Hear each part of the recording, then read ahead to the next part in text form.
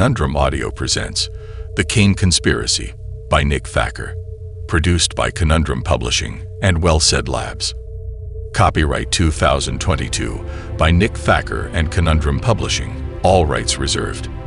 To find more information about this audiobook and to find other fantastic thrillers, visit www.conundrumpub.com.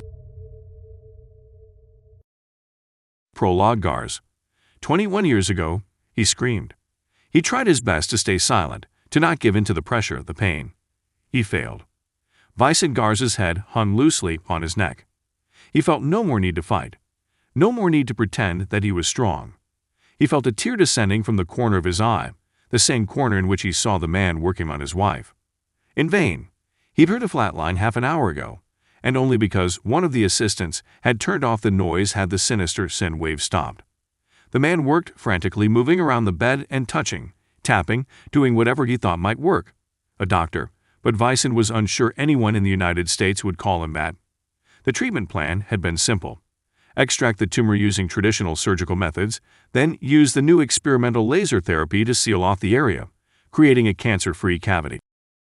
The laser would effectively kill the tissue in that location, but, more importantly, the medication inside would attract the cancerous cells toward it, at which point they would apply more of the laser extraction technique. It was a treatment Vicente didn't understand, one that wasn't even close to being an approved treatment back home. But what he did understand is that his wife was dying. None of the doctors would help him. The military wanted him to accept the fact that she was going to be taken from him. Even his priest wished for him to begin the grief journey. Begin fighting the battle of grief, they had said. He wasn't ready for any of it. His wife was still breathing, still walking and talking and loving. She was still taking care of him and their young daughter, Victoria. His wife was still alive. Why fight a battle that has not begun? Grief can wait, he told himself. We will find the solution. And then he met the man who'd offered that solution. The family had been visiting Guadalajara, Mexico, the city Garza's parents had been from. His wife was beginning to lose her hair from the chemotherapy treatments that weren't having any other positive effects, and they were staying in a hotel for a short vacation before they had to be back home for more doctor visits and treatments. Garza, after helping his wife into bed and kissing his daughter on the forehead, had snuck down to the bar and overheard a conversation between two men from Mexico City. One was some sort of pharmaceutical representative that came across more like a drug dealer, the other some sort of doctor. They were discussing, in low tones, how many more shipments of a special new drug they would need to prove to the doctor's staff that the treatment was effective. The doctor was sure a positive result would be replicable within a month, the dealer more skeptical, and therefore wanting to artificially boost the price of his drug. Garza was listening and without paying much attention until the doctor leaned in close to his friend and said, I believe the cancer is completely gone. The side effects are minimal, but we can treat for those. The second man nodded, then grunted. Price is still going up. It has been taking too long, and my suppliers are having more trouble sourcing the ingredients. The doctor put his palms up, feigning retreat. Okay, I understand. I can, possibly increase the payment by 15%. But if, excuse me, Garza had said. I am terribly sorry to butt in. May I ask what you are talking about? The two men weren't pleased that a stranger had suddenly entered the conversation, but Garza had quickly learned that the drug was not illegal, merely untested. When he pried a little further, he discovered that untested simply meant the treatment had not been sufficiently and authoritatively studied and analyzed by the requisite cadre of doctors. In other words, the doctor scoffed, it had not been through the 10-year-long process of being stripped apart only to discover what the doctor already knew. This drug and treatment plan worked. He had the human trials to prove it. Prologue. Garza. 21 years ago, Garza wanted in. He knew he would do anything to save his wife's life, but he wanted to see these results first. The doctor and his supplier agreed to meet in Mexico City the next week, and Garza would have the first half of the required cash in hand, $250,000 in U.S. bills, the entirety of the remaining savings. The treatments worked, at first. His wife's strength increased, and her pain had reduced by at least a quarter. Garza was elated, and he sold their home and wired the cash to Mexico, gladly handing it over to the doctor and his team. And then, after about 6 months of regular laser treatment, his wife's health failed. She grew weaker than she'd ever been, and her waking hours were filled with screams of agony. The doctor was unsure what the cause was, assuring Garza that the treatment would kick in at any moment. Those moments had long passed, and Garza now sat in a chair against a dingy, dimly lit wall in the doctor's private operating room. His wife lay motionless on a gurney while the doctor and his 2 assistants worked. A 4th man stood in the corner, barely visible in the shadows. If not for his bright white clerical collar, Garza would have forgotten he was there. The man was furiously working his way through the beads on his rosary. In vain, no doubt.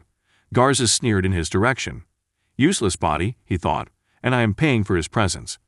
It was a mandatory expense on the office's list of general hospitality. These to have a professional clergyman in attendance, a strange, antiquated ritual, shoving the religion of the masses down the throats of the few. Garza was disgusted by the egregious force-feeding of religion, but he was more disgusted by the logistics.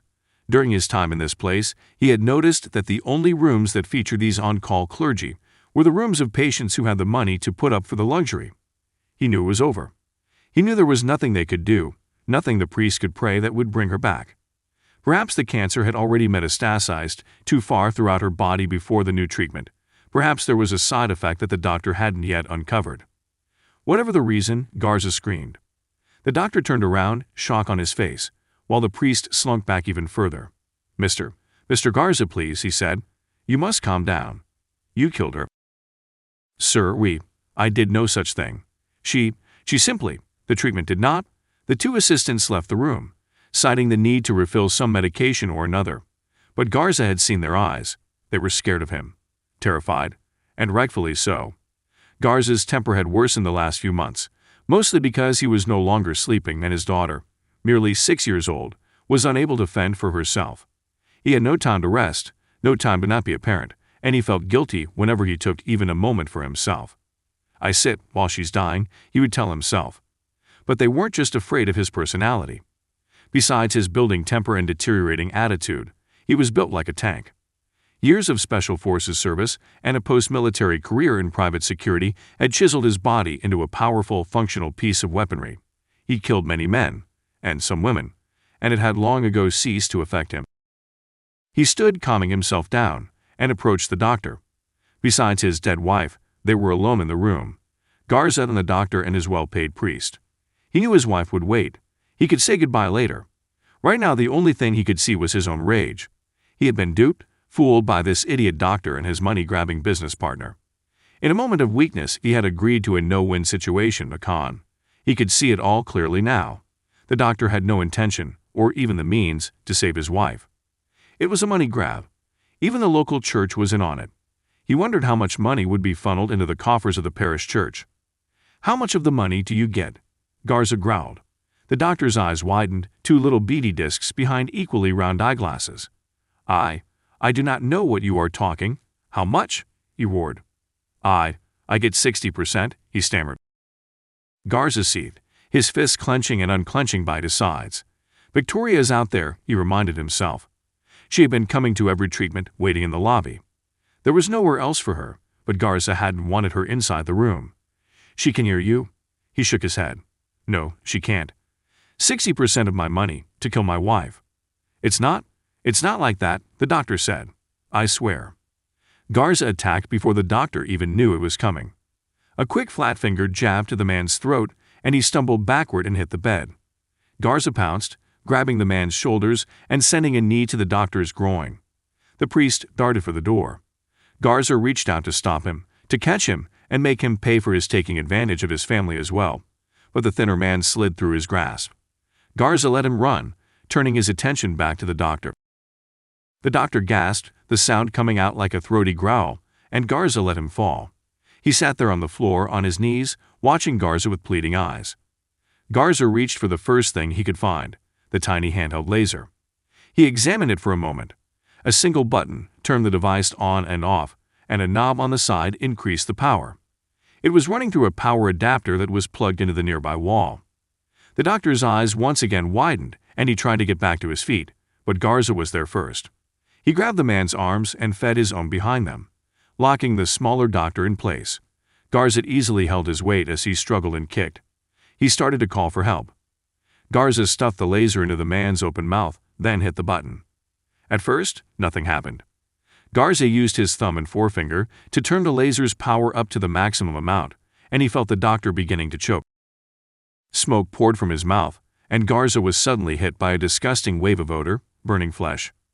Vicente Garza stood there crying, the doctor silently screaming into the laser that was protruding out of his mouth.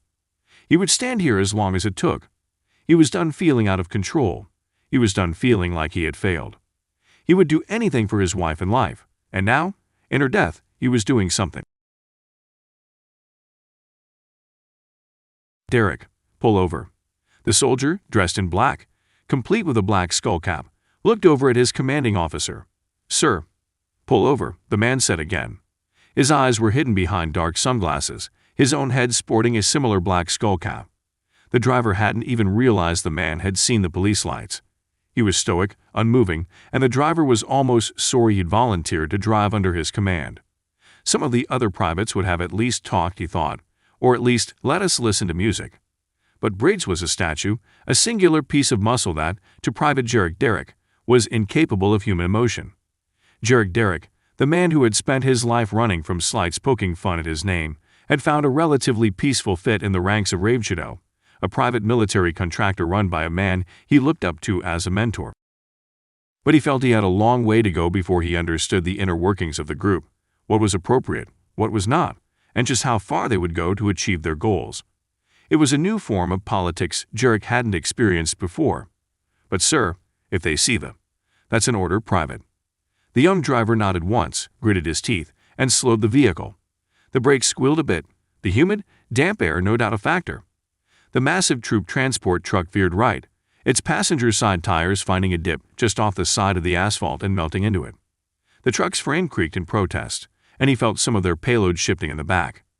They came to a complete stop, a hiss emanating from somewhere in the depths of the engine compartment, and the driver looked again at his commanding officer. Now, what? Derek wondered. The police cruiser kept its siren lights on as the officer stepped out. He was doughy fat around the waist and looked as though he'd be better served driving a desk chair than a police cruiser. Derek watched the man from his side mirror. He checked his belt, pushed in a bit of shirt that had popped free, then sauntered toward the truck. He had his hand on his pistol.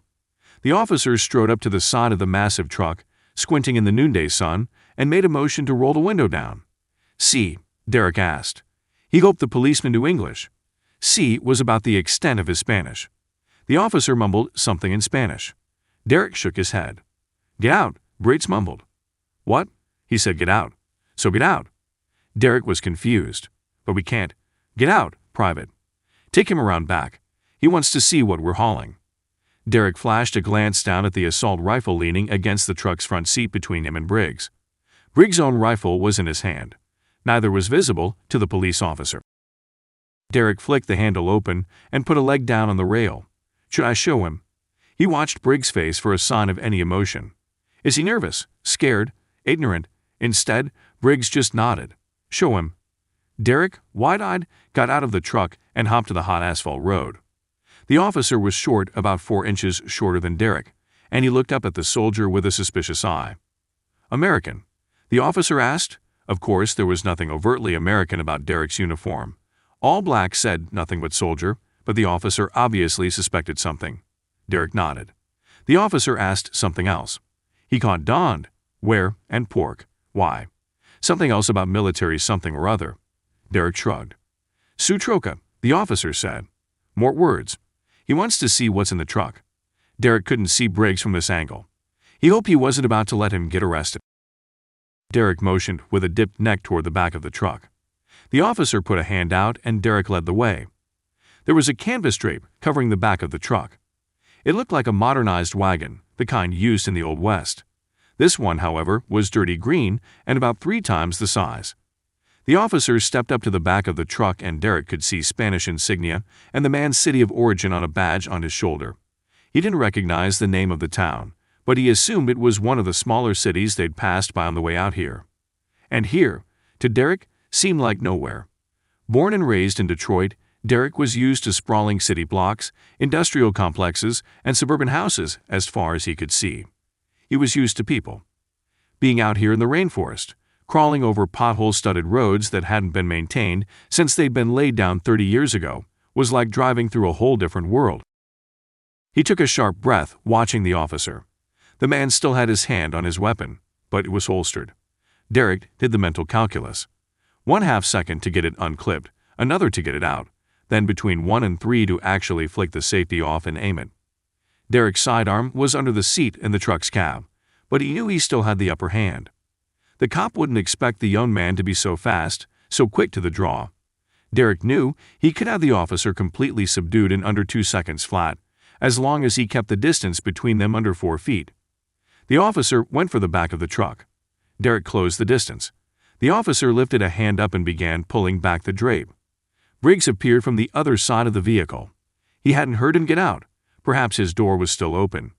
The drape was pulled to the side fully now, and the officer tossed it up and over the edge of the truck's frame, where it stayed. He looked into the trailer. Seconds passed. The officer didn't move, both Briggs and Derek now standing behind him. The policeman still had his hand on his pistol, but he didn't try to unholster it. He took a slow step back. Derek watched him carefully. He was no doubt surprised, to say the least. Confused, appalled. The officer finally turned, also slowly and methodically, and faced Derek. He saw Briggs had joined them. He swallowed, then lifted the pistol out of its holster. Briggs was there, fast, too fast to be real, and he had his hand lifted already. Derek would have missed it if he blinked. The older soldier didn't hesitate. He fired. The officer went down, a crumpled heap on the side of the road. Blood pooling out around his head. His mouth moving but not talking. His eyes wide and surprised, and still trying to comprehend. Briggs watched the man die, then looked up at Derek. "Let's go." He turned and walked back toward the front seat. Derek nodded to no one in particular, his eyes moving from the police officer to the back of the truck. Eyes met his. 20 pairs of them. Men, women, and children. All tied, all gagged. Their brown, sun-beaten faces were silent, their bodies unmoving. They watched him as he watched them, waiting for something. They didn't know what, and to be honest, he didn't either. So there was nothing to say. He was doing his job, that was it. He pulled the canvas flap back down over the rear end of the transport truck and walked back to the driver's seat. He pulled himself up and in, put the truck in drive, then pulled away from the dead policeman and his squad car. Briggs was looking out the front window, silent and stoic. "Ben, Jules," Ben yelled. Then he laughed. "I'm yelling for someone inside a log cabin." The space they were in was small, just a living room and kitchen and attached bedroom. But it was the other section, the new section, that he was yelling through. The civilian special operations had contracted a new wing to the cabin, attached through the kitchen, where Ben was standing. The wing had bedrooms that could sleep 10, a full-size commercial kitchen, and an office complex on the second floor. There was even a makeshift lounge, which was really just another bedroom they'd added a television, couch, and a few board games to. A woman appeared in the hallway, but it wasn't Julie. "You know," she said, "we used to call her Jelly. She ever tell you that?" Ben's mouth was a hard line. No, she didn't. "Well, anyway, the woman said." Jules never seemed. Right. Just didn't fit, you know. Alexis Richardson stepped up to Ben and reached up to fix his bow tie. "Don't worry, Harvey," she said. "I'll fix this." No reason to bother Julie with it. Ben sidestepped and ducked out of her reach. "No, I can tie my own tie." "I wasn't. That's not what I needed." "Well, what is it you need, dear?" Alexis asked. "I'm sure I can help with it."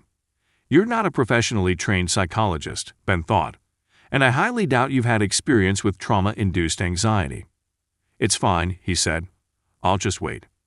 Alexis huffed and shrugged, but thankfully turned to leave. He saw her dart back into her bedroom, no doubt looking for another place to insert herself. Their time here had been strained, to say the least. To Ben, his cabin was his place of solitude. It was a retreat, somewhere he could hide. The past week had been a blur. Getting the wedding planned, the logistics taken care of, and the invites out to the small group of attendees. Ben's parents were dead, but Julie's had immediately flown out to Anchorage and driven to the cabin when they heard the wedding was happening. Both retired, Alexis a high school teacher and Warren a regional pilot. They dropped everything to be there for their daughter and her soon-to-be husband. They raced enough, too. Warren was placid and docile, easy to be around, and he enjoyed sampling Ben's growing whiskey and rum collection. Alexis was pleasant, but Ben wasn't sure she knew how to relax. She was either cleaning, folding clothes. He was amazed at how many outfits one woman needed for a week-long trip, or cooking. The cooking part he liked, but altogether it made him feel like he wasn't working hard enough. He and Julie couldn't sit down in the evening to talk without Alexis butting in and asking about something or other. But Julie was happy. She had a great relationship with her parents, and no matter how strange it was to be in the close presence of another couple like this, he wanted a relationship with them as well. They were nice, kind people, and Ben felt like he'd been given another chance to have an adult relationship with his parents through them. He walked back through the kitchen and dining room into the bedroom. There were clothes everywhere, Julie's of course. What she would wear before the wedding, what she would wear during the wedding. She hated the idea of a huge, flowing white dress, and what she would wear after. Still, Ben didn't understand why he was seeing at least 7 different dresses on the bed. He flopped onto the chair and opened the laptop on the desk. Mindlessly clicking through websites and news updates, finding nothing of intrigue, he was about to close it again when he heard a knock on the door. "Hey, brother," Reggie's voice said. "How are you doing?" Ben smiled. "Which hand did you use to knock?" Reggie looked confused for a brief moment, then laughed. "It hurts a bit, but not in the way you'd expect." He held up his prosthetic arm for examination. The wound had nearly healed, but there was still some serious physical therapy and training he was undergoing to get used the new prosthetic. He'd lost his arm in Peru just over a month ago. Thanks to a full-time doctor and nurse paid for by the CSO, his recovery had been quick and mostly worry-free, and Ben knew he was excited to start working with the more advanced prosthetics. He walked to the bed and roughly slid the dresses to the side, then sat on the edge of the bed and turned to Ben. "Anyway," Ben said, "I'm fine. It's hard." "Yeah, Alexis can be a handful, huh?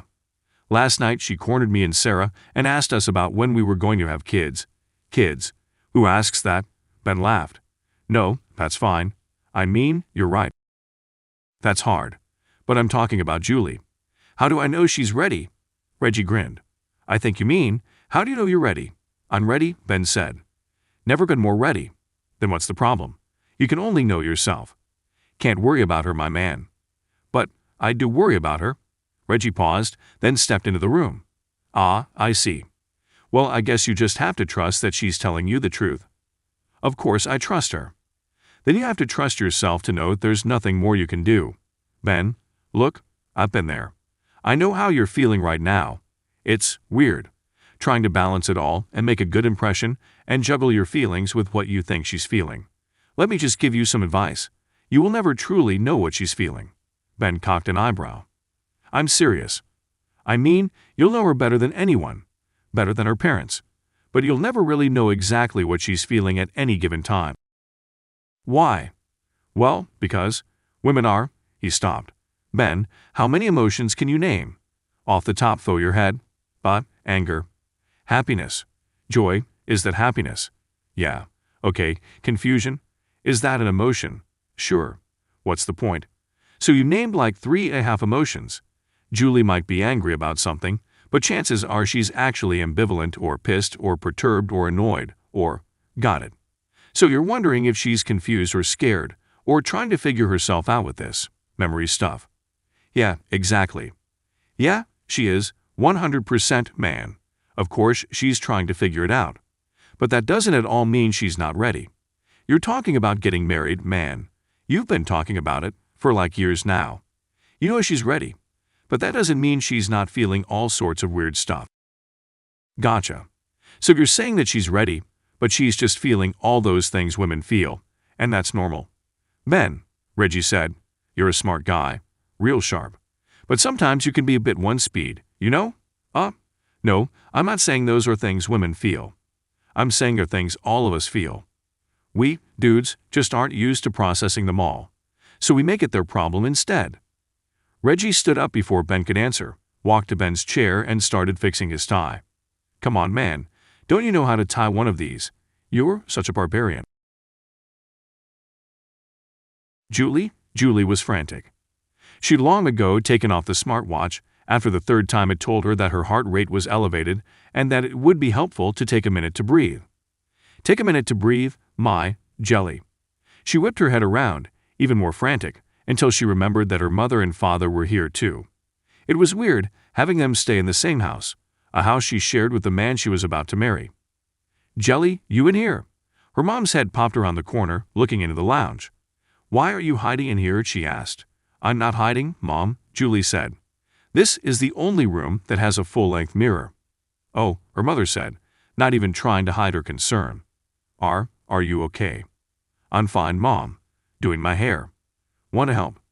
Alexis Richardson's eyes lit up like Julie had just told her she was her most favorite person on the planet. "I would do anything, Jelly. What do you need?"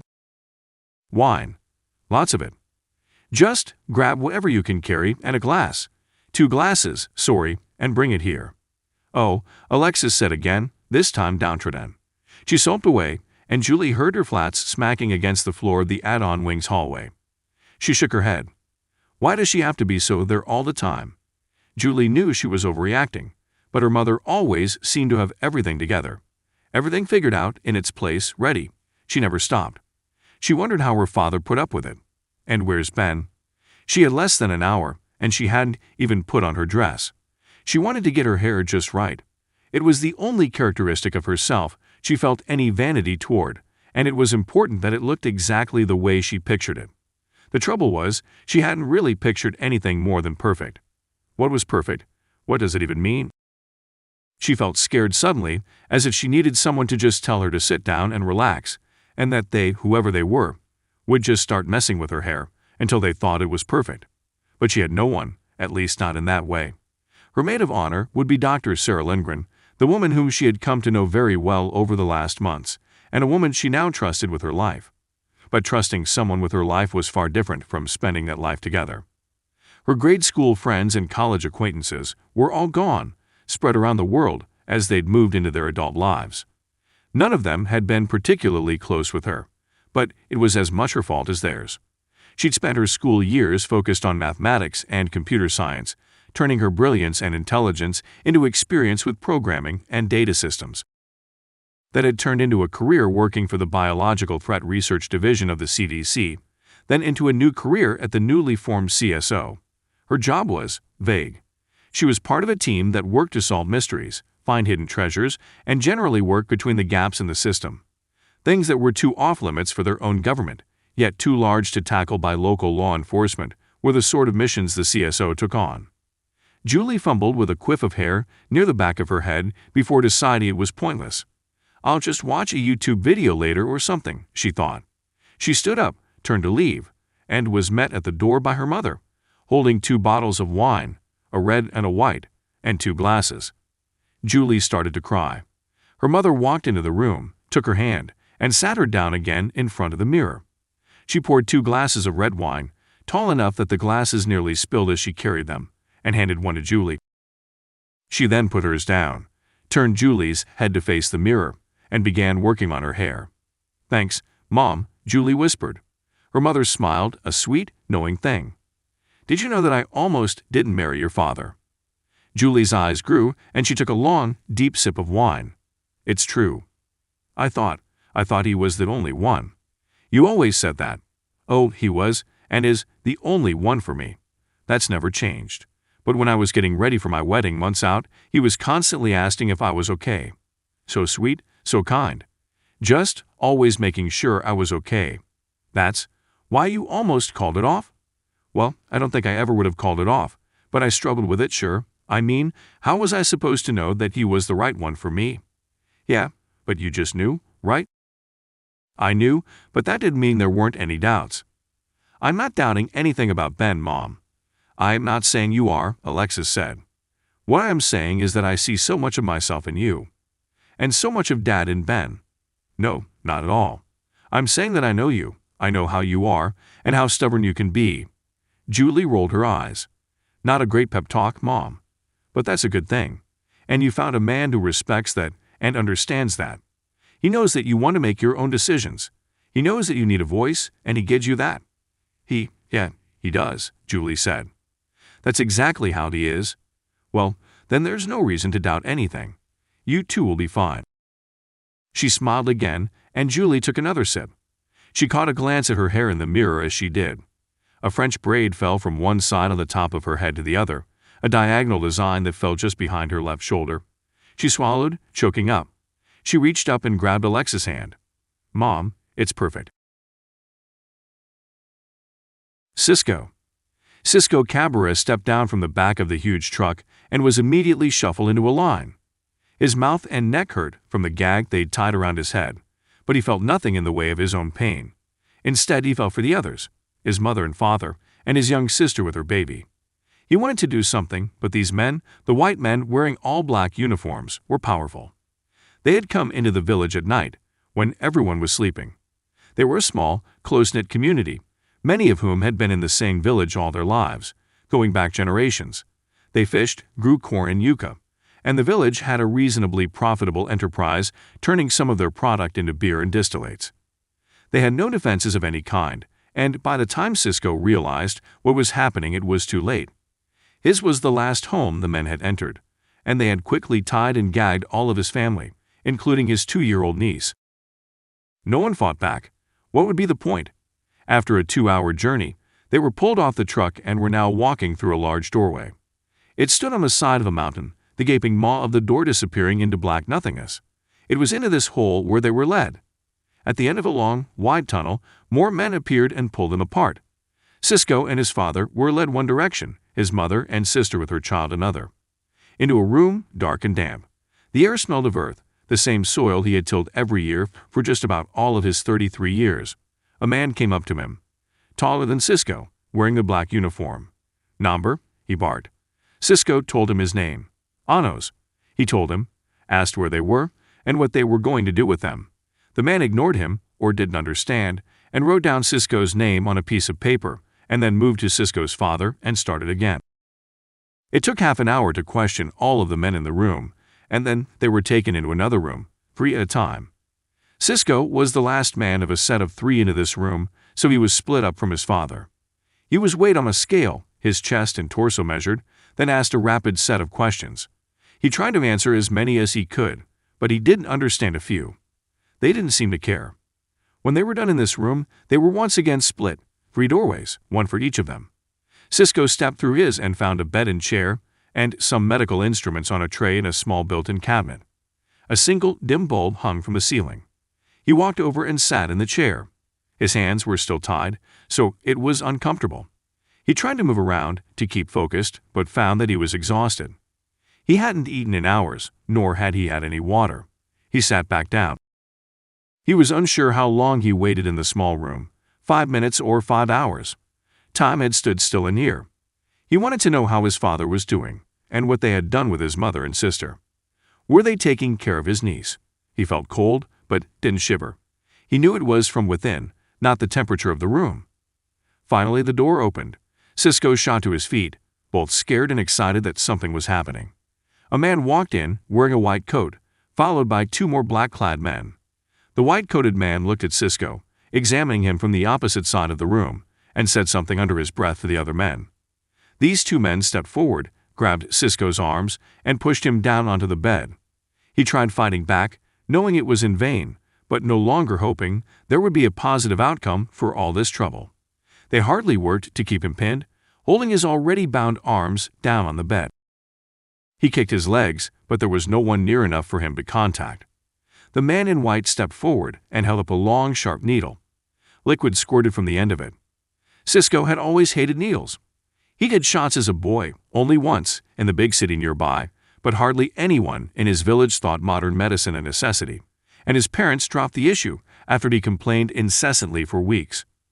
The man, a doctor he guessed, plunged the needle into Cisco's arm. He felt the cold steel, the pulsating warmth of the liquid, the empty void of feeling as it coursed through him. It was moving, replacing him. He felt raw, as if devoid of any emotion then, nothing. He could still see the 3 men, but there was no attachment or detachment related to them. They were apparitions, wraiths, floating above his head. They were no longer holding his arms, but it didn't matter. He couldn't move them even if they weren't still tied behind his back. He watched them leave, thinking nothing of it. Or thinking of it in an acknowledgement sort of way, but not with any purpose. They were gone, he was alone. He didn't think to leave, didn't want to. He didn't want to do anything. But he was alive. Was that good? Was the shot supposed to kill him? No. Why would they go through all that trouble? And then, as if stopping his own thoughts in mid-sentence, he realized he didn't care. He was totally complacent, totally apathetic. He lay his head back down on the bed, hard and flat, and no pillow to rest it on.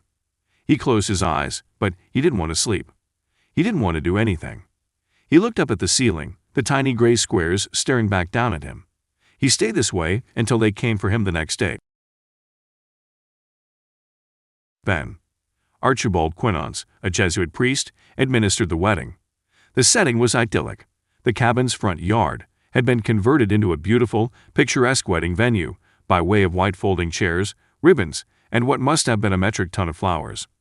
The trees lined the area just beyond where Archie stood beneath the lattice, where Ben had waited for Julie to walk down the aisle arm in arm with her father. She was stunning, and Ben could hardly focus on the vows as Archie led them through them.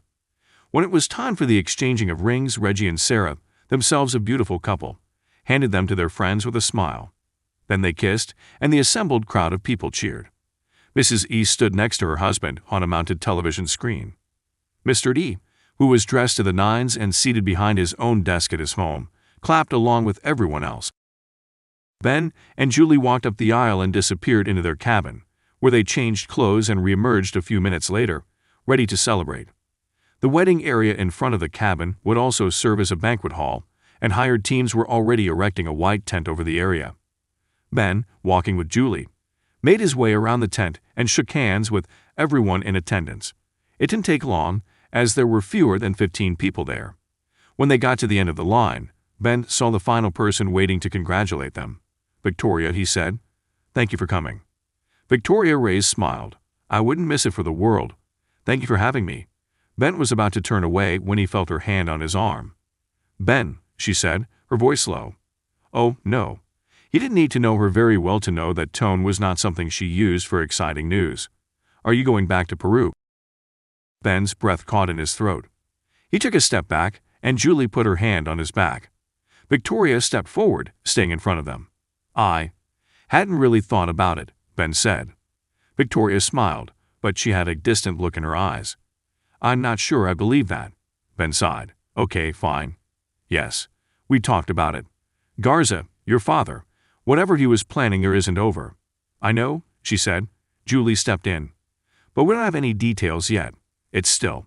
Well, the wedding sort of took over this last month, and Reggie's healing and everything." Victoria nodded. From somewhere behind him, Ben heard strains of music piping through the PA system that had been erected at the edge of the tent. He has to be stopped. Ben looked up at the tent, then down at the ground. "Listen, Victoria, I know how you feel, and I think—" "You do not know how I feel," she said, her voice suddenly shaky. Alexis and Warren Richardson, who were talking to Mrs. E, looked over. "He's my father. He must be stopped." "Vic," Julie said, taking the woman's hand. "He will be stopped, I promise you. But these things take time. We have to plan, and we have to." "I figured it out," Victoria said. "The Temple of Solomon. It's the Hall of Records, the repository for the collected wisdom of the ancients. It's in Peru," Ben said. "Between the two pillars, the mountain." Victoria seemed shocked, then impressed. "Yes, exactly." When they had been in Peru the last time, there had been two temples, two identical ancient stone temples, each with a raised dais inside it and round stone table, a pillar on it. The pillars were representations of the pillars that stood outside the first Temple of Solomon, built by one of the early Freemasons named Hiram Abbott. Reggie and Sarah had been kidnapped, strapped down to one of the pillars, and a guillotine had been placed above their wrists. Ben and his team had found the pillar, but it was the wrong one. Reggie had lost his entire arm protecting Sarah, and Ben had been at the wrong pillar. The memory haunted him, but he knew it was nothing compared to the haunting memories Julie was facing. Memories that involved Victoria's father, Vicente the Hawk Garza. "I figured it out, too. When we left Peru the last time. It makes sense, geographically, and I bet the proportions line up, too. The 33 multiplier and all that. They do. Everything points to the mountain, at least somewhere inside of it, being the final resting place of the Hall of Records. And I want to go there?" "Victoria," Ben said softly. "That entire area is going to be crawling with Ravenshadow forces. Your father's going to still be there. He won that battle, remember. We barely made it out alive, but he took out one of our team and a whole bunch of the Guildright guys. There's no chance he's leaving it undefended, and I'd bet he's even moved all operations to Peru. He'll have an army there, if he doesn't already. but he may not know about the mountain and what's inside it, which is why we need to go. I'm fluent in Spanish, and if we go now I can. We will. Just give it time. We might not have time, Victoria said, clearly frustrated. But she didn't push it further. She turned on a heel and walked away. Ben saw her enter the cabin and turn left. They'd established the cabin's kitchen and tiny dining table as the de facto bar, self-serve and open all the time. He wasn't sure if Victoria Reyes drank, but she didn't reappear in the doorway. Ben and Julie stayed there for a moment, looking into the cabin, until Alexis corralled them over to her conversation with Mrs. E. Mrs. E tells me you two have been to Antarctica. Jelly, you didn't tell me you've been there. What an amazing trip. Was it a cruise? Ben sat on the bed in the room. The lights were out, but there was plenty of it spilling in from outside. The party was raging. If 20 people dancing to oldies and disco could be considered raging, Ben was alone, and he sipped from a glass of bourbon Reggie had gotten him. It was good, a bit briny, but smooth and full of caramel. He watched the legs of the whiskey as they snaked down the inside edges of the rocks glass, also a gift. The pumping strains of music wafted in, but it was otherwise quiet. Peaceful, almost. I'm married. It was weird, surreal. He never had any doubt that Juliet Richardson was the woman he wanted to spend the rest of his life with. It was just he didn't really know what the rest of his life meant.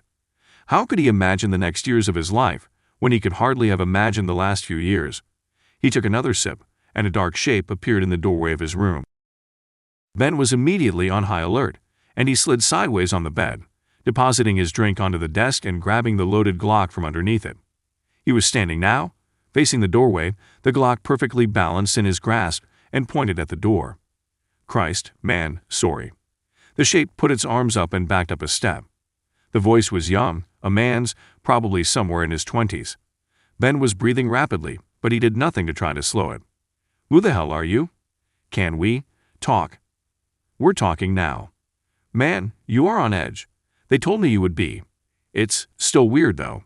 The man stopped talking and his face caught a bit of the light bouncing off the walls. Ben saw a bit of it. He dropped the pistol to his side, but didn't set it down. You look familiar. I look? Harvey, are you serious? Familiar. The man backed up into the living room, finally putting his arms down. Come on, man. Let's talk. Oh, and congratulations. Ben followed him out into the living room, where there was enough light to see the kid's face. Ben stopped, stared, did a double take. Zach. The kid grinned. In the flesh. How you been, Harvey? I go by Ben now. Well, I go by Pete now. Sort of. I'm still deciding. Pete. Yeah, long story. Well, Pete, it's good to see you. Ben's eyes flicked downward.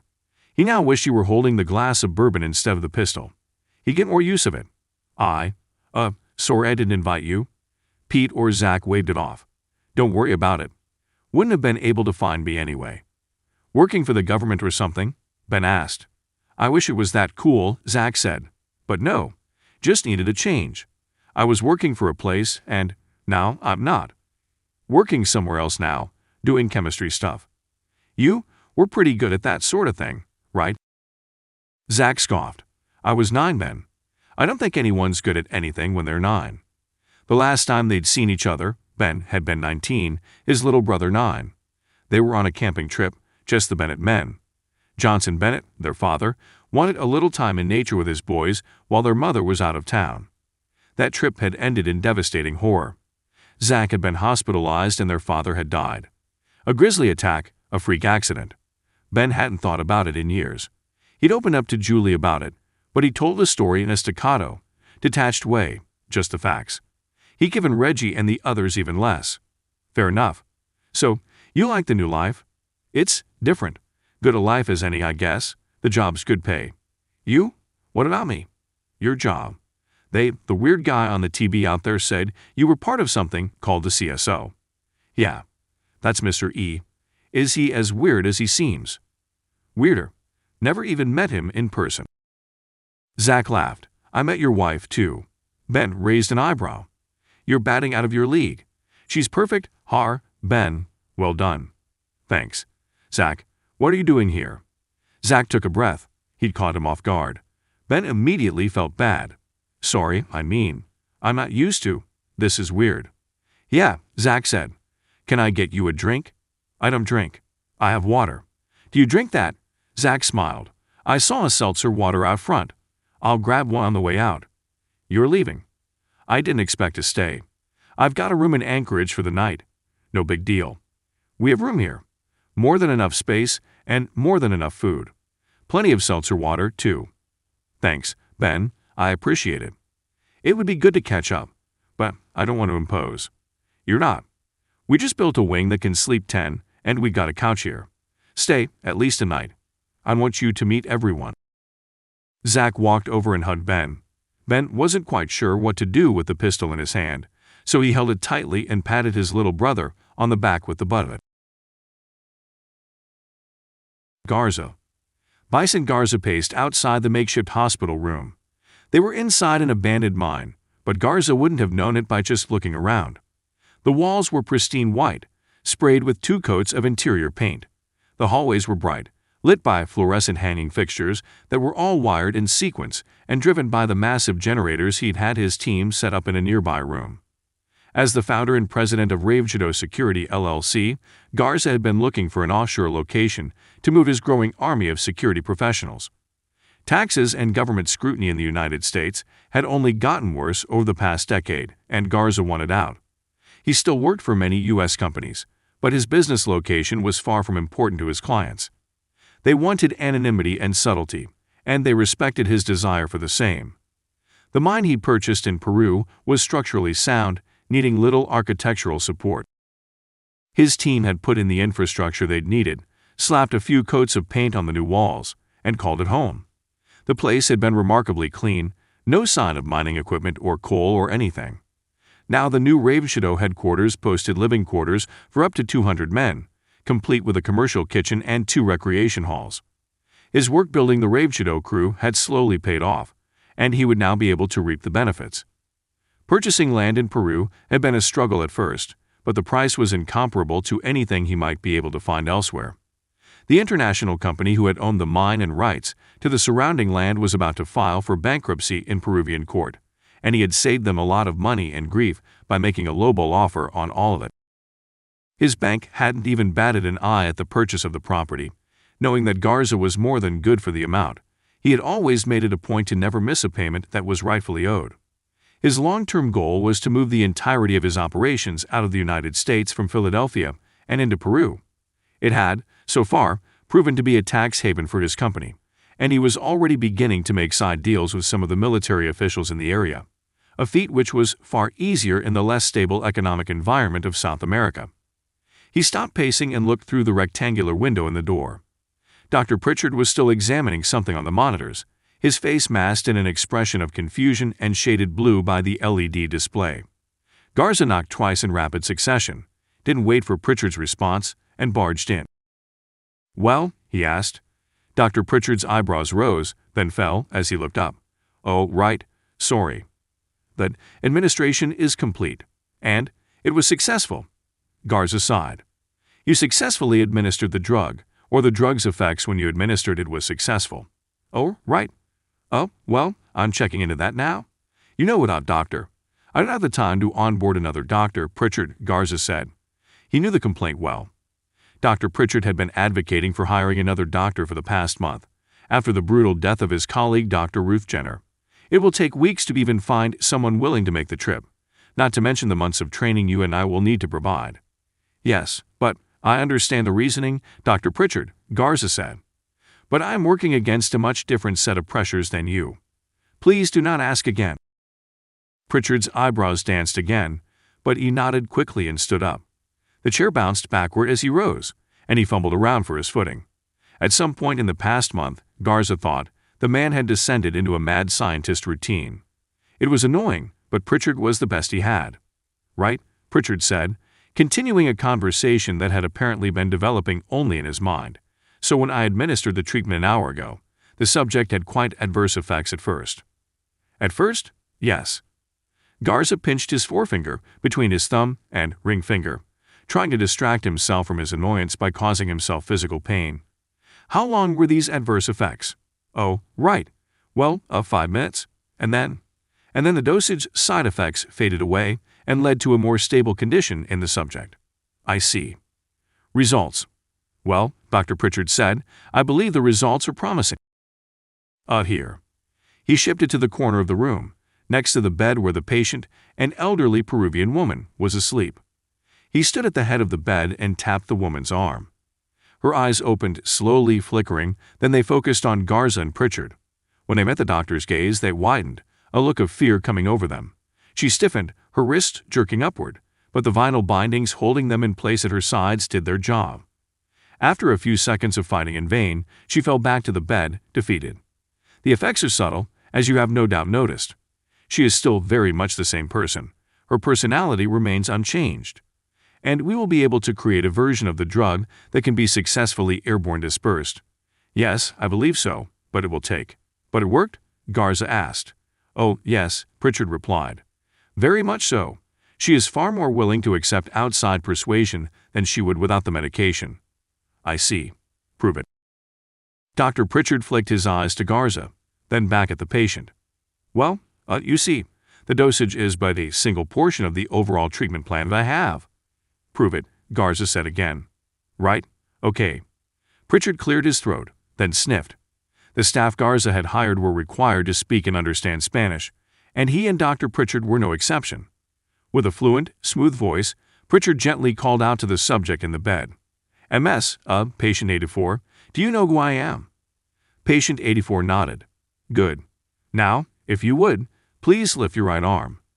The elderly woman's right arm rose into the air a few inches until it was caught by the strap. Fine, thank you. Now, patient 84, please lift your left arm. She did. Garza stepped forward. Will she respond to me? Dr. Pritchard shook his head. I don't believe so, sir. The treatment, the remaining portion of the drug, at least, it's meant to be administered over the course of.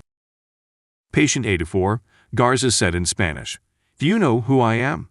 The woman frowned, but didn't take her eyes off Garza. She shook her head. Okay, that's fine, Garza said. Patient 84, please nod your head. The subject seemed confused at first, but she eventually nodded. Very good. Now, I would like Dr. Pritchard to remove your straps. Pritchard began to argue, but Garza held up a hand. Pritchard complied, leaning over the woman and removing the straps holding her to the bed. Patient 84, please take the scalpel from Dr. Pritchard. Dr. Pritchard balked. But I'm not even holding a. Enough, Garza said. He reached into his pocket and retrieved a medical scalpel, its metal razor-sharp edge gleaming. He handed it to Pritchard. Patient 84, please take the scalpel. With a shaking hand, patient 84 took the knife from Pritchard's hand. She held it out in front of her, over her chest, the tip pointing upward. If there was any idea in her eyes that she knew what she was holding, Garza couldn't see it. Patient 84, Garza continued, please sit up. The woman complied immediately. Dr. Pritchard, this is remarkable. Why, yes, sir. The serum is from your own discovery, the borrachero. Garza nodded. The Colombian plant borrachero, which, when processed a certain way, produced a drug similar to scopolamine called burundanga. It caused short-term amnesia, hallucinations, and, if a high enough dosage was administered, a loss of free will. By mixing in a few additives as well, including the plant dachrostromonium or Jimson weed, Garza's team had created a serum that he was hoping could produce an almost zombie-like state of robotic compliance in his subjects. Very good. Patient 84, Garza said, please turn the scalpel around and place the tip of it on your wrist. Garza, Pritchard said. The complete dosage is not. Do it. The woman's eyes seemed to grow, a fiery rage behind them, but she did as she was told. He watched the tip of the blade descend onto the tired, weathered flesh of the old woman's wrist, and she naturally turned her palms over as it fell. The blade landed on her forearm, between the radius and ulna bones. Garza did not hesitate. Patient 84, please use the scalpel to cut a line from the bottom of your palm to your elbow. Do it now? The patient looked up at Garza, her eyes pleading. But her hand was already in motion, the scalpel ripping through flesh as if it were a chef's knife, falling through a piece of fresh meat.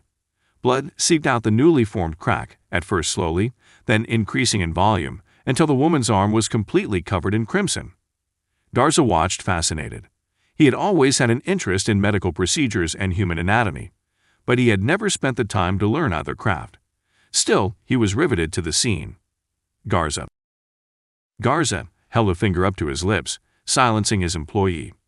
The woman began breathing heavily, her internal emotions fighting against the chemical brain damage that had consumed her consciousness.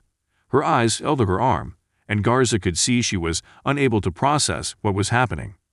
Her environment was completely foreign to her, and her facial expression now reflected that. Garza watched in a trance as patient 84 slowly and painfully bled out, her rising heart rate and internal temperature swing causing Dr. Pritchard's monitor to beep. The incessant noise finally got the best of Garza and he turned, exiting the room. "Get a janitorial crew out here that can clean this up," Garza said, over his shoulder as he re-entered the pristine white hallway. "Julie, what do you think?" she asked Ben. Julie was sitting across from him on one of the white folding chairs that was still under the wedding tent. She was fidgeting, trying to get the short dress to lay properly across her legs. "This is why I don't dress up," she thought. "I don't want to think about it at all," Ben said, lifting his glass to his mouth and taking a sip. "We just got married, Jules. Can't we just enjoy the evening?" Reggie and Sarah walked over, and Julie could tell they were going to sit near them. She smiled. "Yeah, I know. It's just," she leaned in close to Ben and whispered, "This could be our chance, Ben. We had a chance to kill him 4 times already. We failed." "No, I'm talking about the Hall of Records. You really think it's there?" "I think something's there," she said. Reggie pulled up a chair for Sarah, then another for himself. His prosthetic arm was in a cast, apparently offering him a bit of relief from the strain. "Garza may not know about it, but you and Victoria came to the same conclusion. The Temple of Solomon, the pillars. It's all right there." Ben nodded. "Still, it's in the heart of Raveshadow's base. If they're still there, they'll kill us. And you remember the giants?" Reggie said. "Yeah, those assholes were something else. When they had been in Peru, they discovered that Garza had been working on something sinister, recreating the biblical Nephilim, ancient giants that once roamed the earth. By severing a bone, then healing it and resetting it with the addition of a strain of yeast, the bone would grow far more rapidly than previously possible. It had led to the creation of a small army of grotesque, massive soldiers, men from the Ravenshadow group that had volunteered. Or, like Reggie, had been volunteered. They were sick and dying, Julie said. Their bone structure couldn't handle their own weight. Garza said so himself, remember. "There's a good chance they'll all be gone when we get there. Or there's a chance he's got 100 of them now." Sarah was quiet, but she looked at Reggie. They locked eyes for a moment, then Reggie turned back to Ben and Julie. "I don't think it's smart, Julie," he said. Julie felt her stomach drop. Reggie was a trained soldier, an ex-army sniper who had seen his fair share of fighting and bloodshed. There was no one besides Ben she trusted her life to more, and if he felt the mission was dangerous, she knew she would be wise to heed his advice. "With my arm," he continued, "and our history, it seems like we'd be better off waiting it out. See if he surfaces again." "We may not have time," Julie said, realizing that her voice had risen and was carrying throughout the tent. People were mingling about, a handful of workers they'd hired for waiting tables and cleaning, her parents, Mrs. E., wheeling her husband around on the television screen. Her mom looked over with a concerned look on her face. Julie gave her a thumbs-up sign and turned back to the conversation. "I get it," she said. "He's stronger than us, more prepared. But isn't this exactly what we're supposed to be doing? Isn't the Civilian Special Operations a group that's supposed to take on the projects that are deemed too dangerous for small-time law enforcement and too risky or politically driven for government?" "Julie," Ben said, "this is different. We're talking about a guy who's been building an army. Possibly one with dudes who are twice our size. And he's well-funded. The Catholic Church backs him, and I wouldn't be surprised if he's got the governments of a few third-world countries in the palm of his hand, too." He paused, took a drink. "I just don't see how we'd be able to do anything. Not by ourselves." "We've got 4, maybe 4.5 people willing to fight," Reggie said. She and Ben looked at Reggie, who just shrugged and held up his prosthetic. "So what do we do?" Julie asked. "You told Victoria that we were definitely going to do something." "I did," Ben sighed. "But it was partly because I wanted to enjoy this, the wedding, and partly because, in my book, calling someone else to handle it is doing something." "Who would you call?" Julie asked. "I don't know. Mr. E's got connections with the Joint Chiefs. Maybe he'll be able to pull some strings with the different branches, and You know damn well the U.S. military isn't going to fly to Peru to rout out a mercenary for hire. Not for no reason. So we give them a reason, Ben said. We tell them, the Hall of Records is there, but we're afraid it's being guarded. And they'll call the Peruvian government. We'll just send out a small team to investigate. Do you think for a minute Garza hasn't already prepared for that outcome? Ben stood up. Jules, what you're talking about, what you're recommending, it's insane. We went down there once already to get these guys back. We almost got killed 6 ways to Sunday. Going back, it's a death sentence. Reggie nodded. I'm sorry, Julie, he said. I'd have to agree. What are we agreeing about? Julie heard a voice say. She looked up and saw Archibald Quinons walking over from behind Ben. Reggie quickly filled him in. The older man, still wearing his Jesuit priest's robe and collar, nodded along. When he finished, he leaned into the group. Well, if it helps one way or another, I may have some information. They all stared at Archie. Victoria Reyes pulled me aside about an hour ago. She said she had already spoken with you, Harvey. Ben nodded. She said you would not join her. Join her? Archie nodded. Yes. She told me she is going back to Peru to find her father, and to try to talk him into letting her examine the mountain where she believes the Hall of Records lies. She invited me along for my historic expertise of the area. Julie's mouth fell open, and she said she is leaving tomorrow morning, first thing, with or without me. Ben. She's leaving, Ben asked. For Peru. Tomorrow? Yes, Archie said. Is she serious? She seemed quite serious, Harvey. Reggie stood up as well and faced Archie. She'll get killed, man. Why didn't you try to stop her? I do not think that is true, he said. Perhaps, but I find it more likely her father will have mercy. Mercy? Julie asked. For Vicente Garza, he'll torture her. The group sat in silence for a moment, until Ben spoke again. We can't go, he said. It's still a suicide mission. We went for Reggie and Sarah last time, Julie said. Are you saying we? She made her decision, Ben said, nearly shouting. If she dies, my hands are clean. Julie glared at him, but Ben didn't back down. It's the truth, he told himself. It's not my fault. Harvey, Archie said. There is more. Ben rolled his eyes. You've got to be kidding me. I was sent this article. It pertains to a Peruvian village situated very closely to our land, the land Garza was on. He pulled up the article on his phone and held it out for Ben and the others to see. Ben read the headline silently, then waited for Archie to translate it from Spanish. It says 20 villagers missing near Chachapoyas Valley, and that's related to Garza or Ravenshadow. Ben asked. The article says that a farmer who often traded with this village visited them to find that they had all mysteriously vanished. There was food left on tables, smoking fire pits, even a laptop open with a half-charged battery. The farmer told the police, claiming it was El Muki, due to the close proximity of the mountain range and El Muki? Reggie asked. It is a Peruvian legend, a superstition. A light-skinned man with reddish features and a white beard that lives in the mines of the Andes. He lures people into his mine to work for him, promising great riches. They never reappear. Well, Julie said, that sounds realistic. However it may sound, Archie said. The farmer who believed it died the following day. Seriously? Reggie asked. He complained of heart pain, went to a friend who was a doctor, and died in the doctor's arms. Poison? Ben asked. Most likely, though the authorities in that region are not releasing any other details. It does seem likely that whatever this man knew, someone did not want him telling anyone about it. Ben stretched, then swirled his drink.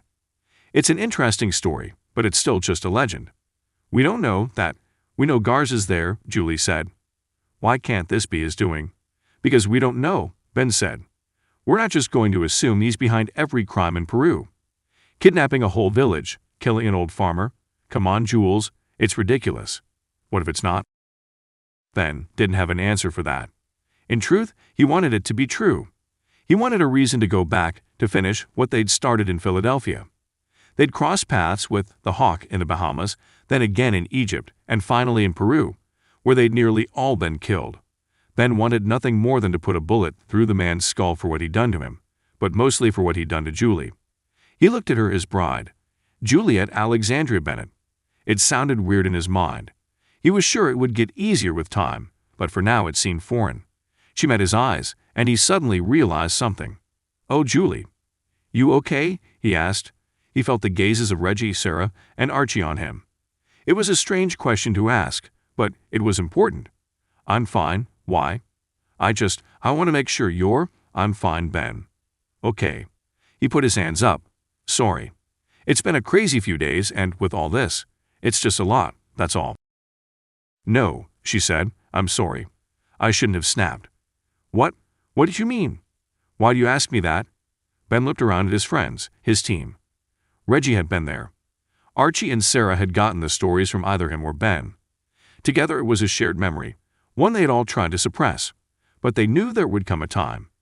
They knew Julie would eventually remember, too. "Jules," Ben said, "why do you want to go to Peru? Why do you need to finish this with Garza?" She bit her lip. "Julie, you can say it." He saw a tear forming in her eye, but his own eyes were beginning to blur. He wiped them, then grabbed her hands in his. "I love you. We're all here for you." She looked at him, then took a deep breath. I remember what he did to me." Edmund. Father Edmund Canisius tightened his collar and examined himself in the mirror. His nose and cheeks were liver-spotted, but he brushed a respectable amount of base from the tiny makeup kit over them and re-examined. He needed to look the part, confident, young, expert. He was confident and quite an expert, but his youth had left him around 30 years ago. It didn't matter. The dealers at this convention preferred experience, wisdom, and mutual respect far more than they did youthful zealousness. He would make an impact, if for no other reason than his name. It was true.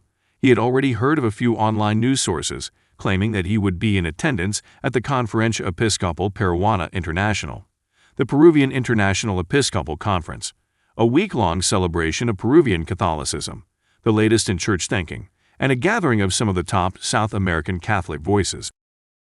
It was a yearly convention, and usually brought together the most vocal and popular speakers and Catholics from around the continent. But it rarely brought attendees all the way from the Vatican. Father Edmund Canisius was an Italian-born Jesuit who had climbed the ranks of the Catholic Church and found himself a part of the Holy See's administrative and legislative team. He was an authoritative figure, both respected and feared, but his brethren often sought him out for his experience and knowledge of both worldly and sacred matters. His job in Peru was simple: meet with the head of Orlan Group, a private defense contractor that would be exhibiting in the country for another convention that coincided with the CEPI. Hand over the offer to purchase their latest development as soon as it was ready. The problem was that he had no idea what he was buying. No one from his office had felt it necessary to brief him on what exactly they were purchasing. He practiced his pitch. Introduce himself, shake hands, smile in a way that was confident yet not arrogant. Hold his head high, chin up, but not condescendingly. His task was not the difficult part. The challenge would be in negotiating with Orlan without knowing exactly what it was on offer. Worse, the Orlan Group was a secretive bunch. They tended to be quite cloak and dagger, certainly when it came to new contacts. Canisius was concerned that their relationship might begin on the wrong foot. He hoped his superiors had called ahead and made the initial contacts and exchanges. Things would be much easier if they had, but there was no telling what his office would do. The church was about as secretive about their work as Orlan Group. He knew this deal was massive. He could see that much in the amount of money they were allowing him to move around. What he didn't know, what he would never know, is what the actual exchange would be. Money for what? His research into the Orlan Group had turned up only vague answers, corporate speak and language geared towards shareholders. It was the typical canned information he could expect from any major conglomeration's public-facing page. Total dollars worth of revenue, general R&D amounts, technical roadblocks. But his job wasn't to know. It was to broker the deal and come home. They needed him because it fit the narrative. A Vatican priest on a work-related vacation in Peru, attending a Catholic convention. It would be sensationalized, of course. Many locals would have a hard time understanding why a high-level priest such as he would spend his time at a regional conference. Those cover stories had already been written and prepared. No, he was the perfect candidate for his team for another reason: his intuition and ability to read a person. He had a proven track record for determining the trustworthiness of another person, after only a few minutes speaking with them. It was both a talent given to him by God, as well as a honed skill. An art he cherished and practiced. They needed Father Canisius to determine whether or not their investment here with Orland Group would pan out. They needed him to secure their assets. He wiggled his clerical collar again and checked his makeup once more. Finding everything satisfactory, he flipped off the light switch and stepped out of the hotel bathroom. Ben. Ben, a word. Ben's mind was moving 100 miles an hour. First, Victoria Ray's news that she would be heading to Peru. Second, the news about the disappeared villagers and the dead farmer. Then, as if that weren't enough, Julie's revelation that she remembered what had happened. That she remembered what Vicente Garza had done to her. "Yeah, buddy, what's up?" he asked. He stepped over to where Reggie was waiting, just inside the cabin's front door. While there hadn't been very many people at the wedding, it still felt to Ben like too many. Too many conversations to juggle, too many hands to shake. "About Julie?" Reggie said. "She gonna be okay?" Ben shrugged. "Yeah, I guess. I'm not, a shrink. Right? I'm not a shrink. You think she should see one?" "No idea. Probably. Hard to say. I never have, and God knows I could use one." "I have," Reggie said. "They're not all bad. Usually pretty good, actually. Might be worth going, just to see." Ben sniffed. Looked down at his drink, which was dwindling. Reggie reached for it, and Ben gave it to him. "Yeah," he said, "I might do that." Reggie topped off their drinks with the bourbon he'd gotten Ben for the wedding, and added a huge cute-shaped piece of ice into the top of it. "Sorry it's not a proper build," Reggie said. "Huh. The drink? It's supposed to be ice first, then liquor." Ben chuckled. "Yeah, like I care about that." Reggie grinned. "Well, that's sort of the way we do things here. In this little group." "What's that supposed to mean?" Reggie said, "there's a right way and a wrong way to do things. You want to find your friends who've been kidnapped, you call the police. That's the right way. I liked my way better." "Oh, trust me," Reggie said. "Me too." His grin extended all the way around his face. Ben hadn't seen that smile for a long time. It was a characteristic of Reggie's, and he had a hard time showing it of late. "What's your point?" "Well, just that I think the CSO, by definition, does things a little differently. We put the drink in, then stick the cube on top."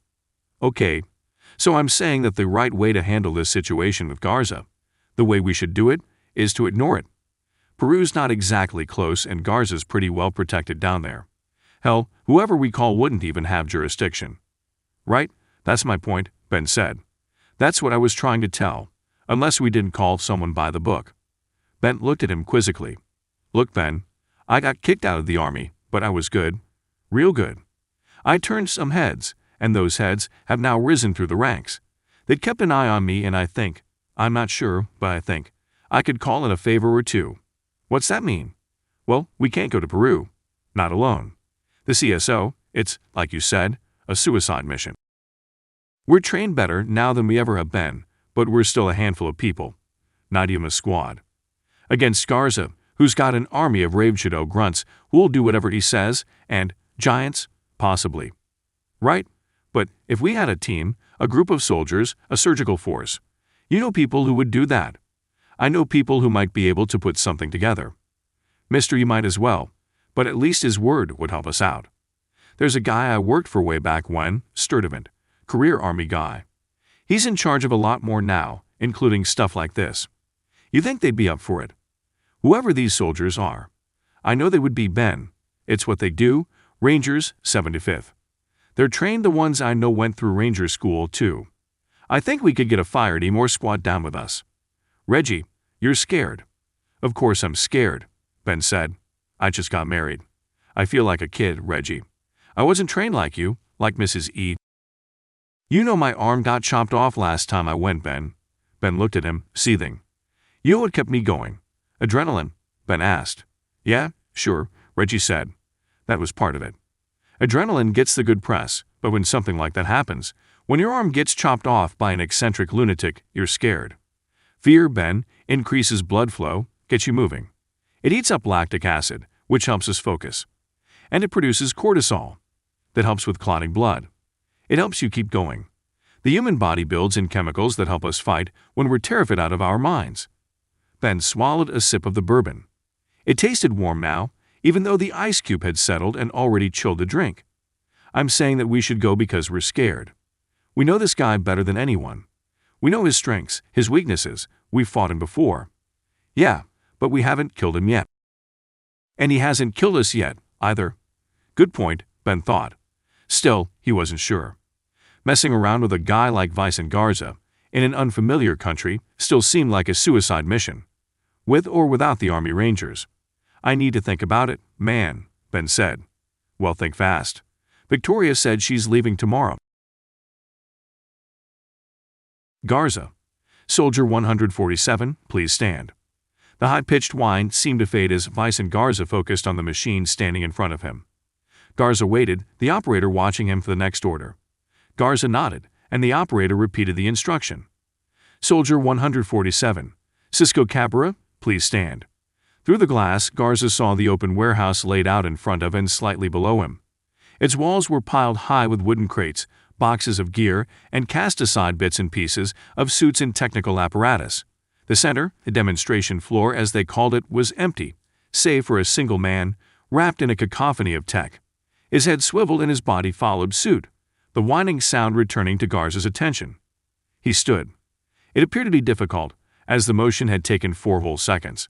But 147 now stood on the other side of the glass, staring blankly at Garza and the operator, as well as the 3 men behind them. "Don't use their names," Garza said. "It reattaches them to their unrequited memories." That was the theory anyway.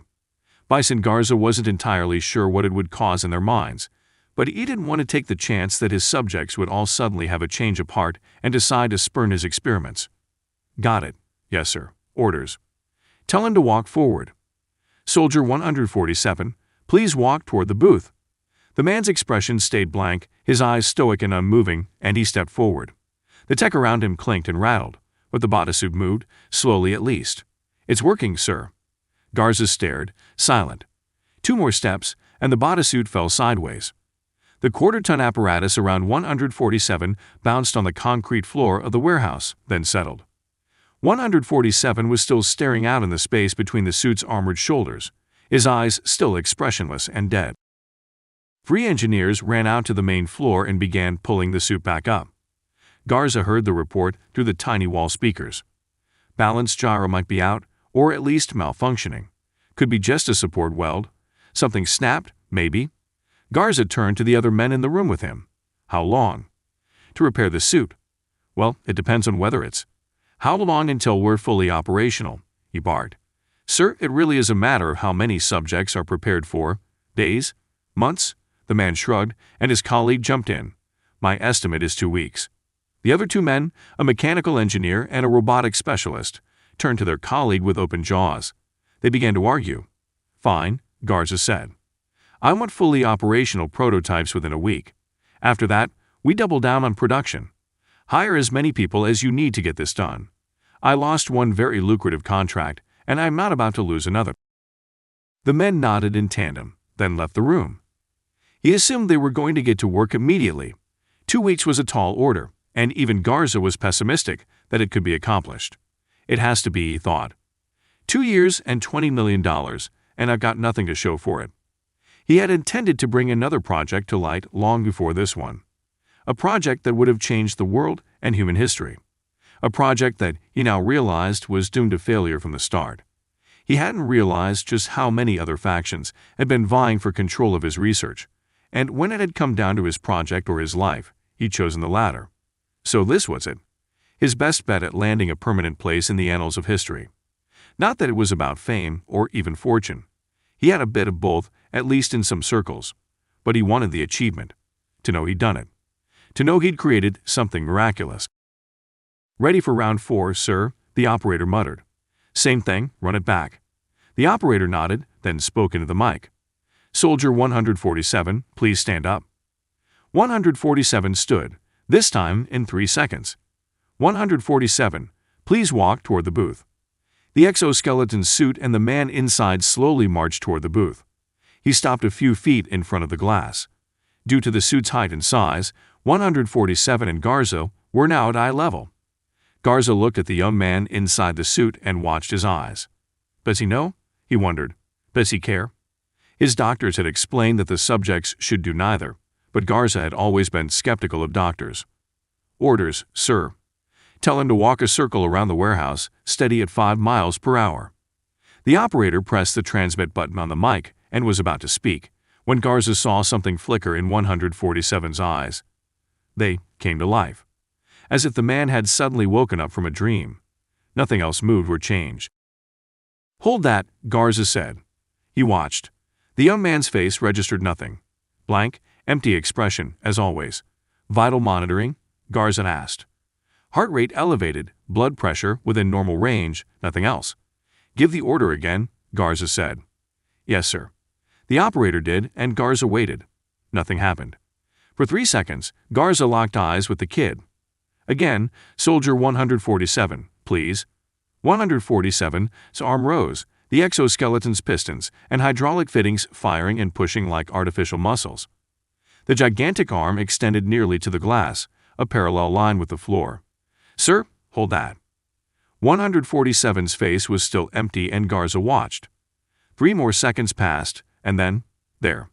The kid's eyes flickered again, this time with an unmistakable fury. Garza's own eyes widened, and he reached down for the emergency kill switch, mounted on the control panel in front of him. It was too late. Soldier 147's arm flew backwards, propelled by the opposite thrust of the launch. The tiny wrist-mounted rockets slammed into the glass and through it, into the control room. Garza fell to the floor, almost getting there before the blast enveloped him. He covered his head with his arms and felt the searing heat of fire and glass scraping away his clothes and hair. And then, within half a second, it was over. He rose, carefully holding onto the edge of the control panel desk for support. The back of his shirt and pants had been burned off, a few areas of second-degree burning on his skin already starting to swell and rash. He looked to where the operator had been. Nothing but a charred husk remained, a piece of the chair, and a section of window that had somehow survived the blast intact. Garza turned to the warehouse floor. Smoke billowed from somewhere below the window, partially blocking his view. He saw the suit, lying on the floor on its back about halfway across the room. His men surrounded the subject, rifles pointed and awaiting his order. They closed in, shrinking the circle around the suit and preparing to blast it with enough rounds to decimate a solid block of concrete in a half-minute. And then Garza saw 147's eyes. He was lying on the floor, partially crushed beneath the weight of his own suit, still staring at him. Blank, lifeless eyes, still seeing him. Garza held up a hand, and the men on the floor relaxed. He had no mic, but there was no need for it anymore. He shouted through the smoke. "Repair the suit and send 147 back to the ward. Fix him up." "Sir," one of his men shouted back. "We will use him as a model. Take an MRI and run the battery of tests. I want to know what he's made of." "Julie, I'm married," she thought. Juliet Alexandria Bennett. Jab. She smiled into the mirror, pushing her hair around, and then a strand of it over her ear. Married to Ben. She was alone in the cabin, as the rest of the party was still outside, chatting with one another and dancing. Ben and Reggie had been arguing about something when she'd snuck away. She examined her face in the mirror, trying to see if it physically expressed how she felt inside. Am I old? She wondered. It had been 2 years and 10 months since she'd met Ben, and those nearly 3 years had been an absolute whirlwind. From their time at Yellowstone, to trekking through the Amazon rainforest and a research station in Antarctica to their time in Alaska, they'd been together. They'd never questioned whether or not they should be together. Being with Ben felt right. Still, she had nothing to compare him to. She had no experience with long-term relationships. When she'd met Ben, she was 33 years old, but she might as well have been a teenager. Her entire knowledge of relationships had come from her high school and early college years, before she'd gotten serious with her computer science and cryptography courses. She'd gone on a few dates, but nothing stuck. Her experience of men was mostly garnered from the pages of the rare Cosmopolitan magazine she'd pick up at the supermarket. Not that she was unhappy with Ben. She couldn't have lucked into a stronger, kinder man if she tried. He was stubborn, but it wasn't even close to her own stubbornness, and he often let her win. He didn't need her approval to feel confident about himself, though he often sought it anyway. She loved that about him, so she couldn't figure out what it was she was feeling. "Ben's perfect, you're fine," she kept telling herself. "Your friends are here, and they're here for you." Yet, something about their conversation had jolted her into awareness of how she was truly feeling. There was something calling to her, deep inside her. It had started a few months ago as a simple hollow anxiety, not something she was used to but not something she wasn't able to handle. When that anxiety grew into a hardened ball of depression, then fear, she sensed her subconscious trying to tell her something. That something had been repeated to her in her dreams for the past month. Waking up with cold sweats more nights than she could count, she knew she needed to address the issue. What was causing this? It was a memory, she knew, but she couldn't quite place exactly which memory. Something to do with Ben? The CSO team. It eventually became clear to her a few nights ago, after she and Ben debriefed about their trip to Peru. Something about the way Ben had said Vicente Garza's name, something about the way he looked at her when he'd said it, clued her in. It had taken the next day to unravel, but she eventually knew. Garza was the man in the dream, the man in her nightmare. She was the woman coerced by him to kill her friend. Joshua Jefferson died because of me. No, she wouldn't let herself believe that. He died because of him, because of Garza. Her wedding day had been filled with joy and life, but there was death inside of her. She knew that now, and she could not feel it.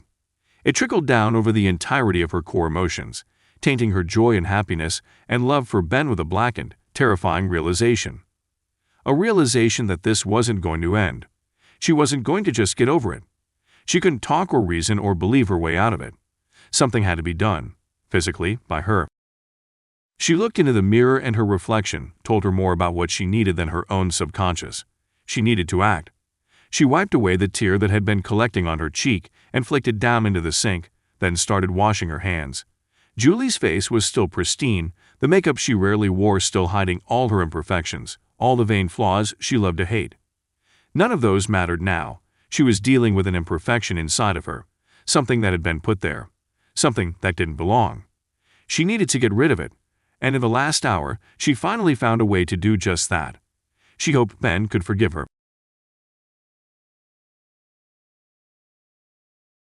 Ben was up early the next day.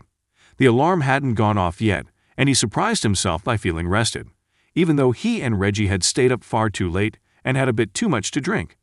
And then Ben had stumbled into the bedroom, waited for Julie, and fallen asleep. She was gone now, too, her spot in the bed empty. He saw that the bathroom door was closed and opted for the hallway bathroom in the new CSO suite. He rose, stretched, and headed around the cabin and into the hallway.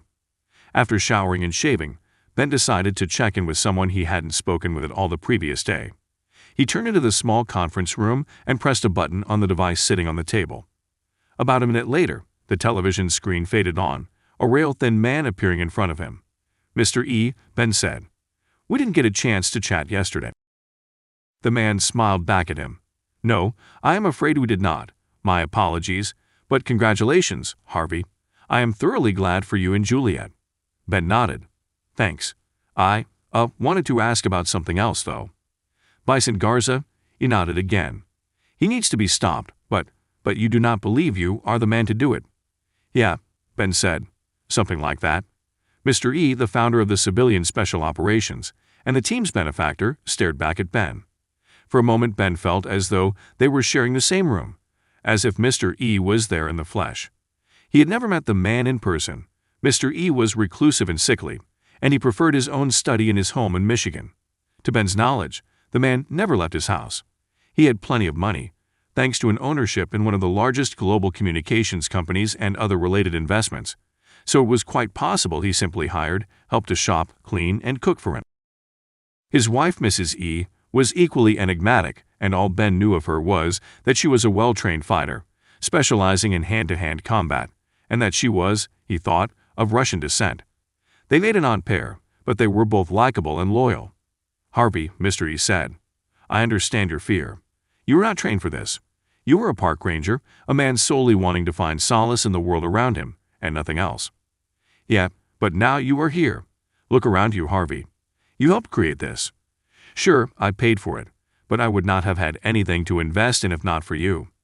You believe that there are organizations specializing in this sort of work, and you are wrong. There are, certainly, organizations, governments, police forces, private militaries, that specialize in finding evil and corrupt powers and removing them. But they are either too large or too small, too overt or covert, too politically minded or answering to no one. There is little in between. There are no forces that work for the common good and do not have to answer to a politically driven, narrow-minded entity. Think about Agent Etienne Sharp at Interpol. He was serving with the Guild Right while working for Interpol. Neither had any idea of what the other was doing. Police forces are understaffed. Militaries are bloated with bureaucracy. Private security is untrustworthy. Add to that the fact that most organizations will only work to right a wrong if there is a large payoff for them. Harvey, these are the reasons that an organization of civilians, men and women who are interested only in discovering the ancient truths and mysteries that may cause others to resort to evil, needed to be created. It is why the CSO exists, why you were recruited and now lead it. Ben nodded along. He'd heard the arguments before that governments were too bloated and corrupt to achieve anything philanthropic, and he heard the same from Agent Sharp at Interpol. He joined the Guild Right, a Masonic-like fraternity that claimed to have an ancient lineage because of his interest in righting wrongs in the world. Many of his brethren were now just charred remains in the Chachapoyas Valley in Peru. Though there were many more members around the world, Sharp claimed that they were mostly scattered, their ideals and goals not always overlapping. So it was with many other organizations that had grown too large to maneuver. But it still doesn't seem to be the right fit for me. Why? Because you are not a soldier? A brilliant tactician? No, Harvey, that is not why you are the perfect fit for this role. You are where you are because you are here. Because I was in the right place at the right time. Mr. E shook his head. No, because you kept coming back.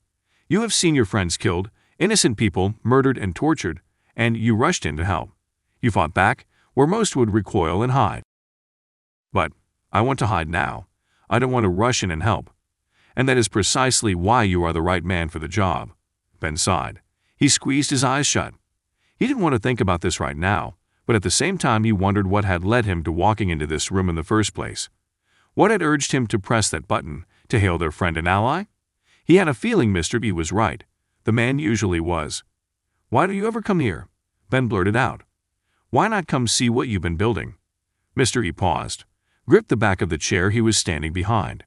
I wish I could, Harvey. I truly do. I miss my wife, and it would bring me great joy to meet you all in person. But, as you probably know, my health is failing. It has been for quite some time. My house is actually more of a hospital now, and I believe that is the only reason I am still alive. Cancer? Ben asked. Yes, some. But the cause of that cancer is something else. Something doctors are not as familiar with. It is a disease, a debilitating one, and they are unsure how it developed. For that reason, they are unsure whether my life will end in a year or in 10. They have more questions than answers. Ben felt a pang of regret for the man. He must live in fear that every day might be his last. My illness is the reason I gave up running my company, not because my health prevented it, but because I realized that running a business was not what I was put on this planet to do. No, Harvey, it was something else, something bigger. The CSO, perhaps. Only time will tell, but I believe it is a step in the right direction. If I can do only a little good, root out only a little evil, then I have done what I need to do. I see, Ben said. Do you? What does that mean? I am asking if you truly see what I am talking about. I guess. Ben suddenly felt like he was a kid again, a 19-year-old running through the woods on a camping trip, trying to understand something profound about life, but coming up short. Ben, Mr. E said, surprising him with the use of his nickname. Now is the time to decide what it is you are fighting for. Okay, he said. He still didn't grasp what it was Mr. E was trying to tell him. He was about to open his mouth in protest when Reggie burst into the room. Ben, Reggie said, gasping, Julie's gone. Garza. The morning sun seemed to press down, and that combined with the high humidity made it feel as though Garza had a hot, damp washcloth on the back of his neck. The tunnel's gently increasing temperature that led from his base in the mountain to the wide-open valley hadn't fully prepared him for the late summer heat. And even though it was October, he still couldn't bring himself to admit that it was fall. In this portion of Peru, summer seemed to be the constant, broken only by a few weeks at a time by the rest of the seasons. There hadn't been a day so far during his time here that he would have preferred being outside. He wiped a growing collection of sweat from his brow using the sleeve of his fatigues. For these field exercises, Garza always wanted to look like his men. He might be set back a bit, off the field of play, but it helped him feel connected with his team. Today, however, he questioned his desire to fit in, wondering how much more comfortable he'd feel wearing a t-shirt and shorts. "Move into position," he said, his voice carrying easily through the throat mic he wore around his neck. The dual-sensor mic and earpiece kit was a new addition for his team.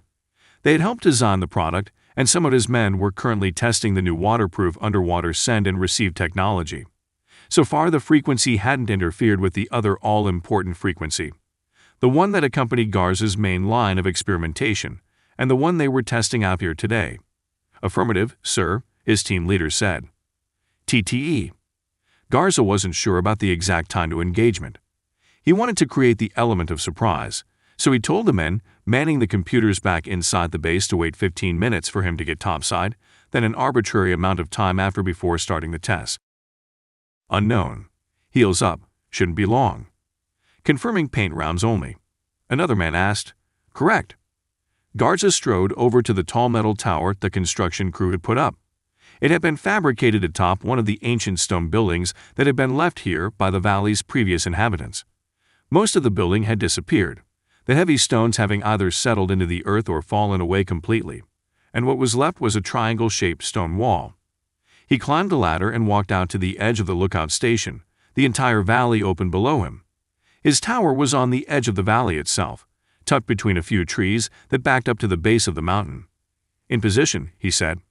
It only took 3.5 minutes.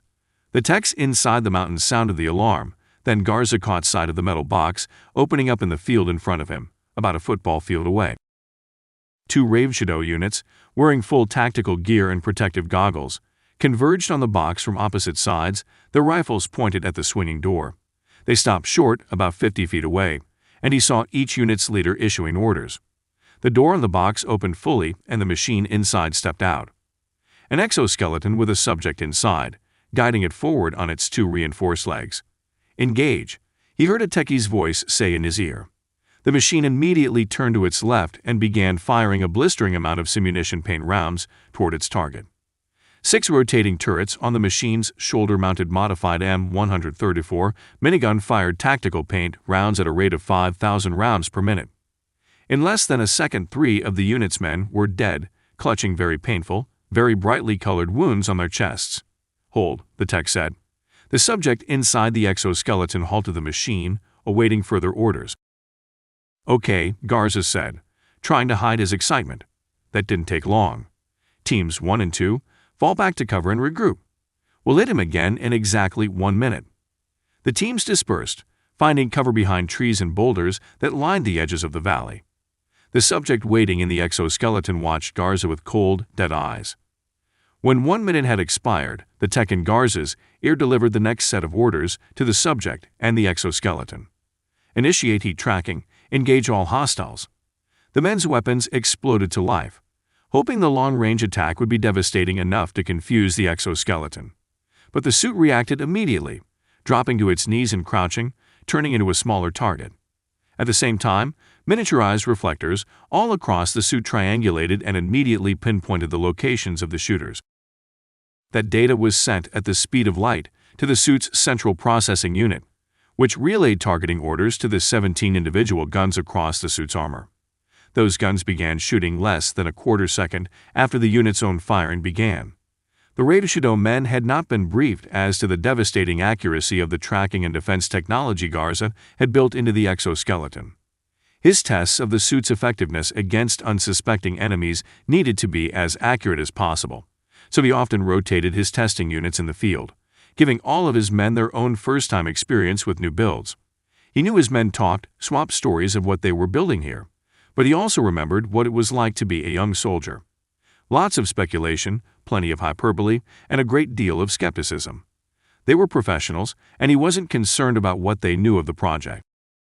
Keeping them in the dark was simply a way to keep his experiments as clean and streamlined as possible. And this experiment was certainly impressive. Still, he needed to know one final piece of data. "Switch to live rounds," he said into his throat mic. "Sir?" the technician asked. "Live rounds will most likely impact the subject inside the—" "I'm well aware of the effect live ammunition will have, soldier," he said. "Do you know of any other way to test the suit's structural stamina?" He already knew the answer. The exoskeleton was just that. It was nothing but a heap of metal and electrical components, without a living human being inside. Robotics technology had advanced rapidly over the past decades, but armies around the world were still years away from bringing to battle fully functional robotic weapons that did not need direct human guidance. Garza hoped that he could build not just the exoskeleton suit, but an army of soldiers who were willing to wear them as well. Exchange magazines, he said, and engage immediately. Note that the subject will be firing returns with simunition rounds, but please act as though you are engaging with an actual hostile force. He needed the experiment to be clean.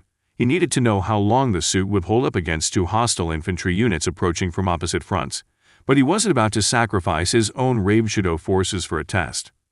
He watched the subject inside the suit, flicking a magnification switch on the side of his tactical sunglasses that digitally zoomed his field of view. The subject's face came into focus, the eyes in cold stare betraying nothing of her internal emotions. Garza knew well the effects of the anti-stimulant. He knew that the subject was still feeling everything, still processing, still thinking. They just couldn't act on those thoughts. Their mind had been overtaken, turned into a compliant computer processor, ready to receive external input. This subject, a young woman, had responded well to the dosing and had shown that she was capable of managing the suit's appendages easily while drugged. The younger, more agile subjects tended to be that way. Not a surprise to Garza or his doctors. He flicked the magnification back off again and removed his glasses. He wanted to see the battle with his own, unaltered eyes. Engage when ready, he said. Edmund. Father Edmund Canisius wished he could lose the collar and tight-fitting robe. He wanted to relax, to forget this whole thing. He was tired of the charade, the appearance, and wanted nothing more than to head back to his luxury accommodations and soak in the massive tub for an hour, catching up on his reading. He shifted in his chair. No, there is a job to do. He pushed away the thoughts of laziness and reminded himself why he was here. He believed in the mission of his church, the church. He believed in his team back at the Vatican, and he believed in himself. He knew he was the best person for this job, even if he had not been informed of exactly why he was the best for it. Canisius pushed a cold, hard pat of butter around an equally cold and hard piece of bread. He had torn the bread violently from the loaf, prepared to shove it into his mouth. He often overate when he felt impatient or anxious, but quickly recovered and set it back down on his plate. He sniffed, then looked around. No one is watching me, he reminded himself. No one cares that I am here. For the entirety of his time in Peru, from the moment he had disembarked from the jet and was met on the tarmac with Peruvian journalists and reporters, to the moment he had left his hotel to be driven to this restaurant, he had been inundated with people. Requests for autographs from the celebrity seekers, blessings from the devout, and quotes for those whose careers were based on nothing but the vapidity of chasing another lead.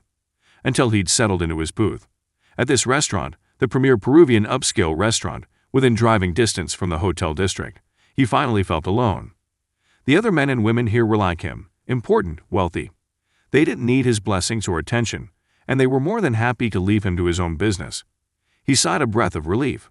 Relax, he told himself again. You are the right man for this job. Whatever it may be, they have chosen you for a reason. He cleared his throat as a party of 3 men and 2 women neared his table, all wearing elegant gowns and tuxedos. Have I underdressed? He wondered. No matter. In his line of work, there was no such thing as underdressing. Wearing the cloth of the clergy was always en vogue, and he wore it proudly, smartly. But the party turned at the last minute and headed toward another table, near the back of the restaurant. He saw the lead man wave at a couple that had already been seated at the large banquet table. He turned back to his bread, fiddled with the cold steel knife on the unforgiving piece of butter, and was about to take a bite when someone said his name. Father Canisius, a woman's voice asked. He looked up, sucked in a breath. He had to steady his nerves as well as his reaction as he took in the sight of a very attractive woman, perhaps 15 or 20 years his junior. Another characteristic of his line of work was not often interacting with women dressed as she was. The woman wore what he could only describe as a ballroom dress, a sequined emerald green dress that clung to her curved body. A single strap carried the dress up and over a shoulder. The other was bare. Her hair was wavy, dark brown with streaks of red that he wasn't sure was natural or dyed. Her eyes were quick, sharp and alert, and her entire presence screamed control. He sat up straighter in his chair, inadvertently clearing his throat and wiping his hands on his legs. I Pardon me," he said, rising to his feet. "I apologize. I am waiting for someone." He reached out a hand, expecting her to place hers within it, daintily, as the proper women of his generation had been taught. Instead, she gripped his tightly and shook it, once, never releasing eye contact. Her smile leaned out of the side of her mouth, a corner of her lip creeping upward. "Father Canisius," she said again. "My name is Rebecca Sinclair. I'm with the Orland Group." He couldn't hide his surprise. "They sent a woman?" "Oh," he said. "I do apologize then. I believed I was waiting for a—" He stopped when he realized his folly. "For a man," Sinclair said, pulling the chair across from Canisius out and taking a seat. "Well, I—" She smiled, but he could see the fire in her eyes. "Please," she said. "No problem. It wouldn't be the first time." He put the bread back on the table. He hadn't realized he'd been holding it the entire time, and then sat once again. "Well, I mean no disrespect. In my particular business it is, well, somewhat of a fraternity." She smiled again, and this time it seemed she actually believed it. "Never mind. I am sorry I'm late," she continued. "This entire trip has been a whirlwind of logistical nightmares. I'm supposed to be at a gala across town after our meeting. I do hope we don't have to cut things short." He tapped at the corners of his mouth with his heavy cloth napkin before speaking. "Well, I have to admit that in my own logistical excitement, I was unable to read the brief detailing our meeting here." She waved it off. "You weren't supposed to know. Think nothing of it. It does not speak to your intelligence or capability, Father. It is merely a precaution. These meetings can be rather delicate." He nodded, but knew the confusion was showing on his face. Am I truly the right man for this job? He had been given hardly any information. Mostly numbers, at what price they were hoping to close the deal, a few pointers, and then he had been told to get ready. That everything else would become clear during the meeting. "Anyway," Sinclair said, reaching into a small clutch she'd been holding. "If you don't mind, I won't be eating. Please do not let it stop you, and please know that my company will graciously accept the tab."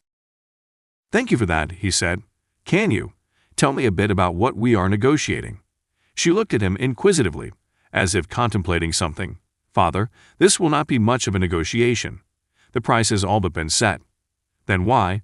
We are here to sign the papers and shake hands, and those two events will take place over the course of 2 separate meetings. As we've already shaken hands, I believe our meeting is now adjourned." "Then why did they?"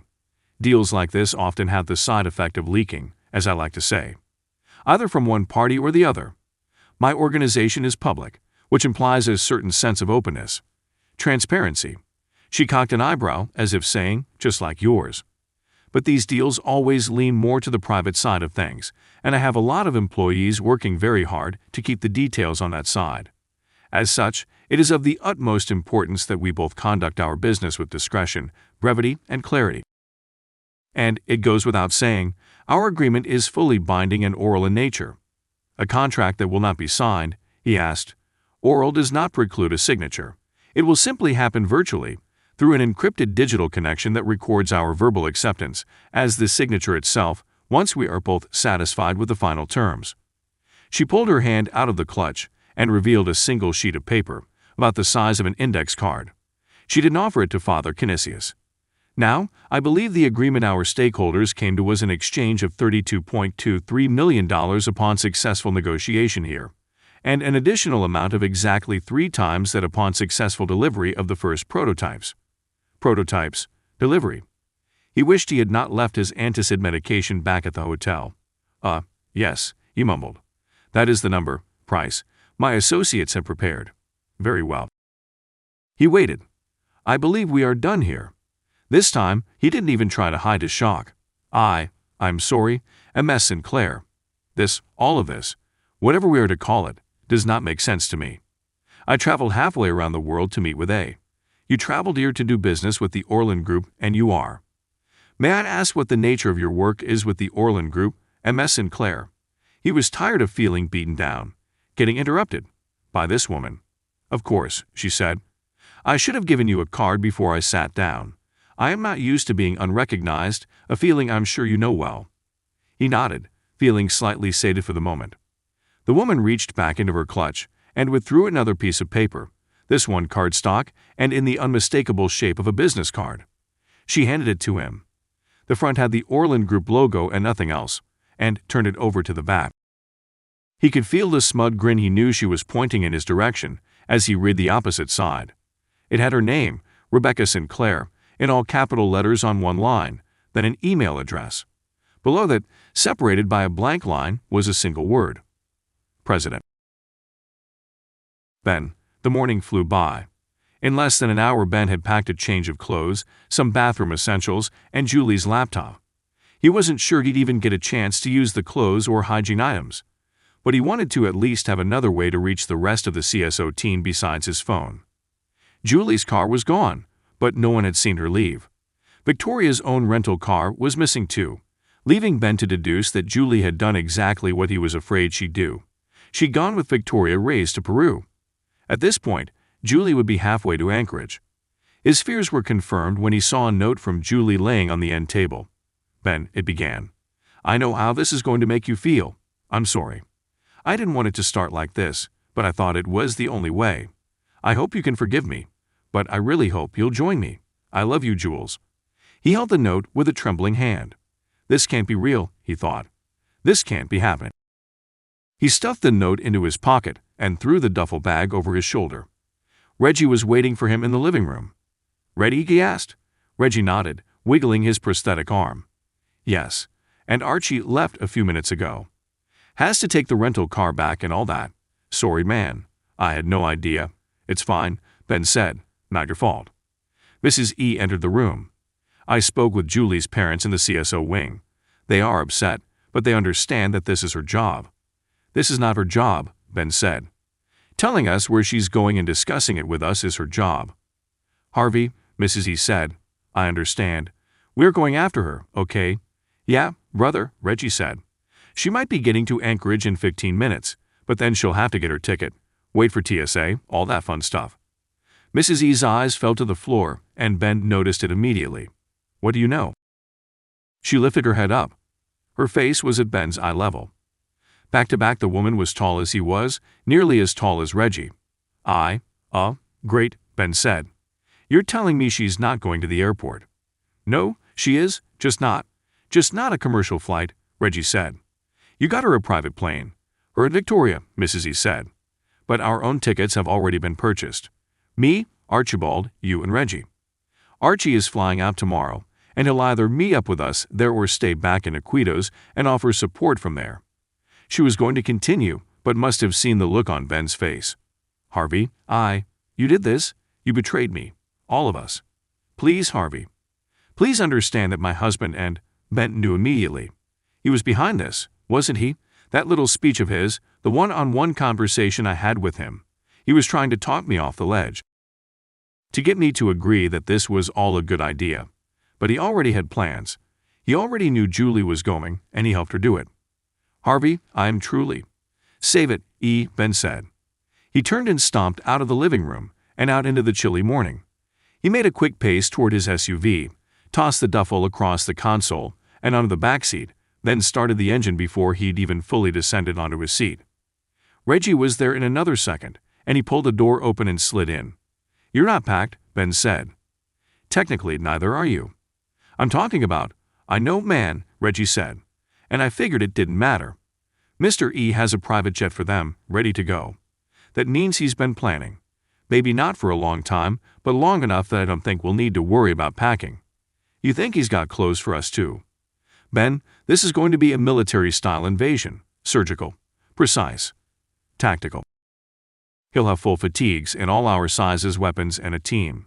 A team. Remember what I was telling you about. The contacts I've got. You're behind this too? I can't believe. Ben, relax. No, I'm not, Reggie said. Honestly, I had no idea. But Mr. E knows my contacts. He knows how to get them on board, and he's got plenty of his own contacts. I have no doubt he'll have a group of special forces ready and waiting in Peru. Great, Ben said. Just great. We don't get time to plan anything out ourselves, to think through this. There's not a lot of time, Ben. You know Garza. He'll move as soon as he feels threatened. As soon as he's done with whatever it is he's been working on down there. I know, but it still doesn't give us time. And, if I remember correctly, it's a long flight from Alaska to Peru. We'll have plenty of time to think through whatever and I can come up and call it a plan. Ben sighed, for the first time that morning taking a deep breath. He needed to do that more often, to just stop and breathe. Julie was gone, but he knew where she was and where she was heading. And this time, she had the backing of her team. The CSO was on the offensive, planning to move against a known enemy who wouldn't know they were coming. That enemy had bested them before, but now they would also have the help of another trained force.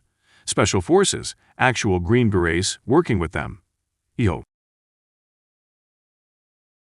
Edmund sat in his chair, knowing the shock and incredulity were still registered on his face. He was broadcasting uncertainty and insecurity. He did not like that feeling, nor did he appreciate another person causing him to feel vulnerable. "Wait," he said. Rebecca St. Clair had begun walking away, but she turned a few feet from the table and looked down at Father Canisius. "I must say, I did not expect someone like you. A woman. Someone so confident. It threw me off." "I get that a lot," she said. "Although it is unfortunate, there are not more people so confident in your line of work." Canisius smiled, ignoring the slight, then continued. "I just felt as though I have been woefully underprepared for this interaction. And it is not for lack of trying. I was not briefed by my supervisors or subordinates, and the research I attempted to do on your company personally turned up next to nothing on your company." "The Orland Group has been famously vague," St. Clair responded, "and that is on purpose, to protect our interests as well as our shareholders.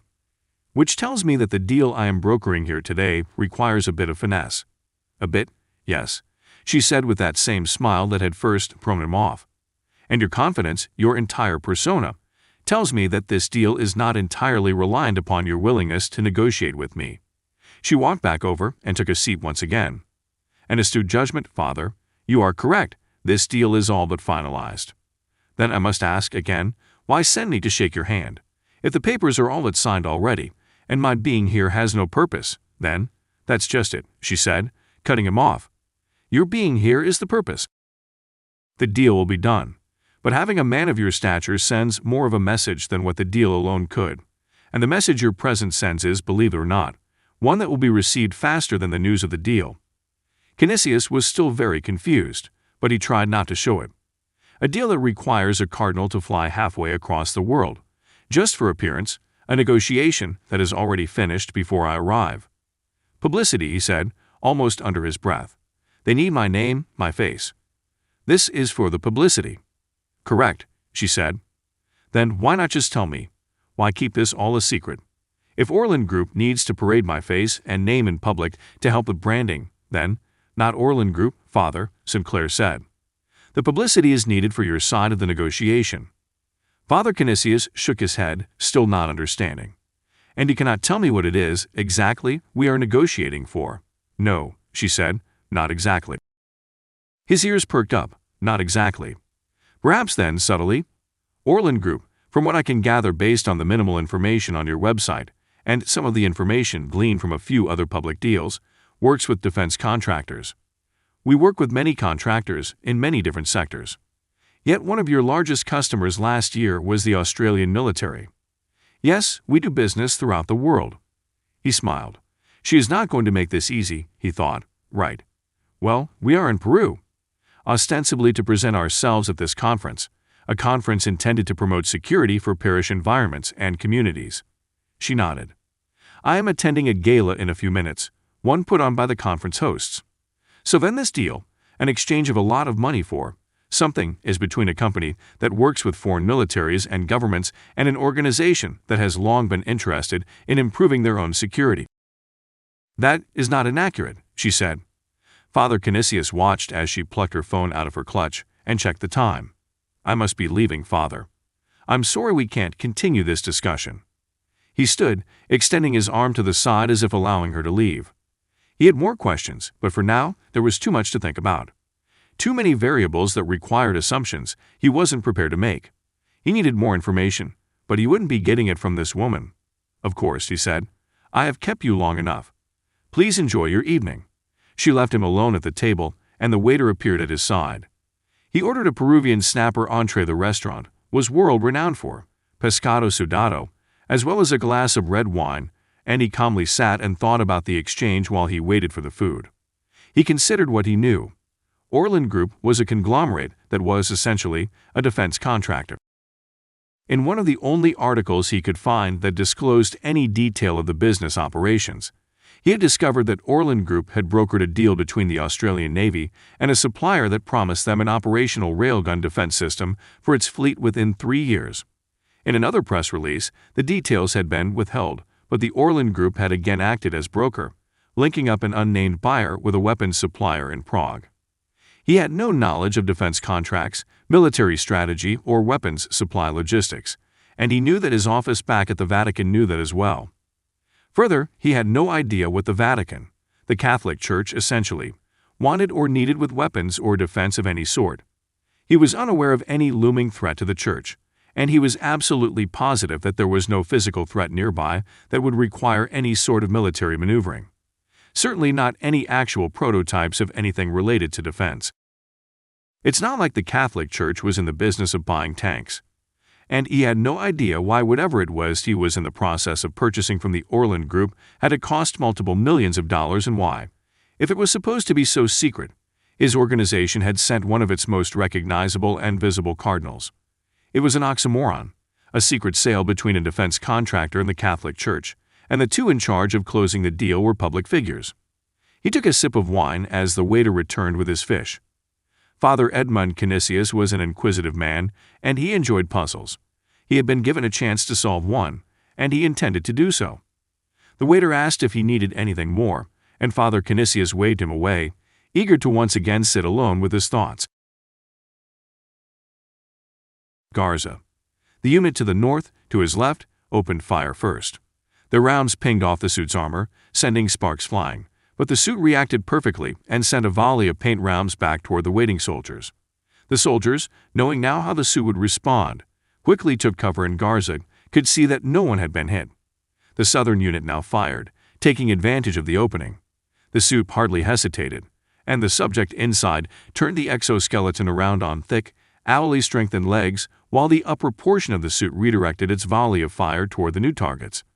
2 men from that unit were hit, but they didn't go down. The paint rounds appeared to have hit their chests, but the soldiers were fighting through it. That hailstorm of bullets flew in every direction, but Garza noticed that the units had moved toward the west a half-dozen paces, working to prevent crossfire and hitting one of their own teammates with the live rounds. The effect, however, was that the subject could now fire on both units simultaneously by moving itself back a few steps. It did, maneuvering the mechanical soldier it stood inside near the box from which it had emerged. So far, the battle was a tie. For every round that hit the suit, another 3 were sent toward the soldiers. Garza saw 2 of the northern unit's men fall, another 2 men with bright paint splotched across their chests. The chatter on the radio picked up in intensity as the soldiers realized the suit's defensive capabilities. "Assholes hard to kill." "Copy that." "Munitions rules?" another man asked. "Use 'em if you got 'em, Private." Garza watched as one of the men on his right ducked behind a boulder, then leapfrogged his way toward the subject and the box. He was hit on his left arm, the yellow stain visible from the distance, but he recovered quickly and heaved a small object toward the box and the waiting exoskeleton. The grenade detonated a few seconds later, and Garza was impressed by the young man's accuracy. Fire and dirt flew up around the suit, the metal box flying off in the opposite direction. For a moment the firing stopped from both sides as the soldiers tried to make out what had happened. Smoke fell, and Garza saw the exoskeleton standing in place. The subject was staring straight ahead, a gash of blood across her forehead. Garza cocked his head, waiting. Shit. Suddenly, the suit burst to life, the subject guiding the legs forward rapidly. The upper half spun as it ran, the shoulder-mounted rotary turret spraying rounds in volleys of 2 seconds each. North, then south, then north again. Garza immediately saw what the subject had done and smiled. Impressive, he thought. It wasn't truly the subject, per se, but the tech controlling her from inside the mountain. Still, the move was precisely what Garza would have done in that situation. By sprinting forward, the subject had placed the exoskeleton back within the angle of guaranteed crossfire. None of Garza's soldiers would take those odds. He had trained them not to. None of his men were going to act like brazen heroes unless he ordered it. They were bunkered down, completely cut off from mounting a counterattack. The suit kept firing, spinning around, and hitting anyone willing to dare a look from behind their cover. 3 more men fell, their helmets coated with yellow paint. They would be the laughingstock of their units at the dinner table this evening. Garza waited a few more seconds, knowing the suit's magazine would soon come to an end. They had re-engineered the minigun's rounds to be lighter and smaller, but no weapon could fire forever. Between the rising heat and the decreasing amount of ammunition left in the chambers, the suit was nearing the end of its battlefield effectiveness. One of the soldiers barked a question over the comm. "What now, sir? If we engage, we'll probably lose our teams." Garza nodded. "Correct. But I want to see if you can get this thing on the ground." "Copy that. All units, move to munitions. 3 and 4, covering fire." There were affirmations and clicks over the comm, and Garza crossed his arms. His men were more than prepared for this. They'd seen worse. If he had filled them in on the details of what they would be encountering out here today, they would have each packed a bit heavier. But none of that mattered. Garza needed to know how much it would take to take down one of his creations. 3 grenades flew through the air in sync, each landing within 2 feet of the subject. The subject reacted swiftly, backing up and turning to move the opposite direction, but it was too late. The 3 blasts, followed shortly by a 4th, sent the suit and its occupant into the air. It came down, hard, nicking a corner of the metal box. One of the suit's arms sheared off completely, the rotator cuff joint popping out. A 5th explosion took off one of the legs. The suit did its best to compensate, and Garza saw it try to sit up and fire, but the weapon's targeting system had been completely destroyed. The subject's head inside the suit was hanging, but the shoulder-mounted turret was still peppering out rounds, though none were hitting anywhere near the soldiers. A final grenade was arced up and over the metal box, landing close enough to the exoskeleton that the machine fell on top of the metal explosive just before it detonated. The suit, blood from the subject, and yellow paint flew in every direction, mixing with the dirt and white smoke screen that was still mushrooming out from the area. Garza heard the tech in his ear. Subject 34 terminated. Uncompromised. "Affirmative," Garza said. "Teams, stand down. That's enough for today. Camera feeds will have results to each of your tablets this evening, if you want to review your performance. Technical, have the overall analysis sent to mine." "Yes, sir." Ben. They were greeted at the airport by a man holding a sign with Ben's name on it. They had driven through the commercial entrance following Mrs. E in her own vehicle. They were guided to an airplane hangar, where they parked and walked toward the waiting jetliner. "Seems like a waste," Ben muttered as he followed behind Mrs. E. "What?" Reggie asked. "Having 2 jets. Mr. E sprang for them. Why wouldn't he just tell us that Julie and Victoria were leaving, and we could have all gone together?" "Right," Reggie said, grinning. "And you'd have been okay with that?" Ben shook his head. "No, but I'm not okay with this either." Mrs. E turned around at the stairs. "And we did not have to pay for the jets," she said. "The other one was owned by the company and was not being used for the next few days. This one," she pointed upward, "is owned by the U.S. military." "The military?" "Yes, the Army, to be precise." "And how do you convince them to give you a fancy private jet?" "It came with the team." Ben frowned, looking up at the plane. "The team?" "Ma'am," a man said. He had appeared in the doorway of the jet and peered down at them. He reached out a hand, and Mrs. E took it, even though she stood as tall as he did, and her musculature was every bit as pronounced. Ben wondered which of them would win in a fistfight. "Thank you," she said, blushing. The man was dressed in army fatigues, wearing a green beret. His right breast pocket had the name Beale patched on it. "Captain Beale," he said. "Welcome aboard." Ben climbed the staircase behind Reggie and Mrs. E and was floored when he saw inside. The entire jet had been gutted, the fancy leather seats the only remnants of the plane's previous condition. Wires ran the course of the fuselage on the floor and ceiling, and some of the windows had been blacked out, television screens and computer monitors placed in front of them instead. "This isn't what I was expecting," Ben said. "We're not much for in-flight hospitality," another man said, this time from behind Ben. "Sergeant Jeffers, nice to meet you." Ben turned and saw the largest person he'd ever seen in his life. The black man was easily 6'5", and his chest and shoulders stretched from one side of the hallway to the other. Made of a singular pure muscle, his body was rectangular in shape, and Ben wondered if he were even able to move up and down the aisle or if he would be standing there the entire flight. "It's a faster way to get around," Beale said. "Surgical, precise, and doesn't cause much trouble when we have to land in commercial airports. Sorry for the mess." "The mess was," Ben now realized, tech gear and communications equipment, and it wasn't a mess at all. While the plane's interior itself had been decimated, the Army had replaced the luxury with utilitarian precision. There were stacks of laptops next to an open server rack, storage racks behind that against the port side wall, and the overhead bins had been stripped out and replaced by more gear racks. Rifles and ammunition were stacked neatly in a corner opposite the door they'd come in on. Beale slid sideways into an aisle and invited them aboard. Jeffers and I came down from Elmendorf, Jefferson. We'll meet up with the others at Fort Carson, Colorado.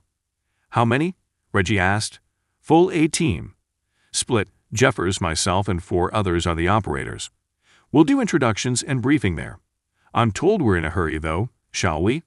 Ben and Reggie nodded, and Ben chose a window seat, one of the only ones available in that half of the plane. Mrs. E chose an aisle seat closer to the center of the plane, near what Ben assumed was the command station for the unit. This is all for you guys, Reggie asked before sitting in the aisle seat next to Ben. We share it with a few other teams, but these days it's mostly us. Damn. Sometimes I wish I'd stayed in. You were 75th, yeah? Jeffers asked. Reggie nodded. Sniper, Ranger School, all that jazz. Punitive discharge, 2, Beale said. I read your file. Reggie nodded, his jaw set. Ben watched and listened from his seat. Sometimes you get punished for doing the right thing. And files don't really tell the real story, do they? Beale sniffed and looked over Reggie's head. There was a long pause before he looked back at Ben and Reggie. No, man. They don't. I get that, true story. The jet began backing out of the hangar, and Ben involuntarily buckled his belt. He'd always hated flying, but he'd gotten used to it lately, as having a cabin in Alaska but working in every corner of the globe was not a great pairing. He looked out at the passing commercial airliners and small prop planes. There were plenty more of the latter, which was common this time of year. Bush planes and float planes dominated the air for half the year, as hunters, trappers, explorers, and adventurists took to the skies. I thought you knew these guys, Ben said to Reggie as the plane began taxiing. Nope, they're special forces, though. Green Berets, best in the business. So we're in good hands, Reggie shrugged. There's always a bad apple somewhere, but these guys seem all right. They're smart, experienced, and they're used to working with civilians. That's so. Jeffers had overheard the conversation and leaned over the seat. Definitely so. We're warrior diplomats. We go in and work with the ground forces, mostly training and keeping the peace. Well, Ben said, I'm not so sure there's going to be much peacekeeping where we're going. Jeffers smiled and looked out his own window. That's what I was hoping. I'm tired of playing police officer. Ben Julie's computer, sitting on Ben's lap, pinged with an incoming message. Archibald Quinon's, the notification said. It was in her video conferencing app, and it meant their friend Archie had boarded his own plane and wanted to touch base. He answered the call. Archie, he said, gruffly. Archie got right to the point. Ben, I hope you know that I urged Julia to wait, to consult with you first. Well, you know how hard-nosed she is about stuff. Whatever you told her last night set her off, and, you were there, Harvey, Archie said. You heard it all yourself. Julie's decision was her own, and I do not condone it. But I also hope you know I am here for you. I am on board my own flight, and I will be in Peru, wherever you need me. I will start as I always do, working on research and following these news stories, hoping there is something I may provide. Ben nodded, then took a deep breath. He noticed Reggie watching from the other seat. He's on our team, Ben thought, and I could trust him. Sorry, Archie, he said. I know. I didn't mean to accuse. And yeah, it'll be great to have you there with us. I hate that it's under these circumstances, but I'm glad you've got our backs. I do, and I mean it. You have enough help in the field with the soldiers you are with, so I will be setting up in an office with a solid internet connection. My research will be at your disposal. Jeffers was standing up in the aisle, and when he walked by, Ben thought he saw a bit of a smirk on the man's face. Thank you, Archie.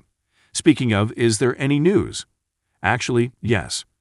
There was a public relations notice posted to the website of a park very near the Chachapoyas Valley that stated that numerous bouts of gunfire were heard from somewhere nearby. It was a warning that the discharging of a firearm in the park is illegal. Could have been Ravenshadow. Yes, perhaps, but I do not think there is anything more we can do to look into it. However, there is something else that might be related somehow. In Lima, next week, there will be a convention. the Conferencia Episcopal Peruana International, the Peruvian International Episcopal Conference. Held every year, it is a gathering of local and regional Catholic leaders to discuss innovations in church. Reggie laughed next to Ben. Innovations? In church? Ben couldn't tell if Archie was offended, but the man's grayish-black eyebrows danced on screen. Yes, innovations. The church has always hoped to be a beacon for the lost, and they recognize that the world will pass them by if they do nothing to acknowledge it. All right, Ben said. So it's a conference about innovation in church. What's that got to do with us or Ravenshadow? Well, Archie said, and this is pure speculation, but this year's convention theme seems to be focused on innovations, specifically relating to security. With the increase in public shootings around the world, especially in church settings, the conference has invited speakers and exhibitors who specialize in creating preventative measures, defenses, and security solutions for public gatherings. Interesting, and as I was reading through a list of some of these exhibitors and speakers, I saw a bulletin post on their website claiming that one of the attendees would be none other than Father Edmund Canisius. Reggie sighed. Archie, come on, you know my current church leadership trivia is outdated. He is a Jesuit official who works in the Vatican, for the Holy See as one of the administrators. And it's strange that he would be at this conference. Very, Archie said. He is a high-ranking official in the church, and no doubt has a long list of people below him who he would rather send.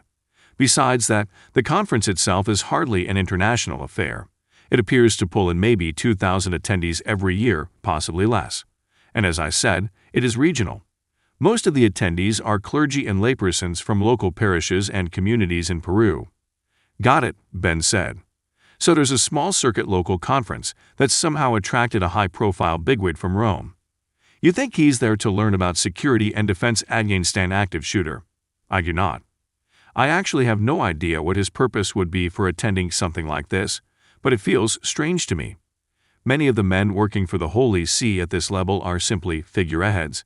They have put in many years of service, and their reward is the appointment to a very honorable position. Their subordinates are the ones who run the system. So he wouldn't be there just to attend, unless he has a peculiar interest in security in the local Peruvian church. Precisely. So I will keep snooping around, but he has raised a red flag for me. I think there is more to this than meets the eye. We trust your instinct, Archie. He's a Jesuit and we got experience with what those guys are all about, no offense. Archibald Quinons was a Jesuit as well. A member of the Catholic Fraternal Order, Archie had dedicated his life to the church and its history. And the last time they were in Peru, they had stumbled upon an ancient and ongoing battle that was raging between the church, mainly a sect of Jesuits within the Catholic Church, and the Guildrite. Both sides had wanted to recover the secret of the church's true past, one side hoping to keep it a secret forever, and the other hoping to expose it to the world. Archie had no involvement in the Jesuits' betrayal of the church, but he was a key asset nonetheless. He had taught history at the university level, and his sharp mind and infinite depth of knowledge of the church's past had proven itself time and time again. Thank you, Harvey. I will keep looking. I will send an email with any updates I have, but I suspect you and I will remain out of communication range when you touch down. Both of us have long flights ahead of us, so I wish you safe travels and restful sleep. Ben wasn't sure about the restful sleep part, knowing that his new wife was gone, heading directly toward their sworn enemy, and the fact that he was on a plane. But he wished Archie the same and closed the connection. Reggie was already asleep and starting to snore. Julie awoke, scared, more tired than she'd been when she'd fallen asleep. She checked her phone's time. She'd been asleep for nearly 12 hours. She and Victoria were about to land in Peru, where she would finally work up the nerve to call Ben. He needed to know the truth, that she had been nearly devastated when she decided to leave without him. But he also needed to understand that it hadn't even been a decision, at least not a conscious one. She had felt drawn to Peru, to Garza, and her nightmares about the man had only caused her mind to shut down any other possibilities. I'm going to kill him. She had awoken from sleep with that singular thought in her mind for days now, and she knew it was the truth, the real truth. She didn't know exactly how they were going to accomplish this goal. Two women in a foreign country searching for a man who was a trained killer and owned an army of other killers. They had no plan, no realistic goal, but Julie knew she needed to be there. Victoria Reyes, Garza's estranged daughter, felt similar. She and Victoria had talked little during the flight, and Julie wondered if the professor of ancient history felt as ambivalent as she. They needed to be in Peru, but Julie hated leaving Ben and the others behind. He'll come, she thought. He'll get on the next flight out. Mr. E essentially promised me. Her brief conversation with Mr. E had ended in a state of agree to disagree. Mr. E felt strongly that Julie should discuss the issue further with Ben and Reggie, come up with a plan of action, and then execute that strategy. Julie, however, felt that if there was anyone on the planet who could challenge her stubbornness, it was Ben. Mr. E had reluctantly agreed to organize the expenses and logistics for her and Victoria's trip to Peru, with the caveat that once they were in country they were to wait for Ben and the others. She'd agreed immediately. She felt she'd made the right decision. Ben, she knew, would have held out as long as possible, and by then it might be too late. Garza might have left the country by then, or at least moved his base of operations from the old temple complex in the Chachapoyas Valley. But in her heart she also knew Ben was right. He was right to be scared, to be afraid of further confrontation with Garza and the Ravenshadow team. They dodged each other for nearly a year, and their brushes with the mercenary army had ended in disaster and death every time. It was no small miracle that she and her new husband were still alive. But that miracle hadn't extended to the first leader of the CSO, their friend and mentor Joshua Jefferson. Garza had killed a man in cold blood, in the most brutal way possible. Julie had filled in Victoria shortly after they'd boarded the plane, explaining that her father had drugged Julie, forced her to face Jefferson with a loaded pistol in a converted gymnasium in Philadelphia, and then told her to pull the trigger, and she'd done it. She hadn't been in her right mind at the time, of course, but that hadn't helped her combat the nightmarish reality of what she'd done. She remembered, through her dreams and flashbacks, Joshua's lifeless body crumpling to the ground, folding in on itself as if it were no longer flesh and bone but merely a set of rags. Her reaction to the dream, to the memory, was horror. At the time, her reaction had been cold, empty stupor. When the drugs had worn off, she couldn't remember anything of the previous 24 hours. Her mind was blank as to the events in the gym, and it had taken her subconscious nearly a year to process those same memories to the forefront of her consciousness. When she finally did, she discovered that Ben and the others had been silently waiting for that moment. They'd prepared for it. They'd had time to process through the grief, anger, pain, and understanding of what it all meant. Julie, on the other hand, had not. She had had no time to process any of her new reality, and that infuriated her almost as much as what that reality was. They had been waiting for her to understand, but they hadn't given her the time to do that. So she had taken matters into her own hands. They knew where Garza and Ravenshadow was, they knew he had plans, and they knew that he would move as soon as those plans had come to fruition. What they didn't know was what, exactly, those plans were. The last time they'd met, Garza had revealed to them a piece of that plan, the creation of literal giants. Men who had been injected with a strain of yeast that caused rapid bone growth, then had their skeletal structures repeatedly and brutally broken and reset. The effect was a group of men so terrifyingly large that their own weight couldn't be supported. Their faces sunk, their skin stretched so tight that it simply gave up and had started to slide down their musculature. Garza himself had admitted that most of them wouldn't live past a year, but he had been working to perfect that process when they found him. What was his long-term project, then, Julie wondered. Was he working on more giants? Was it even a sustainable goal? After all, while the Giants project had been an impressive, albeit gruesome, accomplishment, at some point Garza would run out of volunteers. Besides that, soldiers who could only fight for a few minutes at a time and died within a year would be of no use to any forward-thinking dictator. She shrugged off the thought. Doesn't matter. We'll find out what he's up to, and we'll stop him. I'll stop him. She felt her eyes beginning to water as she looked out the window. She was so far from home, so far from Ben. She had been so sure of herself yesterday, when she made the decision to leave without the CSO group. Now, she wished she could reach across the seat and squeeze her husband's hand. He's coming, she told herself. He'll be mad as hell, but he's definitely coming. Ben was mad as hell. How could she just leave without us? He'd spent the better part of the past 16 hours in a cycle of sleeping, fuming, looking out the window, and then sleeping again. Reggie had somehow managed to stay soundly asleep the entire trip, and the two soldiers on board sitting back in the comm section had been fiddling with their gear and tech whenever he'd turn to look at them. He knew that no one on his team was conspiring against him. Reggie and Mr. E wanted what was best for both Julie and the CSO, and they all agreed, including Ben, that Garza and Ravenshadow needed to be stopped. But none of them were married to Julie either. Ben had more of a connection to the woman he loved than anyone else, and therefore he had been more hesitant in launching an all-out attack on Garza. But his lack of action had backfired, and now they were all flying to Peru in separate planes, hoping to meet up and make sense of things once on the ground.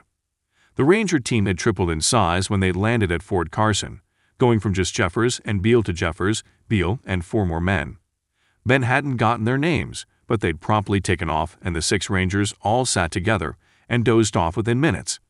Ben had taken the hint and had tried to get some sleep for the long leg to Peru.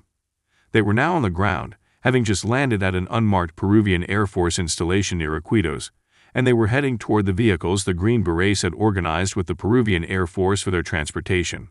When Ben saw them, he had an immediate flashback. "Don't like riding in style, Bennett?" Jeffers asked.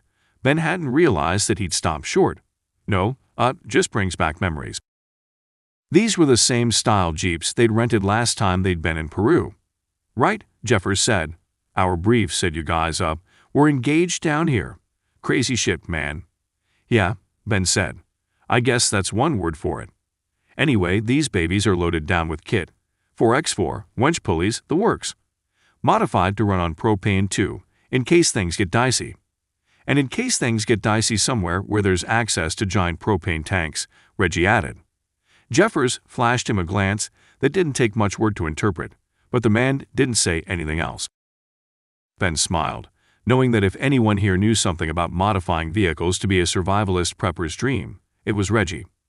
Gareth Red had been friends with Ben for a couple years, but before that he had owned some land in Brazil, where he ran a company teaching survivalism strategies and hosting backcountry expeditions for corporate and private defense groups. He was a closet nerd with an excellent sense of history and archaeology, but his skill sets were really focused on everything related to staying alive, no matter the environment.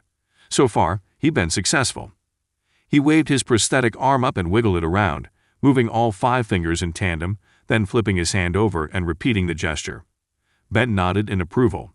"Getting pretty good at that," he said. Reggie shrugged, then reached out and used his artificial limb to grab the cage above the Jeep. He swung in, then started to buckle his seatbelt. "It's not really something I've had to practice," he said. Really? It's my electric, so there are tons of little nodes that read the electronic impulses from my brain, which then send the signal to the microprocessors that move the limb.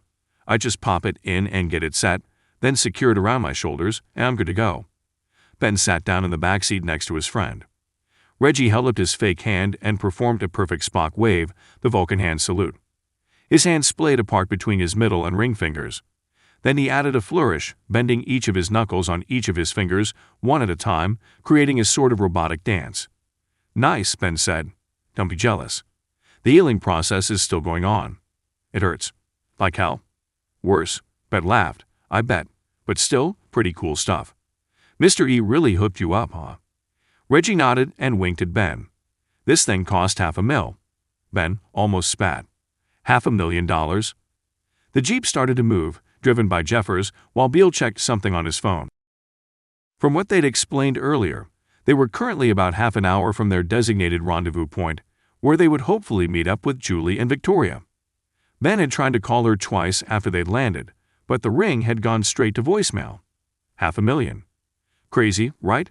And that doesn't even include the insurance portion. "We have insurance. Actually, I have no idea.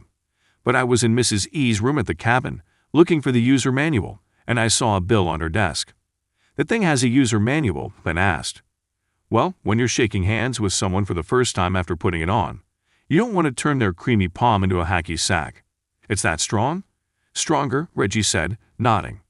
"Titanium used to be one of the strongest things we had, but recently some dorks at MIT figured out how to create a lattice-shaped structure out of graphene."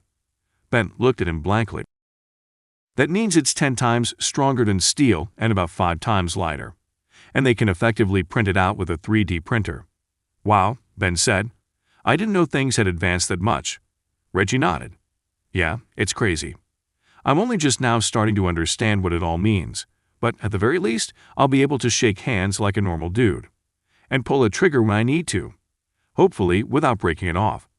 Yeah, they installed a thrust guide that acts as a force multiplier. Zeroed out, it's effectively the strength I had before. Turn it up to 10 and it crushes men's heads like they're a melon.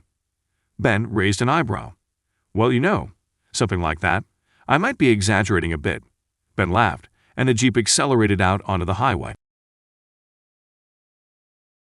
Ben was nervous. They had reached their rendezvous point, and the Green Beret team was already busy unloading the crates and duffel bags from the backs of the Jeeps and carrying them into the one-story building. The building, a nondescript facility with broken windows and what appeared to have once been a gasoline pump out front, sat on a corner just outside of the small town they decided to stop in. Ben checked his phone.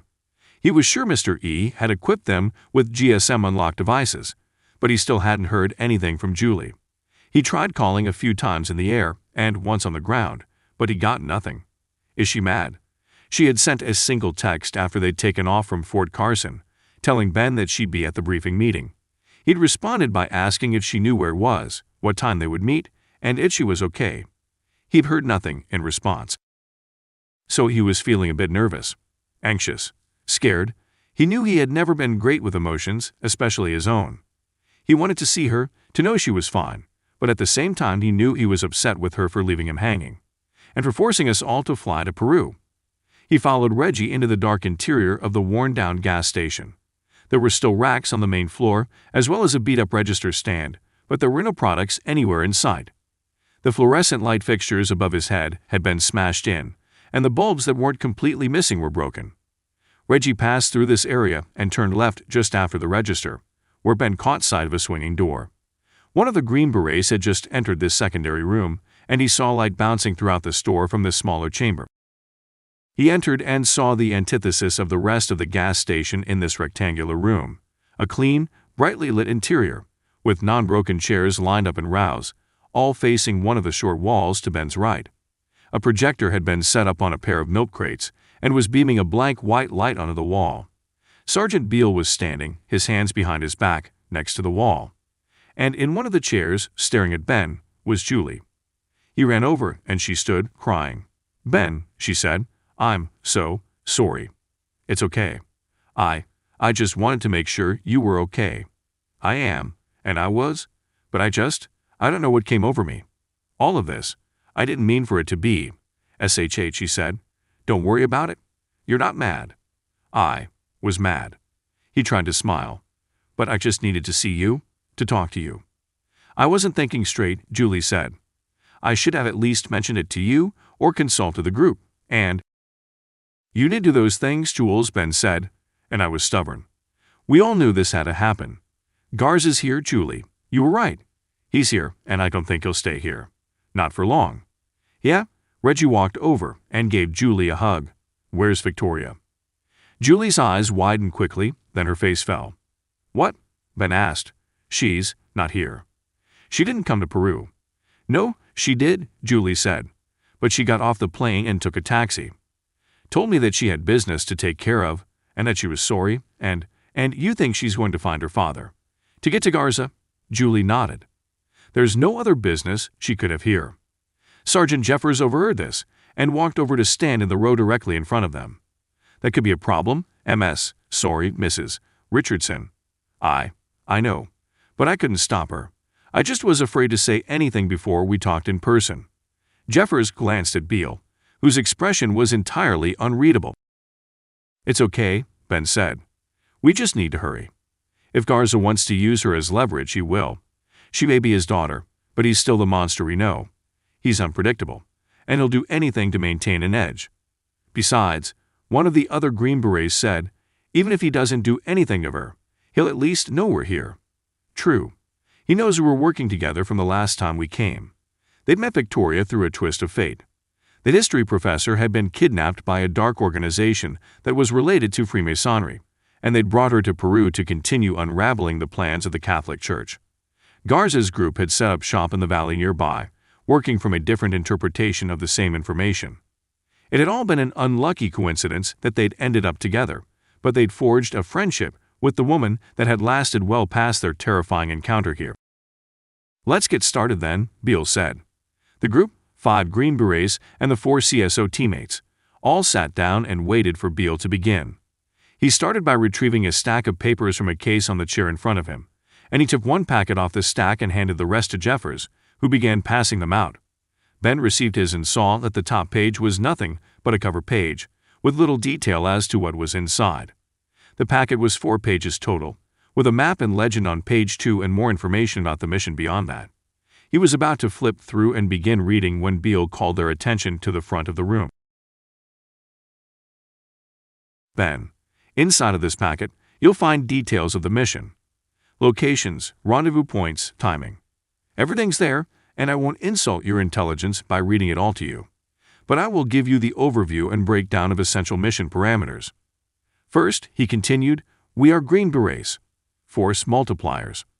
That means we can fight, and we can do it well. But if we're called in, it's because there is a diplomatic reason for us not to fight. That's why you all are here." He looked up and made eye contact with Ben and his team. "We want to equip you to do the task required. We're here for your support." Ben nodded. "So far, so good. Second, we do not know this Ravenshadow group. We've heard of them, but none of us have experience engaging them. Again, you do. That's why you're here. We provide support. You interact with Vicente Garza and his men." Reggie frowned, and Ben looked at him as Beale continued. "On page 2 you will see a map. This region, the Chachapoyas, is somewhat familiar to the CSO crew. Much of this valley is owned by the same order of Jesuits your friend, Archibald Quinance, is a part of, which works in our benefit as well. Therefore, the CSO will act as guides for us, though we will of course have GPS and satellite triangulation to help us navigate the dense jungle. Once we get there, we expect to find a large valley that stretches generally north to south and some ancient structures dotting the landscape that were believed to have been built by the original inhabitants of the region." He looked up and met Ben's eyes. Ben knew he wasn't going to add, "And we believe those original inhabitants were giants," even though that's exactly what Ben and Reggie had put in their report. The giants, they had discovered, were really just descendants of the ancient biblical tribe of Anakim, cousins of the Nephilim, and the same race of people that had given rise to the descendants of another famous biblical giant, Goliath. Their history lesson of the area suggested that the original Chachapoyas, described by the Spanish conquistadors and the local Inca population as light-skinned and reclusive, had come from somewhere in Europe, at some time after worldwide flooding had decimated their homeland. They sought refuge in the unknown lands to the west, ending up in South America, and their relatives had been sprinkled throughout the post-Diluvian world as well. The Aztecs had Quetzalcoatl, the fair-skinned, bearded man of the sea. The Sumerians had Enki, and the Native Americans had their own versions of the flood legend and creation stories. Ben and his team had found proof of these lost civilizations, both in Egypt and in Greece, and they had reason to believe that the reason the Chachapoyas had settled in Peru was to protect an ancient secret, one that had been nearly wiped out by the flood.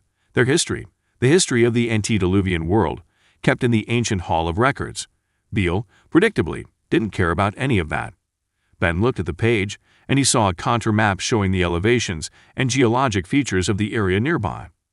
He immediately recognized the valley, stretching from one end of the side of a massive mountain to the other.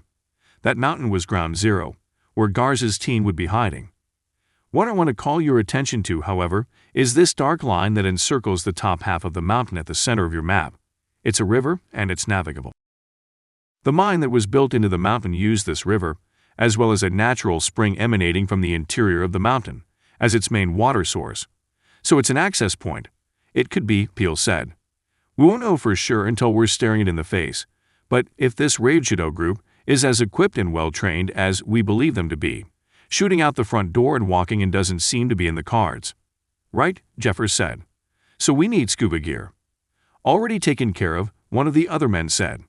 Jeffers nodded, then looked up at the group. Any questions so far? Reggie's hand shot up.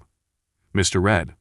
Yeah, earlier you said interact, not engage. I'm assuming that's purposeful, but it is absolutely purposeful. As I said, our job is not to fight. It is to reach a compromise and a conclusion agreeable to all parties that ensures the bullshit, Ben said. Beale looked visibly shocked. Apparently, the soldier hadn't had much experience with his team interrupting him in the middle of a presentation. "You got something to say, Bennett?" Ben stood up. "I didn't come down here to make a compromise, unless that compromise is you killing Garza instead of us." "Mr. Bennett, I understand your frustration. You don't understand crap. This guy, this egomaniac, he's not just a crazy psychopath who wants power. He's a crazy psychopath with an army. We are planning to infiltrate their compound and take him by surprise, so we can have a one-on-one conversation with him at will. He's not going to like that very much, I suspect," Ben said. "He tends to be of the shoot first, ask questions later sort of guy." "Mr. Bennett," Beale said, "you will not interrupt me again." "Or what?" Beale raised an eyebrow, and Ben thought he just might have to fight off a well-trained Green Beret. "Probably not the best way to start the day. Or we will be transferring control of this situation back to the Peruvian government and escorting you and your team home. In handcuffs." "Got it," Ben said. "So you're advocating we all run in there with our assault rifles, not shooting at them, and hoping Garza will just sit down and have a chat with us?" "No," Beale said. "I'm not advocating anything. I'm mandating it. This is my mission, and these are my rules. Further, I'm not at all suggesting that we will be armed." "We won't?" Reggie asked. "That is correct," Beale said. "You won't be armed. My men will be. If you turn to page 3, you will see the loadout for this mission. You and your team, Mr. Bennett, will be carrying communications equipment and tracking devices, as well as emergency kits, should we need them. And no guns," Ben said through clenched teeth. "And no guns. I'm not in the business of arming civilians." Jeffers shifted in his chair, and the other Green Beret who'd spoken earlier seemed to smirk for a split second. This is not good, Ben thought. This is not good at all. Julie. The last 2 days had been a whirlwind for Julie. Rather than catching plenty of sleep during the ridiculously long flights, she'd been awake, thinking about Ben. Wondering if she'd made the right call, and feeling as though she'd made a horrible mistake. Victoria had duped her, using the CSO to fund her flight to Peru just so she could ditch them and run after her father. There was no question in Julie's mind that Victoria wanted vengeance, and she felt the same way, but the woman had proven to be a loose cannon, and it had all felt like Julie's fault. She wanted to force the issue, to force action. The plan had worked, as she knew it would, and now the CSO team was in Peru, nearly ready to face off against their longtime opponent. But she had been disappointed and dismayed to find out that the Green Beret contingent was relegating her team to the back seat. They were civilians, and they were now going to be forced to act like it. She wanted to take it all back, to make it all go away, but the issue remained. Vicente Garza was here, and he was alive. She knew she couldn't turn her back on that opportunity. She, like the man's own daughter, wanted vengeance for what he'd done to her. She saw Joshua Jefferson's face in her mind. His handsome, youthful face, dimples and all. His brown, medium-length hair falling over his right eye. He was talking, saying something she couldn't hear. She wanted to reach out and touch his hand, to grab it and pull him closer and tell him she was sorry. But she couldn't bring back the dead. And she wanted Garza to experience that exact feeling. Ben had followed her out of the room, into the decimated gas station, then waited for the rest of the Green Berets and CSO teams to exit. They were on a 5-minute break, both to use the disheveled restroom and to cool down, which seemed ironic, considering it was nearing 100 degrees outside. She met his eyes, and she walked over ready to talk. Before she could open her mouth to apologize again, Sergeant Jeffers walked over.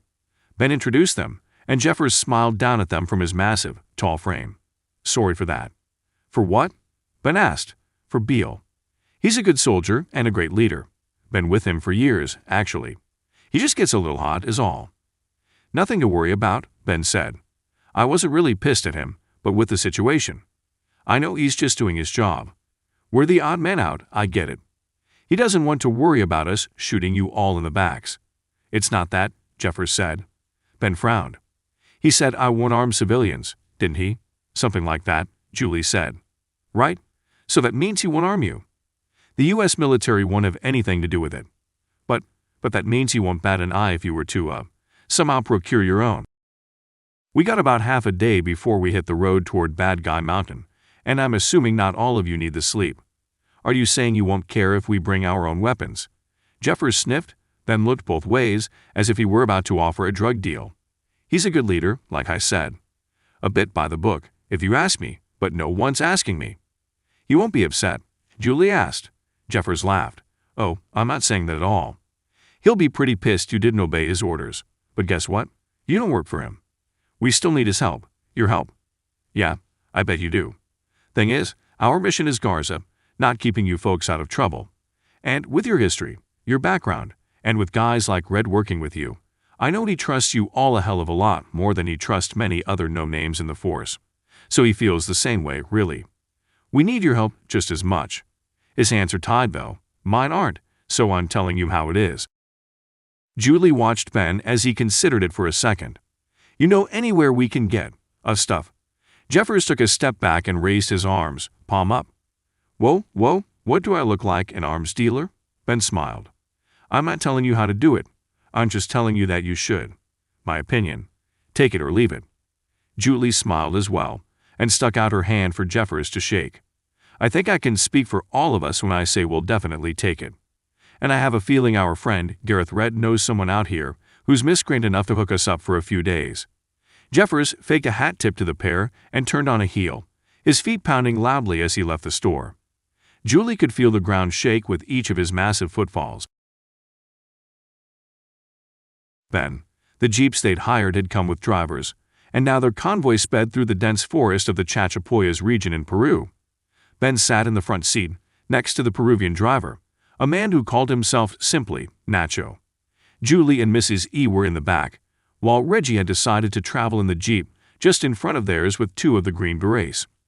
The first jeep in the line held Beale, Jeffers, and another soldier, while the jeep at the back of the line carried gear. Scuba equipment, weapons, and communications equipment had been piled high in the seats of the jeep, and the team had strapped everything in and tested it for shock before embarking on the 3-hour trip. They would drive through a small town called Mendoza, heading deeper into the Peruvian Amazon, then turn southwest and head toward the mountain range and valley where they'd fought a month before. Ben gripped the handle above his door as he looked out the window. Monkeys crowed into the misty air, the heavy humidity penetrating even the waterproof vinyl of the jeep's walls. He didn't recognize the road they were on, nor did he see any buildings or signs he knew, but it all seemed somehow familiar. Now they were heading back to the hellscape, hoping to find Garza and his army and bring them to justice. And this time, Ben knew that justice would be coming in the form of a bullet to the head. He wasn't a killer, or at least he would never describe himself as one.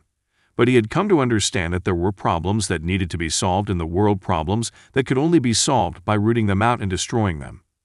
Vicente Garza was one of those problems. He tightened his other hand around the grip of a massive pistol Reggie had handed him earlier. During her downtime, Reggie, having lived in South America for years prior to meeting Ben and Julie, had called around to some of his friends who might have a lead in the area. It didn't take him long to find a man who owned an army surplus store and legally sold used Peruvian military weaponry that he had acquired over the years. But the story Reggie told Ben was that the man also collected the sorts of things that were a bit harder to find, more modern weapons, from Brazil to Venezuela. In the shipping and delivery industry, Reggie explained every logistics technician calculates for a thing called shrinkage, which is the uncanny ability of a certain percentage of a driver's delivery to mysteriously walk off and disappear. The man Reggie went to meet was the type of man who often found these disappeared items. In translation, he had plenty of modern military weaponry available for sale.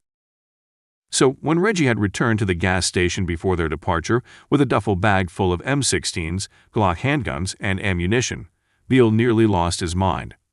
He shouted for a full minute at Reggie, who simply smiled back at him through the threats.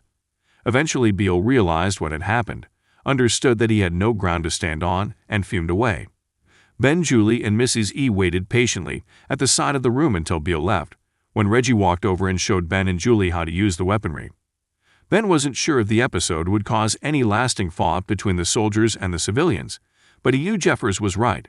The CSO was more help if they were armed and prepared for an engagement.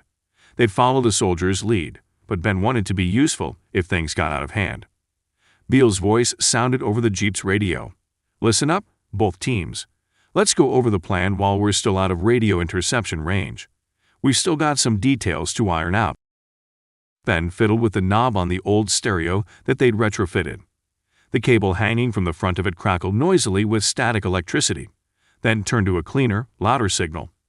We've got the data back from our satellite scans. There has in fact been activity in the valley area over the past week, so we believe this is the correct location. Scans also show 2 fortified locations, likely some sort of bunkers or turrets, on the roads that lead in and out of the mountain. These mining roads have always been there, but the bunkers appear to be newer, so that means we're not going to chance a frontal or flanked approach from the roads. Another voice joined in. Sir, we don't have another way in. I thought we decided the best approach was via the river, until we can get close enough to look for some sort of access shaft. It was, but we just don't know what's down there.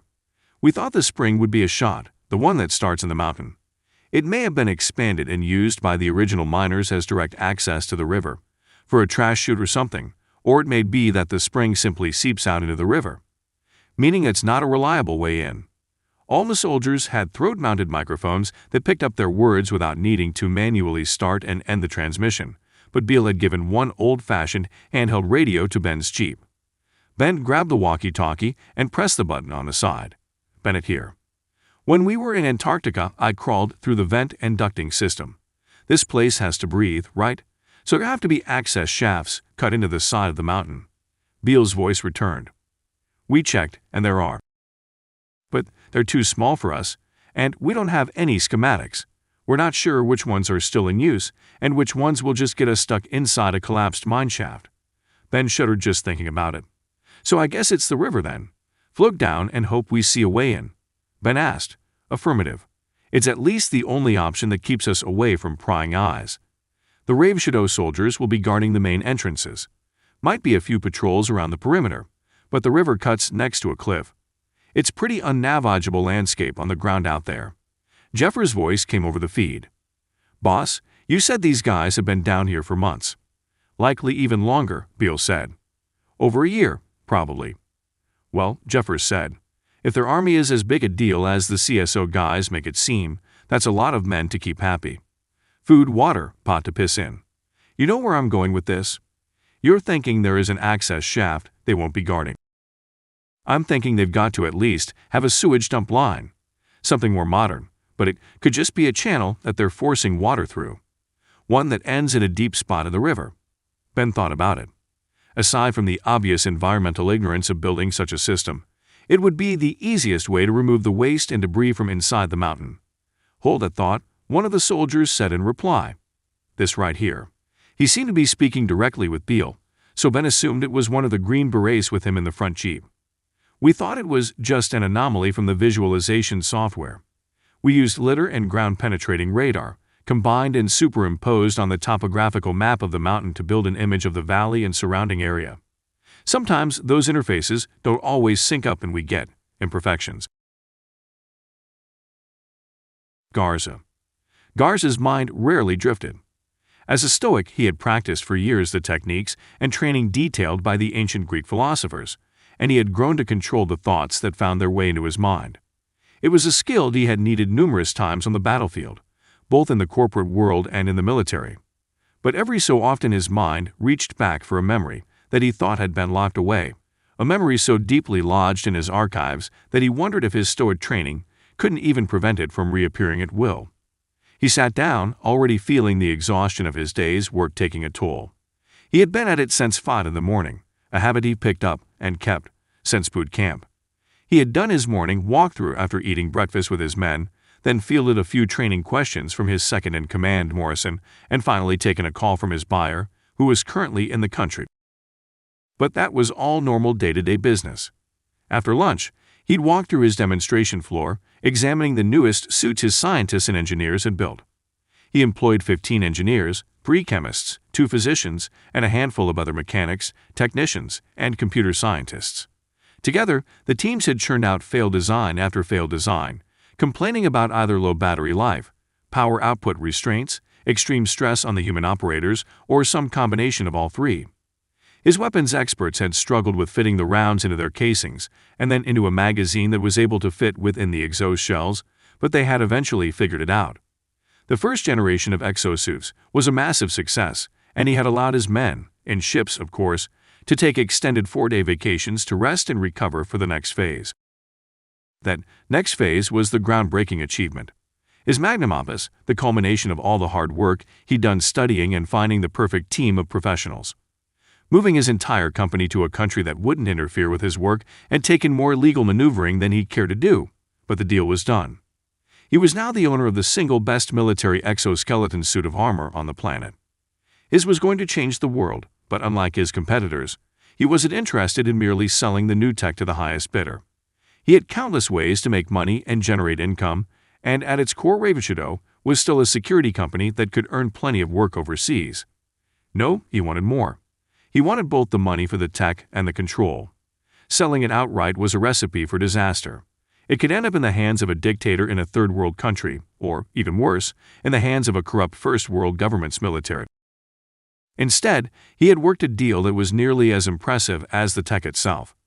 A four-way transaction between an ultimate buyer and him, the ultimate seller. But he'd also ensured that his part would be broker of that same deal, a way of both extracting more profit from the deal and in securing his bottom-line ownership of the tech. By explaining to the buyer that he was working with an exclusive broker who would own a liability license for half of the new tech, he could prevent the tech from being wholly resold as a proprietary item. And giving this broker exclusive access to resell licenses to use the complete system, he prevented the technology from growing without him, or from getting into the wrong hands.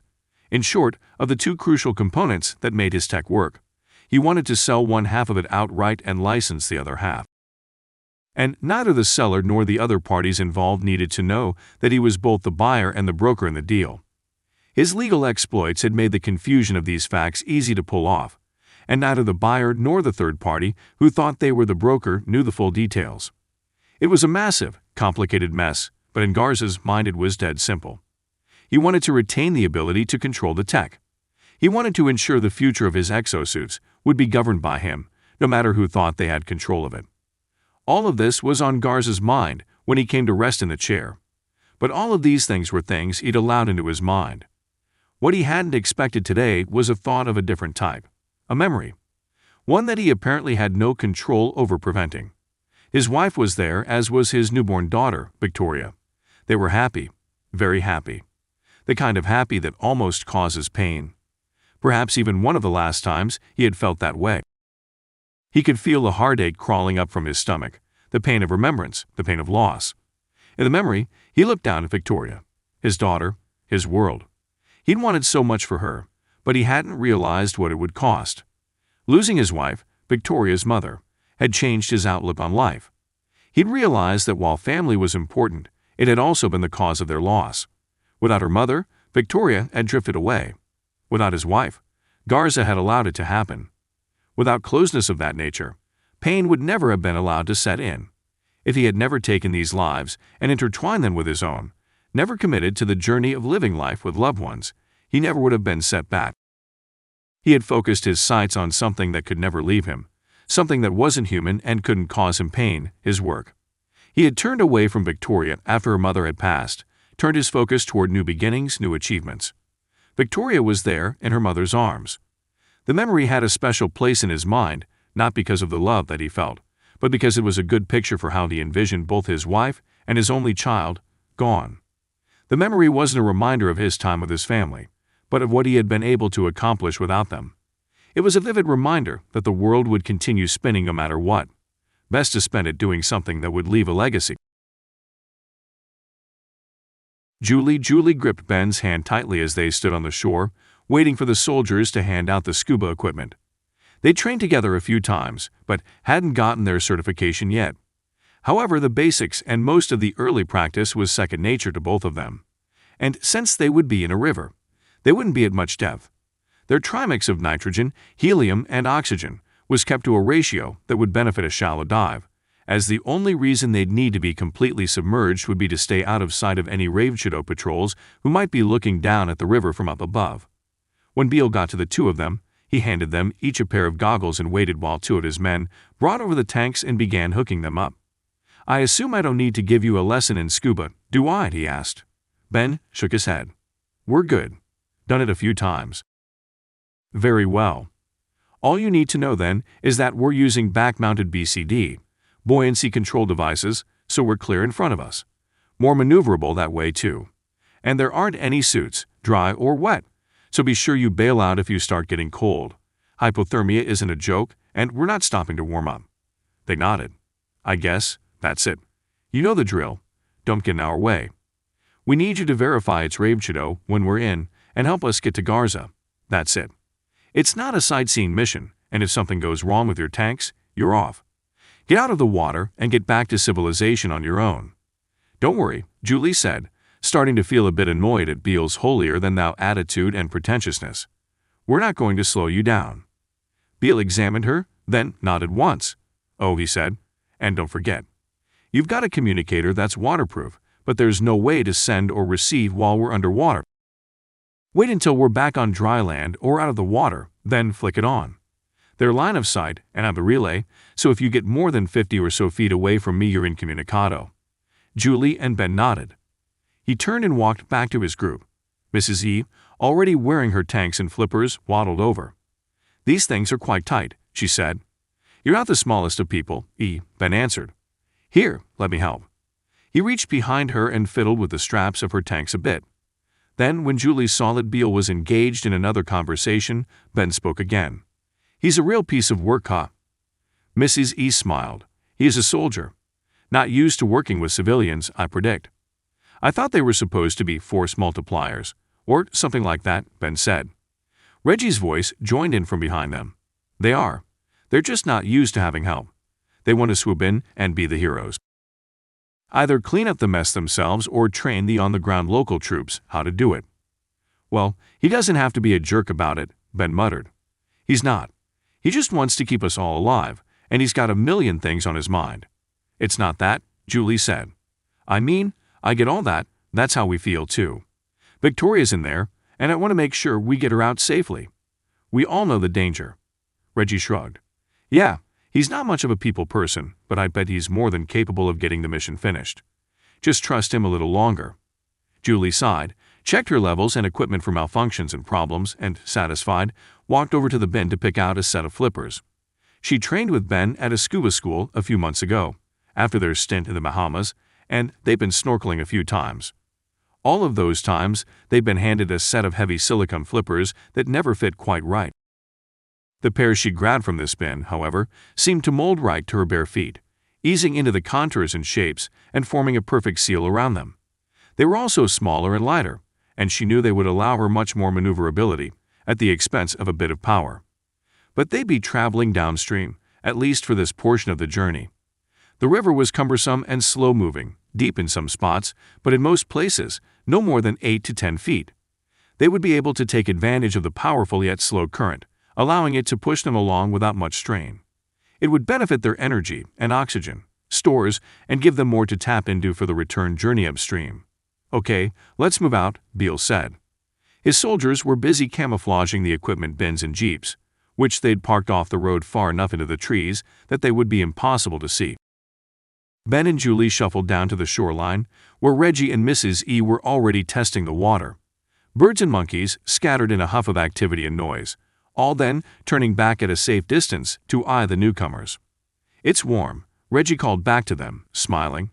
"Nothing like a quick dip and a comfy river to start the day." Julie wished she could borrow his optimism, but she knew their task was going to be monumental, if not impossible. They'd find Garza, but what then?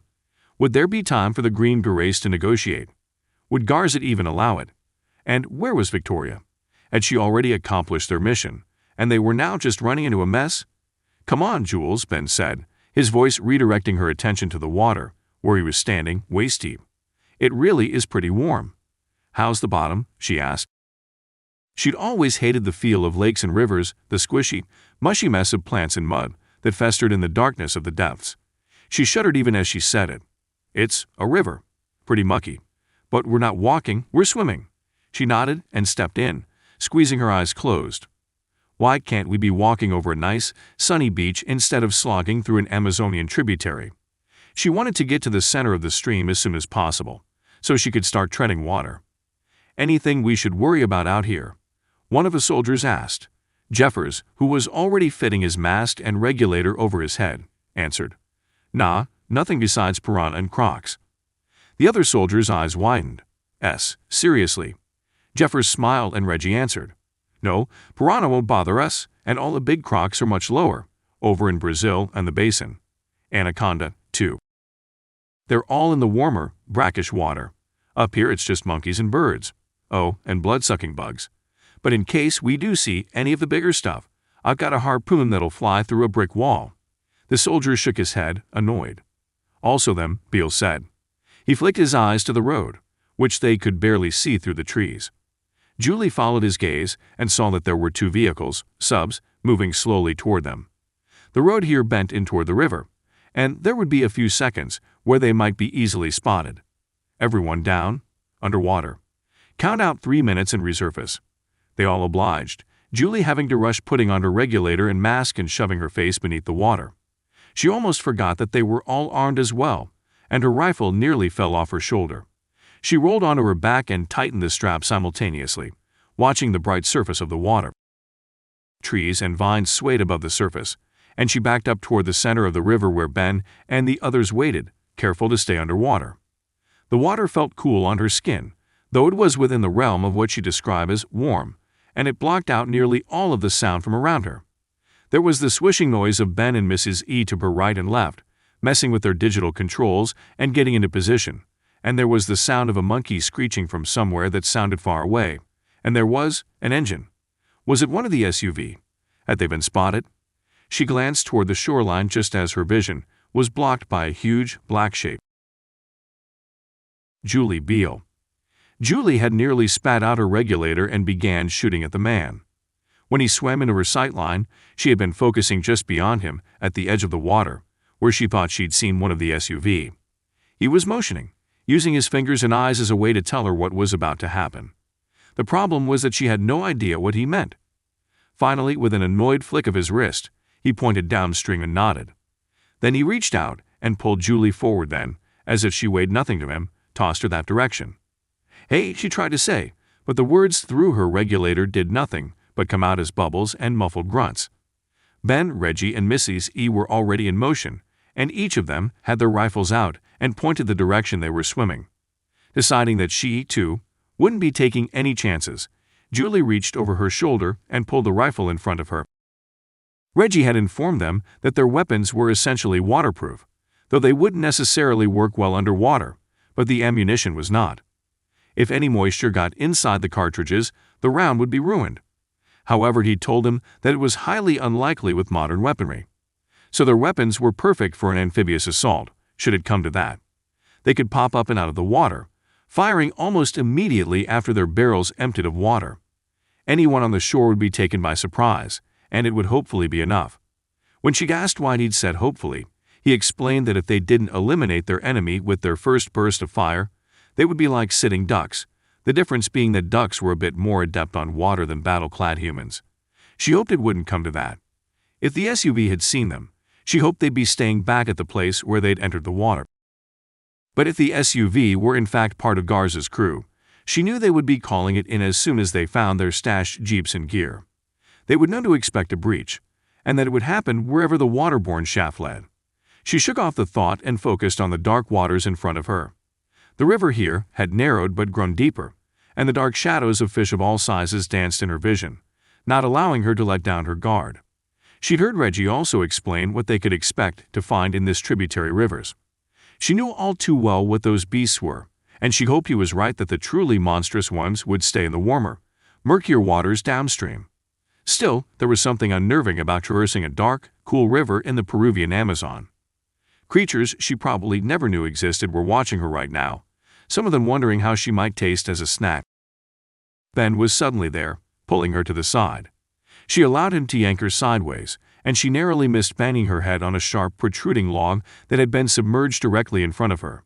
She wondered how he'd seen it, and only then realized that every other member of their crew was using their wrist-mounted dive light.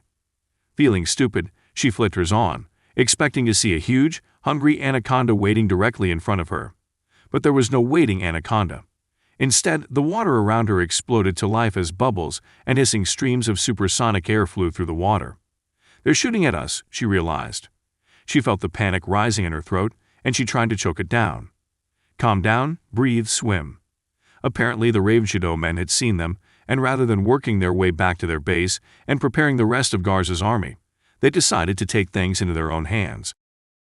Worse, Julie knew the men had likely already called in the breach and were simply trying to get a jump on eliminating the problem. They'd lost their element of surprise. If they were able to escape the attack now, they'd be met with a waiting Ravenshadow army. She pulled herself ahead and around the sharp log, hoping that it might provide some sort of respite from the fight. Instead, she saw out of the corner of her eye the log exploding into 1,000 pieces as it was nailed by rounds from the assault rifles. She considered bringing her own rifle up and trying to take out a couple of the enemy soldiers. She was a great shot, but she had to admit that coming up out of the murky river, wearing a scuba tank, mask, and regulator was not going to do her any favors. Besides, she realized that she was the last in line, and the shots were landing just behind her. She remembered the topography of their entry point. The river buckled around and changed directions there, creating the small peninsula shape that the men were now shooting from. The area to the east and west of that peninsula, however, was completely impenetrable, the forest having grown to the edge of the river. Unless the soldiers followed them into the river, all Julie and her group had to do was head downstream until they were sufficiently out of sight. More shots landed in the water, one of the trails of airbrushing against her arm. Too close. She swam faster, nearly bumping into the fins of whoever it was in front of her. The team swam underwater, pumping hard, for another 15 minutes. At that point, she saw that Reggie and Ben were treading water and had their heads out. Mrs. E and the Green Berets were all coming up as well, so Julie pulled back and allowed herself to rise to the surface. When her head broke, she ripped out her regulator and took a gasping breath of air. There was no difference between the air in their tanks and the air outside, but something about the restriction of the scuba gear while being shot had caused her to feel claustrophobic constricted. "You okay?" Ben asked.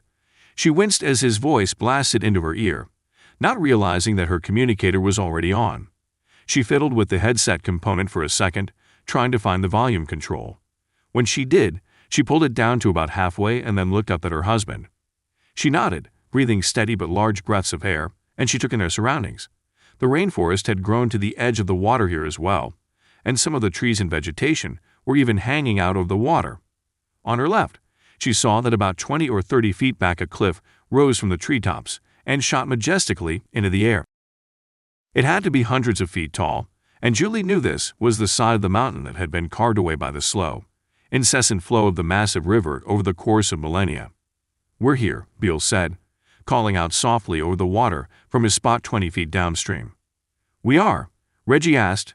"Seems quick." "We had the current working for us," Jeffers said. "Not to mention a little kick in the ass when we got started." "True that," one of the other Green Berets said. "Everyone okay?" Nods all around, and Beale, satisfied, checked his dive computer and measured their progress. "Yeah, this should be it. We'll all take a peek, see if we can find a shaft. Jeffers, Lang, you two will be the first to enter. Check it out and report back." Everyone affirmed, and Julie found herself plunging back underwater to look for the entrance to the tunnel that would hopefully lead them into the heart of a mountain, and the middle of an army ready and waiting to kill them. She couldn't see much, even with the dive light, but it didn't matter. Within another 5 minutes, one of the Green Berets, a man of Asian descent named Lang, found the entrance. Beale called everyone together while Lang and Jeffers examined the shaft. It took another 10 minutes, but they returned and filled in the rest of the team. "Okay, good news," Lang said. "The tunnel's modern. Steel reinforced, concrete, the works. It's definitely been put in recently." "Perfect," Beale said. "Bad news?" "It's long," Jeffers said. "We got about 150 feet. It's dark, but everything points to it being pretty solid." "That's bad news?" another Green Beret asked. "No," Lang said. "The bad news is that there's a current, a strong one, and it was getting stronger the farther we swam." "So?" Reggie asked. "It means there's something generating the current. A fan, a compressor, something. It's pushing the water through to make sure whatever they're tossing down it gets all the way to the river. And you don't think we can swim through it?" "Not in one piece, no," Jeffers said. "But there's only one way to find out," Beale said. 2 by 2, grab a swim buddy. Stow weapons, but have a sidearm ready. We don't know what we're getting ourselves into, but that hasn't ever slowed us down before. Let's go have a look at this thing." "Got it." "Roger that." Julie felt Ben's presence in the water next to her. He was treading water casually, the BCD helping to keep him afloat. He nudged her forward, toward the entrance. "Diving buddy?" he asked. She smiled. "I guess, if you're the best option I've got." She was about to lean in to kiss his cheek when the forest behind them on the opposite shoreline came alive with noise of an engine. "Shit," Beale said. "They found us." "They knew where we were heading," Jeffers said. "Eyes up. We're about to be under attack." Bullets began strafing the water even before Jeffers had finished speaking, and Julie ducked farther into the water. "We're sitting ducks out here," she realized. "They've got us pinned between themselves and the cliff." "No," Beale shouted. "We can't mount a counterattack here. The shaft is our only way out. Go." She noticed a few Ravenshadow men in the trees on the opposite shoreline, but she also saw movement to her right. About 50 feet upstream, breaking through the trees, was another group of soldiers, all armed and looking for something to shoot at. She felt Ben tugging at her soaked shirt, and she allowed him to pull her underwater and into the relative safety of the shaft. Here goes nothing, she thought as more bullets impacted the water around her, their dull pinging sound drowned out by her own rapid breathing. "Garza, sir, we've got an update on the intruders." Garza turned around and faced the soldier, though he already knew who it was. He would recognize the man's voice anywhere. Kurt Jacobson. One of his lieutenants, the only man he employed who was older than Garza himself. They'd served together through 2 tours, and he had followed Kurt's progress after Garza had left the military to start Ravenshadow. "Hey, Kurt," Garza said, immediately dismissing with the formalities. He was in no mood for anything formal at the moment. Usually the system, the structure, the formalities all kept him sane, kept him secure, but right now he wanted to tear his hair out and just blow it all up and move on. "Sir, we caught them on a forest camera and have been tracking them via satellite. Their vehicles were hidden in the woods, empty, and one of our men saw them enter the river." Garza frowned. "We're sure this wasn't just a group of tourists." Kurt Jacobson shook his head. "They are not, sir. They were armed, assault rifles, and prepared for a dive. Dual tanks, regulators, the works. Okay." Garza paused, working the problem through his mind. He'd never had a problem thinking strategically. It had been why Ravenshadow was so successful, and how it had grown so quickly over the years. Most private defense contractors were focused on a single client at a time. Protect this, prevent that, or some combination of it. Ravenshadow, on the other hand, had always been in Garza's mind an open playing field of possibility. Sure, they could protect a bank in a third-world country from a hostile corrupt government takeover, and vice versa. They were in the perfect position to enact a hostile takeover of a bank some government no longer wanted to compete with. But Garza had always wanted more than just get paid to scare. He had long been guided by the idea of creating something truly valuable in the world, something the world didn't realize it needed. People don't know what they want until you show them, he remembered a famous CEO once saying. That thing Garza was certain the world needed was order. True order, the kind that ushered in not only peace and harmony and allowed the prosperous to continue prospering in their own way, but also allowed the most intelligent to seek solutions to problems, uninhibited by governmental oversight or corporate greed. He wanted to show the world that with a bit of protection, with a certain amount of measured security, they could prosper without fear of retribution. They could produce beauty, fortune, world-changing science without fear of it being stolen from them. The trade-off was simple but necessary. Garza would be able to ensure their security at a cost. They had to trust him. They had to know that their protection was in his hands. He founded Ravenshadow not as a private security company, but as the young, burgeoning police force of a brand new nation, one that would grow to new heights of success at such a rapid pace the rest of the world would have no choice but to sit up and take notice. It was a tall order, but Garza was up to the task. He ran Ravenshadow not as a top-down company, but as a democratic dictatorship, a sample size of the larger dream. Kurt cleared his throat. "We believe, actually, sir, that it is an American team." Garza's head snapped around to his security feeds in the control room and observatory.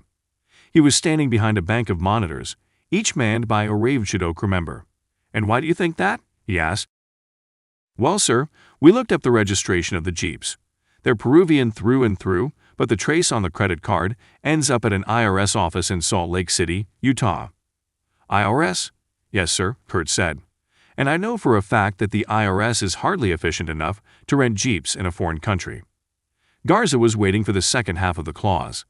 Rent Jeeps in a foreign country on such short notice, or rent Jeeps in a foreign country without a mile of bureaucratic paper trail. It didn't come, and Kurt continued. I was working with intelligence officers for a while before my retirement, he said. One of the cleanest and fastest ways to disappear a credit card purchase like this one is to make it a real purchase just on the bill of another U.S. organization's line. You think this is a U.S. military entity? Garza asked. I do, sir. It reads of Army, possibly Spec Ops. If I had to guess, it's Sturdivant. Sturdivant's name caused Garza to recoil. He licked his lips and stared at Kurt. He had shared his plans with no one else but his closest team of recruits and Kurt, so for Kurt to say the man's name in a closed room with other Ravenshadow employees was a serious offense. You better be right. I don't envy, sir, Kurt said. We'll be able to ID them soon enough, but the issue will be resolved long before that. Explain. Well, sir, if we're dealing with a U.S. force that wants to infiltrate, they'll have done their homework. My guess is they have, and my guess is they've decided the only plausible entrance point is through the drainage system. The tunnel? Garza asked. We put in a massive fan pump. How would they get through? It's as wide as the tunnel. When Garza had purchased the land and moved in, they had surprisingly little work to do to convert the place into a headquarters for his base of operations. They had widened a few tunnels and bracketed up power and water lines, and they had converted the old mine's spring-fed water shaft into a waste and drainage tunnel that could supply the entire base with running water and then dump the waste into the nearby river. True, but again, if that's not their plan, we've got nothing to worry about. If it is, disabling the fan in any way will throw an alert in the control station. And you said this would be taken care of long before we need to worry about it. I did, and I mean it. I've already dispatched a unit to head downstream and intercept them. They may not reach it before this new team enters the tunnel, but will be there blocking off their exit point after they run into trouble at the pump. Good, Garza said. But I want a backup. Send a few teams down through the original tunnels and do your best to get them into the demonstration floor. No noise? This isn't permission to engage, understood? Yes, sir.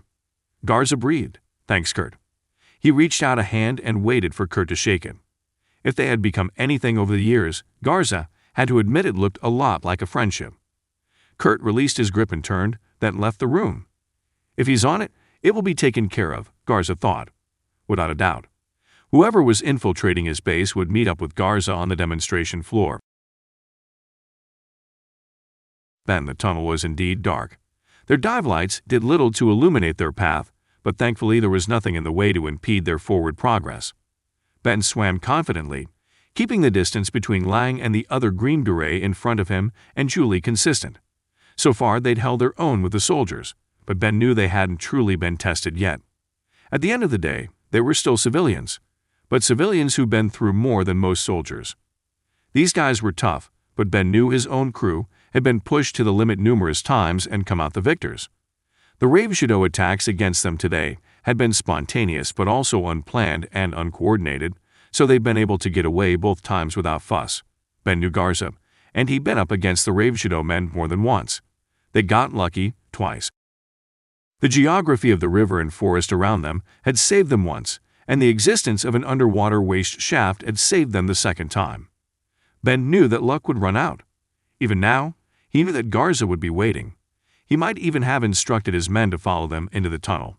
They could be entering the shaft downstream at this very moment, and Ben had no interest in finding out how an underwater close-quarters fight with professional mercenaries would go down.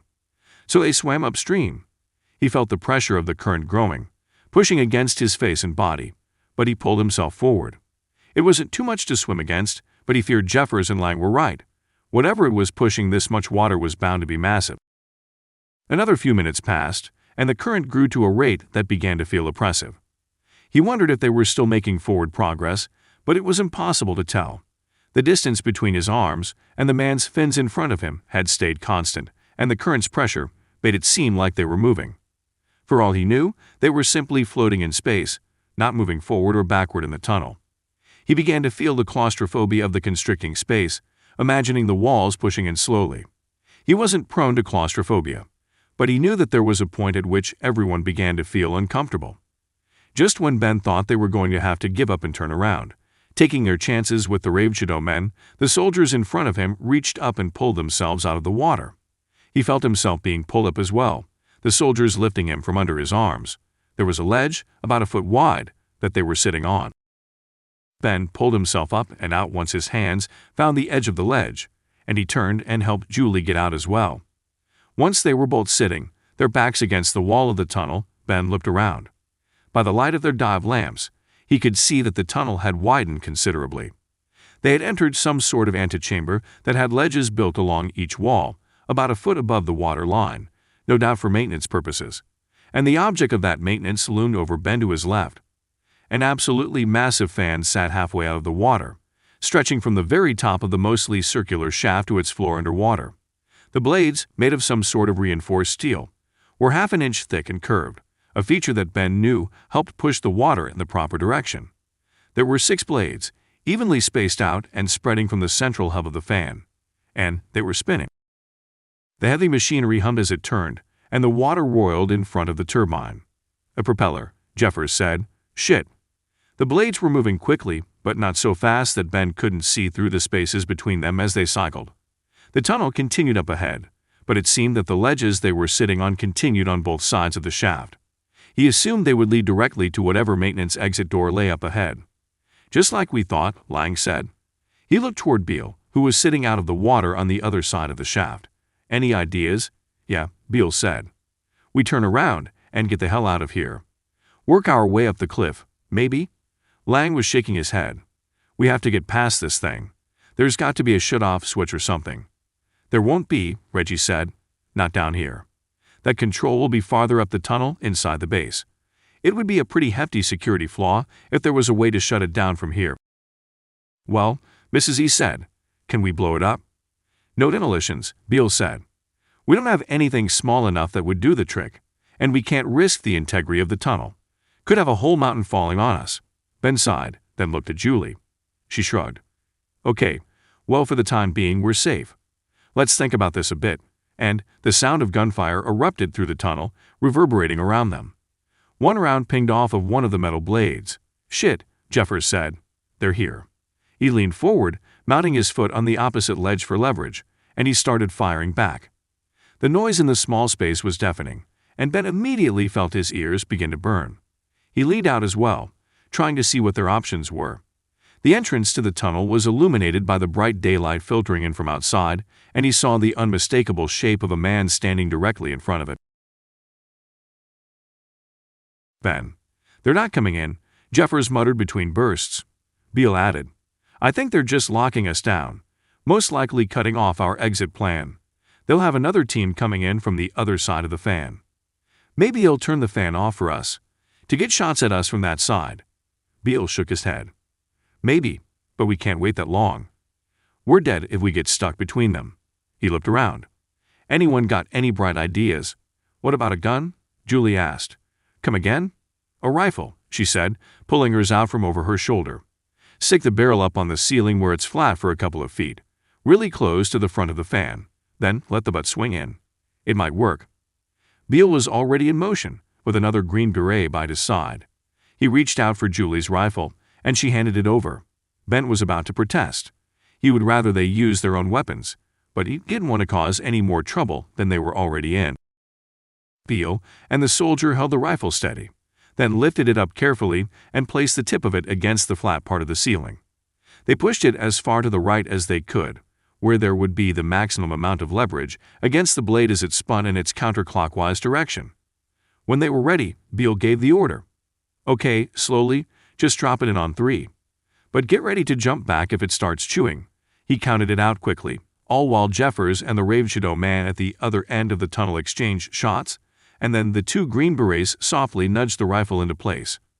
Only a split second passed before the first propeller blade impacted the assault rifle, at which point the rifle simply crumpled into 2 pieces, one of which sparked and flew into the other side of the tunnel beyond the blades. Beale and the soldier fell back, cowering for a moment at the backlash. When the blades continued moving now once again unimpeded, Beale turned to the rest of them. That was a disaster, he said. Any other great ideas? Ben felt the man's frustration, but he didn't like how he had directed his assault toward Julie. It may not have worked, but he didn't hear anyone else offering suggestions. I say we fight our way back out, the other green beret said. Get to the river again and kill those assholes waiting for us. Those assholes are well trained, Beale said, and they've got a clear shot at us, and heading downstream will be unable to maneuver. I got an idea, boss, another man said. Beale and everyone else turned to stare at him. He pulled out a small handheld weapon from a pack he had been wearing. A harpoon gun, he said. The propulsion is fast enough underwater that I can get it stuck in a rock on the bottom of the river. Out of water and this close. I bet I can sink it into the concrete.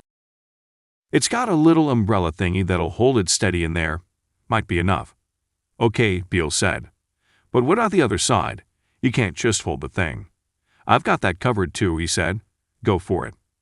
The Ravenshadow man and Jeffers had stopped firing at one another for the moment, both obviously feeling that it was a lost cause, and Ben was finally able to hear. The soldier stretched his legs across the chasm between the ledges and aimed his harpoon at the wall on one side of the tunnel just beyond the fan's blades. He took a breath, steadied himself, then fired.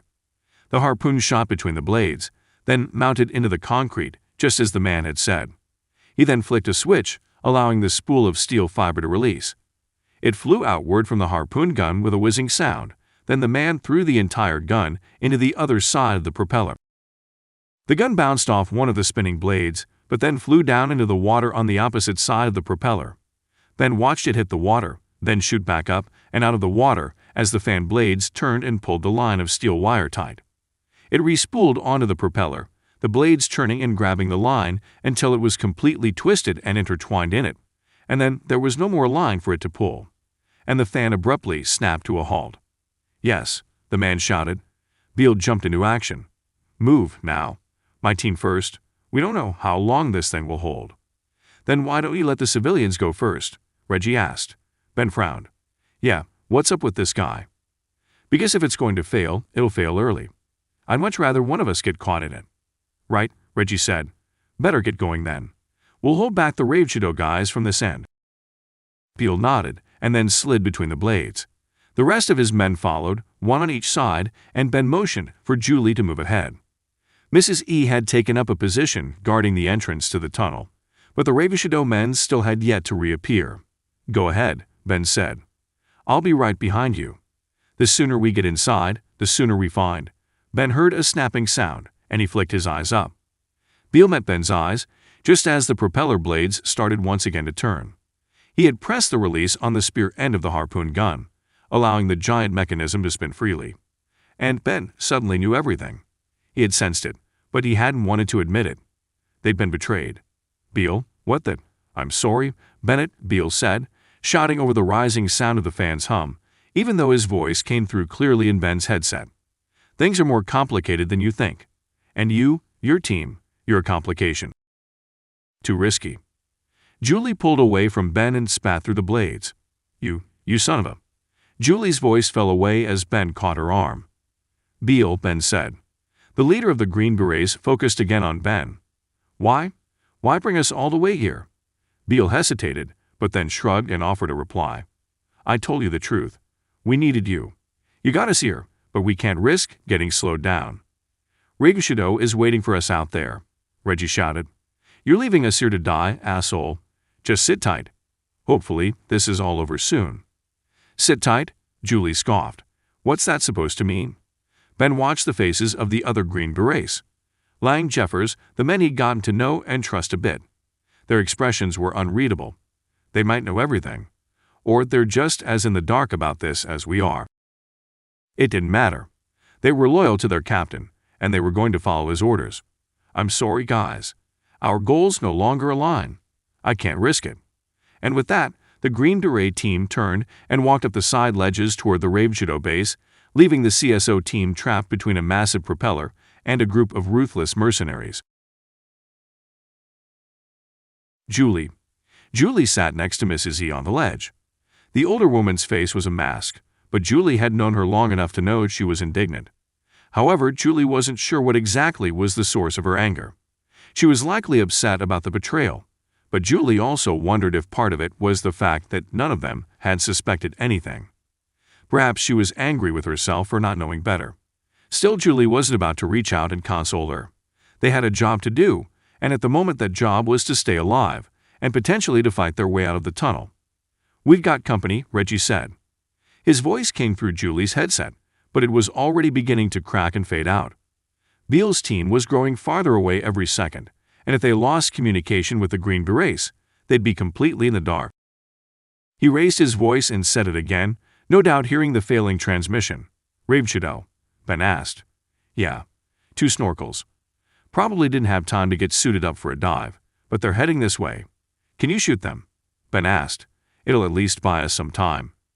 Reggie responded by lifting his rifle and aiming toward the 2 thin cylinders that were slowly creeping toward them. He pulled the trigger. Julie watched as he fired, his shots slowly centering in the tunnel and finding their mark. He sent 3 bursts into the 2 divers, then waited. Julie frowned. "They're still moving." "Yeah," Ben said. "It's like you didn't even touch them." "I definitely hit them. More than once." "What the—" He fired again, this time aiming a bit lower. Julie saw all the rounds impact the water just in front of the snorkels, but when the water and mist settled, they were continuing to make their way up the tunnel shaft. "Who the hell are these guys?" Ben asked. "Robots." "Try again," Julie said, her voice low.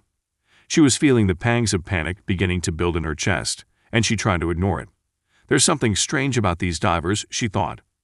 Ben and Reggie raised their rifles and crammed close to one another on the ledge, Ben leaning outward just a bit and Reggie straddling both ledges with a foot on each. Mrs. E was watching, waiting with Julie. Both rifles kicked to life, and they sent multiple bursts of gunfire toward the swimming shapes. They were still halfway to the entrance, but it seemed to Julie as though they may have begun to speed up.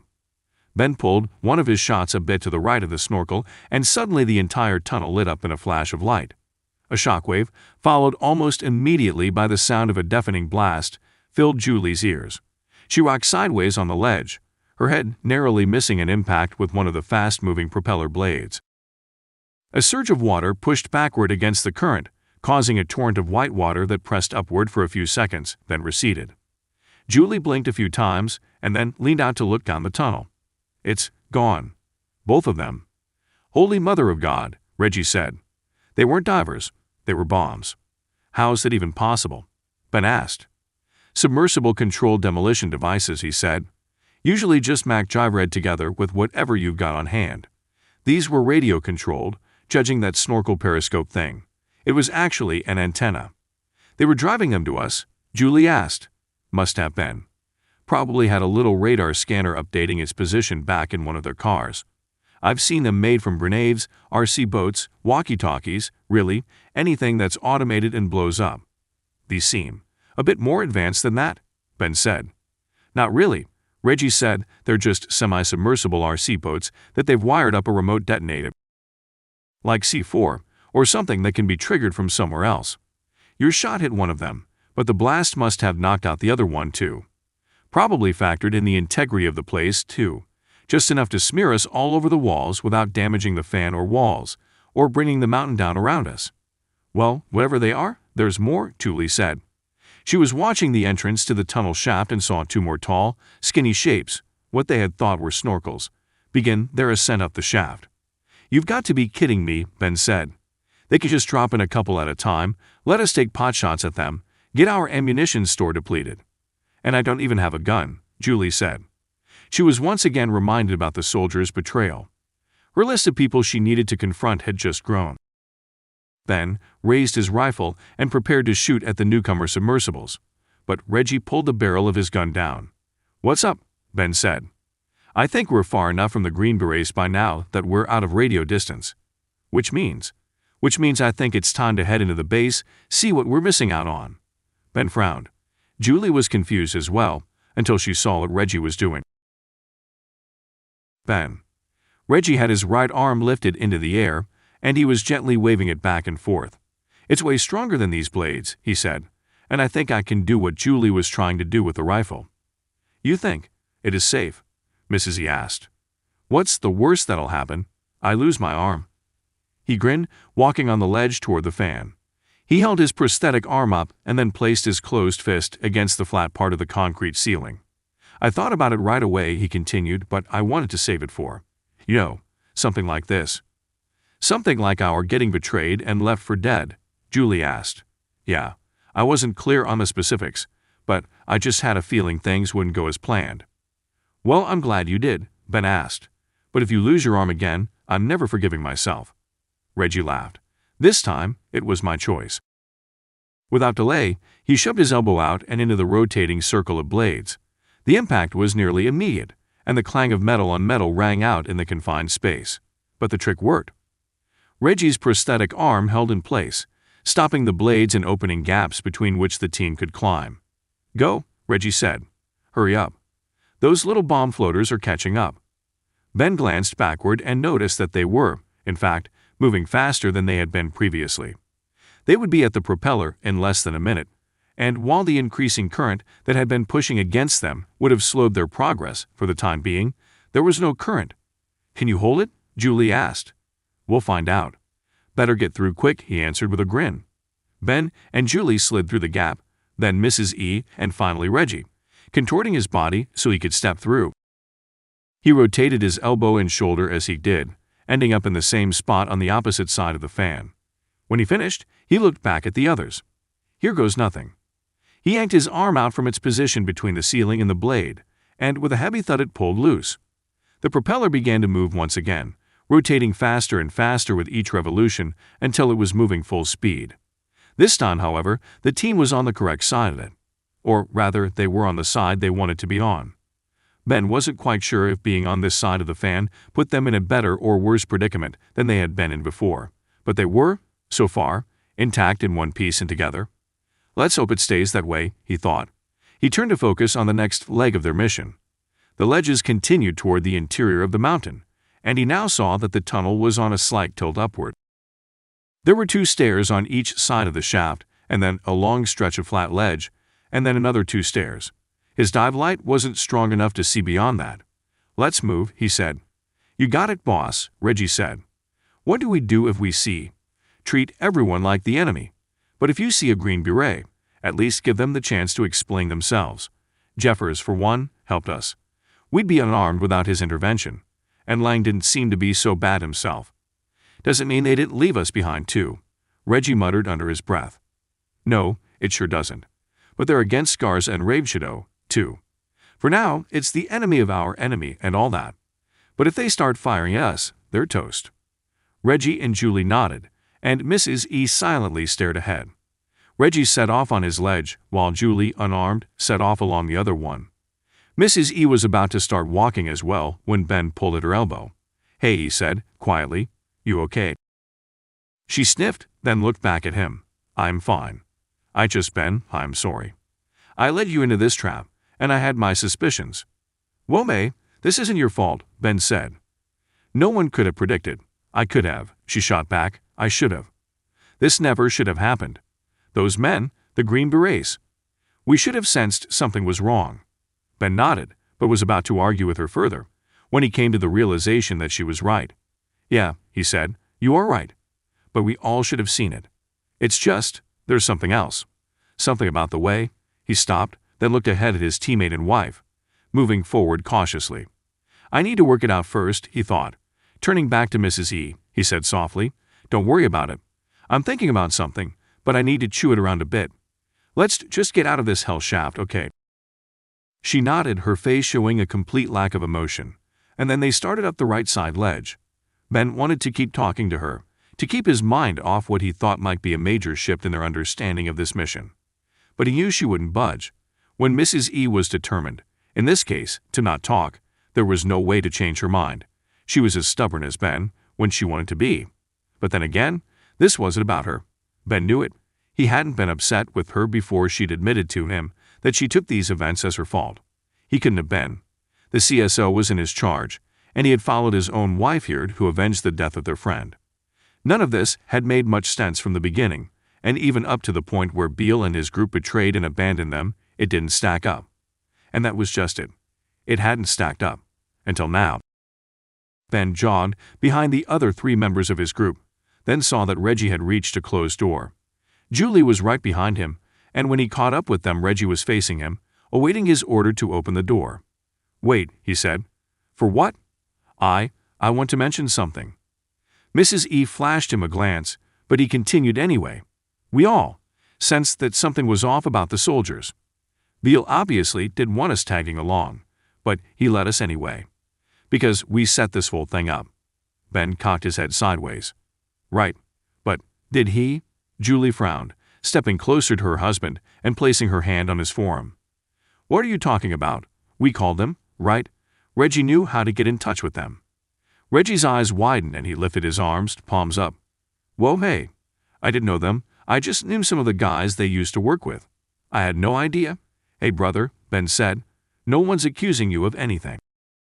But the truth is they betrayed us after they let us help them get here. Why?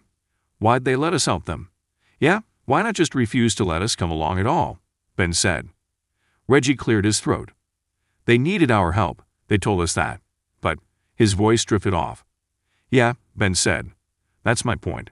If they didn't want us along, they could have just not taken our call. But they did, and they came.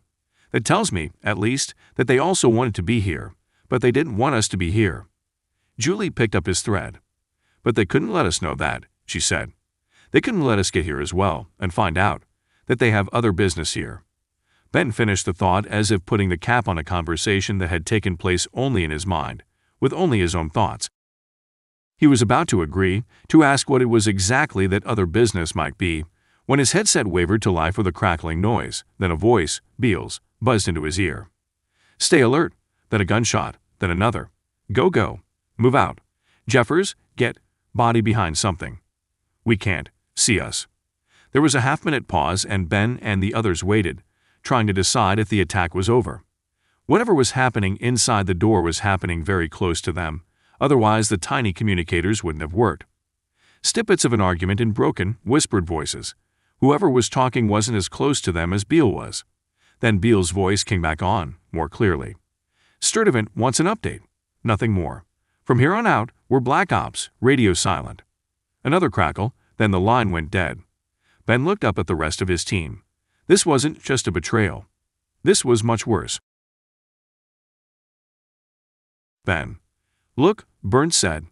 Your mom's upstairs right now, sitting with your dad. You've had 2 days to process all this, up close. She's had about 10 minutes. She's going to need some time to just get past the emotions of it and let the reality sink in, so give her a little bit. But not too much, all right? Don't make her wait too long. She's going to need you, a lot. I don't know your mom, but my guess? If you run and hide from this, hide from that survivor's guilt you're feeling. That's going to hurt her more than if all 3 of you were killed out in those mountains. Ben hadn't realized that he'd memorized those words. He hadn't thought of Dr. Burnt or that moment in the hospital. Looking out that window, since it had all happened. That had sort of been the point. He hadn't wanted to recall anything about the memory, so his mind had obliged and blocked it out. But as he had come to realize in about 35 years of life, the human mind's ability to retain and recall information with only the slightest nudge was nothing short of incredible. So here he was, standing in a drainage tunnel outside of a mountain filled with people who either wanted to kill him or just didn't care one way or another, and all he could think about was why. Why had he just thought of that? What about his father's death, his feeling that it had been his fault, was important in this moment? Julie must have seen it in his eyes. What's up, Ben? She asked. They were waiting outside the door, hoping the Green Berets who had already moved inside were pushing into the base, moving farther away from them, so Ben's team could eventually enter without being immediately apprehended. I was just thinking. Yeah, I've seen that look before, Julie said. You're thinking about your dad. He shot a sharp glance at her, then tried to recover. How did she just know that intuitively? Was it that obvious? Yeah, brother, Reggie said. You wear it on your face. Always have. What are you talking about? Even Mrs. East smiled and joined in. You know, Ben, when I first met you, you had a look about you sometimes. I saw it and thought to myself, why is he so often thinking about his father? What?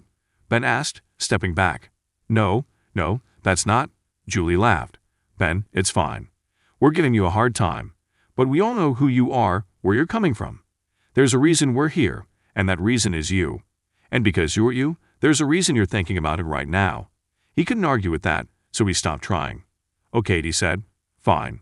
I was thinking about him, when he died, how I felt. How do you feel? Like it was my fault, he said quickly, as if mentioning it in passing would diminish its value. But that's not really what I'm feeling now. It's about control. Control? Yeah, like, I always used to think I ran away from my life because I wanted to be in control. And watching my dad get mauled by a grizzly was a decidedly out-of-control feeling. Yeah, I'd agree with that, Reggie said. He fiddled with his headset. Ben listened to him on his own, trying to hear whether they were out of range yet or not. They had all figured out how to disable the microphone transmitter before they talked to ensure their own conversations wouldn't be picked up. But then I started to realize that maybe it wasn't about control, really, or rather, that it's actually about not wanting to feel out of control. Can you explain that? Mrs. E asked. Well, yeah, maybe. I think I don't really care about being in control, like, I don't have to be the guy in charge. But I absolutely hate feeling out of control. What's the difference? Reggie asked. The difference is that coming here, trying to track down Garza, trying to accomplish that goal and getting out alive, and helping you guys stay alive. I don't have to be in control of all of it. I can control what I do and what I think, and that's enough. But when I'm betrayed, left for dead, and trapped between two enemies, I feel out of control. I don't need to be in control, but I don't want that. That makes sense, Julie said. But what do we do with it? What does it mean? Yeah, man, Reggie said. It's real deep and stuff, but what the hell are you talking about? Ben shook his head. I know. It sounds crazy. Insane that it matters, but it does. All my life I thought I was the guy who needed to be in control, at least of my immediate surroundings, but I think I'm realizing that I don't care about that. I just cannot feel out of control, or that my situation is beyond something I can affect. Reggie and the others looked at him blankly, as if he hadn't even tried to answer the question. I'm not explaining this very well, he said. He pinched the area above his nose, then took a breath. After a few more seconds, he summed up his thoughts. Look, here's what you guys need to know. I'm dealing with some stuff, and it's made me a bad leader. Getting married, then Julie running off to fight a battle knowing that we'd all follow.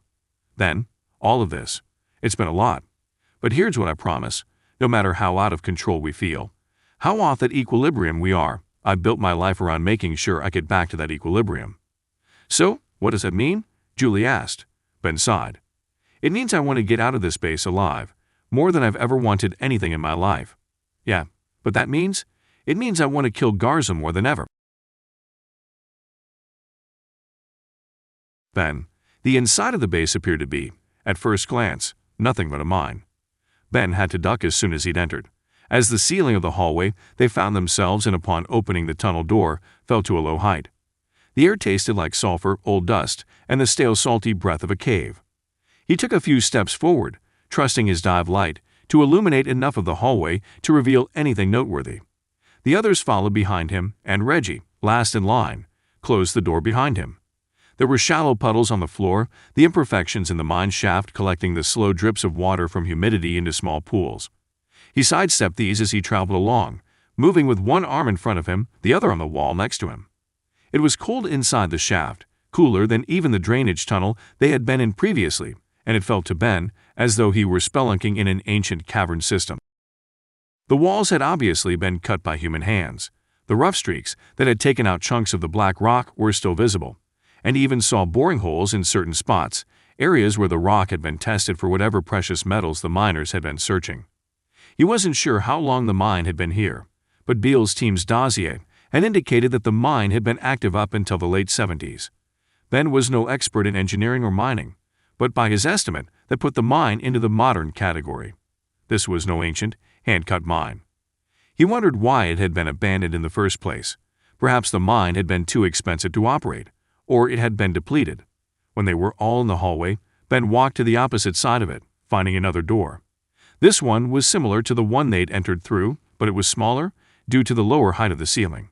He opened it slowly, careful to avoid any unnecessary noise. When it was open fully, he stepped through, into a hallway that was, unlike the cramped space he just emerged from, wide and tall.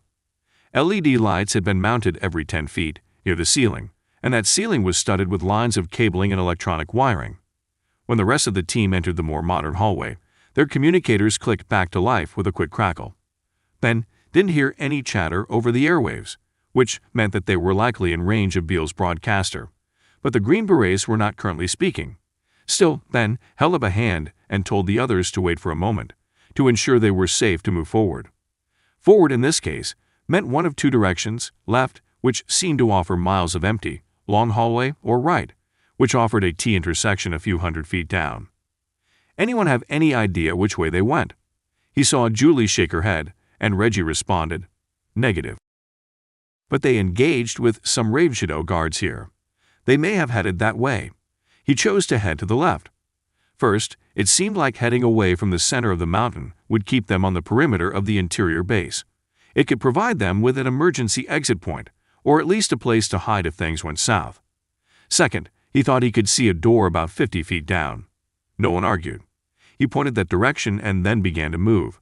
In his mind, he ran through the plan: find somewhere to hide, then make a plan. It wasn't much, but he knew he didn't want to be caught in the middle of this hallway between the Green Berets and Garza's men. He jogged toward the door and considered their options. The cabling on the ceiling, power and lighting, and what he assumed was CAT, 6E, Ethernet, cables meant that the Ravenshadow crew had run communications all the way here, from wherever their headquarters inside the mountain was to whatever these outposts on the extremities were. In other words, it meant that they were connected, and there was not likely a place they'd be able to hide that the Ravenshadow soldiers wouldn't be able to find them. One thing at a time, he thought. One problem at a time.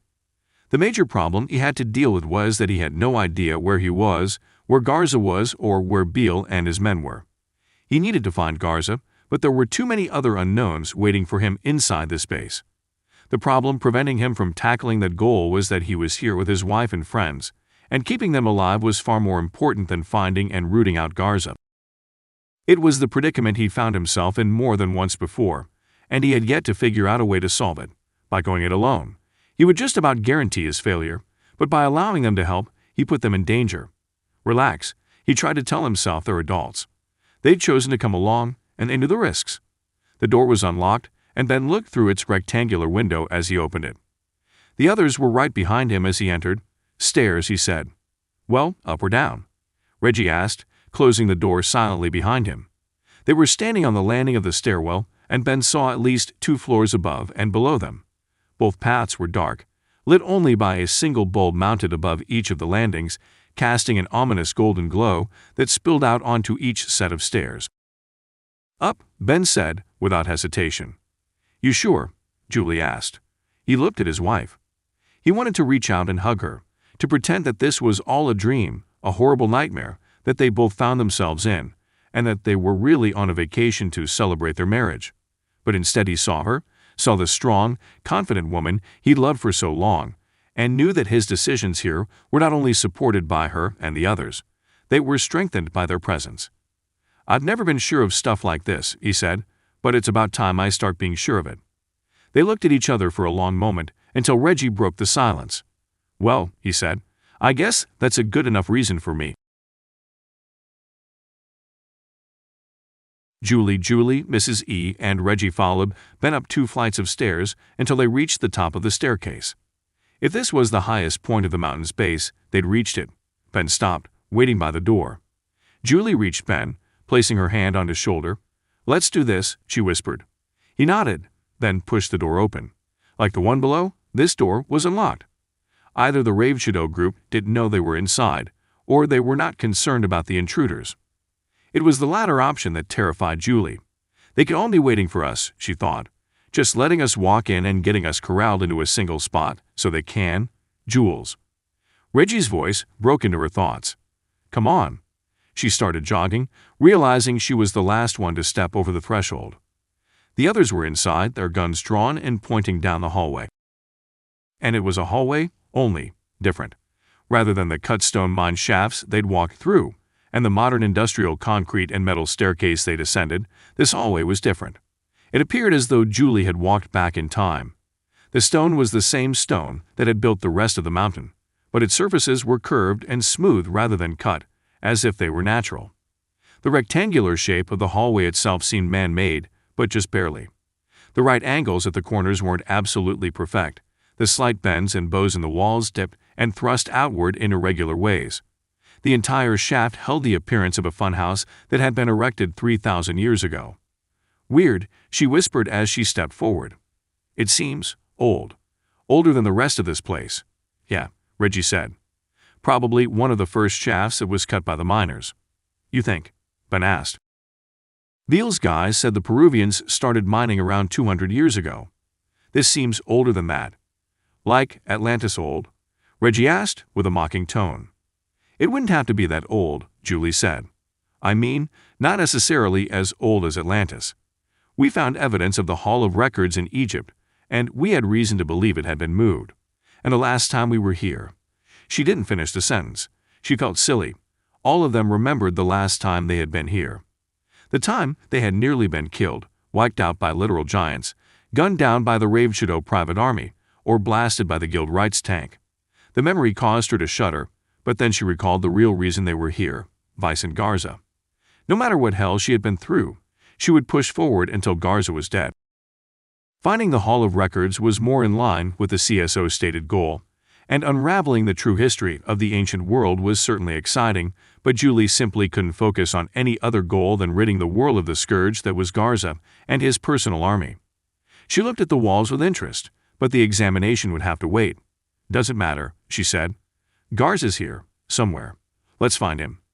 Ben and Mrs. E nodded in agreement, and Reggie turned back to the route. Looks like it dead ends about 30 feet up. This may be an ancient tunnel, but Ravenshadow uses it. There's light and power conduits on the ceiling. Julia looked up and saw that Reggie was right. Furthermore, the two conduits ran alongside one another toward the dead end and then turned sharply to the right. There's a door there, I bet, she said.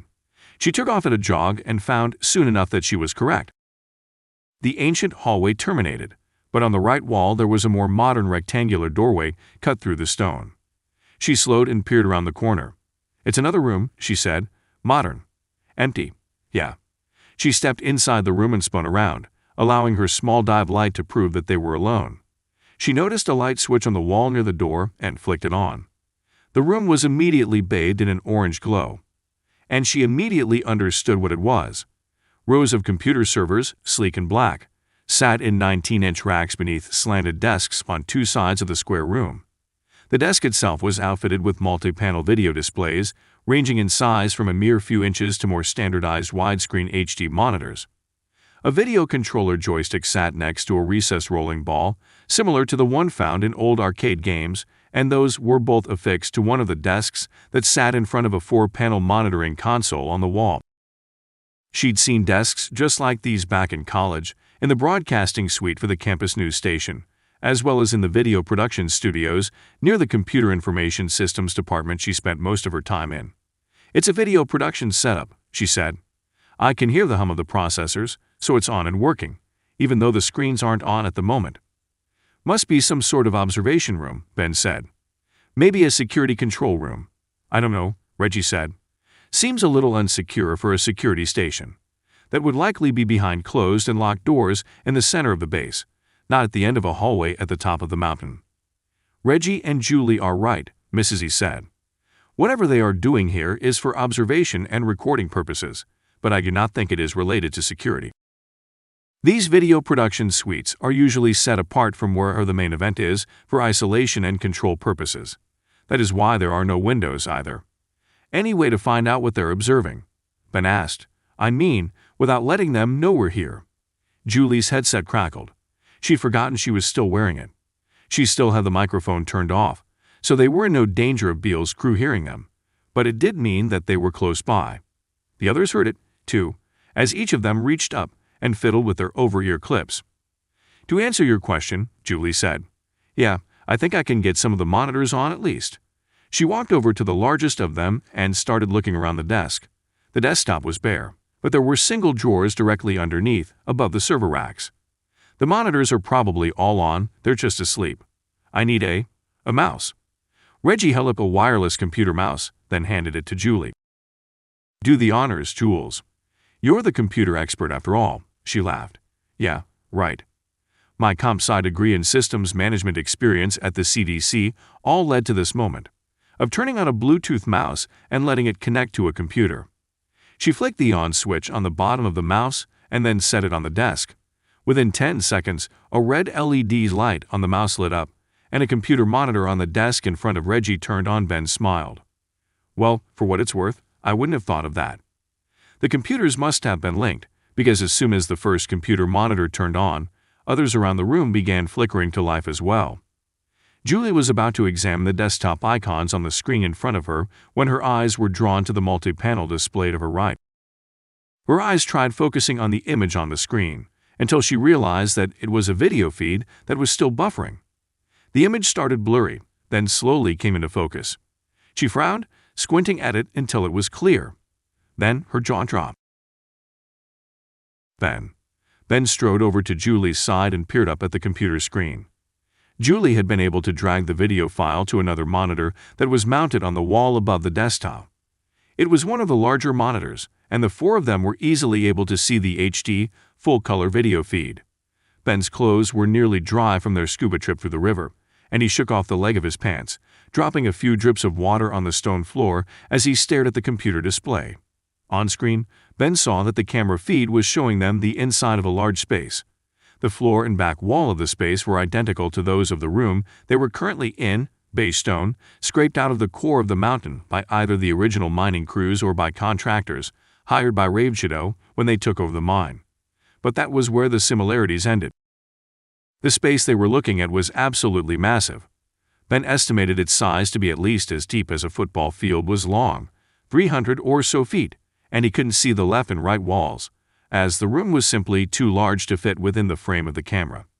He thought it might have been a trick, an illusion played on his eyes by the camera and display, except for another feature of the room that gave him some sense of scale. In the center of the stone-walled warehouse, dozens of rows of biped-like machines stood next to one another, shoulder to shoulder, facing the left-hand side of the screen. It reminded him of a scene from one of the Star Wars movies, the rows of thousands of stormtroopers standing at attention, preparing for battle. Except these weren't fictional film characters. He was looking at an army of machines, each shaped like a human soldier, with wide, broad shoulders and a rounded back that he assumed held whatever power source the machine used, and thin, short legs with knee-shaped joints that he knew would be hydraulically powered. "What the?" Reggie whispered. "It's some sort of army," Ben said, "of machines." "Exoskeletons," Reggie replied. "Gotta be hundreds of them down there." "You think they work?" Julie asked. Reggie shrugged, and Ben didn't answer. Knowing Garza, they probably do. His eyes were pulled to the left side of the screen as they detected movement. Small, shapeless forms, shadows, appeared on some large crates and wooden shipping boxes that had been piled in stacks on the edge of the floor. "What is that?" Mrs. E said, pointing at the shadows. Where the shadows had been a second ago, they were now gone. Julie frowned, but Ben nodded. "Yeah, I saw it too, there." He poked at the screen, and just next to one of the boxes he saw it, a foot. More accurately, a boot, a soldier's boot. "Beale's team," Reggie said. "Looks like they found the payload right away. Almost like they knew exactly where to look. Judging by their conversation earlier, I'd say they do know exactly where they're going, or at least what they're looking for." Ben recalled their words from the comms when they'd first entered the mountain base.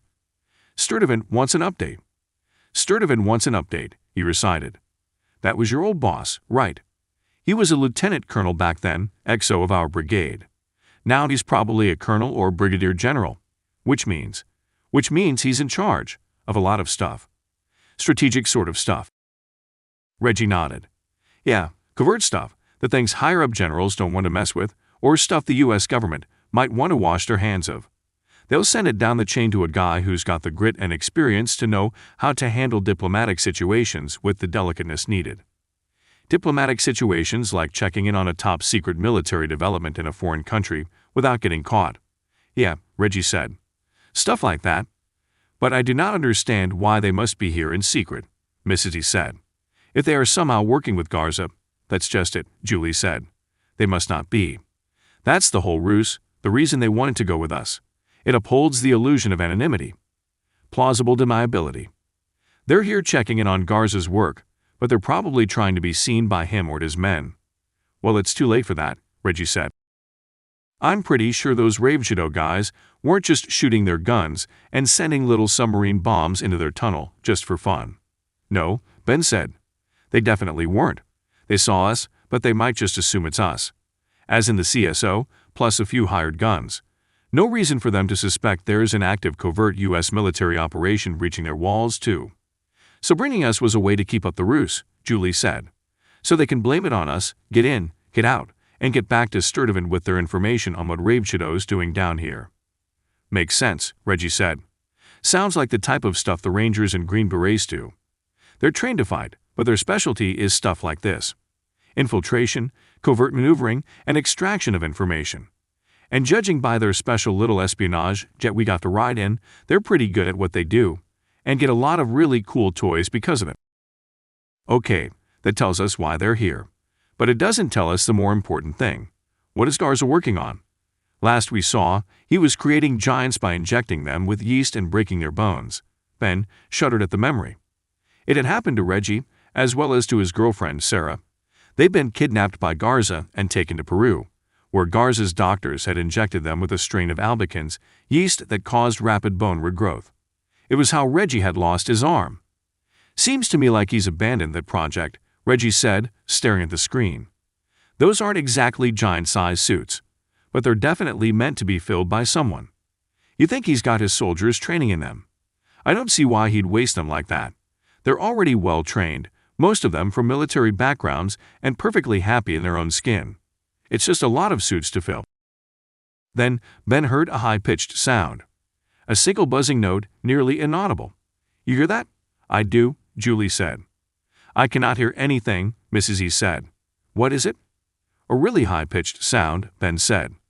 And typically higher-pitched sounds are the first we lose as we age. Are you calling me old? Mrs. E asked, smiling. Ben put his hands up. I'm just saying that I can hear it. That's all. Julie and Reggie grinned, but Julie nodded as she spoke up. I can definitely hear it. It's probably from down there, and we're hearing bleed from it traveling all the way up here. What is it? Well, check out the screen. Ben did, and he saw movement again, this time on the right side of the screen. The exoskeleton suits there began to move, slowly at first. He saw one of their arms rotate, then another. He stared at the screen, then pushed his face closer. Oh my God, he said, they're already inside. Who? The people. Whoever they are, they're already in the suits. All of them are full. Each one of them is manned. That sound we're hearing must be the sound of all of them activating. Well, Reggie said, that's more than a little unnerving. It's like they were in a coma, totally asleep. We should have noticed it, but they weren't even moving a little bit. Ben felt his blood run cold. This is not good. Just when he was about to voice his concern, a voice exploded through hidden speakers in the room. Hello, Captain Beale. It's been a while. That's Garza, Julie said. I want to personally welcome you to the Ravenshadow headquarters and into my latest project. Ben was still staring at the screen when Garza's exoskeletons began moving. The wave started on the right side of the screen, then moved to the left. Eventually, all of the robots were moving in perfect sync, as if being controlled by something externally, rather than by the individuals wearing the suits themselves. They jostled and shifted in perfect formation, eventually tightening their rows and then taking a single step forward. They stopped, waiting. Garza's voice continued through to speakers. Ben could see one of them, a small 3-inch circle recessed into the top of the slanted portion of the desk to his left. These are my newest invention, Garza continued, although I have to give you, the U.S. Army, most of the credit. You were the original purveyors of the tech. The Hulk and the XOS-1 and 2, they were created for your use, although neither Lockheed Martin nor Sarcos could ever figure out the power maintenance requirements. On screen, a single man stepped out from behind the crates. Beale. Through his headpiece, Ben heard his voice. What do you want, Garza? What do I want? Garza replied. I am not the one trespassing onto private property, bringing weapons into my facility. We're just here to check in with a phone call would have sufficed. What are you building here, Garza? This isn't what Sturtevant. Sturtevant is not my employer, Captain Beale. He is merely a middleman. He has a list of requirements, no doubt a list you are carrying as we speak, and rest assured, I will check off every box on that list. But we need to assess the technology and the support system, and report back with, you will do nothing of the sort.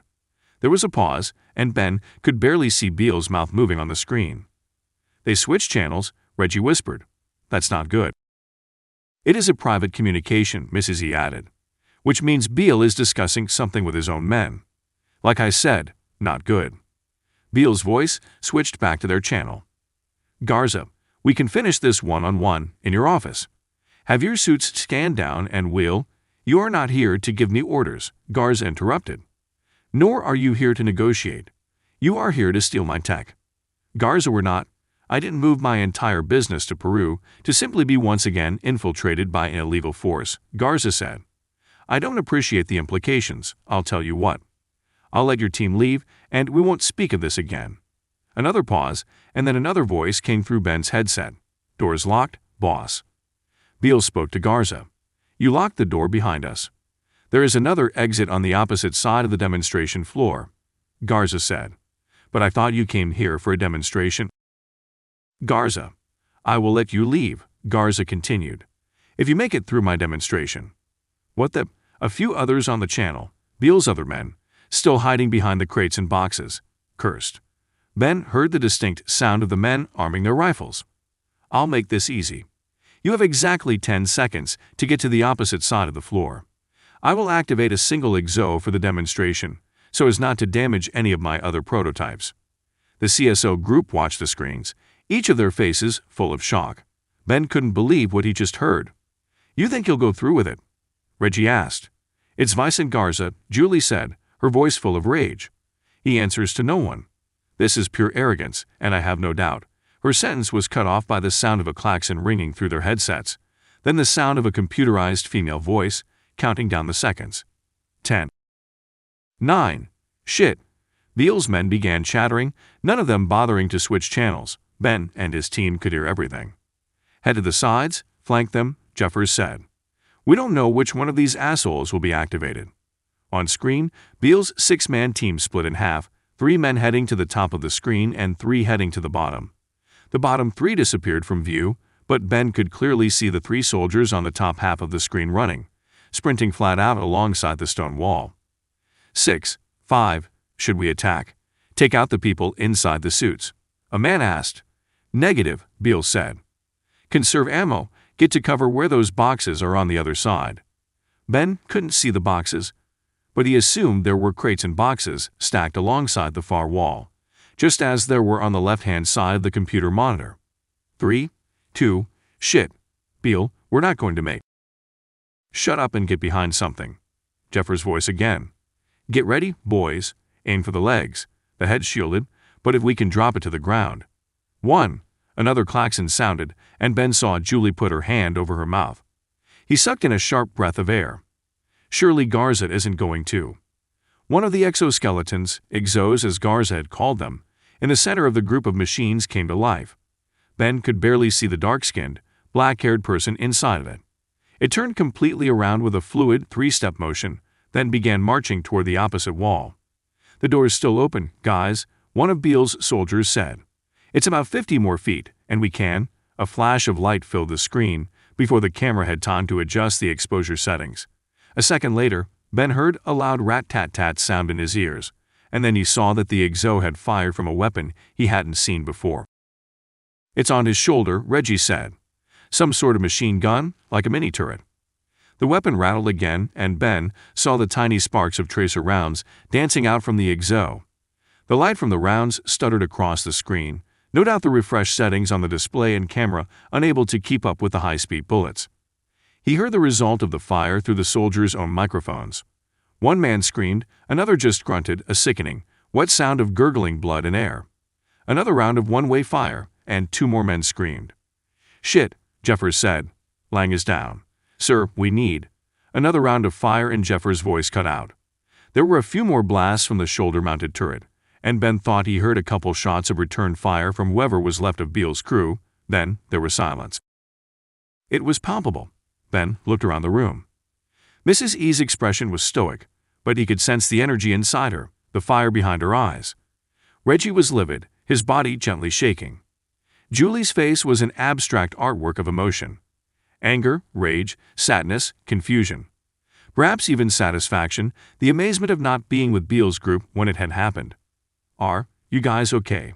Heads shook. Julie looked at him. He wanted her to tell him, to tell all of them, to turn around, to head back down the stairs and get their scuba gear, and leave the way they came. He wanted this to end, to get out, to run home and sit by his fireplace and not worry about exoskeletons or corrupt soldiers or Garza. But then there was a pinprick of realization, a tiny, microscopic revelation that began as a seed, then quickly germinated into a full-fledged feeling. He knew it was the truth, and he had been trying to hide it within himself. He wanted it to not be true, but he knew Julie was feeling the same thing. They all were.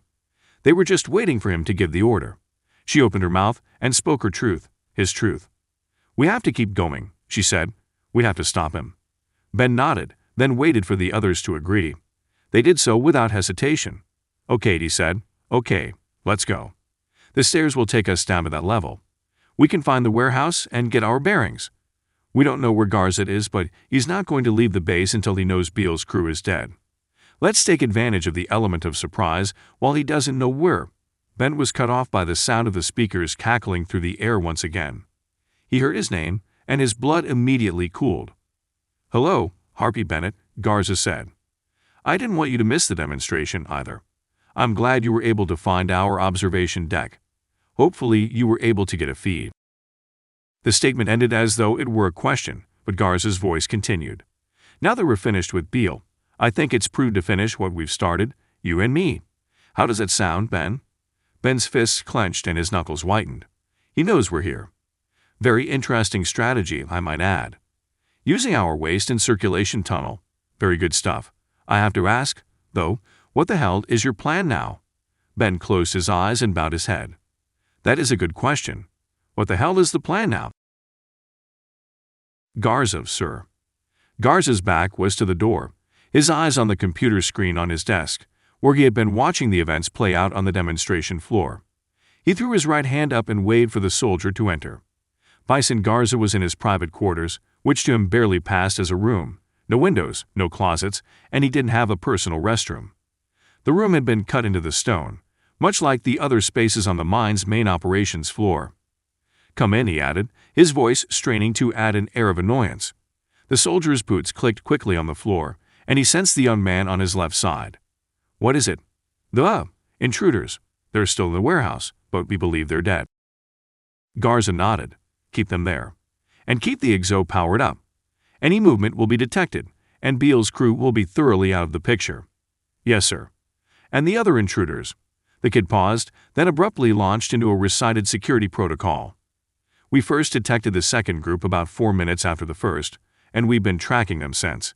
They're still in the top floor observation deck, but we believe they'll make a move for the stairs, coming down the way they arrived.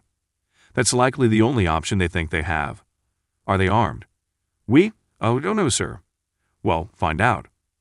Garza leaned back in his computer chair and ran 2 hands through his salt and pepper hair. He felt as though he'd aged 15 years in the past 5 lately. He even felt that his aging speed had tripled. He felt distracted, on edge and jittery. He'd only had 2 cups of coffee, 1 less than as usual, but he had a feeling he knew exactly why he was feeling this way. "I know this man, Harvey Bennett, and his team.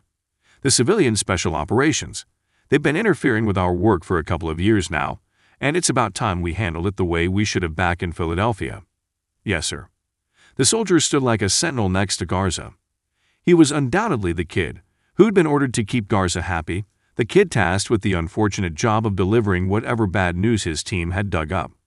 It annoyed Garza that his men, trained killers, used to taking orders, most from a military background, were afraid of him. But he wasn't the sort of man to sulk over things like that. He hadn't started Ravenshadow to test his leadership and charisma. He wanted his men to appreciate him, but their loyalty to him ranked far higher on his list than their love for him. "Son, what's your name?" There was a time in the early days when he'd known all of his men. He knew most of them by name, on paper, but he hardly recognized many of them now. His organization had doubled in size over the past 2 years, and he had nearly killed himself trying to maintain his rigorous standards for training and development. Now, Ravenshadow Group, LLC, boasted nearly 300 men, all either in the process of training through his gauntlet of onboarding exercises or ranked among his active paramilitary troops. Half of those men were still stateside, working on some of Garza's existing contracts. The rest, including this young man, were here. "My name is Private Miller, sir." "Very well, Miller. Thank you for your report. If that is all, then I..." Actually, sir, Miller said, his voice faltering. There's something else. Garza cocked an eyebrow. You're a buyer. The deal in town. Garza nodded, silently urging the young soldier to spit it out. In town, in this case, meant Lima. While Lima was an hour-and-a-half flight from the nearest airport, it was the only other city in Peru that had any meaning to Garza, and therefore Ravenshadow. His men had all passed through Lima before landing in the region, so it had effectively been christened their town. What about it? There's been a setback. Garza stiffened. His timetable was extremely tight. Delivery of his product needed to occur at precisely the right time or the deal would fall through. Any delay on either side would mean disaster. And any disaster would cost Garza a lot of money. What kind of setback, Miller? Well, sir, the buyer has been asking questions. Garza shook his head. Idiots. I knew they should have handled this whole process differently. He despised politics and only played the game when there was a major benefit to him. Even then, he wasn't very good at it. This entire deal hinged on the other parties playing the politics game and playing it well enough that the world would turn a blind eye to Garza and Ravenshadow. The risk was great, but the reward was potentially the greatest. Garza was rather risk-averse, but in this case, he placed his bet. What are they asking? I am not entirely sure of the details of the transaction, sir, Miller said. Obviously, but I'm told they are hesitating. To close the deal? The deal is all but done. We just needed an in-person meeting. Right? Miller said. They're just getting cold feet. Did they know about Beale's team? Miller looked visibly shocked. No, sir, of course not. We had no idea they were here until an hour ago. Okay, fine. Garza stood up, signaling that this meeting was over. Miller would have no more information that would be useful to him. The deal would close, with or without the hesitant party. It was unfortunate, and it would change the nature of the political fob that would be involved, but the deal would close. Tell your team to activate my orders. 3 units on active patrol, the rest business as usual, but on high alert. Yes, sir. The CSO team is not as civilian as their name implies, Miller. I expect you to take that information back to your team as well. Miller frowned and Garza could almost hear his thoughts. But there've only 4 of them, and they have no military training as a unit. Miller, he said, his voice dropping a few notes. I mean it. This team is fully capable of taking out a quarter of our forces if they're not prepared. They will not leave this mountain alive, but I intend to lose as few Ravenshadow men as possible. Miller nodded. Yes, sir, I understand, sir. Miller didn't wait to be dismissed. He turned on a heel and left the room. Garza waited until he heard the soldiers' boots down the hallway, then he turned back to his computer. Ben. We need to get out of here, Ben said. Now. Reggie nodded, but Mrs. E and Julie seemed to be in a trance. Jules, he said again, come on. Ben started walking toward the door when Julie stopped him. Ben, she said. Wait. We can't afford to wait, Reggie said. We need to get out.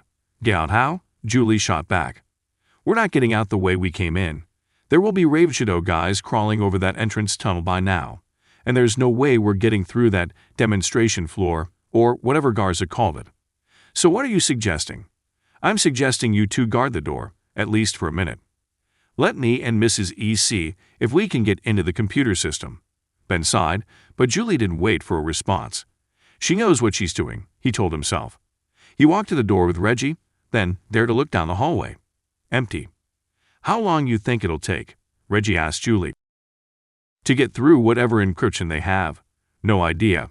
But it's not like we're in danger of alerting them to our presence. We're well past that. Yeah, Ben said, which is why we need to get out of here.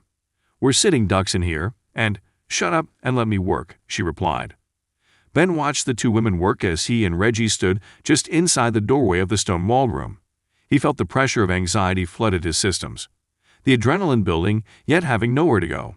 He tried to train himself to push those feelings away, but he knew they were chemical reactions. There was little he could do to bend them to his will besides exercising them out. Seems like they've got their deeper systems locked down tight, Ben heard Julie saying to Mrs. E as the pair flicked around the computer station. Password protected, even retinal scan for some of these folders. There, he heard Mrs. E say. We do not need a password for that file. Julie double-clicked on something and an enormous grid flashed onto the screens above the station. An image of a labyrinthine tunnel system, an artist's rendition, appeared. "It's a map," Julie said, "of this place." She clicked again and the image shifted, seeming to fall sideways in 3D space and then collapse in on itself. "Looks like these are the levels," she said. "The warehouse, demonstration floor, must be here, right in the middle." The old mine shafts cut through the spaces along the outer walls, but most of Garza's newer excavation and construction is focused toward that central space. Ben and Reggie walked back over. Ben wanted to get a good look at things, to try to memorize the spaces and corridors. It was a tall order, but he hoped the four of them together could get a realistic impression of the interior of the mountain, especially its exit points. "See any way out?" he asked. Julie flicked the image back to the top-down view they'd seen before, and Ben now saw that there were 4 separate levels that made up the Ravenshadow base. The warehouse where they'd seen Beale's team massacred took up a central space in the top 3 of them. The lowest level, labeled only by the letter X, stretched past the sides of the map and off the screen. Julie clicked on the level just above that, labeled Level 1, and then pointed to 2 long rectangular passageways that branched off from the central area. "Here," she said, "one that heads west and another that shoots up to the north." "Yeah," Reggie added. "That's all I'm seeing, too. Damn. There has to be something else," Ben said. "Why?" Reggie asked in response. "It's hard enough building a mine, and Garza's not really the hospitable type. He doesn't want company, and when he does, he probably wants to keep them where he can see them." "Right," Julie said. "They'll want to be able to control the entrances and exits, so having only 2 or 3, if you include the way we came in, is much more manageable." "Okay," Ben said. "Fine. Only 2 real exits. They'll be guarded, and there's no way we can fight our way through. Especially not against whatever those exosuit things are," Reggie said. "So what do we do?" Mrs. E asked. "The same thing we always planned on doing," Julie said. She enlarged a section of the map by using the scroll wheel on the mouse. Ben saw that the area she'd enlarged, filled with square-shaped rooms and spaces, was labeled with the letter O offices. "This is where Garza will be. We're still going through with the plan?" Reggie asked. She shot him a glance that told Ben everything he needed to know. "Why wouldn't we?" she said. "If we take out Garza, then everything, including getting the hell out of here alive, gets easier." Ben nodded. "She's got a point. His army will still be pissed and likely put up a fight, but without their leader in place, their organization will crumble." "Okay," Reggie said, slapping the magazine of his assault rifle. "Let's get to it." Down 2 flights of stairs and were dumped out into the offices. Nothing to it. Mrs. E and Julie stood and walked over to join Reggie and Ben near the door. Nothing to it, Ben thought. If only it were that easy. He turned to leave, then stopped short at the doorway. He realized he and Reggie hadn't been guarding the door. What is it?" Julie asked. "Not what. Who?" He turned to the side, revealing the person standing at the door, Victoria Reyes. Edmund. Father Edmund Canisius slammed the phone's receiver down. "This is an outrage," he thought. He stood and paced the room, talking to himself. "All flights are full," he said to no one. Not even a flight to another city. The conference was going to be over in a day, and it appeared that everyone was planning to leave town at exactly the same time. He hadn't previously booked an outbound flight due to the nature of his work here. Namely, because he had no idea what that work was truly supposed to be. He took a few breaths to calm himself down. "Do not overreact, Edmund. There has simply been a misunderstanding." He knew he was still frustrated at his peers and superiors at the Vatican. They had sent him on this fruitless quest to do something in a foreign country where he did not know anyone, and to close a deal for which he did not understand the deliverables. Sure, his side was providing the funding, but he was still unsure of what the Orland Group was to provide. Rebecca Sinclair had been cryptic, but nice enough. She was a polished bureaucrat, a trained executive, a role for which acting skill would be a notable plus. So it was highly possible that she had simply been playing with him, working against his emotions and confusion to extract something from him. But what? He couldn't figure out what game was being played, in what game of chess he was acting as the pawn. He knew he was one, he just didn't know the other pieces. Was Sinclair the queen or the king? Or was she one of the players? The call at the front desk of the hotel offered little to calm his nerves. The woman's voice, while soothing, was laced with exhaustion, and he knew he was only exacerbating things by asking over and over again whether she could book him a flight back to Rome. It was an antiquated way of doing things, but Edmund knew of no other way. His assistants usually did that sort of thing back home, and he was simply given the itinerary. It was becoming more and more clear to him that he was here in Peru because he had ruffled someone's feathers in the Vatican. It was not an uncommon thing, but to force him to travel around the world, tasked with signing a deal that was all but finished, without the means to seek help from anyone around him, was another thing altogether. He had upset someone, but he wasn't sure who, nor did he know what exactly he had done. Was he here to make a mockery of himself, to expose to the world just how little of the world he understood? He was a man of the cloth, and he took his fate seriously, but he couldn't understand what God would be asking of him in this moment. He turned to the phone once again and reached for the number he had hastily scribbled onto a note card a few days ago. He picked up the phone, waited for the dial tone, and then dialed the number. He didn't expect anyone to answer, but he heard the connection by the third ring.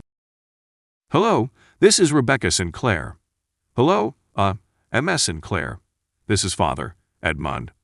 The woman on the other end seemed positively joyous to be hearing from him. She is like a politician, he thought, trying to make me feel good. "Yes, hello," he continued. "I was wondering if you received the transaction." "Indeed, Father." "Thank you. All is well." "Wonderful. In that case, I was hoping we might be able to wrap up this. We need to sign the papers, Father. Remember, the contract is not yet signed, and we are scheduled to meet in another day." He knew. Tomorrow evening, to be precise. At the same restaurant they'd met previously. But he didn't know why they had to wait so long. Can we not simply sign the contract and then be done with it? "I know you are interested to get back to the Vatican," Rebecca said, "and I apologize for the fanfare and charade, but it is crucial that we adhere to the timeline." Father Canisius mustered up a small bit of courage from somewhere inside. "Why?" It came out blunt, and he guessed, rather rude. "Well, Father, because that is what our stakeholders and investors have requested." He nodded to himself, a blunt response to a blunt question. It didn't answer anything, really, and they both knew it. "And I'm glad you called. You must have received the updated instructions from your superiors." Canisius frowned. Updated instructions. And whom were these superiors? He worked with an office of cardinals and bishops, as well as assistants and program directors from the layman sector. Someone was pulling the strings, his strings, and it did not sit well with him. He cleared his throat, attempting to feign knowledge of what exactly she was talking about. He wished, in that moment, that he was as savvy with technology as he was with Scripture. He should have had some way to check emails, be it on a cellular phone or a laptop. As it was, he had planned to get to the hotel's business center on the way to dinner to log in and check in with his Vatican office, but he hadn't done that yet. "I apologize," he finally said. "I have not." There was a pause on the other end, and he heard the muffled sound of Sinclair speaking with someone else. "I believe it is my turn to apologize, Father," she said. "I was informed earlier this morning that your presence will be requested at the time of purchase. I do not even know what it is we are purchasing." "Of course," she said. "Yet that is what the updated itinerary states. The parties have personally requested your presence." He squeezed the area above his nose. "So much for catching an early flight home. And just where is this transaction going to take place?" He hadn't intended to sound so irritated, but he knew it was no secret that he was frustrated. Sinclair might not be playing him, but someone was. And whomever it might be, whomever was calling the shots back in the Vatican, was going to have a long conversation with Edmund when he returned. "I apologize, but I must be going. All the information you need is in the itinerary update, and I am told you have been emailed personally with the request." He thanked Sinclair and hung up the phone. He needed to clear his mind, to try and make sense of this. Someone wanted him to be in Peru, but did not want him to know why he was there. He didn't like the feeling of being a pawn in someone else's game, nor did he care for the implications that he was disposable. He decided to take a walk. He could log into the hotel's computer on his way out, and perhaps the itinerary email would give him more information. He wasn't sure he would be able to do anything with that information, but it was information nonetheless. Julie rushed forward and embraced Victoria. "Oh, my God," she said. I didn't know you were still alive." Victoria stood straight, not embracing Julie. When Julie released her, the woman seemed to relax a bit and exhale, though her eyes seemed to be looking straight through her. Weird. "Follow me?" Victoria said. Julie turned to Ben and waited for his reaction. Her husband didn't move at first, and Julie wondered if he'd even heard her. Julie was about to nudge Ben when he turned to her. "What do you think?" he asked. Before she could respond, Reggie jumped in. "Do you know a way down, besides the stairs? Somewhere there won't be a bunch of your dad's army men crawling around." Victoria nodded. "Great, let's move." "Reggie," Julie said, her voice wavering. But he was already gone. Victoria led Reggie and Mrs. E out of the room, to the right. Julie grabbed Ben's arm before they left. "Ben," she whispered, "something's not right." "Yeah," he said. "We're in an ancient mine, being chased by mutant machines, and—" "No," she said. "I'm not talking about that. I'm talking about her, Victoria." Ben frowned. "What do you mean?" "She's not right. Something about her seems off." Ben paused for a second, then looked down at Julie. "She's our best option, Jules, at least for now. Let's try to see what she knows. She's been here longer than we have." "That's exactly my—" Ben pulled Julie out of the room and in the direction they'd seen Victoria and the others moving. Julie had assumed the hallway ended there, in the dark and shadowy corner of the mountain base, but she noticed that Victoria was pressing her hand up against the wall, and the wall itself appeared to be moving. It danced and swayed, and then Victoria stepped through it. Reggie and Mrs. E followed closely behind. "What the hell?" Ben said. "How did she—" "It's a curtain," Julie said. "We must have missed it." Julie stepped forward and pressed her own hand against it. Sure enough, what she thought was a wall of stone was nothing more than a heavy piece of burlap fabric, the same grayish color as the rest of the walls.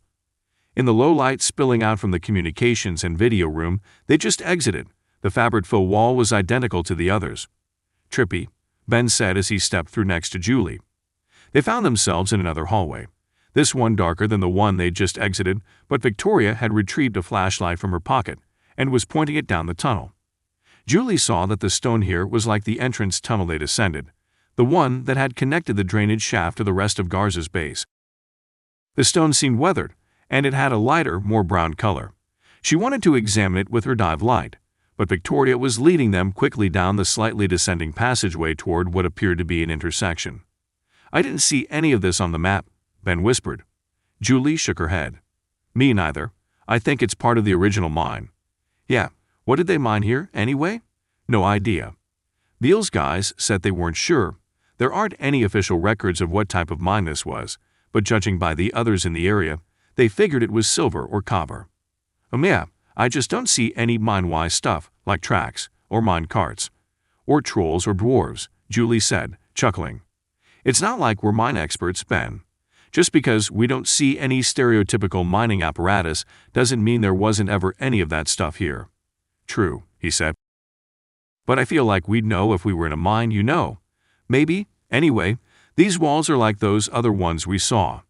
Like a different type of stone or something." "Older," Ben said. "Way older. We're in one of the original shafts.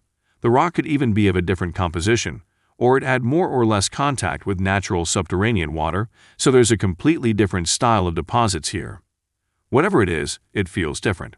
And that brings me back to Victoria. She's just off. She's been acting strange since our wedding."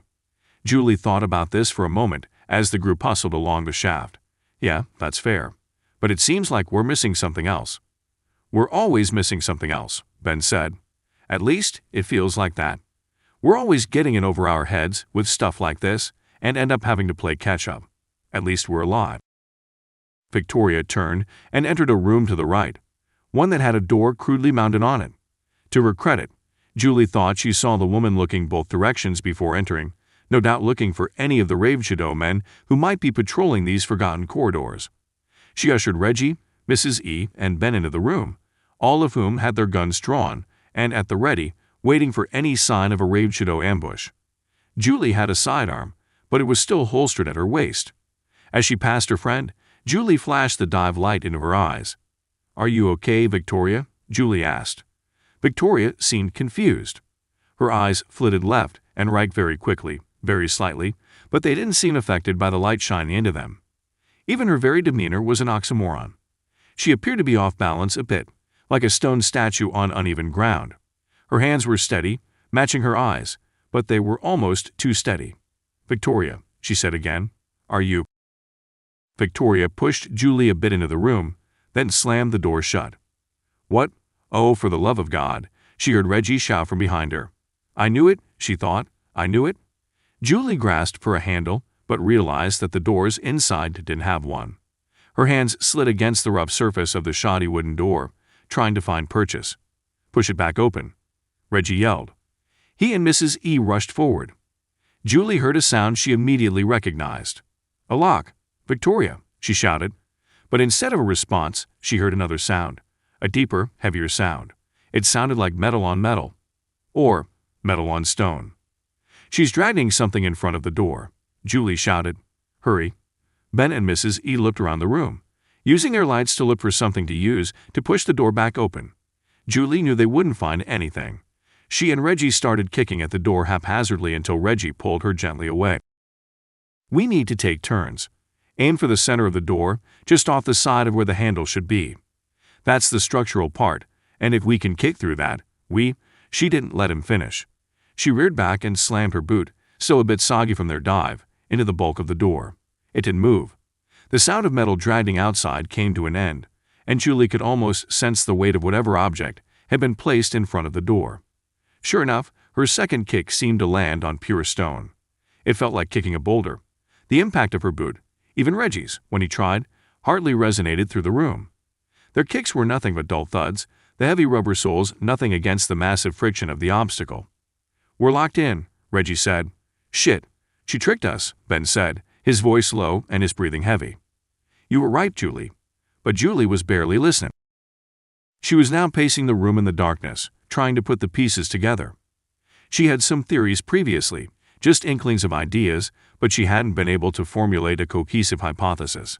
Until now, her mind raced, what she knew of Victoria, what she remembered from their past encounters, her own memories, and what she knew of Victoria's father.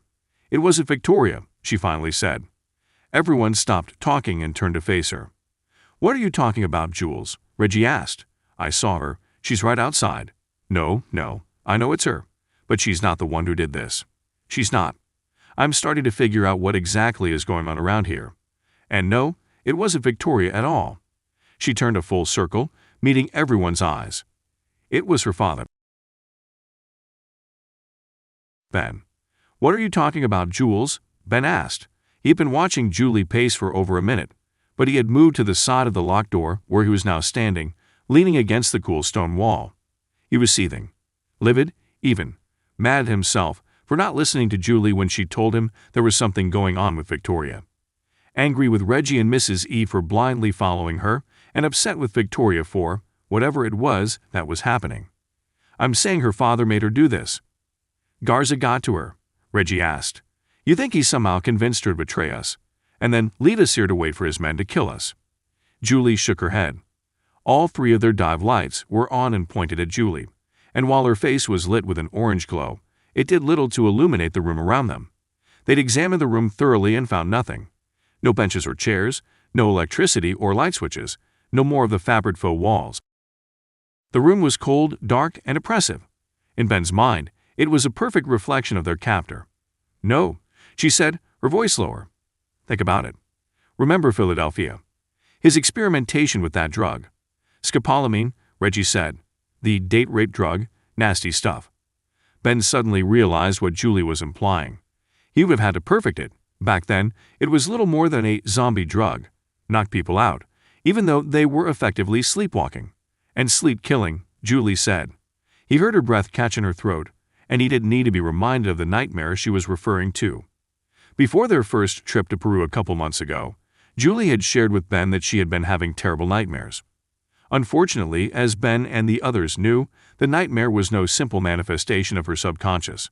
It was a memory, one they all took part in. He remembered the event as if it had been yesterday. The loss of their leader and good friend, Joshua Jefferson. His mind fell back into the scene, fighting against his own judgment.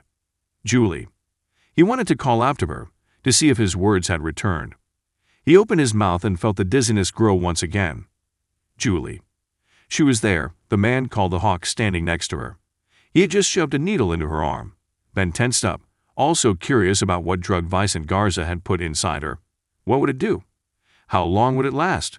And, most importantly, what were the side effects? Ben tried to shake away the memory, one of the top 3 worst events he'd ever witnessed. Julie's head fell backwards, her eyes opened wide. She began to mumble, loudly, and Ben could hear it from his position against the back wall. The soldier in front of him didn't move, didn't avert his eyes from Ben.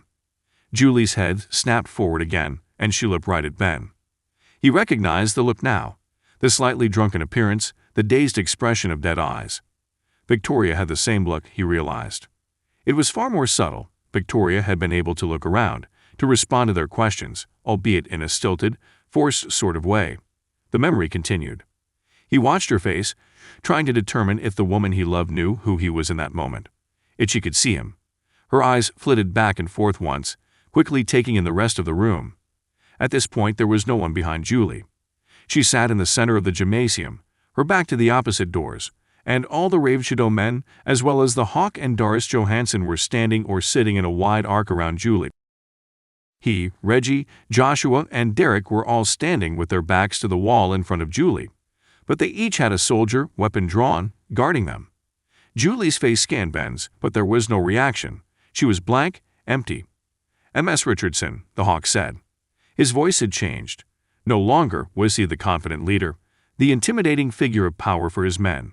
His voice was calm, almost gentle, and as he addressed Julie, Ben wondered if the man's voice was part of the test. Perhaps the tone of the man's voice affected Julie in some way. She turned to look at the Hawk. Hello again, M.S. Richardson. I'm glad we could talk in front of the rest of these people. M.S. Richardson, do you see these people? The Hawk made a point of drawing a wide half circle with his open palm, showing Julie the room. I do, Julie said. Ben's heart raced. He hadn't heard Julie's voice since before the phone call. He'd heard her scream, cry out, beg, but he hadn't heard her in so long. Her normal, day-to-day voice. He was hearing it now.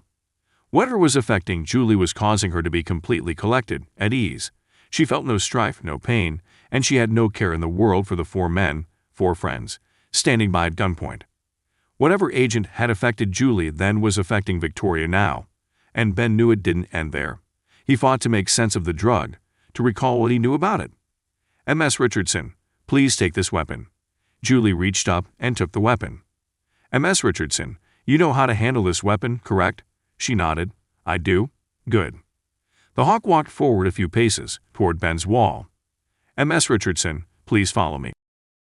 Julie stood up and trailed behind the Hawk. When Garza had reached the side of the gym Ben was standing on, he stopped. He moved sideways over to the soldier standing in front of Joshua, then stopped again. Julie followed, now standing next to Garza. M.S. Richardson, who is this man? Joshua Jefferson. And do you know him well? Reasonably well. We're friends. I see. And how long have you known Mr. Jefferson? Julie thought for a moment. Probably 6, 7 months. And do you like this man? She nodded. I like him. He's a good friend and a good leader. His heart sank. Ben didn't want to remember the rest of it. The nightmare that had turned out to be very real. It had ended in the worst way possible. His mind, however, had other plans. M.S. Richardson, please shoot Joshua Jefferson in the head. Julie immediately complied, her arm coming up quickly. She aimed and Ben saw Reggie lurch forward, catching his soldier off guard. Julie was now behind Reggie and the soldier, and Ben couldn't see her or Joshua, but he heard the gunshot. Ben shuddered. The nightmare was there, forever lodged in his subconscious, ready to make an appearance just when he thought he was safe. He was a man accustomed to torment, to personal demons and dark pasts, but he had worked hard, for a long time, to compress those demons into a finite space within a dark corner of his mind. In his inability to purge them completely, Ben had created a prison-like vault for them, a place they could live and exist and occupy nothing dangerous, but he insisted on controlling their access to the rest of his mind. His system was, clearly, not perfect. Julie stepped forward. Ben, she said, are you okay? He swallowed, a hard lump that took longer than normal to go down. He felt like he wanted to cry, but he sniffed in a sharp smack of air and looked down into her eyes. Whatever demons I'm facing, she's facing them even more. She had pulled the trigger. Ben, He drugged me, Julie said, and I think he did the same thing to Victoria, to his own daughter. Reggie nodded. He's been testing it. Ever since we stumbled into his gymnasium lab in Philly. He's been perfecting it. And those exo things, Ben said. Remember how we didn't even know there were people inside of them until they started moving? They were in a trance, Mrs. E said. This zombie state you mention, it seems to be medically induced, as you say, but how then is Garza controlling them? It's not pure scopolamine, Reggie said. Unlike that, which is an antiemetic in smaller doses and simply knocks you unconscious in larger quantities, Garza's figured out some other chemical or chemicals to combine with it. In Philly, it was just the borrachero, which is the plant scopolamine comes from. It's native to Peru, but I'm thinking that what he's been extracting isn't just the borrachero. Definitely not, Julie said. And it's absolutely been run through his labs. Nothing in nature can cause that sort of stupor and then be used to apply someone to do what you want. And only what he wants, Ben said. She wouldn't listen to us. That's true, Reggie said. And that's a big deal. There's something deeper going on with it for it to be activated or whatever is happening, by just Garza's voice. Is it his voice? Reggie pondered it for a moment. No idea. I just can't think of what else it could be. I mean, that's the only thing unique to Garza, right? None of us sound like him. Ben shook his head. But to create a designer drug that responds to that exact timbre and vocal frequency. Reggie, you and I have a deep enough voice that it would fool a drug into thinking we're Garza, at least a bit. It should have confused Victoria somewhat. Reggie nodded. Yeah, true. Still, it's weird. I've never seen anything like it. Weird is an understatement. We need to keep our eyes up. Since he brought us here, he probably doesn't just want to kill us or he'd have done it already. That means there's a good chance we're next in line to be his mind control guinea pigs. Sounds fun, Reggie said, waving his prosthetic arm in the air. I've actually benefited from his experiments in the past. Julie shot him an ugly glance. Not funny. Reggie shrugged. A little funny. Anyway, what's the plan now? I have a feeling we're not going to have much time before. The giant metal scraping sound returned, and all four of the team members were silenced. They're here, Reggie said. He stepped backwards, disappearing into the shadows next to the door. Ben and Julie closed in next to one another, Ben putting his arm around his new wife. Each of them were holding their rifles, but there seemed to be a shared understanding that they wouldn't attack the intruders. It could be Victoria, Ben thought. Maybe the injection wore off, and she's coming to help us. He didn't voice this to Julie, but he could almost sense that she felt the same way. Julie's breaths were steady, slow, and even. She was focused, nervous but expectant. He hoped it would prove fruitful, that he was right about it being Victoria on the other side of the door. He was wrong. Two Ravenshadow men appeared in the doorway, both holding nasty-looking modern assault rifles, some kind Ben didn't recognize. They had attached flashlights, and the wash from the lights pierced through Ben's eyes, blinding him. He immediately threw his hands in the air, allowing his assault rifle to fall by his side, still harnessed over his shoulder. It swung back out the way. Julie did the same, and the first of the men entered the room. "Get on the ground," he shouted. The second man stood in the doorway, but Ben saw that his eyes were on Reggie. The two soldiers were locked in a silent fight, neither wanting to make the first move for fear of getting their partners killed. Reggie finally gave in and put his arms up too. Ben and Julie slowly retreated to their knees, their hands still in the air. Ben could feel the cold, unforgiving stone floor through his pant legs. His knees were already sore, and he hoped the Ravenshadow soldiers would make quick work of whatever it was they had been ordered to do. "Remove your weapon," the man said. His rifle's barrel was pointed directly at Ben's face. Ben knew he wasn't going to shoot him, but it was still a bit unnerving. He slowly began working the strap of his rifle up and over his shoulder. Out of the corner of his eye, he watched the standoff between Reggie and the soldier in the doorway. He wondered if his best friend had any tricks up his sleeve. They had been in the middle of discussing a possible plan when the Ravenshadow men barged in, so Ben wasn't entirely sure where Reggie thought they had left things. He knew Reggie wasn't the type of man to just wait around for Ben's orders, but Ben also knew he wouldn't risk the lives of his friends. As it turned out, Reggie didn't need a plan at all. Before Ben knew what was happening, he heard a low-pitched growl emanating from the space behind the door, in the far corner of the room. A massive shadow lurched and crawled over the ceiling, followed by an even darker, more ominous shape. Mrs. E. Edmund. An hour earlier, he had returned from his walk, stopped in at the hotel's business center, and logged into his Vatican email account.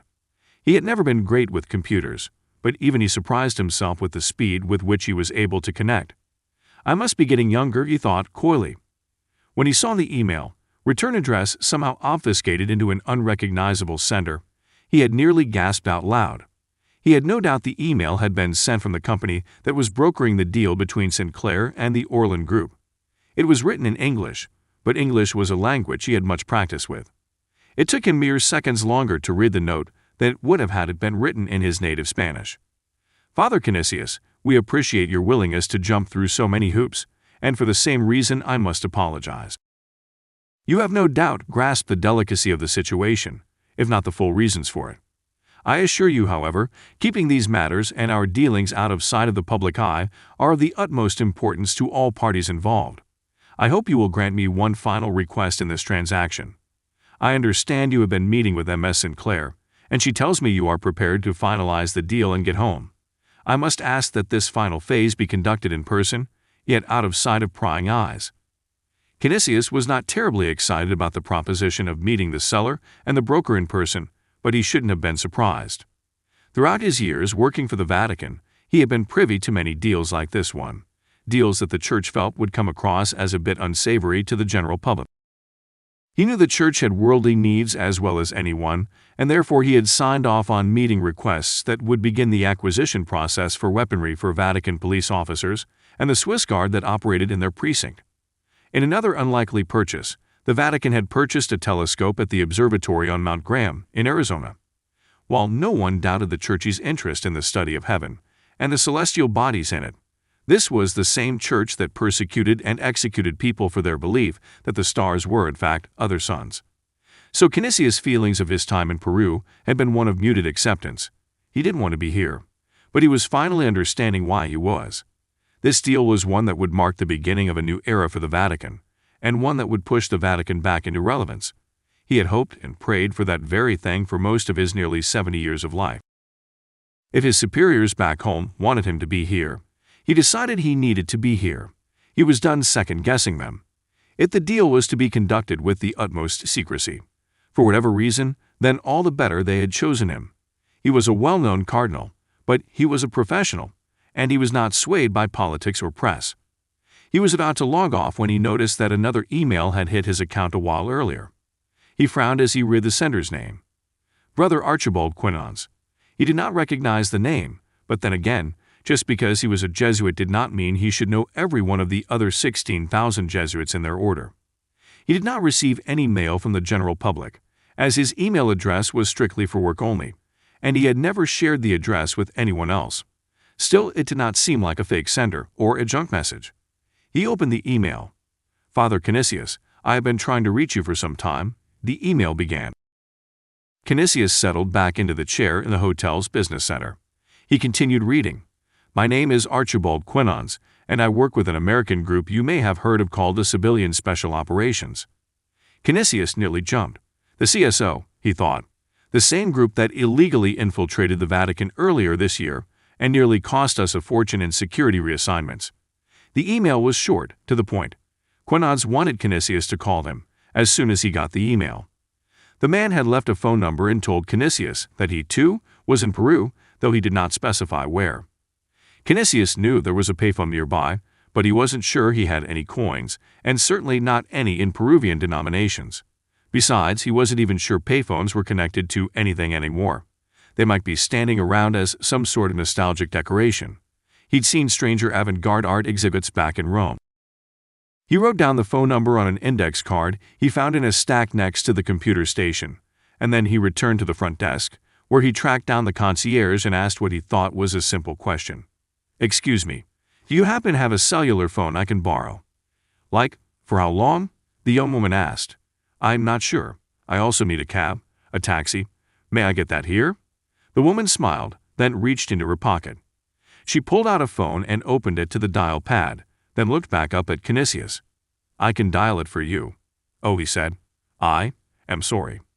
I was hoping I could borrow it for a short trip. There's somewhere I must be. The woman seemed to dislike this response, but to her credit, she continued to smile. "I'm sorry, I really can't let you take it." Her eyes lit up. "But we sell phones in the gift shop. You may purchase a set number of minutes. That should be more than enough for an outbound call." Canisius followed her pointing finger and saw the gift shop, just beyond a set of double doors.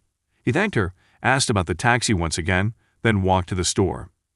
After purchasing what the cashier described as a burner phone, he returned to the lobby to wait for the car the woman had ordered, then turned on the phone, saw that there was a decent charge, and dialed the number. It rang 3 times before a man's deep, powerful voice answered. "This is Archibald Quinon's." Julie had totally forgotten about Mrs. E, and it seemed as though everyone else in the room had as well. The large woman was now barreling toward her and Ben, and she was moving fast. Mrs. E was large, but she had honed her stature into a solid mass of muscle and functional strength through years of hand-to-hand combat training, including becoming a master in Krav Maga. Julie ducked out of the way, but there was no reason to. The Ravenshadow soldier stood between them and Mrs. E, and it was into this man that the massive woman flew, her head tucked, and aimed at the guy's chest. The impact this close to Julie's ears was almost deafening. She heard and felt the sickening crunch as the man's sternum collapsed, and Ben had barely enough time to duck out of the way before the man came crashing up and over him. Mrs. E was still in motion, her truck-thick legs pumping with more power than speed, and the man tripped over Ben's extended boot and sailed over his head and into the rear wall. Another crunching sound ended the man's life, but Mrs. E wasn't finished. She brought the butt of her rifle down onto the man's head and sealed the deal. On the other side of the room, in the doorway, Reggie had also made his move. He punched up with his artificial limb and sent the other soldier's rifle clattering toward the ceiling. He followed that swing with a solid left hook with his real hand, which was certainly not made of metal alloy, but was nonetheless hard as a rock. The Ravenshadow man at the door grunted in pain, but, to his credit, raised his arms to stave off another attack. Reggie was faster. He had his prosthetic lifted, his upper arm out and his elbow and forearm parallel to the ground, and he simply smashed the man's face as if it were a melon. Julie watched the scene in disbelief, as if she were watching some disturbing science fiction movie. But it was real life, and that life, for both Ravenshadow men, was now over. Julie stood up slowly, waiting for the rest of the group to react, and waiting for any signs of life from the 2 down soldiers. Nothing. Reggie grinned, twisting the wrist of his prosthetic around and examining it. "Damn," he said, "not a scratch." "That's what you're worried about." "Hey, it's like a brand new truck," he retorted. "You want to be the first person to scratch it, not some random Ravenshadow asshole." Mrs. E was wiping her pant legs as if she'd simply fallen in the dirt, and then stood to her full over 6-foot height and shook herself off. "Well, you'll probably have plenty more opportunities to test it out," Ben said, groaning as he rose to his feet as well. "There are lots more of these dudes, and they're not going to waste any time shooting at us if they catch us out there." "Fair point," Reggie said. "It's ironic." "What is?" Julie asked. "We worked so hard to get in here," he said, "and it was easy. The challenge is going to be getting back out." "Yeah, that's true. Especially since Garza knows we're here." Julie stopped herself, then thought a moment. "You think there are more of these secret passageways? The curtain, you mean? That piece of fabric that led to this room?" "Yeah, exactly.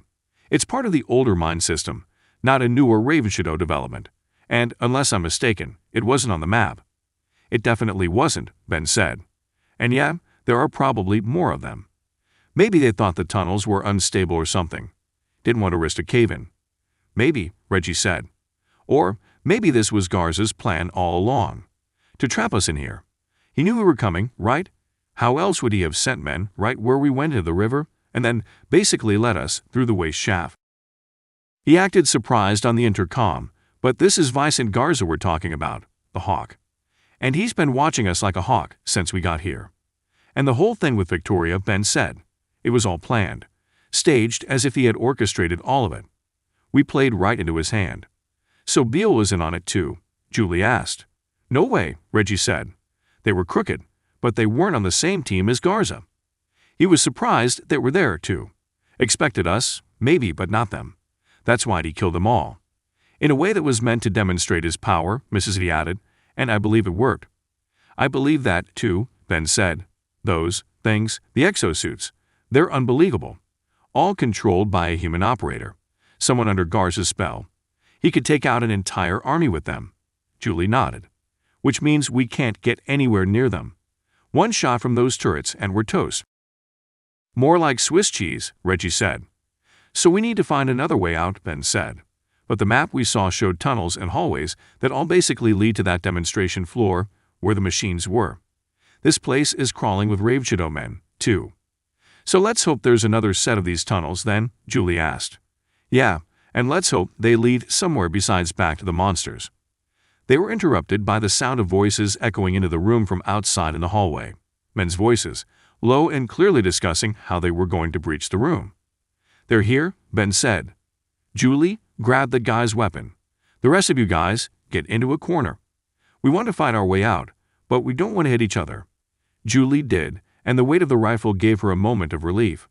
She no longer felt naked, vulnerable. She was armed once again, and she was going to fight her way out of this hell. Ben. The exhaust had started to move. Ben knew that because he could hear the faint sound of the high-pitched whine as the machines moved throughout the base. The sound was more like a piercing, shrill poke, a physical sensation, than it was a sound. It made sense to Ben, since he knew that sound was literally a pressure wave. The exhaust made noise as they powered up, and it was enough noise that they essentially broadcasted their location as they moved. Not exactly stealth, Ben thought. Perhaps that was why Garza was still working on them. Why Beale and his boss, Sturdivant, wanted an update. Maybe Garza couldn't figure out how to get the whining noise out of the exhaust modus operandi. While Ben hardly thought the exhaust were meant as stealth infiltrators, their lumbering, monstrous machine bodies thundered around, preventing any hope of moving incognito. Ben knew that a high-pitched sound at that decibel level would travel massive distances, alerting any enemies to their locations long before they were in firing range. One of the exos had marched down the hall and past the CSO group, narrowly missing them. They'd hidden by sliding to the floor, lying flat and hoping that the exo was merely patrolling, not actively pursuing them. They'd gotten away without being spotted. Apparently the suits were incapable of determining enemy locations without a decent amount of light, and the onboard human host was incapable of using its own senses for that purpose. Ben had watched it closely as it passed, taking it in, memorizing what he could. The sleek aluminum braces around the vertical leg shafts shone against the dim light cast by its own flashlight, mounted on the opposite shoulder as the thing's turret. Ben saw a battery pack the size of its torso strapped to the alloy frame, where there were also a few canisters that he assumed held some sort of hydraulic equipment or ammunition. The thing's feet were diamond-shaped pads, split down the middle horizontally, allowing the toes to bend. The arms were mounted on ball-socket swivels, and he saw that they had claw-shaped grips on the ends, extensions that could be used to grab rocks, branches, and other objects. And he had no doubt the thing knew 50 ways to kill a man.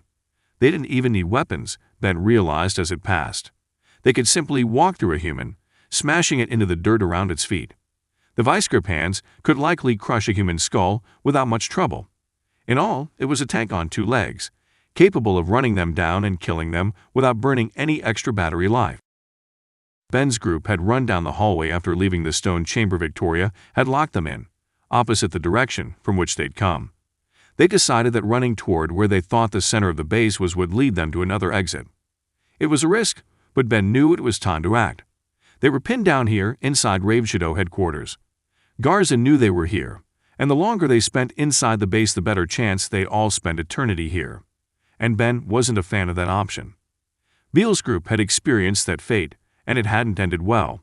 But Ben also wanted to continue their mission. While Beale had betrayed them, Ben intended to redeem their deaths. He added theirs to his tally of reasons to seek vengeance.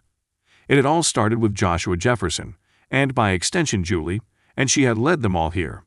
But Garza had killed and kidnapped many others along the way, and there were likely countless more they would never even know about. Garza and his men were a scourge of virus, one that Ben hoped to eradicate. Beale's team of professional soldiers had failed, but they had gone into the battle with different expectations. Ben wouldn't make the same mistake. Garza was prepared to kill them, all of them, and Ben wouldn't miss the chance to take a shot at him. He knew the others felt the same as well. Reggie, leading the group through the maze of tunnels, stopped at another T intersection. "Which way?" Ben asked. "I think we should go right," Reggie responded, "but that's not why I stopped." Ben slowed to a halt and stood next to his friend. "What's up? You hear something?" Reggie shook his head. "No, thank God. Those monster robot things are loud, thankfully. So we won't miss them coming. The Ravenshadow men will be running as well, so we should be able to pick them off when we hear them." Reggie turned and felt the wall, then spoke again. "Remember the briefing? Beale said this place was a mine." "Yeah," Ben said. "The locals mined it 100 years ago. They said the locals mined it, and I looked it up. That's what the general consensus says anyway, that this mountain was some sort of mine, cut into the rock over 100 or 200 years ago." "What's the point?" Ben asked. He was feeling impatient, knowing that around any corner might be an exit, or a group of exos ready to kill them. He wanted to get out. He wanted to go home. "The point is that I don't think this place was ever a mine." "You don't?" Julie asked. "I don't. These walls, they were cut, but then smoothed. Could have been water over thousands of years. Then it was definitely not a mine," Reggie said. "If water had any part of it, it would have had to have started long before civilized people took to mining." Julie seemed to be just as impatient as Ben. "Okay then." She stopped herself, then looked at Ben and Reggie, then Mrs. E. "You don't think?" "It has to be, Julie. We knew they were here." Ben nodded. "The original descendants, the Chachapoyas. The fair-skinned tribe who had simply appeared in the jungle, their civilization complete and in existence in an instant. They were here," Reggie continued. "We saw their temples and their writing." Ben thought back to the Chachapoyas Valley, just on the other side of this mountain, where they had encountered the gigantic soldiers Garza had been trying to build in the Guild Rite, the ancient fraternal order that had ties to Freemasonry.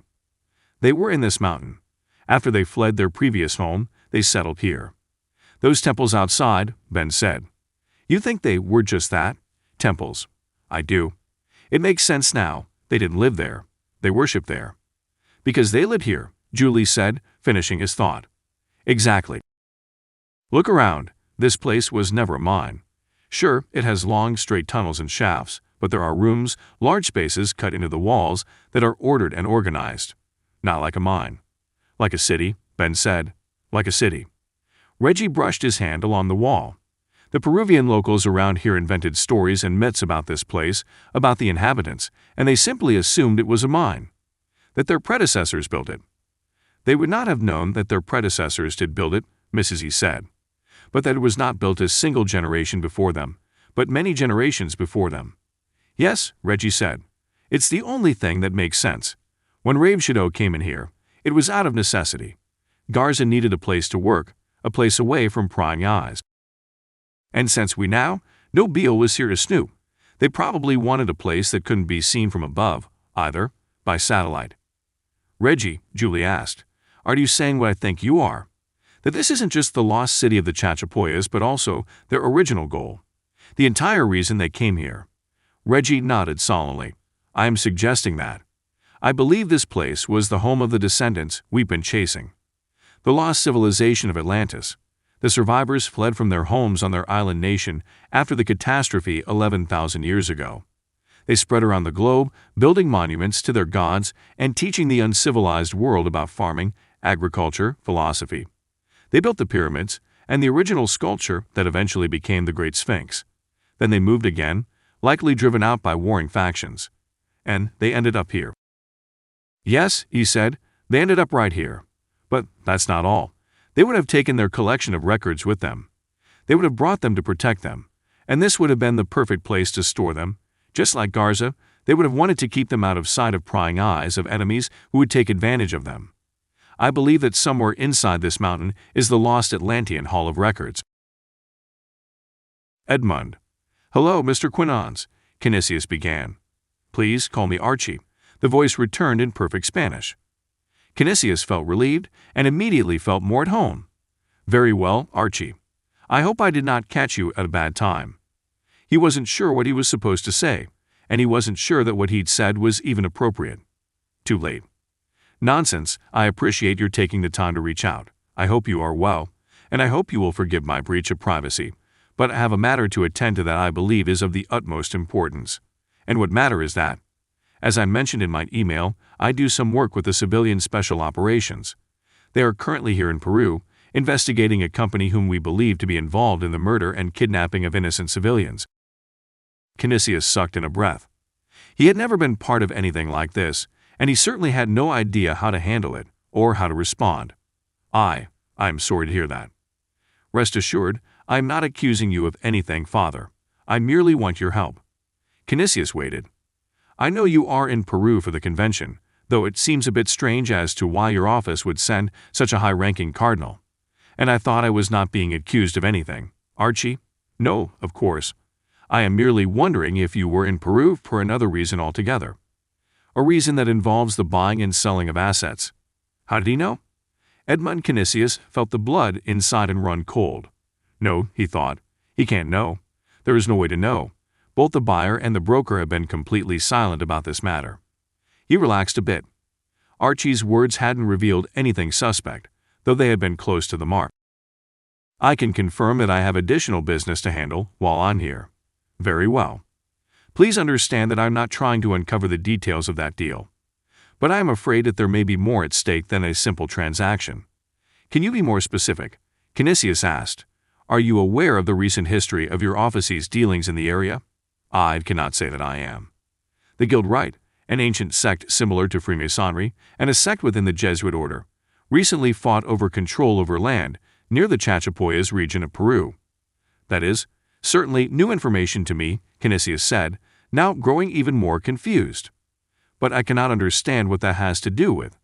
The deal you are participating in involves some of the same groups that were interested in the land in that area. We, the CSO, are interested in preventing one of those groups from completing that deal. Well, then it seems as though our interests are misaligned, Archie. I am very interested in completing this deal, whatever it may be, and getting back home. I am sure you are, Archie said. But again, I am afraid there is more at stake here than our own comfort. I truly understand your predicament, but I cannot express enough that you cannot understand my predicament, Archie, because I do not understand it. I have been here for days, waiting around for meetings that are laced in cryptic vagaries, messages that always carry an air of urgency, and living in perpetual anxiety and confusion as to what exactly this is all about. I was sent here by my office to close a deal I know nothing about, for reasons I cannot even begin to comprehend. There was a pause. Yes, I see, Archie finally said. I do apologize. Please, I'm not trying to waste your time. On the contrary, I strongly believe that by putting our heads together, we can make sense of some of this. Father Canisius was still irritated, but Archie's words had piqued his interest. I would like some sense, if only a little. Very well. I have told you just about everything, but I will tell you one more thing, in the hope that you will reciprocate with something I might be able to use to help my own team. And what is this thing? I do not believe the Catholic Church, your employer, is interested in whatever it is that is being purchased. In fact, I believe the price they will pay will be substantially less than what the actual cost of the asset will be. Canisius thought about this for a moment longer. That is your opinion, Archie, but you have not given me any details. Why should I believe you? And why should any of it change what I am doing here? I do not want to change anything. I believe your role here must be completed as they have requested. But I think the church is covering up something they would like to keep hidden. This statement felt like a personal attack, and Canisius steeled himself and took a breath before answering. Just what is it they are trying to cover up? Archie sighed. That is where I must leave things. If I told you what I know, you would not believe me. Then we are done here. I will not be made a fool, he thought, and I will not disclose information I do not even have.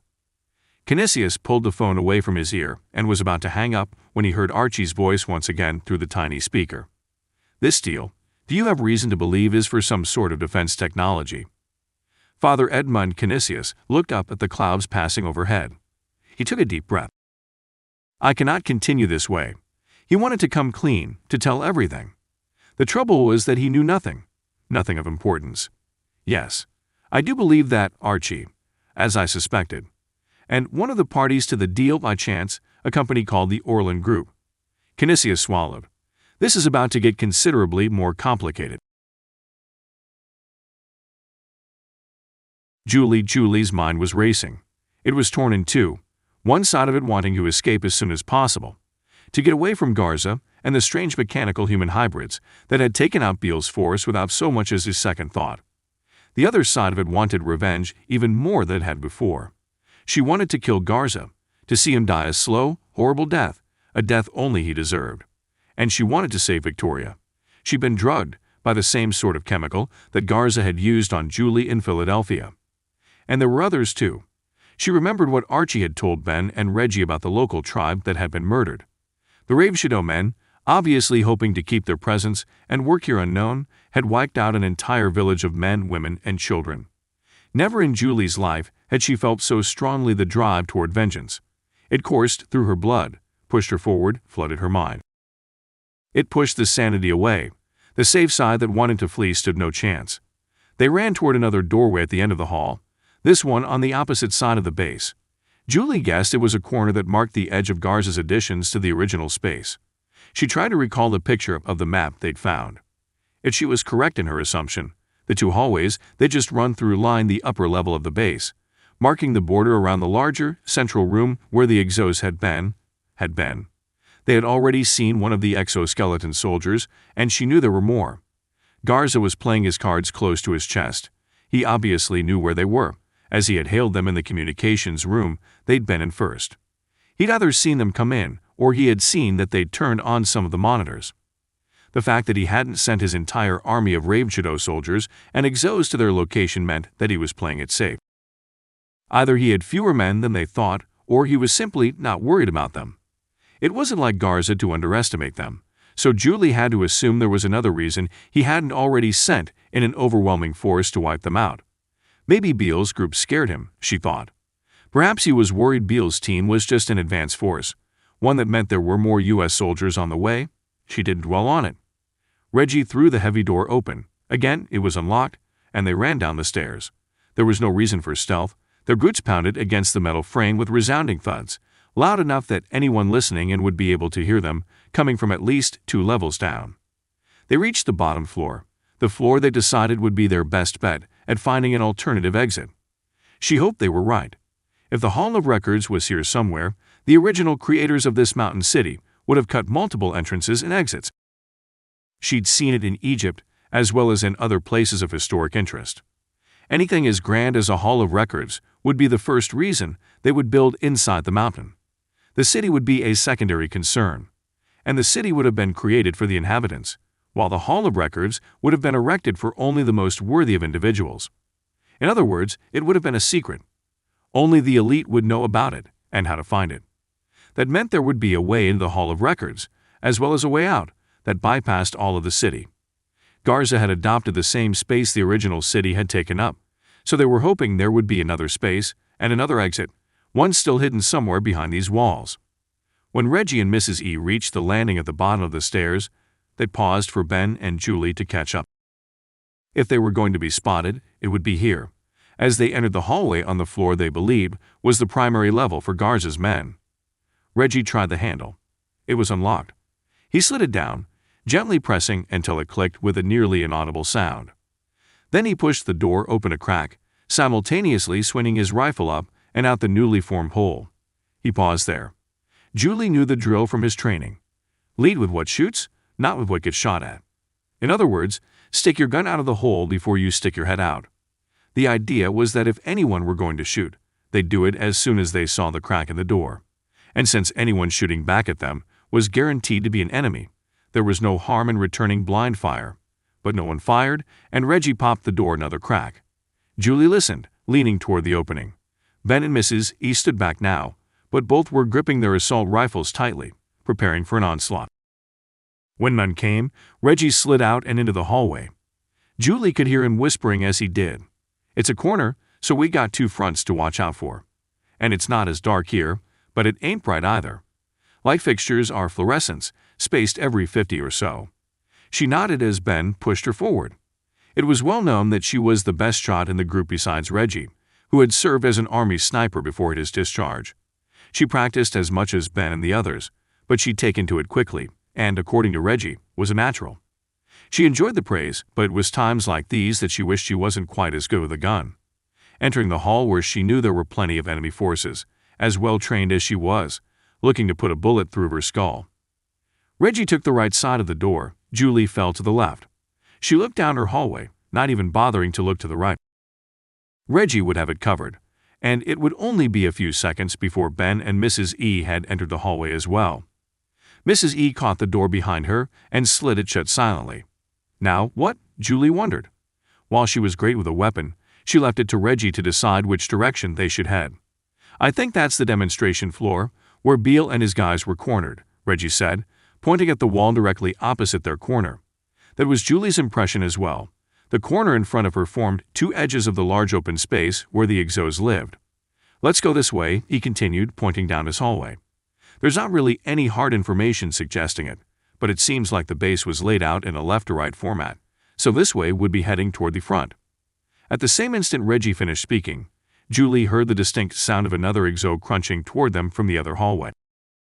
It had just begun rounding the corner, and she felt the vibrations of each step beneath her feet. "Also, let's not get in front of that thing," Reggie said. "Works for me," Ben said. "Same," Mrs. E said. They set off, walking next to one another, and Ben and Julie followed closely behind. Julie. The hallway they were jogging through was larger, and it was clear to Julie that this was, in fact, the Ravenshadow base's main level. Rooms and side chambers had been cut into the stone tunnel's walls, the entirety of the place sculpted out of the interior of the mountain base. The Ravenshadow men and their contractors had likely only done a few things: added electricity and water access from the mountain's spring, set up the furniture, cut the stairwells and mounted the doors. Everything else seemed original. Julie saw that these walls, while not as smooth and well-formed as the smaller tunnel shaft they'd found earlier, had been cut by hand, with the precision and care of a master craftsman. While Garza's soldiers were quite good at what they did, she knew none of them would have had the training or patience to pull off a feat like this. To completely cut out the interior of a mountain and convert it into a working and livable city was beyond even what Vicente Garza could do. "It's incredible," she whispered to herself. Ever since they'd agreed that this place had to be the original home of the Chachapoyas, descended from the ancient antediluvian Atlanteans, the signs began appearing in front of her, as if her subconscious had finally registered them. The walls, smoothly cut, met the ceilings and floors with a beveled edge. The hallways seemed to be of the same dimensions as those they'd found in Egypt, and the individual chambers and rooms the same style as those they'd seen beneath the Sphinx at Giza. It was, without a doubt, a structure related to the lost Atlantean race. But did that mean Garza had found the Hall of Records? Had he cleared it out? Sold it off? It was impossible to tell without knowing exactly where the actual Hall of Records was, and unfortunately, they had more pressing matters at hand, like getting out of the place alive. "We're going to be sandwiched in between them," Reggie said. "And that's not a fight I want to be a part of." "There was a door about halfway back," Julie said, "a big one. All the other doors have been unlocked, so maybe this one is too. But let's roll," Reggie said, cutting her off. She was about to argue, but decided against it. Better than fighting three of them on two fronts. Maybe. Reggie led the way once again, and she found herself running behind the massive man, inadvertently ducking behind his tall frame. She knew it would do no good if the Exo rounded the hallway before they could get inside. The machine's shoulder-mounted machine gun would slice Reggie to ribbons, and she would face the same fate about 3 milliseconds after. Reggie reached the door just as the Exo turned the corner. It began firing before it had even finished turning, and Julie felt the impacts of the slugs smacking into the ancient walls on the opposite side of the hallway. She ducked, as did Ben and Mrs. E. When she looked up again, she was facing the opposite direction, and she now saw the other two Exos and their Ravenshadow escorts at the other end of the hallway. They were raising their weapons to fire, and she closed her eyes, waiting for the first rounds to hit. "Julie, move." Ben's voice pierced through her mind, and she bolted into action once again. She grabbed at her rifle, pulling it up and preparing to aim. "Julie, go." She met eyes with Ben, just as the first shots from the other two Exos and the soldiers hit. They peppered the wall above her head. Not enough time. She realized what Ben was telling her. Get away from here, not enough time to fight back. They needed to get inside. The soldiers pressed forward, perfectly syncing their attacks and reloading, so there was a constant barrage of fire. The Exos fought similarly, their turret guns blasting away pieces of stone and wall, obliterating it into sand that blistered Julie's exposed skin. It would be only another second, and the soldiers had stopped moving. They were still firing, but they were still missing. She crawled on her hands and knees the rest of the way. Not enough time to focus on the Ravenshadow men and their machine suits. The door she'd noticed was recessed about 6 inches into the wall. Not enough to completely conceal them, but enough that she felt a bit more safe than she did waiting in the center of the hallway. The exo standing alone on its side of the hallway was firing at full speed now, and the noise was deafening. It was still hitting the wall directly opposite the CSO team, and it didn't seem to be working to readjust its aim. Ben pushed past her, and Mrs. E fell in line behind him. Reggie was moving to push the door open. The firing stopped abruptly, but she turned and sprang through the open door anyway, entering the dark, open chamber. She immediately knew she was in a much larger space, as her palms smacked against the stone floor and echoed throughout the pitch-black space. She stood, sensing the others standing around her. Reggie was last through the door, moving his mouth as if trying to pop his ears. "Damn, that was loud," he said. "Reggie," Julie said.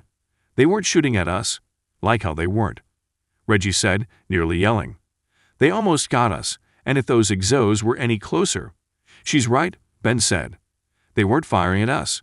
They were corralling us." "They were what?" "They were herding us like cattle." The look on Reggie's face said more than he could have with words. Julie knew the truth, and now he did too. She'd been hesitant to enter this room, because she knew what it was. They all knew what it was. In an instant the lights flicked on. Julie's eyes were stunned, but quickly recovered. Her worst fears were realized. In front of her stood stacks of wooden crates and boxes, and just beyond that she saw the headless tops of rows of exosuits, standing at attention. There were a few rows missing, and the exos in the row that stood just beyond were empty, their human operators nowhere to be found. "Oh, shit," Reggie said. "Yeah," Ben said. "I was going to say that."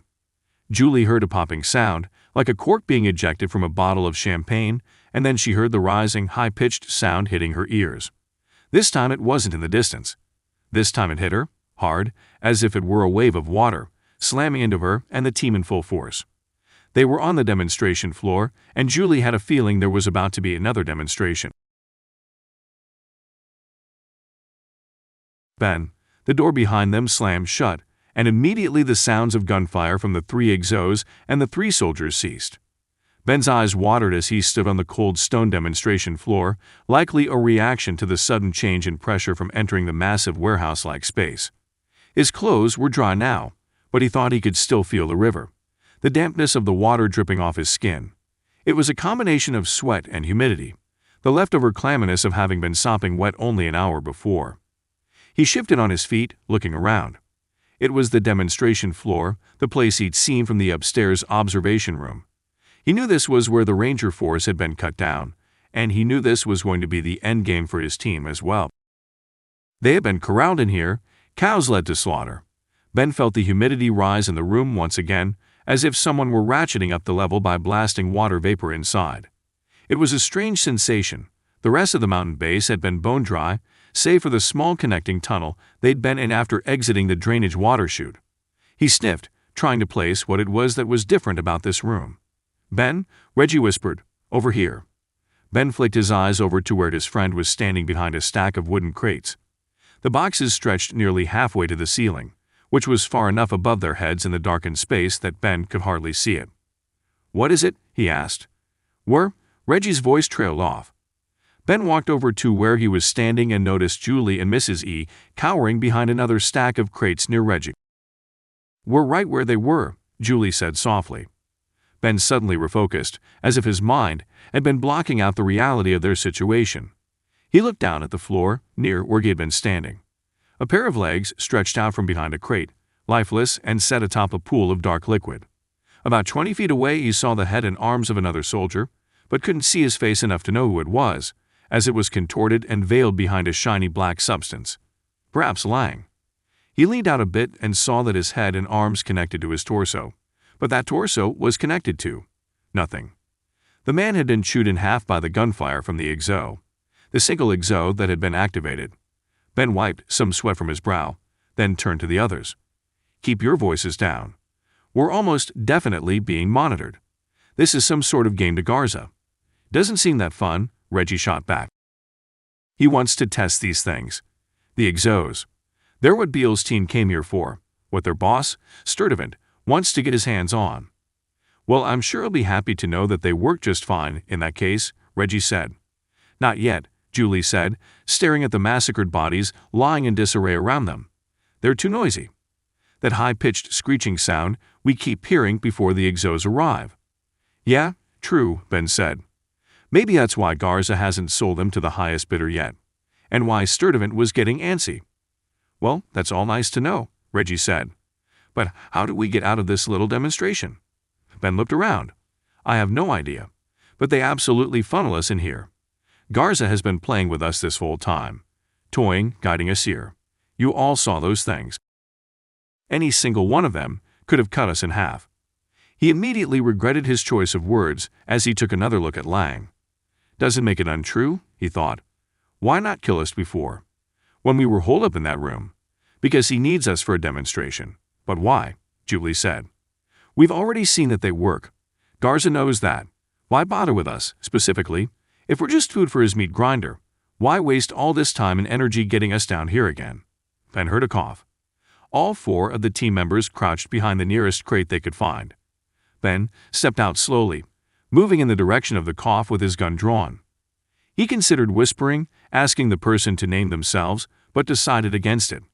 Whoever they were, they already knew Ben and the others were there. They'd coughed, which wasn't exactly the stealthiest sound to make. He rounded a corner behind another crate and looked down just as the person coughed again. The man's lung expunged a horrific gurgling sound, then a wheezing, then drew a nearly silent, sharp breath. Jeffers, Ben whispered. He knelt down. Are you? He stopped himself before finishing the question. This man was clearly dying, and it was a miracle he hadn't already perished. There was a hole in his neck, toward the side but close enough to the center that Ben wondered how it hadn't severed his carotid artery. Another hole, probably one that went completely through him, was in the center of Jeffers' stomach. He had his huge hands covering the hole, but blood was easily seeping up around his fingers. The man's black hands had been turned a darker shade, the liquid only showing maroon when it interacted with the dim, glinting light. Hey, Ben said, placing his hand on the man's shoulder. Don't move, don't talk. It's okay. We're, what? Going to get you out of here? Save your life. Ben pondered how to end the question, then spoke again. We're stuck in here, too. More accurate. Jeffers tried to force a grin, but instead coughed again. Blood splattered outward all the way across the space to another nearby crate. The others joined Ben, and they crouched around Jeffers on all sides. Mrs. E began checking the man's legs for more wounds, but stopped when Reggie placed a hand on her arm. He shook his head, ever so slightly. Jeffers' mouth cracked open a bit, and a single word spilled out. Sturtevant, Ben said. Your boss, right? Jeffers nodded. He wants to know what Garza's been working on. The exos? Again, a nod. He's going to buy them? Jeffers paused, then shook his head. No. Ben and Julie frowned. Reggie stared down at the man who had been on their side, then on the team that had betrayed them. Ben wondered what he was thinking. Reggie had served in the same military as this man, had gone through the same ranger training. He'd come out a much different soldier than Jeffers. Much different loyalties. Sturtevant doesn't want to buy these things. No, Jeffers said again. He grunted. Different buyer. What does Sturtevant want? Why did he send you here? Jeffers shook his head again, just a bit. Too late. Help us, Jeffers, Ben said. He wanted to add, because you're going to die here no matter what. He didn't. Help us figure out what your boss wants so we can end this. Again. Too late. What's too late? Reggie asked. Everything. All too late. He'll bring it all down, on top of us. Ben's blood ran cold. They'll bring it all down on top of us. What the hell does it even mean? Are you saying Sturtevant doesn't care anymore? That all this, all of these things, are not his concern? Exactly, Jeffers said. Exactly. No longer concern. Why and how? Ben knew they were all struggling to understand, to make sense of it, to figure out why Sturtevant sent in an elite team of soldiers to check in on an investment. Then, it's a fail-safe, Reggie said. A what? Jeffers nodded, once, small enough that Ben nearly missed it. A fail-safe, a dead man's switch. When the mission failed, Beale signaled Sturtevant somehow. RF that got out to a relay, maybe, then shot a fail message up to a satellite. So there was something connected to Beale's pulse that was blocking that signal, Julie asked. And when he died, the pulse stopped, so the signal got through? That's how they do it in movies, sure, Reggie said. But things are much simpler than that. This was a team, not just one guy. So, Reggie reached forward and grabbed Jeffers' wrist, pulling it sideways and then rotating it. The man's hand fell from his stomach, releasing a sticky river of blood. Reggie placed his hand back on the wound but rubbed his shirt against Jeffers' watch. Ben leaned in. Numbers flashed on the watch face, counting down. Ben saw 4 sections of 2 numerals, each separated by a colon. Hours, minutes, seconds, milliseconds, a typical clock display. The numbers at the far left were zeros. 47 minutes, 39 seconds. It's a countdown, Reggie said. That's the failsafe. Jeffers, or any one of them, before they died, sent the fail signal when they got cut down. If it got out and Sturtevant received it, he'll know his team is eliminated. Can we send a message that says, "Never mind, false alarm"?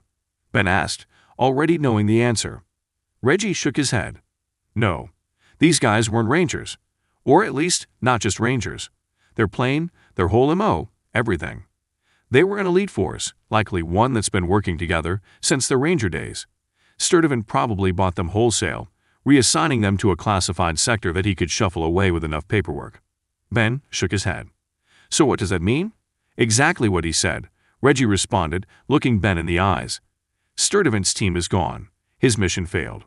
He's got only one option left, and he's absolutely going to use it. Ben looked up, then at Mrs. E., who was staring straight down at Jeffers.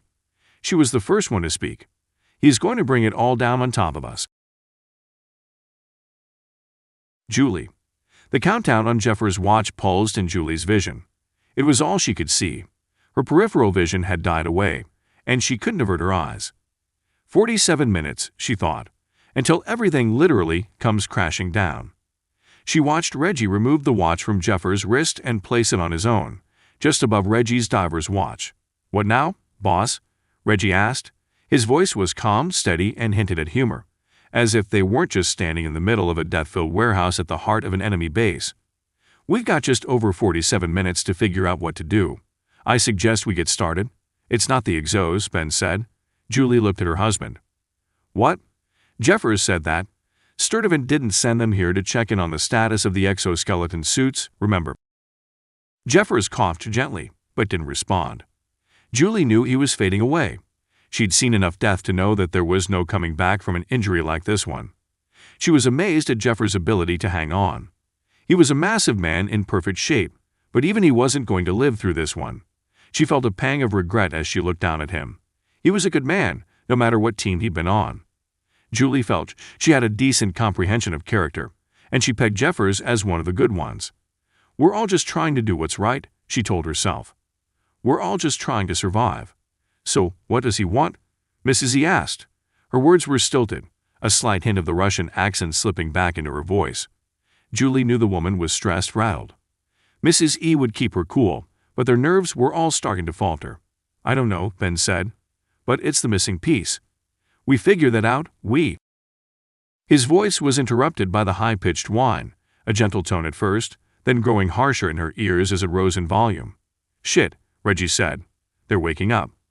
Julie spun around to face the machine monsters on the demonstration floor. She couldn't help but notice the crate she was hiding behind at the moment had a few holes in it, all the way through it. Her hiding spot was no more than that. It wouldn't offer her any protection whatsoever. She swallowed a lump in her throat and felt her body beginning to melt into an automatic mode of adrenaline and dopamine. She reached for her weapon, pulled it up and around, and aimed at. The suits in the first row were empty. She hadn't noticed it before, but the people who she'd seen inside the exos from upstairs were not in these suits. There was a whole row of them that stood on the floor, empty, waiting. They're empty, she said. And they're not moving, Reggie added. That means they're coming from behind us. Everyone get your weapons up on the doors. Get ready, a voice interrupted their preparations. Hello again, CSO team. The high-pitched whine rose to a higher volume level. Julie felt her mind seized, her thoughts halted, her throat constricting. It was as if she had been bolted to place on the demonstration floor, suddenly shocked into a stunned inability to move. She tried forcing her foot forward.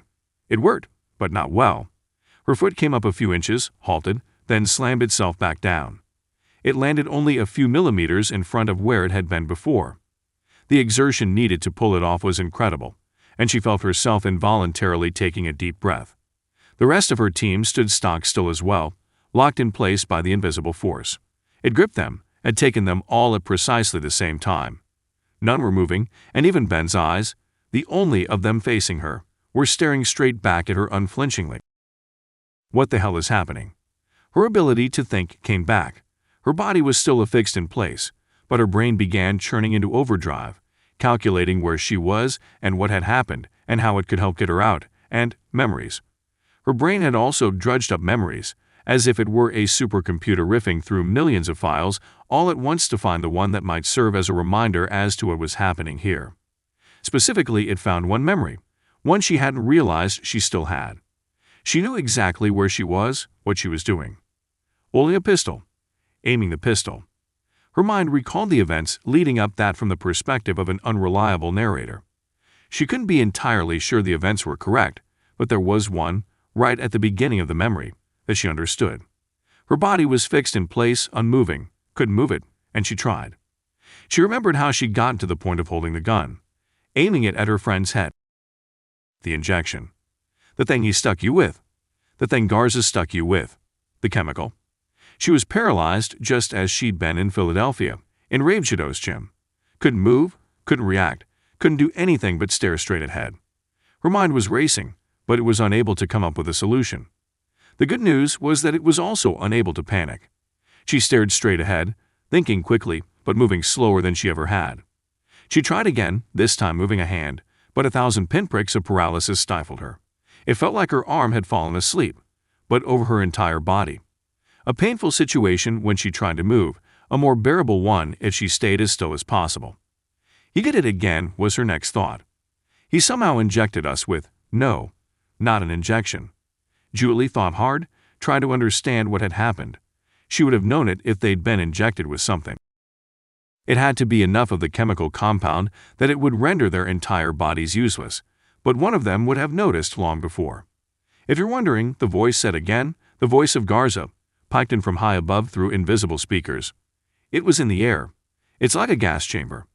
Easy enough to maintain, and we can focus the vapor toward the bottom of the room, preserving the strength of the chemical. Of course, she thought. As soon as they'd entered the demonstration room, been led into the demonstration room, she felt a slight change in the air. More humid, a little cooler, as if they were walking through a light cloud. She hadn't thought much about it, but the others had noticed it too.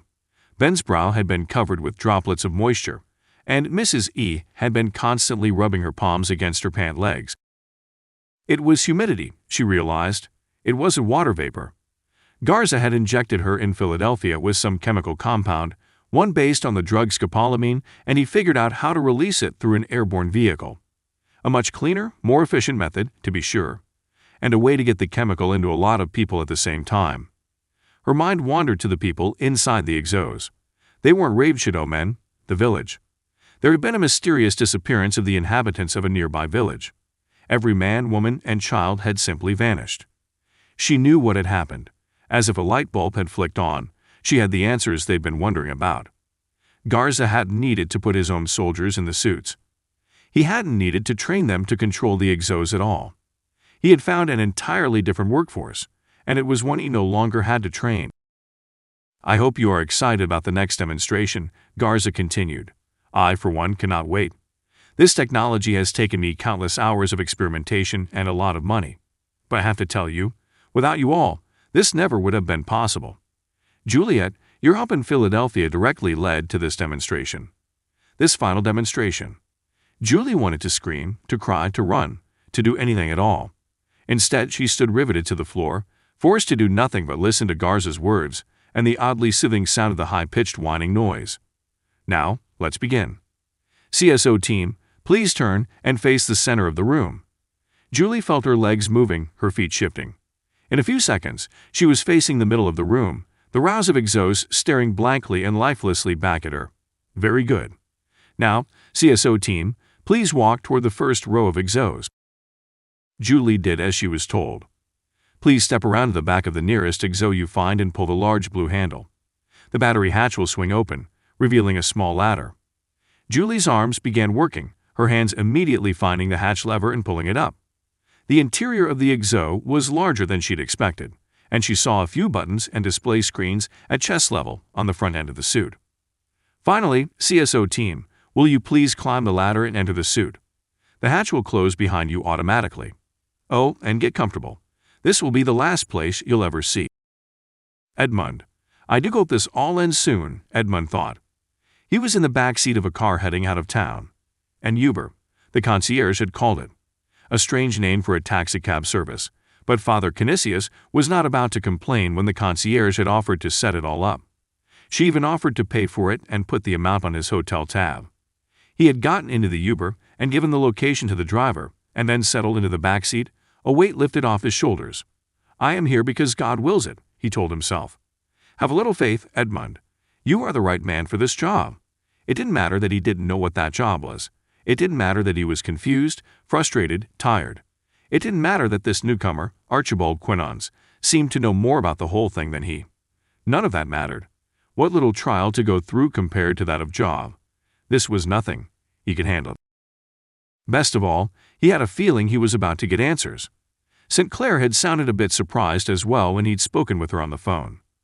He assumed that receiving the email from the broker, whoever they were, had been as unexpected to her as it had been to him. She, being the utmost professional, had barely shown whatever surprise she had experienced. Archie's call had been more troubling. Here was a third group, or fourth or fifth, he wasn't even able to keep track, interested in the deal he was currently in the middle of. Archie had known it was Orland Group, and he had known that the assets being transferred were some sort of defense technology. It was strange, the Catholic Church involved in the brokering of a deal for arms and munitions, if that's what it was. But Canisius didn't know. For all he knew of technology, it could be a simple computer system. That's it, he thought. It must be. Archie and his CSO team had been involved in the break-in at the Vatican, which had led to a complete overhaul of personnel and systems training for the security staff. Orland Group must be selling us a new computer system, one that will help with this sort of thing in the future. It was a harmless purchase, but having the key players' identities public knowledge would be off-putting at best and harmful to his organization at worst. The Pope would be under massive scrutiny, purchasing defense systems from a defense conglomerate. The questions would be never-ending, and the cost to hold the press at bay would be mountainous. Still, there would be talk. Rumors would abound, and they would be especially difficult to deny, considering they would be based in truth. That must be it. They needed Canisius because he was about as removed from anything related to organizational computer systems and defense security as anyone, yet he was high enough in the organization that his seal of approval would be taken at value. He had figured it out. Satisfied, he allowed his thoughts to drift a bit, even allowed himself to relax in the car. He leaned back in the seat, feeling exhaustion and surprise and excitement all at once, hoping again that this would be over soon. He dreamt of his own bed in the Vatican in his home. He closed his eyes. How far he'd come, touring the countries of South America as a young priest, working his way up the ladder of the Catholic Church until God had called him to Rome. This place, once much closer to his home, no longer felt familiar. He had grown accustomed to the crowds of Rome, the streets and avenues of Italy, the bustling life of Rome. He had grown apart from this place, and he was surprised he didn't miss it much. He had fallen asleep apparently, as a bit later the driver slowed to a stop and turned around in the seat, speaking to him in soothing tones in rapid-fire Spanish. "Sir," he said, "we are here. We have arrived." Edmund looked around. Where are we? He hadn't bothered to check the location on a map program when he was at the computer, and he didn't have a phone to double-check now. Turning around fully, he saw through the windows that they were in a thick forest, dark shades of greens and browns all around. It looked like the Amazon, a far cry from where they had been in the city.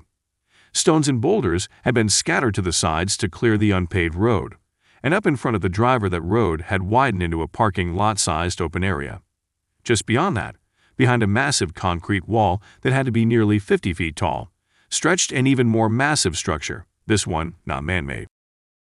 They were at the base of a mountain, one that seemed to rise straight up on all sides, a spire guarding the surrounding area, a watchtower overlooking the entire country.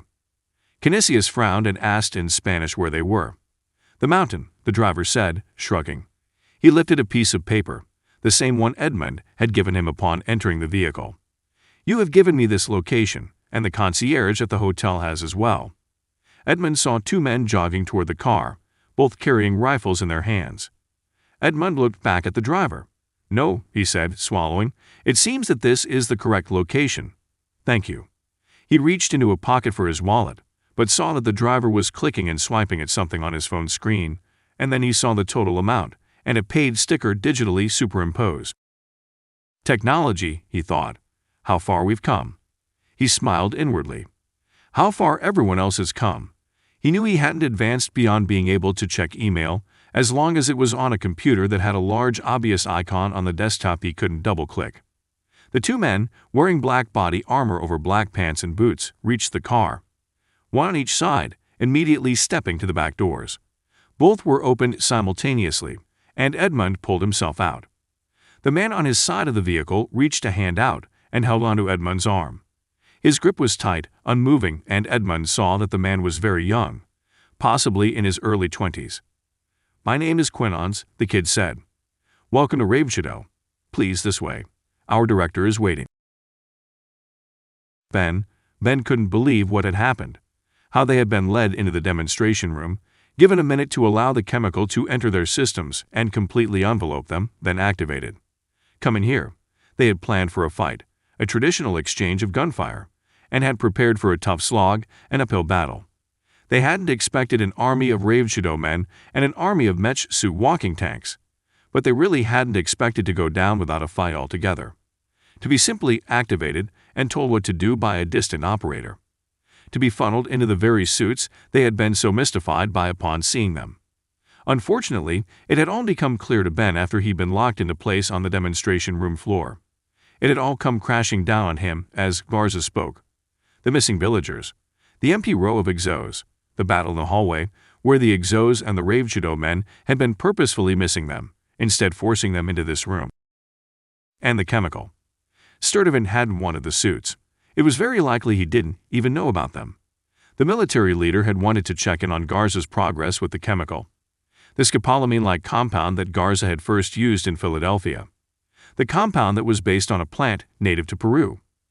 He'd fled the United States to flee men like Sturtevant, men who wanted to profit from Garza's tech. In the United States, Garza would have had a tough legal battle wresting control of his invention from the hands of the government suits, but not here. In Peru, he had nearly unlimited access to both the resources, unassuming villagers, the Borrachero plant, cheap unused land, and a government that could be easily bought. Sturtevant had known enough about the chemical and Garza's goals that he had gotten jealous, had wanted to keep Garza under his thumb. Ben knew men like him, and he also knew that men like Sturtevant were likely the reason men like Garza weren't allowed to roam free. It was a battle between the greater of two evils, and so far Garza had won.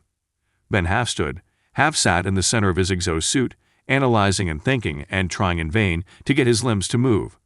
The sound of the high-pitched note seemed less harsh now, likely an effect of the chemical's dulling of Ben's senses. But he felt sharp, as if he thought he could react as quickly as normal, but couldn't when actually trying. It was similar to having had too much alcohol. He felt as though his thoughts and expressions weren't inhibited, yet his voice and movements simply didn't work. It was like being drunk without the headache, and without any of the outward signals. In a word, it was incredible. Ben wasn't pleased to be on this side of the testing wall, but he had to admit that Garza was sitting on a goldmine. Selling this tech would ensure Garza an unlimited supply of Ravenshadow troops, likely a lifetime cash flow as well. There wasn't a government on the planet that wouldn't give their entire GDP forever to get their hands on it. Why convince citizens to keep in line when you can simply drug them into obedience? So that was the endgame, but who, realistically, would be the buyer? Ben wanted to know everything, but first he needed to figure out how to live through whatever was about to happen. And of course, he needed to figure it out in less than 45 minutes. Garza's voice tore through the air. "CSO team, please activate your exo by pressing the red button near your right hand." Ben did, and the exo hummed to life. The legs of the machine stiffened, Ben's own legs, pressed a bit tighter by the Kevlar padding in the interior of the suit. The arms, where they connected to the torso of the suit, rotated and came to a ready position, slightly bent at the elbows, the hands resting just a bit in front of the shoulder. Ben also noticed that the high-pitched sound wasn't the sound of the exo after all. The machine had been completely lifeless, dead to the world save for the locking mechanism that had automatically activated after he'd entered. That meant the sound was coming from somewhere else. Then Ben heard it. There were small speakers inside the suit to his right and left, and when he'd activated it they had turned on as well. And the sound, the whine that he'd been hearing, emanated even more loudly through those speakers. So it was coming from the suit. He couldn't frown, as it was a physical exertion he had no control over, but in his mind, he tried piecing it together. The team had heard the exos coming before they could see them, which implied that the piercing high pitch was indeed emanating from the suits, but these suits had been deactivated before Ben and the others had entered, and the noise had clearly still been audible. Did that mean there were a lot more of the exos still activated nearby? No. Ben knew the shrill pitch had been coming from some larger source, similar to the source Garza's own voice had come from. He's piping it in, Ben realized. The sound they had all been hearing, the one they'd associated with the exos, had also been amplified and played through the main speakers of the demonstration room. Before we got into the suits, Ben thought, that means the sound actually helped activate the suits. It did make sense. The exos were powered by sound. Why would Garza go through the trouble of building speakers into each of the suits that, when powered on, re-amplified and broadcast the same high-pitched signal if it didn't have something to do with the exos? Thank you, CSO team. Now, please turn and walk toward opposite corners of the room. Ben found himself complying before he even realized he was. He turned in the exo suit, finding it rather simple to control. 2 joystick-like handles controlled the direction and speed, while tensing the muscles in his thighs pressed against the Kevlar-covered legs of the suit, which helped with nuance and maneuverability. It was intuitive, like playing a modern first-person shooter video game. No matter what the game was, the controls were generally the same. The triggers would fire or launch certain weapons, the joystick knobs would move and turn the player. The combination of the drug, the intuitiveness of the controls, the suit's own capability and maneuverability, it all clicked into place when Ben moved. He understood what was happening. Garza's project wasn't the suits, the exos. It wasn't the incredible drug that somehow took away all the voluntary functions and disallowed physical movement in its hosts. It was both. It was the combination of the two. The ultimate in military weaponry. The most advanced weapon ever created. Not a human, not a machine, but a bit of both. And best of all, it was completely and utterly controllable. A commander at the helm of an army of exos and their occupants would be the commander of a real-life version of a top-down tactical real-time strategy game. They could literally speak their orders into a microphone, and their will would be drawn out on the battlefield. The soldiers themselves, the human factor, would be diminished to the role of driver. Any fear, trepidation, or hesitation would be non-existent. No disobedience. No undermining or questioning of authority. A perfect workforce, a perfect army. Ben knew there were downsides, of course. Humans were still an integral part of any modern-day army because armies needed to adapt on the fly, to be able to maintain some sort of individuality. But the upsides were huge. A force of walking tanks, maneuverable and responsive, would be a deciding factor in just about any battle. And he had a feeling he was going to be testing that very premise. Thank you, team. Now that the 4 of you are in one of each of the 4 corners of the room, I would like to call your attention to the other exos on the demonstration floor. Ben's eyes flicked up and he did, indeed, see the 20-odd exos standing erect, silent, in front of him. There are 26 more units. Each of them has an operator, and each of them will be activated soon. They are the previous model of exosuits, which will be replaced by your own.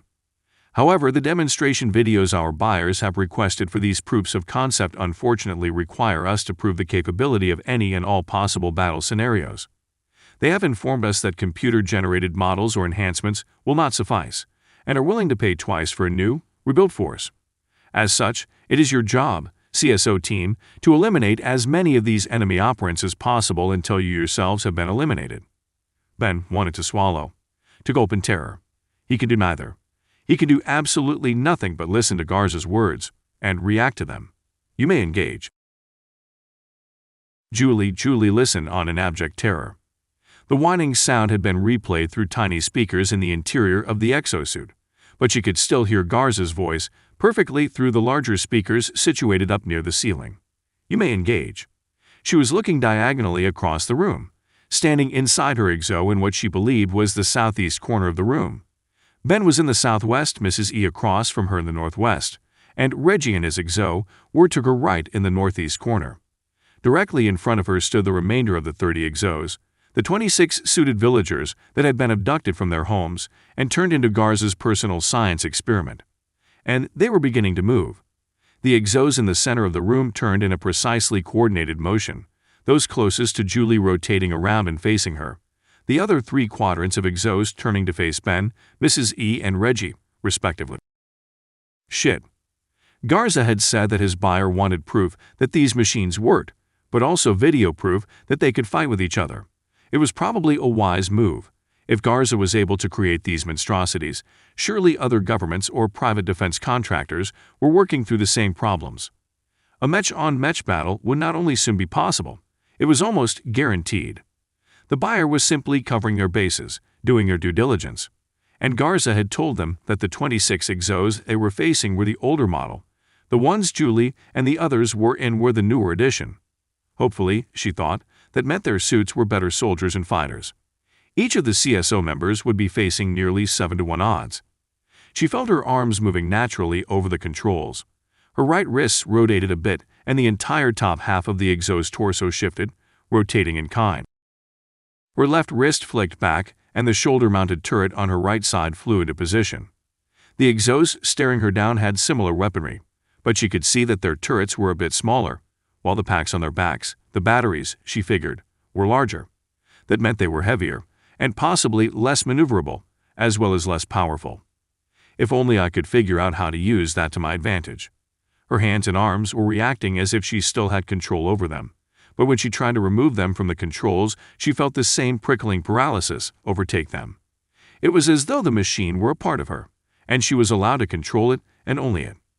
You have been given a hefty dose of the scopolamine compound my scientists have been working on for over a year, Garza's voice said. It was now coming through only her speakers, and she assumed that meant Garza wanted to talk with only to her and her team, not the other exos. That chemical has been activated, but I've reduced the level of exposure to allow you basic motor functions within the suit. Activated, Julie wondered. I thought the chemical was what caused the paralysis. How had it been dormant? And then, she realized what had happened.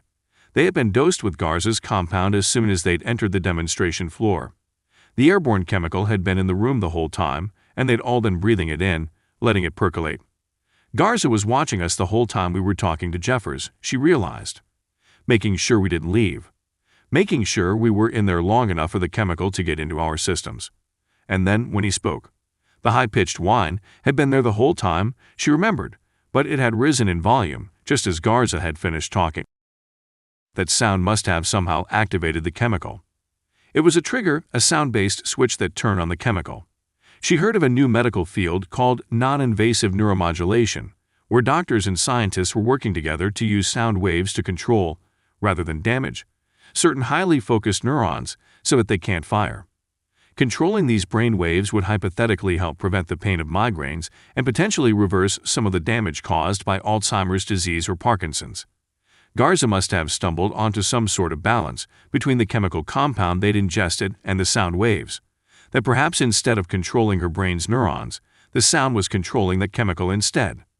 She'd been under the spell of Garza's scopolamine-based treatment once before, but he had needed to inject it directly into her system through a syringe, and then she had been completely unable to move without his coercion. Their operators are also on a much higher dosage of the drug, so the response time and reactionary procedures have been greatly diminished. The newer suits you are in not only come with a far more advanced AI, they allow you to guide your exo through involuntary reactions. In other words, they let you react much more quickly to threats. As if on cue, the exo closest to Julie raised its arm and blasted a cannon round toward her.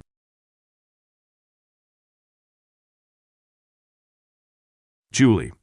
The heavy slug whizzed past the place where her exo's head would have been, mere inches above her own, and slammed into the stone wall behind her. Chips of rock and dust flew into the back of the exosuit, the metallic pinging sound reverberating through the inside. But before she realized what was happening, Julie was in motion.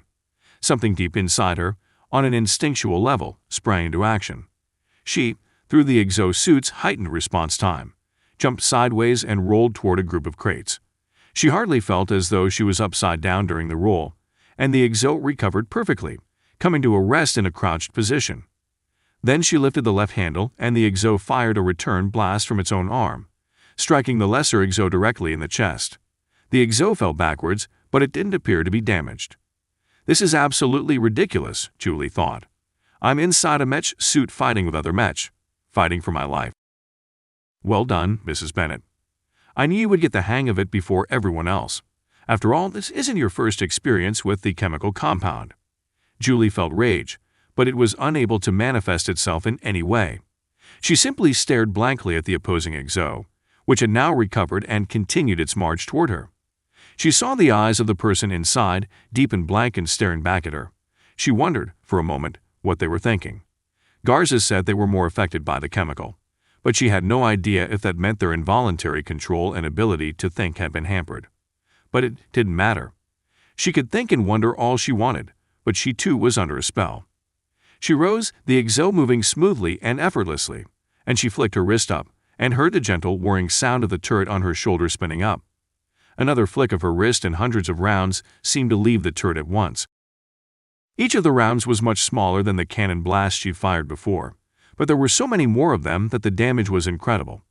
A few dozen found the armor plating on the exo's chest that had been damaged before, and the impacts bored tiny holes through the suit. Something inside the suit malfunctioned, and Julie saw the operator's eyes seemingly widen and contract again, as if the chemical had accidentally let out a brief moment of surprise. The suit sparked and smoked, and the exo's left leg collapsed in under itself. That brought its own turret, which had just started firing back at her, around and through the top of the stack of crates Julie's was hiding behind. It may have been a smaller turret with less power, but the exo's weapon splintered the crate into 1,000 pieces, and sawdust and debris rained down on Julie's exposed head. The exo continued falling, eventually coming to a stop on its side.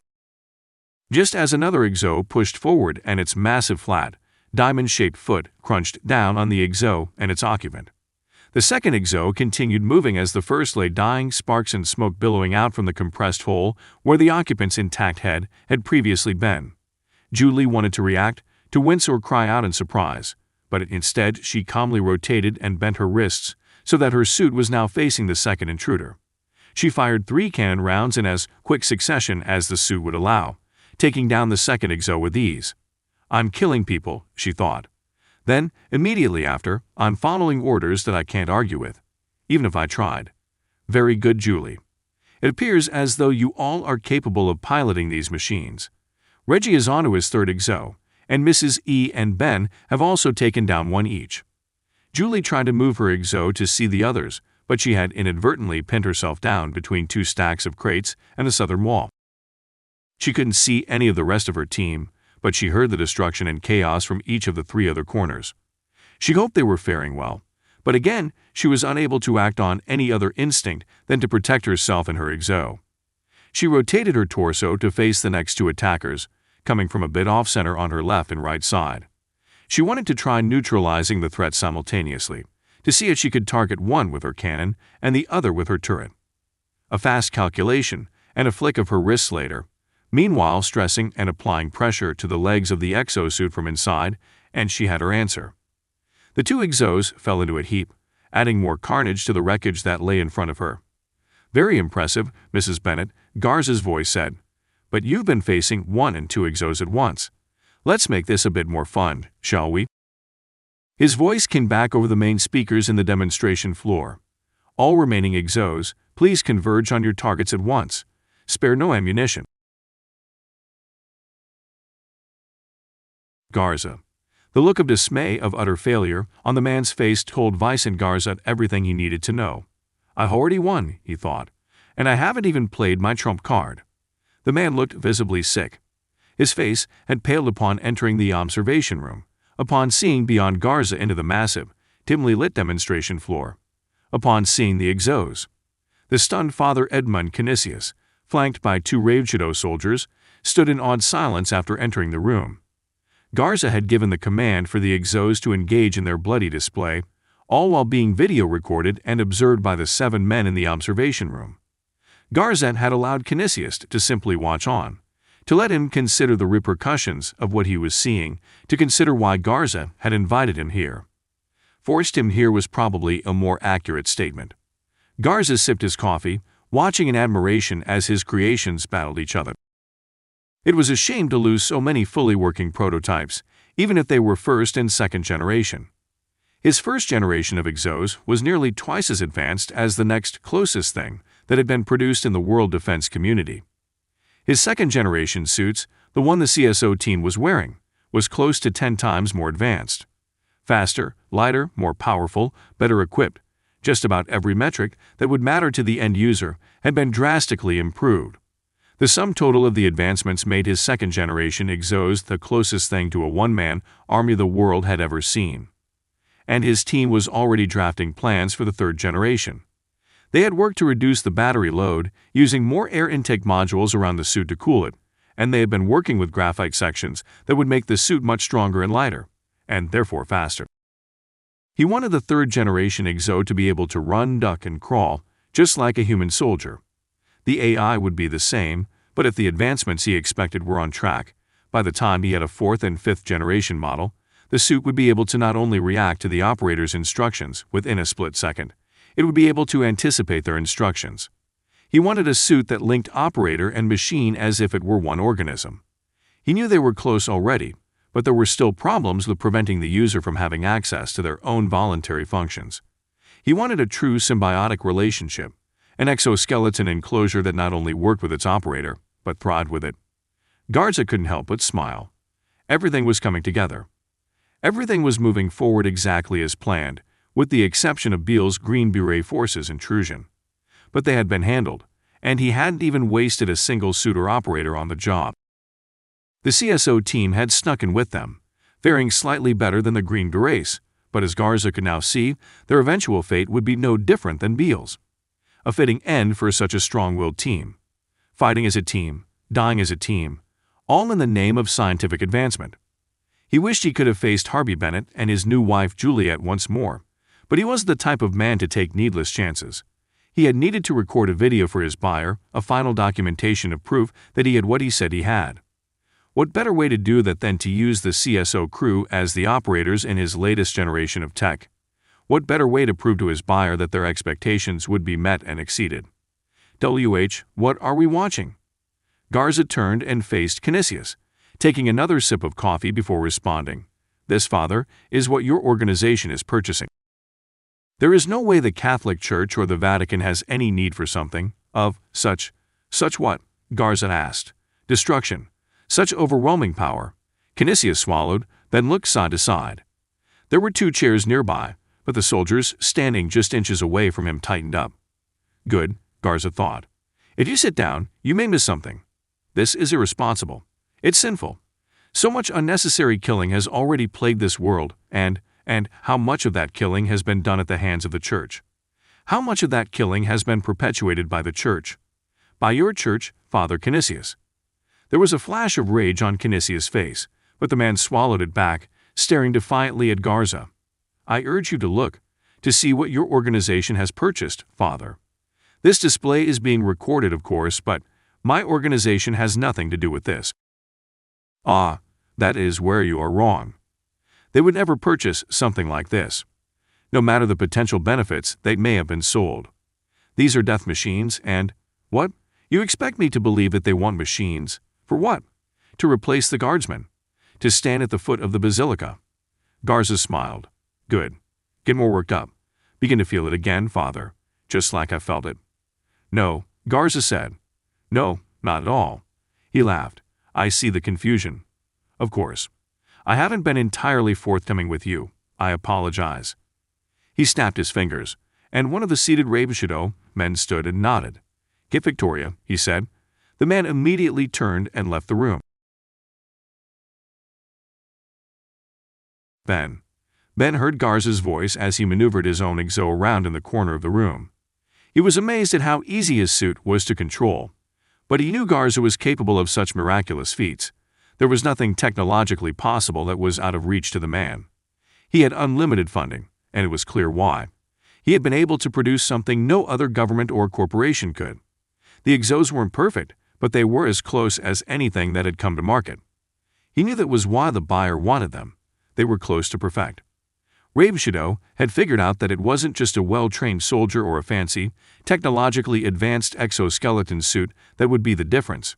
It was both, or rather it was a suit and a soldier that didn't need to be trained. The three suits in front of him advanced, their short, dark-skinned operators staring as blankly back at him as he knew he looked. They all raised their weapons, the arm-mounted cannons, and fired. He felt his exosuit performing before he'd realized he'd issued the command. He ran sideways, his torso still facing them, and fired with his turret. The latter rounds tore hundreds of tiny holes through the advancing exos, dropping one of them and halting the forward motion of the other two. It took them a second longer to adapt and change their focus of fire, and Ben took full advantage of it. He stepped forward, moving out from the relative safety of the heavy crate and fired again, this time adding his cannon to the mix. The blast hit the center exo full on, throwing it onto its back. Another one that had been focusing its attention on Mrs. E tripped over it, stumbling, but then turned to face Ben. Crap, he thought. One down, one more takes its place. His actions never faltered.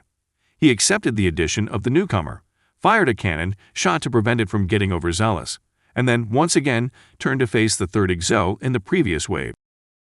But that exo had maneuvered to Ben's flank, and he felt the impact of its cannon round before he registered that it was still firing on him.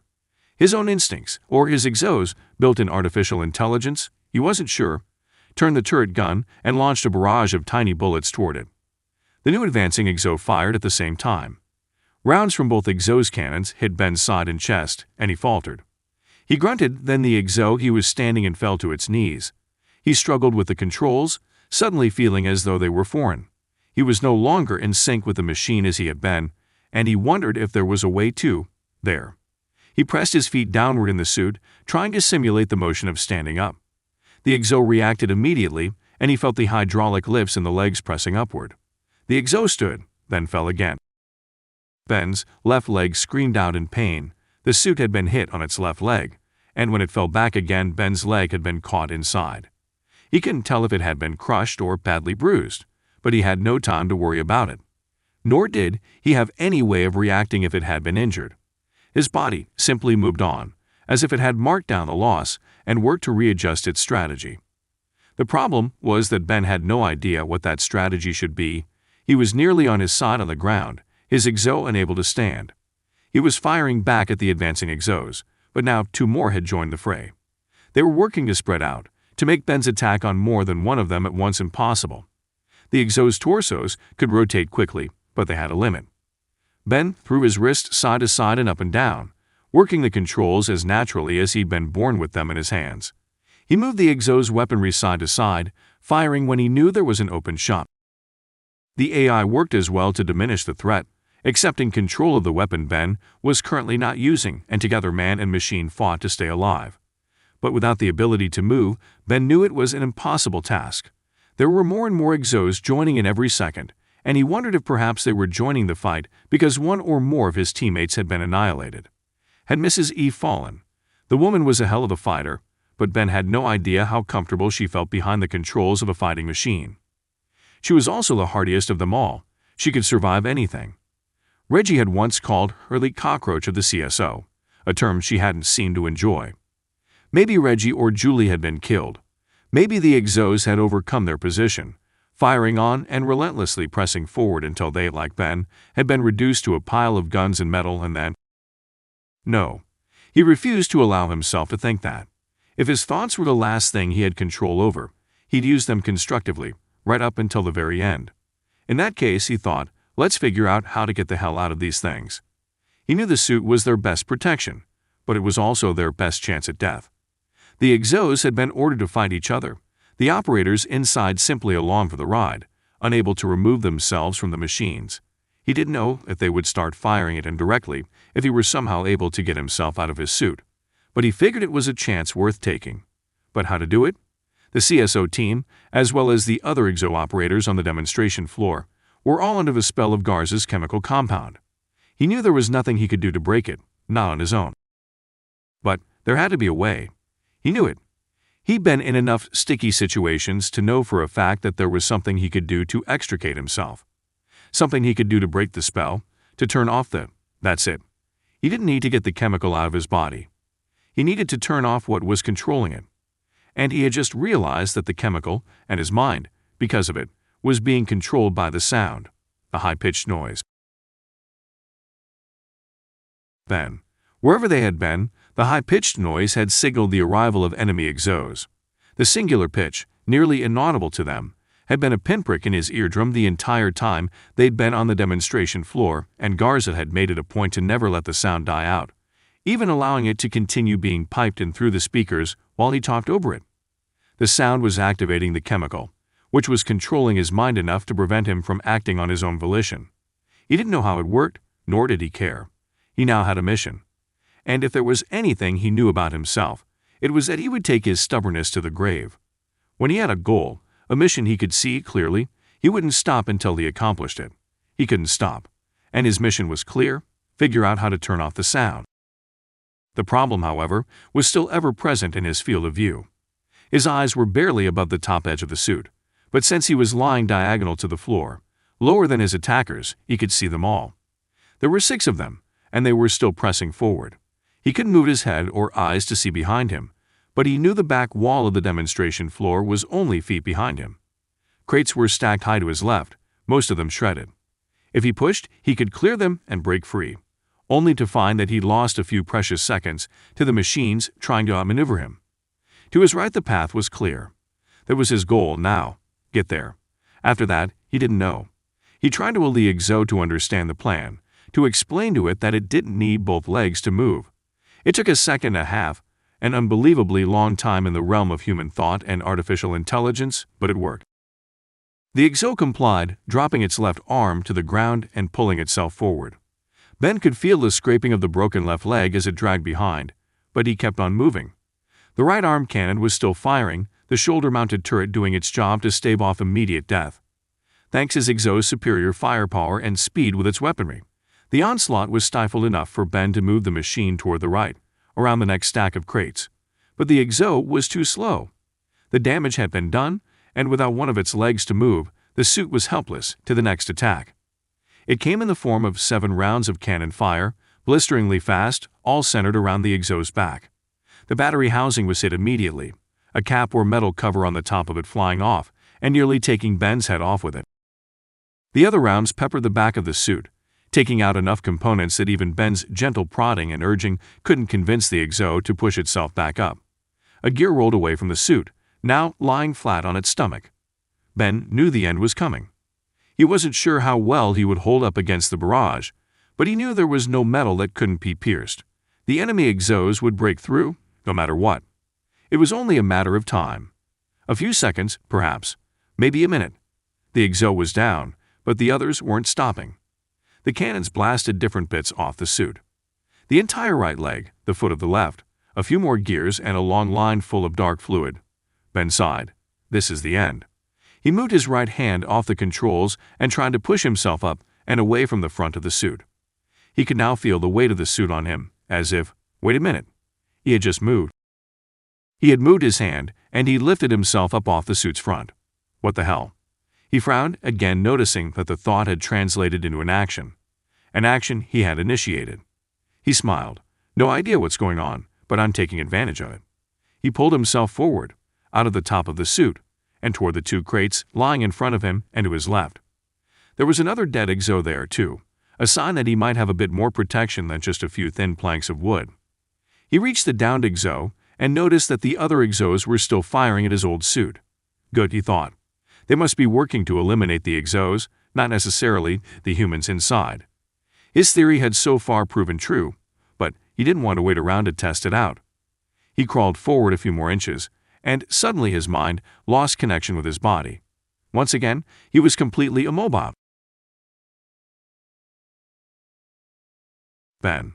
What's going on? Ben wondered. How was I able to move? He realized that the droning whine had faded in volume. He hadn't noticed it at the time, but it had in fact had an effect. When the high-pitched tone was gone, he was able to move. As he felt himself locking back up, his motion stymied, he'd heard the sound creep back into his mind, filling the void it had previously left. Now he was lying on the floor, just out of reach of his exo suit. Not that he could reach for it anyway if he wanted to. He could lift his head, and he was thankful that he had been looking sideways, focusing on the advancing enemy exos as he'd frozen up again. His hands lay motionless at his sides. One of his legs was bent, and the other was straight. Is this the position I'm going to die in? he thought. Will I be crushed or trampled to death? Or will the exos just ignore me for Garza to kill after? He wondered how much time was left on Jeffers' watch. It had to be less than 30 minutes by now, and what would happen when it reached 0? Jeffers had told them Sturtevant planned to bring it all down on top of them. But what exactly did that mean? Didn't matter now, Ben figured. He was laying like a half-dead snake on the stone floor, hearing the sounds of the battle raging around him. The exos behind him banged away at his fallen suit, apparently not satisfied with its operator escaping and leaving the suit useless on the ground. They wanted to seal the deal. He heard another explosion as a component from a nearby exo exploded, and he felt the vibrations through his body as it landed inches away from his head. Add death by flaming debris missile to the list of possibilities, he thought. Out of the corner of his eye, he saw another 2 cannon rounds smack against his fallen exo, pushing it toward him. The fight. He had almost forgotten about his comrades, and he took a precious second to glance left and right, looking for his team members. He saw Julie and Mrs. E fighting, working side to side against their respective walls, each fighting off a handful of slower, heavier exos. He couldn't see Reggie, but he didn't have time to check, and he knew it wasn't worth the risk. The last time he'd been freed from the grip of the scopolamine chemical compound, he'd been within proximity of his suit. When he'd crawled away, the rigor mortis effect had immediately set in. The effect had something to do with his proximity to the exosuit, his exosuit. But what? He couldn't figure out why his suit, previously his own private prison, was now the thing that allowed him his freedom. Unless, Ben shifted around, now facing the head of the fallen exosuit, examining its damage. Only after it had been hit, nearly destroyed, had it turned off Garza's noise. He examined everything he could see from this vantage point. He was no engineer or mechanic, and even then, these were far more technically advanced than anything he had inspected before. He didn't even know what he was looking for, but he figured he'd know when he saw it. His eyes traced the outline of the exo, down to the backside of it that faced the wall. Where the arms connected, one now completely missing, where the battery had been attached. There, a panel that used to cover a section of the exo's upper right torso, just beneath the shoulder area on the back of it, had gone missing. There were blast marks around the rectangular section, giving Ben a clue as to what had happened. He reached a hand inside and pulled out a mess of wiring and cables, careful to not unplug any of them. The exos that had been attacking his downed suit had lost interest, apparently satisfied that the suit was effectively disabled. Ben also assumed that Garza couldn't see him at the moment. If he had, Ben had no doubt the other exos in the room would suddenly have received new orders, and Ben's life would have ended a few seconds later. For the moment, Ben was alive and no one was the wiser. He hoped he could keep it that way. He moved aside bound and zip-tied collection of cables and found a small, rectangular object, hanging from the top side of the interior of the exo. He pulled it out. He knew exactly what it was, as it was one of the few things in a vehicle he did know something about: an amplifier. The tiny device was perhaps half the size of the units he'd seen before. He had installed one into his ancient hand-me-down Corolla in high school, his first car. His father had purchased the car from a work friend, and he'd given Ben the rundown on how to maintain the old vehicle. Changing spark plugs, oil, and refilling washer fluid was about all Ben remembered. But he did know a thing or two about car stereo systems. Mainly that he'd wanted one, and he'd saved up his money from part-time jobs until he had enough to purchase a massive subwoofer for the Corolla's trunk. He had then discovered that his new sub needed an amplifier to power the massive speaker, so, frustrated, he saved up another 3 months' worth of income and purchased a cheap amp from a big-box electronics store. One of the many little knobs and switches on the amp was labeled phase. It was a bipolar switch and had 2 settings, 0 degrees and 180 degrees. That was what he was looking at now, a tiny amplifier with a knob for volume, a knob for pan, a knob and some numbers for something called crossover, and a phase switch. He didn't dare flick the phase switch, but he examined the device and ran the hypothesis through his head. He wished he paid more attention in school, when his physics class had gotten a brief overview of acoustics. But he knew the basics. Sound is a pressure wave, literally a physical wave that travels through the air. The louder the sound, the higher the wave moves above and beneath the baseline axis. The lower the pitch, the longer the distance between the peaks and valleys, and the opposite was true for the higher the pitch. And phase was a concept that implied 2 or more sounds ringing at once. When each of the waveforms lined up with one another, Those sounds were said to be in phase. They were essentially copies of the same sound, played at exactly the same time. But when two sounds were out of phase, their waveforms were exact opposites of one another. When one waveform went up, the other went down. The result? He vaguely remembered his physics teacher, a product of 80s dance music and a wannabe keyboardist, playing two sine waves on two identical keyboards, one of which was phased to be opposite the other. When the teacher played the two notes, there was no sound at all. In car audio, sometimes a speaker would be wired incorrectly, or the polarity was somehow reversed, and the effect would be that another speaker playing the exact same music would be out of phase with the others, causing a detriment to the sound quality. Ben considered all of that as he stared down at the amplifier in his hand. He knew it had to be the answer. All the pieces lined up, a single sine wave-like sound had been piped in through speakers both from above and from the two speakers inside the exhaust suit. Since the sound needed to be amplified, the Ravenshadow engineers had simply purchased inexpensive amps that had been designed for small car audio systems, and they by default shipped with a phase switch. When Ben's exhaust had been destroyed piece by piece, one of the impacts had jostled the amplifier free and hit the phase switch, causing the speakers inside the suit, the ones that were still sending their signal, to reverse their polarity. The speaker's reversed phase sound was perfectly opposite of the sound from the other speakers in the room, and when Ben was close enough to the exhaust speakers, they canceled out the high-pitched noise. It was a beautiful accident, and it had freed Ben. The only problem was that he needed to figure out how to use it to free everyone else. Julie's exhaust had maneuvered nearly all the way along the wall, and she could see Ben in the distance, hiding behind a fallen exhaust. It took her another second to realize that he was outside his suit. How did he get out? She wondered. Did he get thrown? And then she couldn't help herself. He must be dead. She wanted to feel that truth, to decide for herself if it were real, but the chemical wouldn't let her. It didn't block her thoughts, but it blocked their ability to control her motor functions. She watched Ben as her hands and wrists controlled the exhaust. It was second nature now, and she found that because the suit's AI was nearly capable of controlling the suit on its own, she could free her mind to think about other things. A few blasts from her turret, followed by a couple cannon rounds, took out another exhaust advancing from in front and to her left. All the while she watched Ben. No, she saw, he's not dead. He was very much alive, and he seemed to be fine. But how was he moving? She could see that he was messing with something behind the suit, his feet and legs just visible from behind a crate. How did he get out? She watched as her exhaust fought, and in a few seconds she saw Ben pull something up from behind the suit. It was too small for her to see it clearly, but it looked like some sort of small box. She watched as Ben moved something on its surface, like a knob or switch. He was looking up and around, watching the other exhausts. Suddenly one of the exhausts closest to Ben shifted unnaturally, jumping to the side and spinning around halfway.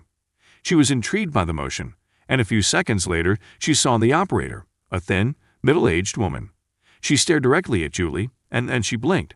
Oh my God, Julie thought. He figured out how to get us out.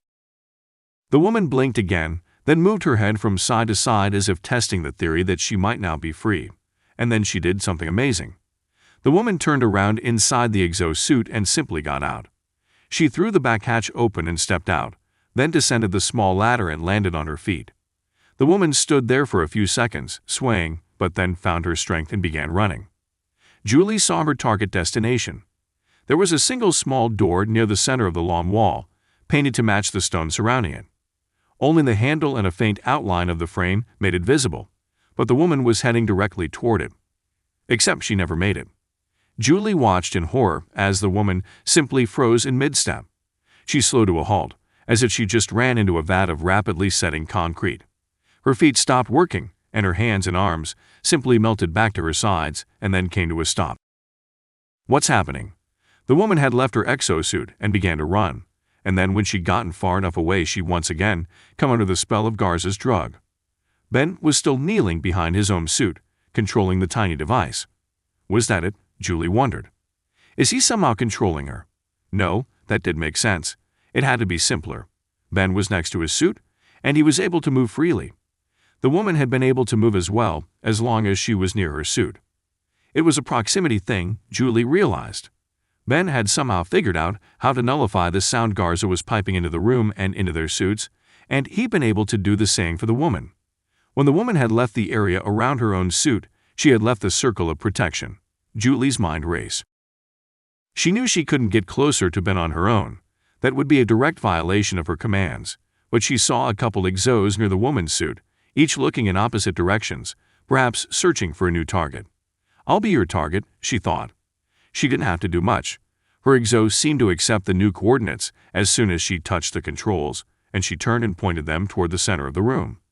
Ben saw her coming. He waved, just a quick flip of his wrist, but it was enough for Julie to know he saw her. He knows I'm coming, she thought, but he's trying to stay hidden. That meant he would be taking a huge risk coming to her. He would not only reveal himself to Garza, who was almost without a doubt still watching on from up above somewhere, but Ben would also risk leaving the safety of his suit's perimeter. She shifted left, moving closer to Ben's fallen exo. It was a move that ensured she'd be protected from view by some crates, but it was also a smart strategic move to be out of direct fire from all sides, so the exo allowed it. It took half a minute to get there, as they had to dodge the fallen suits and wreckage from the battle, as well as step over or through damaged crates, but she made it. She was 10 feet away from Ben when he started running over. "Move closer," he yelled. She did. She was now about 8 feet away, and the effect was instantaneous. Garza waited patiently as the destruction continued. He added a few comments using the microphone in the booth, commending Julie on her performance. He could only see 2 of the CSO team members from his perch in the booth, but he knew the others would be on the recording, which he planned to preview and help edit before sending it to the buyer. Victoria appeared in the doorway a minute later. "Ah, Victoria," he said. "Please enter." She walked in. Her eyes barely moved, but he knew she noticed Father Canisius in the corner of the room. She walked to the center of the room, staring straight ahead at Garza. "Please, Victoria, turn and greet our guest." She turned to her left. "Hello," she said. Her voice was soft, meek. "Father Canisius," Garza continued. "I told you I have not been entirely truthful with you. I understand your trip to Peru has been rather frustrating. You are confused about your reason for being here. I was. And then I decided that the church was interested in purchasing technology, only that technology was being sold by a known arms dealer. Legal or not, it would cast a disparaging glow on the church's character. By having someone of my stature within the organization attend the proceedings, it would prove to both sides the validity.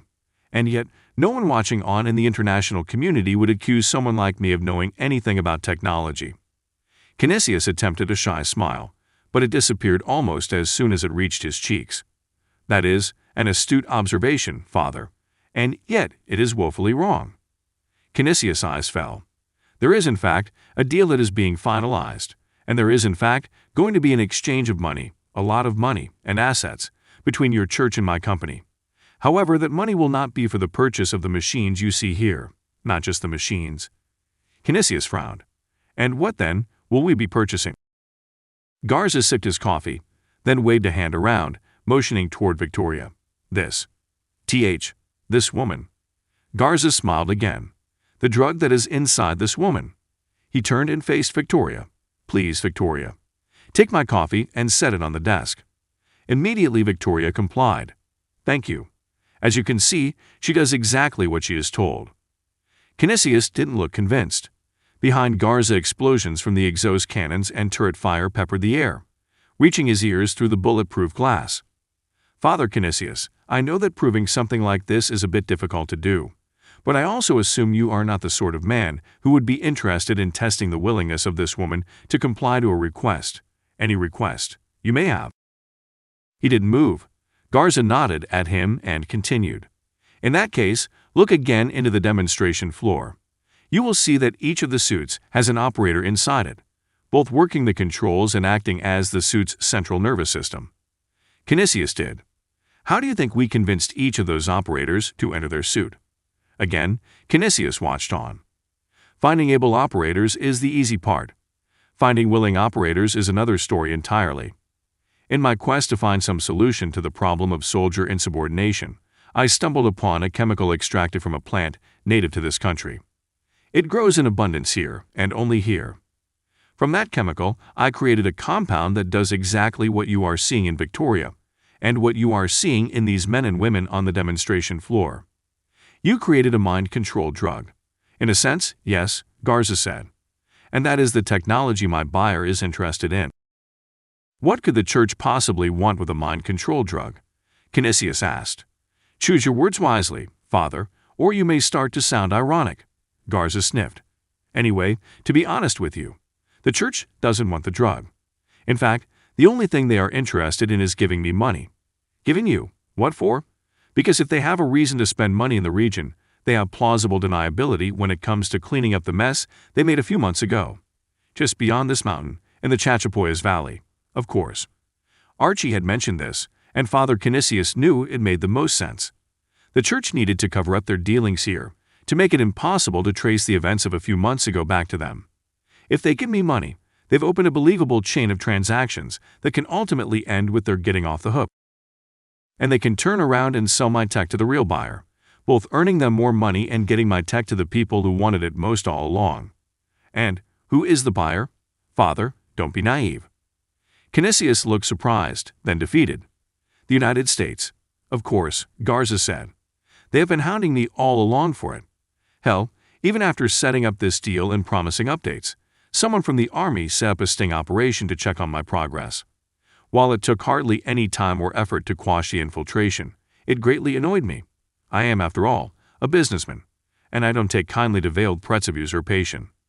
Canisius shook his head, ignoring the carnage taking place right on the other side of the glass. But I still don't understand. Why am I here? If this is simply a deal you intend to make with the United States, why allow the church to be a middleman at all? Why force them to send someone like me out here to play a pawn in your game? Garza leaned his head back, eyeing Canisius like a crow might eye a worm. And finally, Father, we get to the real topic at hand. Finally asking the real questions. He paced across the room, then turned and came back to stand next to Victoria, whom he examined as she stared straight ahead, unmoving. Father Canisius, it has been many years, but I am still surprised you don't recognize us. Julie. The sound suddenly lowered to a nearly inaudible level. She could almost feel the single notes still reverberating out of her exhaust speakers, but it was faint. Better, the sound was no longer strong enough to activate the chemical in her brain. She felt her whole body shift back to life, a sort of melting feeling, and she shook her head and blinked a few times. She suddenly felt her legs turning to mush, but she locked her knees and waited until the exo came to a halt.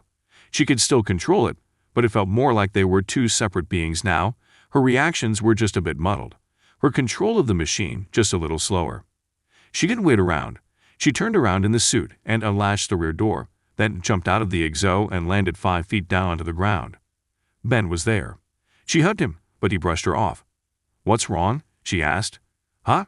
Oh, sorry, not enough time." Time. She'd completely forgotten. As if this mess with the walking tanks wasn't enough, Sturdivant was going to do something devastating to the entire base in, what was it? 25 or 30 minutes. She didn't know. Reggie was wearing Jeffers' watch. But if they didn't release Reggie and Mrs. E from the grip of the scopolamine compound, it wouldn't matter how much time was left. They'd be dead either way. She watched Ben work. He was using the butt of his rifle, banging the back of the exosuit as hard as he could. "What is it?" Julie asked. "How you were able to get out?" "I got lucky," Ben said, once again smacking the rifle against the shoulder section of the machine. "But it's inside this thing. Here, help me." Ben hit the corner of a rectangular sheet of metal, and the side of it dented inward, giving her a small handhold. She walked over and helped Ben by pulling the rectangular sheet of metal, wrenching it sideways as it broke from its top rivets, then coming off completely. "It's a weak spot on the armor," Ben said, meant to allow easy access to some of the internals. He paused, climbed the ladder of Julie's exo, and leaned over to the new hole in the suit. He reached in, moving his arm up and toward the inside of the exo's shoulder. "It's a little amplifier. It's got a reverse phase polarity switch. Used to have one on my car amp, but I never knew what it did." He pulled the device out, which was still hooked up to a few cables, one for power and 2 for the 2 speakers, Julie figured. "See?" Ben said, flipping the switch. The high-pitched sound immediately went away. Julie looked up at Ben. "Apparently it's for turning off mind control chemicals when you're fighting giant exoskeleton battle mech." "Yeah," Ben said. "Apparently so. Who would have thought they'd need those in Corollas?" Julie smiled, then frowned. How much time? Probably getting close to 25 minutes left, Ben said, which doesn't give us much time at all. But we have a plan, Julie said. Right? Sort of. Is it run around and try to reverse the polarity of all the exos between us and Reggie and Mrs. E? Sort of. Do tell. Well, it's that, but I wasn't just thinking about Reggie and Mrs. E. Julie cocked an eyebrow. Way I see it, there are a lot of innocent people in here. Not just the four of us, and we might need some help getting out of the base. They might be able to give us a hand. Julie looked up. There was a tower of crates that had somehow survived the battle, protecting them from Garza's view. She had seen the observation deck, a bulletproof glass-encased box hovering halfway up the wall on the opposite side of the room, and she assumed that would be where Garza was. There were no other cameras in the room, so as long as they worked to stay out of sight from the observation deck, Garza wouldn't be able to see them. She hoped. Okay, sounds good, she said. Want to tell me what you did, so we can split up? Ben showed her. It's literally as simple as flipping a switch. But what it does is reverse the polarity of the exact same sound through the speakers, which is how it really works. It essentially cancels out the sound from the overhead speakers. Like noise-canceling headphones, Julie said. That's exactly what they do. They produce a sound that's exactly the same as the incoming noise floor. Then they reverse the polarity and send that new signal into the headphones as well, canceling each other out, and voila, no noise. Ben stared at her. What? She asked. I was a computer geek before I met you. You're still a geek, Jules. Anyway, as I figured out earlier, it's proximity-based. The volume can only go up so high, so we'll have to crank each exos amp and then get to the next one. Hopefully we can leapfrog around, 8 or 10 feet or so at a time, eventually getting everyone out. The culmination of all these reverse polarity sounds should eventually reach equilibrium with the volume coming from the overhead speakers, Julie said. Meaning we won't have to do all of them. Just enough to create a loud enough reverse signal. Like I said, Heek, she smiled. Let's roll. I really don't want to find out what it is Sturdivant's got planned for this place. I don't want to find out either, Heek. He leaned in and kissed her, and then pulled away. As she was turning to leave, he called over his shoulder. Oh, and if you get yourself killed, I'll kill you. Noted. Edmund. Father Edmund Canisius stared blankly at the younger woman standing next to the man, the leader of this group called Ravenshadow. He was unable to process what it was the man wanted from him. Why he had called him here, ordered him to be a part of this massacre. Down below, in what the man had called the demonstration floor, a handful of mechanized robots slung bullets at one another, firing upon one another with a hellish fury that made his blood run cold. Never in his life had he been privy to anything remotely like this, and the sheer violence of it all was causing him to stumble over his words. No, I apologized, I do not think I know you. He looked from the man, to the woman, to the demonstration floor. A robot, an exo, the man had called it. Shot another one from the opposite side of the room, catching it in the back. A faint splatter of blood flew forward out the front side of the exo, and Canisius knew immediately what had happened. Another one failed, Garza, one of the seated men said, not even glancing up from his display. He tapped something on the display screen and swiped it to the left. Looks like Soldier 231, the man continued. Fatal wound just below the cranial cavity. Shot fired from Garza.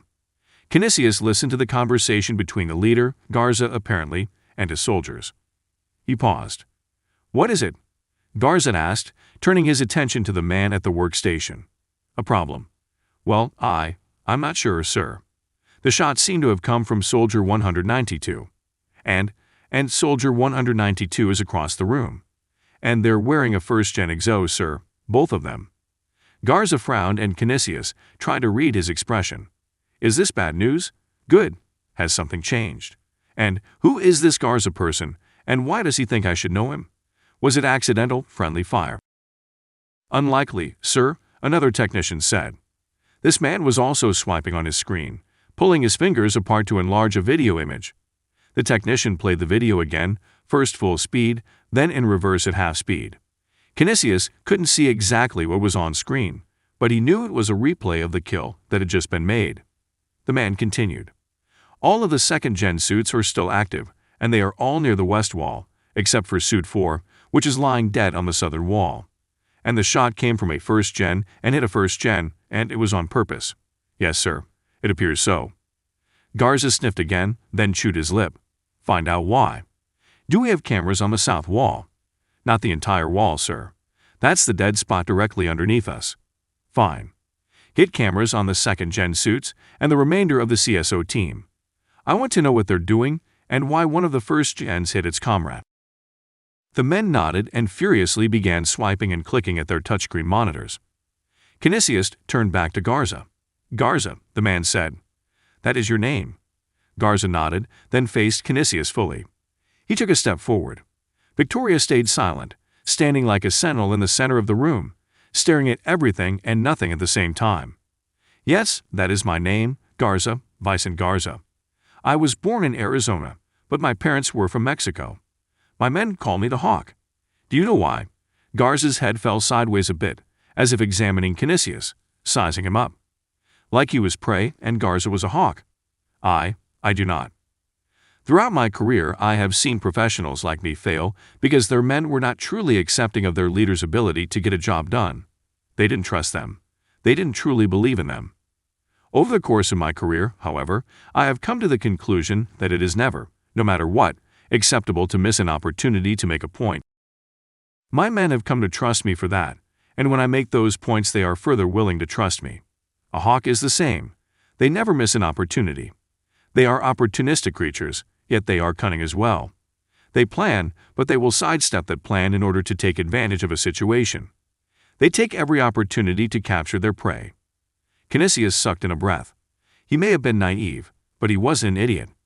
He knew his position here, even if he didn't understand why. I'm the prey. Garza is the hawk, but he didn't know why. Who are you? Kinesius asked. Garza smiled, then returned to stand next to Victoria. He put his arm around her, and in that moment Kinesius recognized the similarities. Father and daughter, he thought. He could see it now, there was no doubt. This is my daughter, Victoria, Garza said. Victoria raised now, though she is no longer married. She is highly intelligent and is a professor of ancient history and religion. And, you might have guessed, we have both met you before. In fact, we were all in the same room once. Kinesius frowned. What is he talking about? His mind raced through the years, trying to uncover any hint of his interaction with this man and his daughter. He couldn't recall how or why they would have met, or how Kinesius could have angered him so much that he would have gone through all this trouble to lure him here. What's the connection? Kinesius wondered. Vicente Garza. Victoria Garza Reyes. From the United States, but his parents were born in. Kinesius bit his lip. Oh, Lord, no. No, that cannot be. He stopped. It has to be. Mexico, he whispered. Yes, Garza nodded. You were to Mexico. Your whole family. He stopped short. That's right, Father. My whole family. Me, my daughter, and my wife. Kinesius swallowed. And you were there too. You were part of the deal. The doctor and the businessman and the local church. No, the local parish that sent a young priest to administer rites to a grieving family. That's not. You accepted the position and the role, and you pocketed the money. My money. Garza, I swear to you that. Enough, Garza yelled. Enough. It's lies, always lies. Everything you stand for, everything a church stands for. Lies. Kinesius stepped forward. Garza, it was a long time ago. I was young, and I swear to you, my hand on my heart, to the Lord God himself, I had nothing. It was a long time ago, Kinesius, Garza said, slipping into a more informal style of berating. But wounds take a long time to heal. Sometimes a lifetime. And I know you were involved. I did the digging. I did my research. As I said, I never refuse the opportunity when it arises. Kinesius felt sick. More blasts from cannons and weapons from outside the glass reached his ears, but they were faint next to the pounding of his own heart. I was young, he told himself. I was taking orders. I had no idea it would lead to this. How much money did they give you? How much of my money? There was, how much? Garza screamed and flung his coffee cup directly at Kinesius' head. There was no dodging the bullet of a throw, and at Kinesius' age the best he could hope for was to simply turn his head at the last moment. Still, the liquid inside, still somehow blisteringly hot, splashed across Kinesius' eyes and he screamed in pain. His skin felt as if it were melting, and that was before the heat actually set in. He groaned, collapsing, and whimpered, as the searing hot liquid spilled over his neck and chest. He smelled the nutty roasted beans as well as the singed flesh of his lips and cheeks. He gripped his face with his hands, rocking back and forth on the floor. He noticed a shadow standing over him. Garza, the hawk, you betrayed your god, Canisius.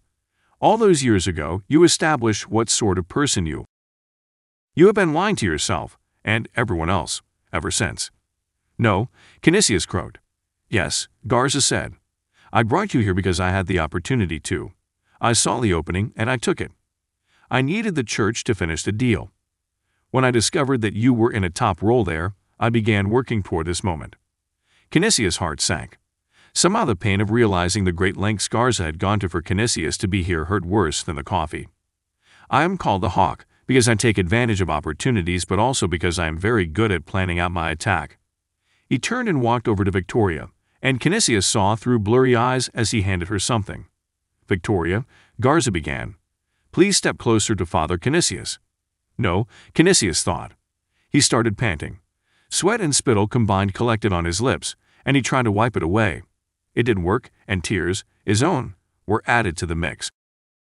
Sir, one of the men said. We've got a problem. Garza ignored him. Sir. Not now, Garza snapped.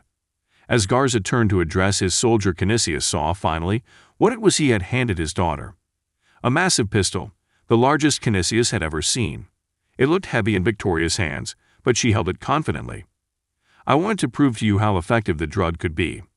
But it is also possible that it doesn't work at all, and my daughter would like to avenge the death of her mother. The murder of her mother. Victoria, please execute this man. Garza. The clearness in Garza's mind had returned. He was no longer conflicted, no longer out of control. He no longer had the unsteady feeling of being out of touch with his own inner demons. He took in a deep, long breath, watching the flowing trail of blood behind Father Canisius' head. Victoria stood over him, the gun in her hand smoking. She too was stoic, calm, but he knew it was for a completely different reason. Sir, the soldier said again. He was standing now, looking down at his tablet. He shoved the tablet to Garza, who flinched and almost pushed it away. But something on screen caught his eye. The man tapped the play button on the screen and the video began. In the far corner of the screen, in what would be the southeast corner of the room, Garza saw a flash of color, a shadow, the shape of a human. It's one of the operators, sir, the man said. One of the CSO team members. Garza was completely caught off guard. But how? The man shook his head. The other soldier, a young technician, answered. We're running it back, trying to see if we got cameras picking it up. But they're in the dead zone, where there's no. Then get into the dead zone. Garza snapped. Why in the hell is someone out of their suit? Sir, again, we aren't able. Get inside then. Where are the nearest units? We've got 2 on-duty patrols on that level, and 1. Send them in. Sir, send them in. Garza did nothing to hide his rage. Somehow, one of the CSO team members had figured out how to disable the high-pitched signal they were sending through the speakers. Or they had somehow overcome the scopolamine compound. Or, no, he thought, there's simply no way they could have done it. The 2 techs were scurrying around, and the Ravenshadow soldiers who had escorted Canisius into the room were standing by, waiting for their orders. You too, Garza said. Get down there and call up another 2 units. Get them from the 2nd level if you need to, but get them ready for engagement. The 2 soldiers nodded and hustled out of the room. Garza continued watching the loot video, trying to make out exactly what it was he was seeing. He saw an arm and a leg clearly, but the person's head was indistinguishable. A first-gen exo turned and fired at a point near the person, but the explosion only caused them to duck back behind a crate, out of sight. Can we reconfigure the exos and their operators to fire at the human targets instead of at other suits? We tried, sir. We're not sure what's going on down there, but it's like none of them are responding. Get me another feed, he barked.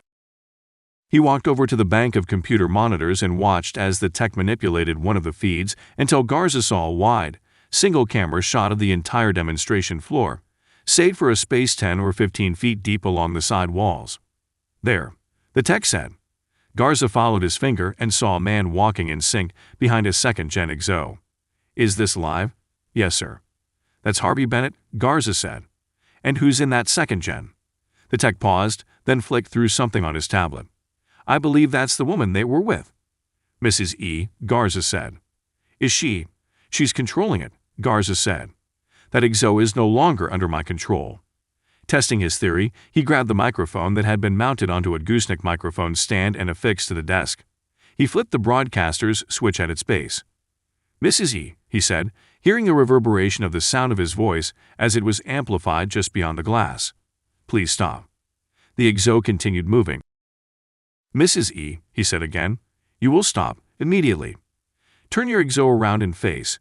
He stopped as he saw the exo comply with his command. "Maybe I was wrong," he whispered to himself. Mrs. E's exo spun and faced the glass bubble Garza, and his men were in.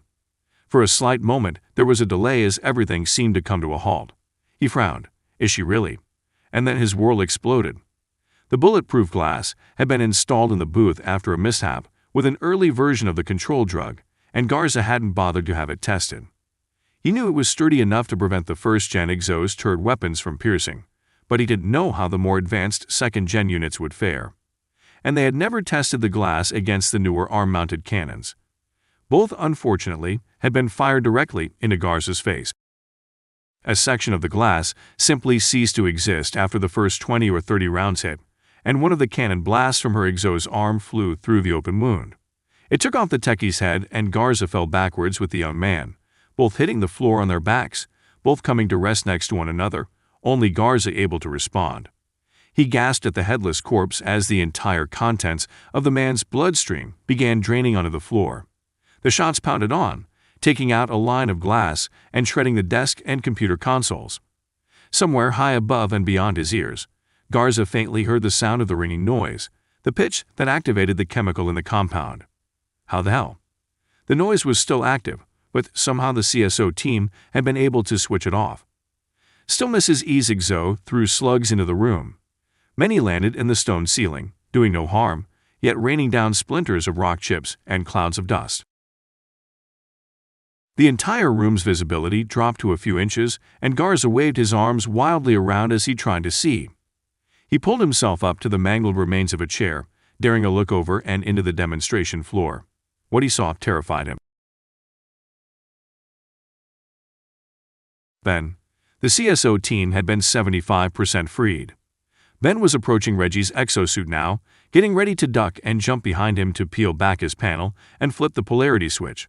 He had discovered on Mrs. E's suit that it was easier to open the back hatch of the exos, jump onto the ladder, and do the work while the exo was still active. The machine couldn't do anything to flip Ben off of it, nor could the person inside while they were under the spell of the compound. Julie had been doing the same thing on the opposite side of the room, freeing as many of the operators from their first-gen suits as possible. The operators in the suits were staying inside, likely opting for the relative safety of the machines than the dangerous demonstration floor. Even the woman they'd freed earlier had fled back to her machine. Those first-gen exos were still moving, now under the control of their operators instead of Garza, and from Ben's view it seemed that there were only a handful of working exos that still needed to be freed. Unfortunately, he also saw nearly 15 down machines, their operators in varying states of injury. Some, he knew, wouldn't make it out of this room alive. He freed Reggie, and the tall man immediately spun around and faced Ben, a huge grin on his face. "Ben, these things are amazing," Ben frowned. "I mean, thanks for flicking the switch off, or whatever you did," Ben told him. "So, like noise-canceling headphones." "That's exactly what Julie said." "You're both nerds," Ben said. "It's not like it's really crazy technology, Ben. You should read more. Shut up and help us. We're mounting an attack." Reggie looked over his shoulder. "Yeah, I can see that. Mrs. E's tearing it up." "She is, but if Garza was in there, he's going to be trying to get out before the whole thing goes up. That means we've got to get out of here and find him." "Agreed. So, how do we do that?" "Julie's guiding the other exos to Mrs. E, where they'll focus on knocking out that control booth up there. You and I are going to suit up and focus on the doors. They're massive, but if we can make a dent in them, we might be able to get them to open. Or we'll just lock them up and prevent them from ever opening again." "Yeah," Ben said. "Or that." Reggie shrugged.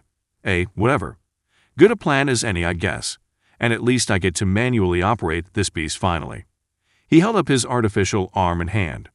This thing is even more incredible than I thought. The built-in tech is fast. I didn't even have to really think, and my hand was moving. Aiming is second nature, too. Ben smiled. He had always appreciated Reggie's ability to stay calm, even nonchalant, in any situation, no matter what. He knew it was due to Reggie's long-time practice of controlling his own emotions, his training to push back certain things in his past that he had no business allowing to roam free. It helped Ben calm down, too, watching his friend. If he's calm, I can be calm. And he knew that calmness was going to be a major asset to him in the next few minutes. How much time do we have, by the way, he asked. Oh, right, forgot about that. Reggie checked the watch he'd taken from Jeffers. Looks like just over 10 minutes. Ben's mouth fell open. Shit, Reggie, that's not enough time. Again, Reggie shrugged. What are you doing trying to butter me up then? Get off my ass and let's get this show on the road. Ben did. He jumped to the floor and slammed the back hatch closed, then ran over to Mrs. E. He yelled up to her between blasts from her cannon. Reggie's good. That's all of us. She nodded, never taking her eyes off the smoking booth on the opposite wall. She had continued sending rounds into the broken studio, but had slowed considerably, allowing time for the dust and smoke to settle so she could see into the ruins. See him in there. She shook her head. Negative, she said. He poked his head up earlier, but I either took him out then or he's gone. Ben knew which option was more likely. Stay vigilant and keep your eyes on the booth. It's the only other open access point we know about besides the two large doors on the sides and the small one in back, and we got them all covered. She nodded. Trust me, he or anyone pops their head up, I blast them. Ben was about to turn and run to a new exosuit when the door at the side of the room began to open.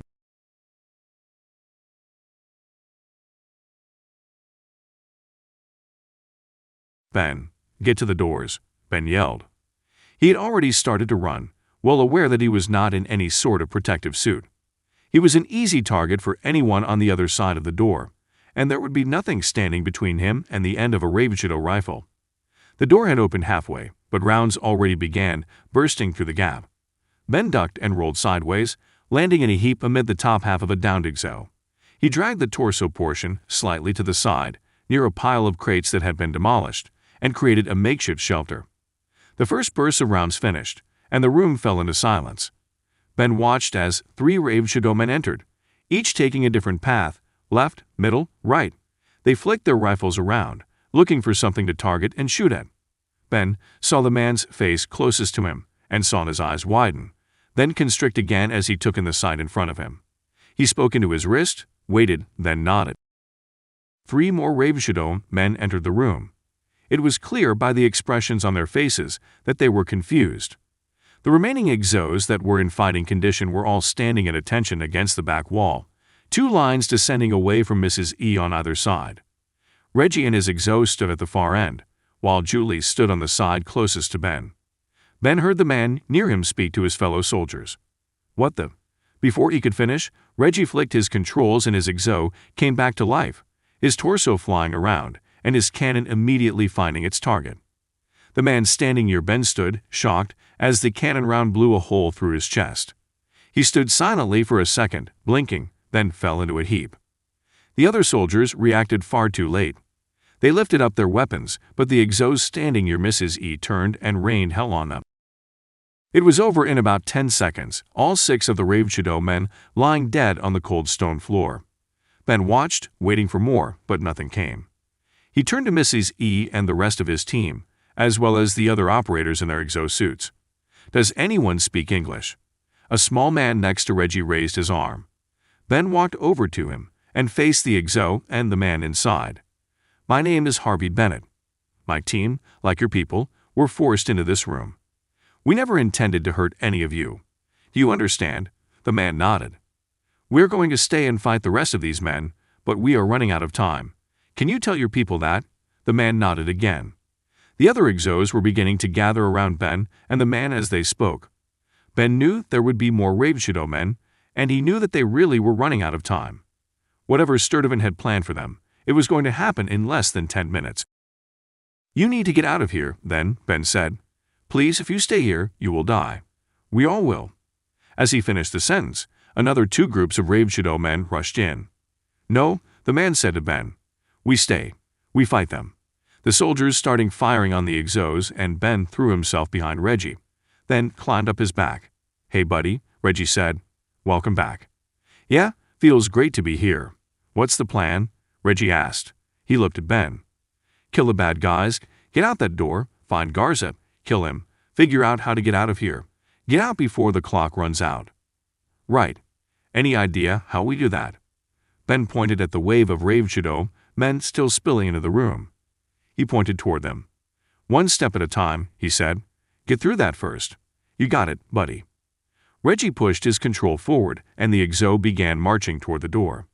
The others followed suit, but it seemed as though having an entire army of 10 exos would be unnecessary. Reggie, Julie, and Mrs. E had cut down the Ravenshadow men before they even finished entering the room. "Okay," Reggie said, laughing. "Now, what?" "Step 2. Walk through that door." Reggie was already moving. His exo was in the center of the room, and the line of exos streamed out behind him, one after the other, a chain of robots marching toward their freedom. Ben waved at Julie, who was nearest the door. He wanted her to go through, to get out of this hell first, but she seemed to be happy waiting for the others to exit first. Reggie was 20 feet from the door when it happened. Ben felt the tingling sensation at the same time he noticed the pitch change. It grew louder, stronger. Once again it filled his head. Once again it took him over. He froze. Reggie and his suit did as well. All along the line the exos froze in place, their operators locked back inside their own bodies. "Oh, no," Ben thought. "No, not again." He was looking straight ahead, but Reggie had his hand up on the edge of the exo's frame, not on its controller. His wrist was tilted, giving Ben a perfect view of his watch. 7:54, 7:53. While Ben and his team was frozen, time was not. It ticked away the brutal seconds, mocking Ben and Reggie, alerting them every moment to their fate. At the edge of Ben's vision, Ben saw movement. Someone was walking into the room. Garza. He stepped over the bodies of his fallen men, 12 in all. Ben knew it was nothing to him, hardly a loss. But Garza would be upset for a far deeper reason. Ben had played him. Ben had figured out his ruse, figured out a way around it. And he was here now to return the favor. Garza walked up to Ben and Reggie. Ben was still locked onto the back of Reggie's suit, but Garza had a clear view of both of their heads. "Hello, gentlemen. Harvey, Gareth." He walked a full circle around them, inspecting. Ben knew he'd see the open panel. He wondered if he would be able to put things together. "My men figured it out," Garza said, his hands in his pockets. "The polarity of the signal. The amplifiers installed within my suits have phase switches, don't they? And you figured out how to reverse it. The only problem with that strategy is that you haven't eliminated the signal chain. The sound is still there, isn't it?" Ben heard the sound ringing in his ears, still coming from far away from the ceiling-mounted speakers. The thing about reversing the polarity to cancel out a signal is that you need two signals, one of the waveform that's been fully phase switched away from the other. But what happens when you remove one of those waveforms, Harvey? What happens when I simply stop broadcasting the signal through the suits? He turned and looked up at the speakers. There's still a signal, and it's plenty loud enough. Clearly. He walked up to the exo, looked up at the two men, and smiled. "I'm proud of you, though. It's about time you took the opportunity to figure something out, Harvey. Luck comes to those who earn it, right? It took you this long to realize. You can't beat men like me until you think like men like me. You never wanted to go there, Harvey. You never wanted to admit to yourself that you could think like me, that you could scrape the depths of your soul to figure out how to beat someone." Ben wanted to break him in half, to snap his neck and be done with it. But he couldn't, and the seconds were still ticking off the watch. 6:38, 6:37, 6:36. Julie felt her body stiffen up, the sense of her entire body falling asleep, hitting her all at once. The pain of the tiny pinpricks of excited nerves, then the nothingness of feeling afloat in space, yet rigidly connected to the ground simultaneously. She would never get used to this feeling, and she never wanted to. Somehow Garza had triggered the signal once again, but she wasn't close enough to Ben and Reggie to hear his explanation, if he'd given one. Now she was about 5 paces away from the open door, still inside her exosuit. The others were stacked in a waving line behind Ben and Reggie's, all waiting their turn to exit, all frozen, all unable to reach the exit standing directly in front of them. She wondered how much time was left. It had to be less than 10 minutes. How would they make it?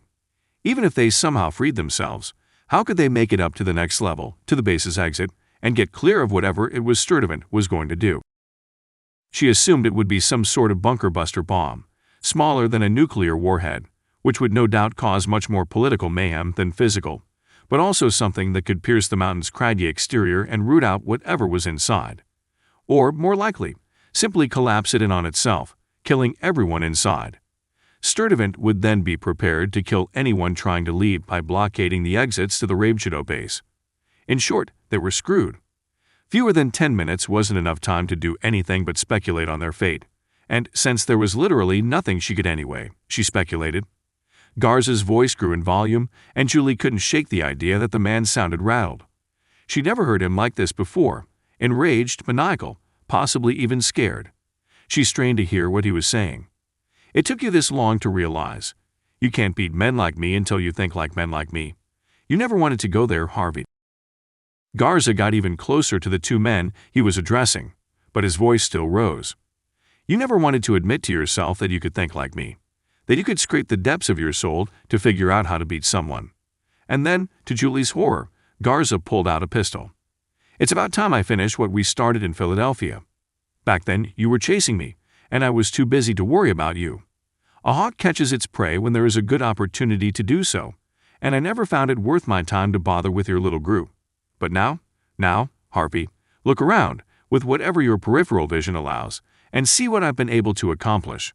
See that even though your work brought you here, to fight me and to prevent this, see that I've been able to still accomplish every aspect of what I set out to achieve.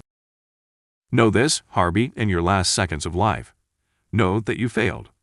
Not a failure of physical accomplishment, nor one of desire or teamwork or any other morally righteous failure, but a failure of character. You failed, Harvey, because you are not enough. You simply cannot bring yourself to do what it takes to defeat someone like me.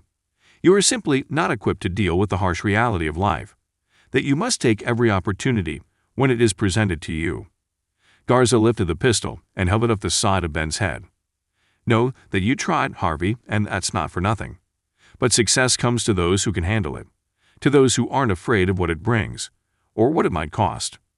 Julie felt the scream building inside her, the rage and fear and fury and overwhelming grief building to a point that she wondered if it would even be enough to bypass the chemical that was holding her back. Unfortunately, it wasn't.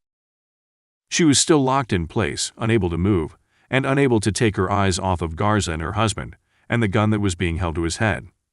I wish there was a way to let you have a last word or two, Harvey, Garza said. I always did appreciate your little quips. He took a deep breath, and even from her distance, Julie could see him gently squeezing the trigger. The pistol was against Ben's temple, pressed hard against it. Garza pulled the trigger. Julie felt the shock of it from where she was. It was like a wall of sound entering and leaving her body in the same instant, a pressure wave of epic proportions, hitting her and pushing her back. She felt as though she were falling backwards, her mind tumbling through open space, her limbs flailing helplessly as she watched her husband fall. But Ben didn't fall. He moved.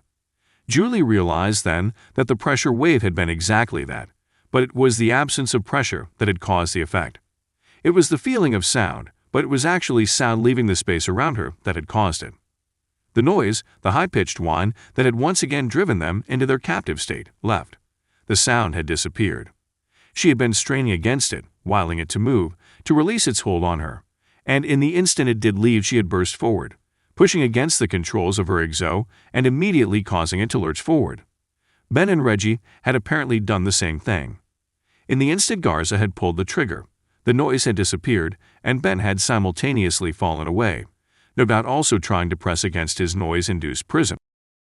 When Garza fired the pistol, Ben had jerked to the right, moving out of the way of the round and catching himself and Garza by surprise. Reggie had reacted exactly as Julie had, by nearly falling on the front of his exo and unknowingly pushing it forward. In the first second of their newfound freedom, Ben dodged the bullet while Reggie drove his exo directly into Garza. Garza stumbled backward and fell, his back to the stone floor, and he scrambled away from the marching exo. Kill him, Julie yelled. She was still finding her balance, working desperately to regain control of herself and her exo. She watched Garza regain his composure, wiped the sweat off his face with a sleeve of his shirt, then stand and begin running toward the open door. "Kill him," she yelled again. She knew the others were feeling the same, a slightly drugged state consciousness that would wear off in a few more seconds.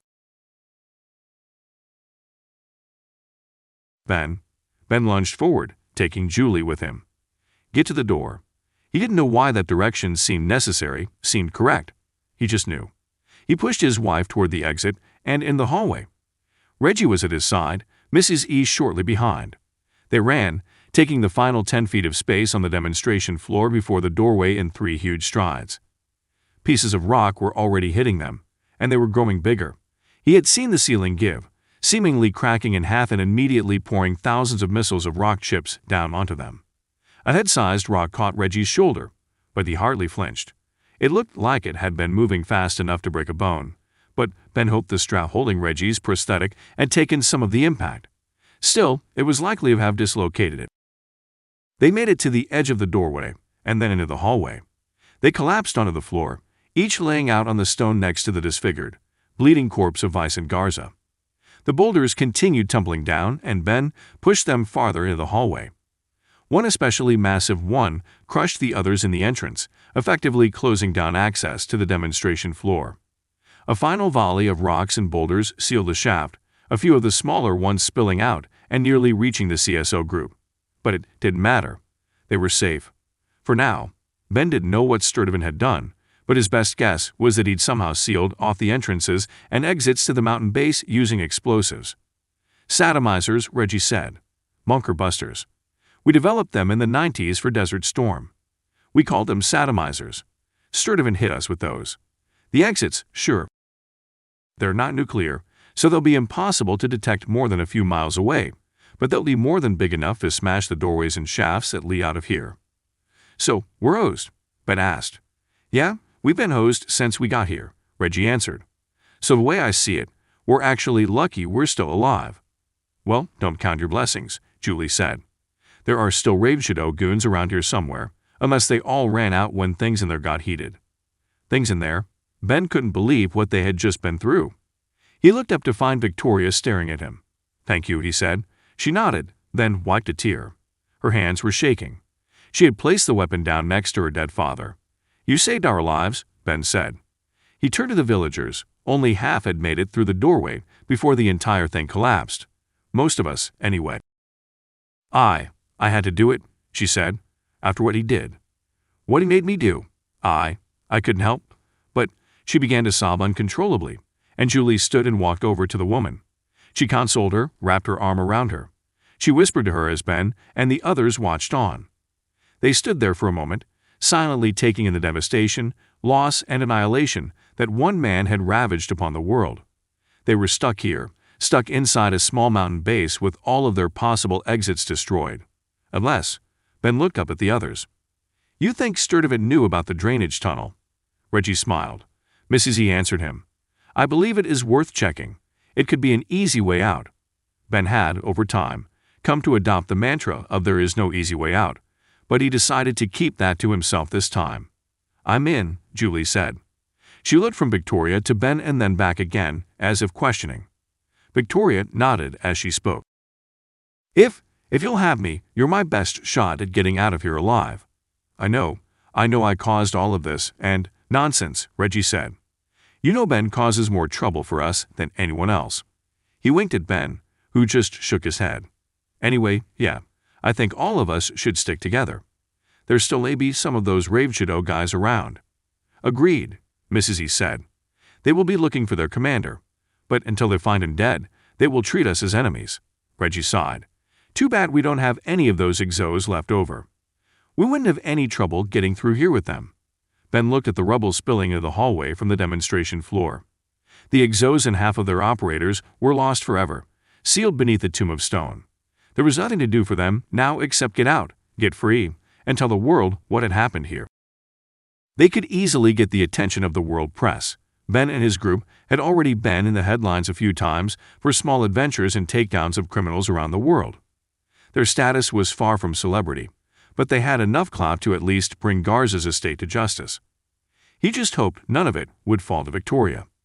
Ben wanted nothing more than to smear Garza's name, point him alone for the abduction and murder of at least one entire Peruvian village, as well as the international war crimes, including killing Sturtevant's Green Berets.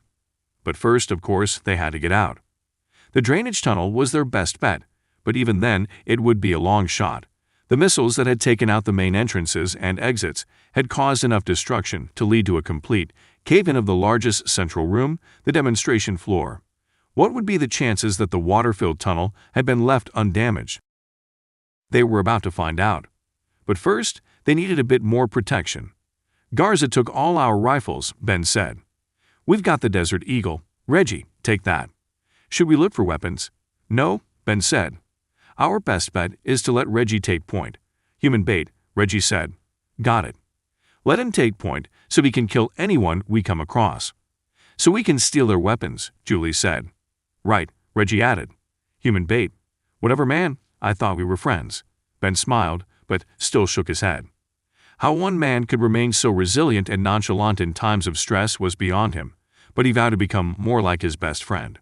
"Okay," Ben said. "Let's roll. Reggie, lead the way." Julie. They ran for 10 minutes without interruption, all without seeing another living soul. Ravenshadow must have cleared out before the first bomb hit, Julie thought, while they were getting blasted in the observation room. When the team had reached the stairs, Julie paused. "Wait," she said. "There's water coming from near the door." They all looked down. In the dim light, the water sparkled as it sloshed through the tiny gap between the door and the stone frame around it. She wondered where it was coming from, and, more importantly, if there was more of it. Reggie opened the door, and the trickle of water turned into a slightly larger stream. Still not much, but it worried her. "Let's hope that's just from a broken pipe or something from a higher floor," Ben said. No one spoke as they ascended the stairs. The water continued pouring down, and Julie saw that it was originating from somewhere high above. They climbed the stairs to the second of the 3 floors, the floor they came in through, and when they reached the doorway, Reggie paused once again. "It's picking up," he said, "the water level." Julie saw that he was right. The water coming from above them was now pouring down in a single sheet against the wall. Drips were hitting her face. The humidity in the stairwell was already starting to rise. Ben turned to Victoria. "Did your father show you around this place?" She shook her head. "He barely spoke to me," she said. Her voice was still shaking, still full of trepidation. "The only thing I heard about this place was that they didn't think it was a mine at all. None of them saw any mining equipment, and my father could never find any official blueprints or area maps that mention it." Julie knew why. This place wasn't a mine, nor had it ever been one. "There obviously weren't staircases here before," Victoria said. "My father added them when they moved in, but the shafts were already here." Julie was surprised to hear that. The shafts were large, perfectly sized for the metal staircases that now filled them, so it was strange that they hadn't been originally meant for staircases. It was all further proof that this place had once been a sort of underground city rather than a mine, inhabited by the descendants of the Atlanteans. But what were these shafts for, she wondered. If this was a city at one point, how did they get from one level to the next? Ropes. It seemed like having stairs or ladders would have been ideal, but it was clear that there had never been any stairs in these shafts. The water came in more heavily as Reggie opened the door to the second floor. The stairwells on each level were lit with a single, dim light fixture mounted above each door, and Julie looked up to the floor above them. It was obvious now that the water was pouring in from the top level, from somewhere beyond the door that led to the 3rd floor. It seemed as though the only thing keeping a solid wall of water from falling over them now was the door itself. "We need to get out quick," Reggie said, stepping through the doorway. He didn't bother to look for any opponents. It was clear now that the Ravenshadow base had been cleared or the men were dead.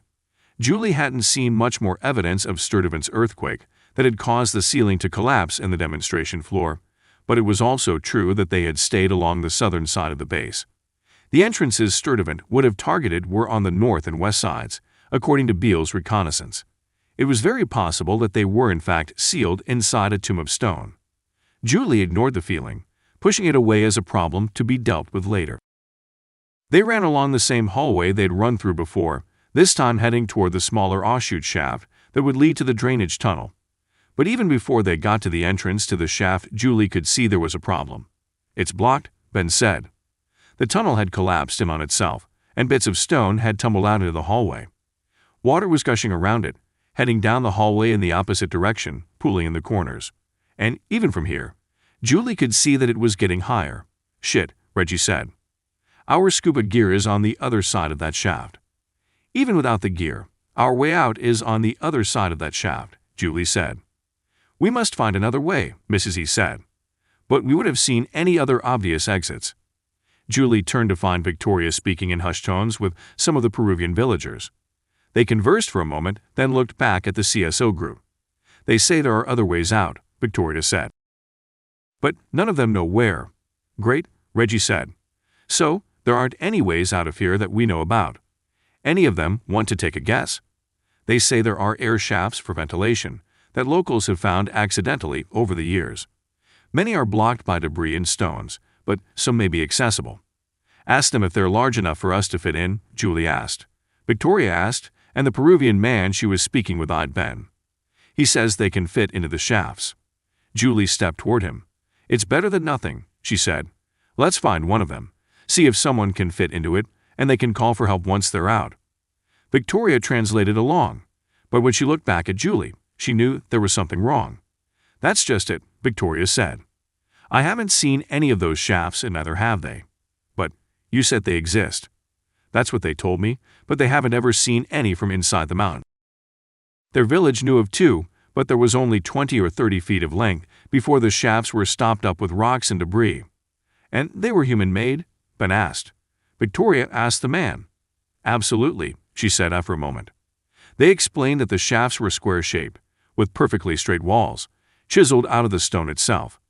They were part of the myth and lore of the region, a way for the keepers of the mine to access the outside world. "Okay," Reggie said. "We need to find one of these little shafts. Let's get back to the stairs. Head up a level." "Agreed," Ben said. "If there are any, they'll be at the top level."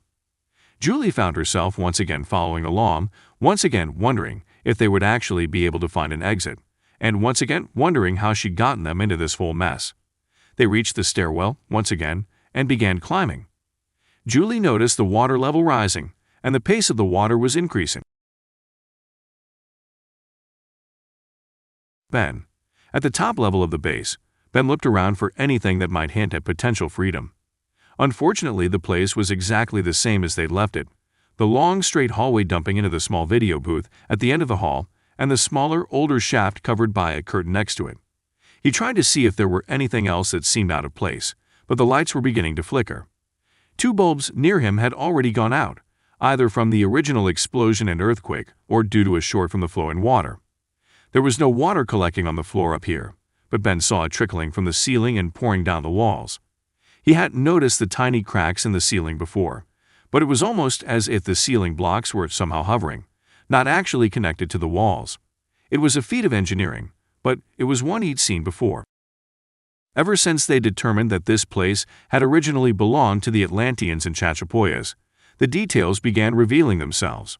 The size of the shafts was similar to those of the tunnels they'd found in Egypt, and the design, build quality, and workmanship was exactly the same as well. "Want to go to the video room again?" Reggie asked, still holding the Desert Eagle. Ben shook his head. "I have no idea. There's nothing up here." "It's the same as we left." Ben's feet fell out from underneath him. He felt his knee overextend a bit as he landed hard on it, but he regained his balance. Julie and Reggie crashed to the ground in front of him, while Mrs. E bounced off the wall behind her. "The hell was that?" Reggie asked. "Aftershock," Ben answered. "The mountain's shifting." "You don't think Sturtevant hit us again, do you?" Julie asked. "No need," Ben said. "The exits were most likely blocked off during the first explosion, and he's probably got men on the ground to take out anyone who's made it beyond that." "In other words," Reggie said, "the mountain's coming down on top of us." Just like Jeffers said. To answer, the water surged and picked up, pushed along from a space beyond Ben's vision. It curled and ebbed against his boots, first at the ankle, then up to his calves. "Water's coming in fast now," Reggie said. "We need to figure this out now, guys." Ben was thinking the same thing. They were on the top level of the base, and where there had been no standing water on the floors, before there was now a river. And that river was rising, fast. 2 of the Peruvians, a man and a woman, began breathing rapidly. Ben turned to face them when Victoria translated. "They cannot swim," she said. "They are scared." "We're all scared," he replied, "but they're going to have to learn to swim and stat." "Over there," Mrs. E said. "It looks like the water is coming from that tunnel." It was the tunnel they'd been led through by Victoria, the one that had been obscured by the curtain. They trudged toward it. "Why did your father hide this tunnel behind the curtain?" Ben asked. "He only meant to make it more difficult to find the interrogation room," she answered. Ben sensed a hint of regret in her voice. "You all weren't the first he used it on." Ben nodded. "Besides connecting this side of the top level with the stairs on the other end, does it go anywhere?" She shook her head. "Not that I know of." "It's graded," Reggie said. "The water is coming this way because it's slightly downhill from the origin point." As he spoke, the water in the tunnel reached Ben's knees. It was beginning to froth and foam up, miniature whitewater rapids around their legs. "Let's get up there," Ben said. "We don't have a better option. The lower levels will be even more flooded than this one." No one spoke as they sloshed forward. Ben waited for the 4 villagers to hike past, taking up a point at the back of the line, just in case someone slipped. He wasn't about to let anyone else die on his watch. The 3 men and 1 woman from the group of villagers were surprisingly strong as a group. Their feet were solid on the stone floor, though it was growing more slippery by the second. They held hands and pulled each other along 1 step at a time. By the time the water was at Ben's waist, they'd reached the end of the narrow shaft. He could barely see the source of the water in the dying light. It spilled out from a small, rectangular slit in the ceiling, one that disappeared upward into the rock. "Have you seen this before?" Ben yelled. The water was crashing out of the hole with a fury, and he knew they had only minutes before it would completely consume the shaft. "No," she said, "but I wasn't privy to much of it. He only showed me a few of the main rooms before he took over her mind," Ben thought, finishing the sentence for her. "Before he took his own daughter's mind and turned it into his slave." Ben turned to the rest of the group and shouted over the din of the pouring water. "Best guess, we've got a minute before this whole place is an underwater tomb.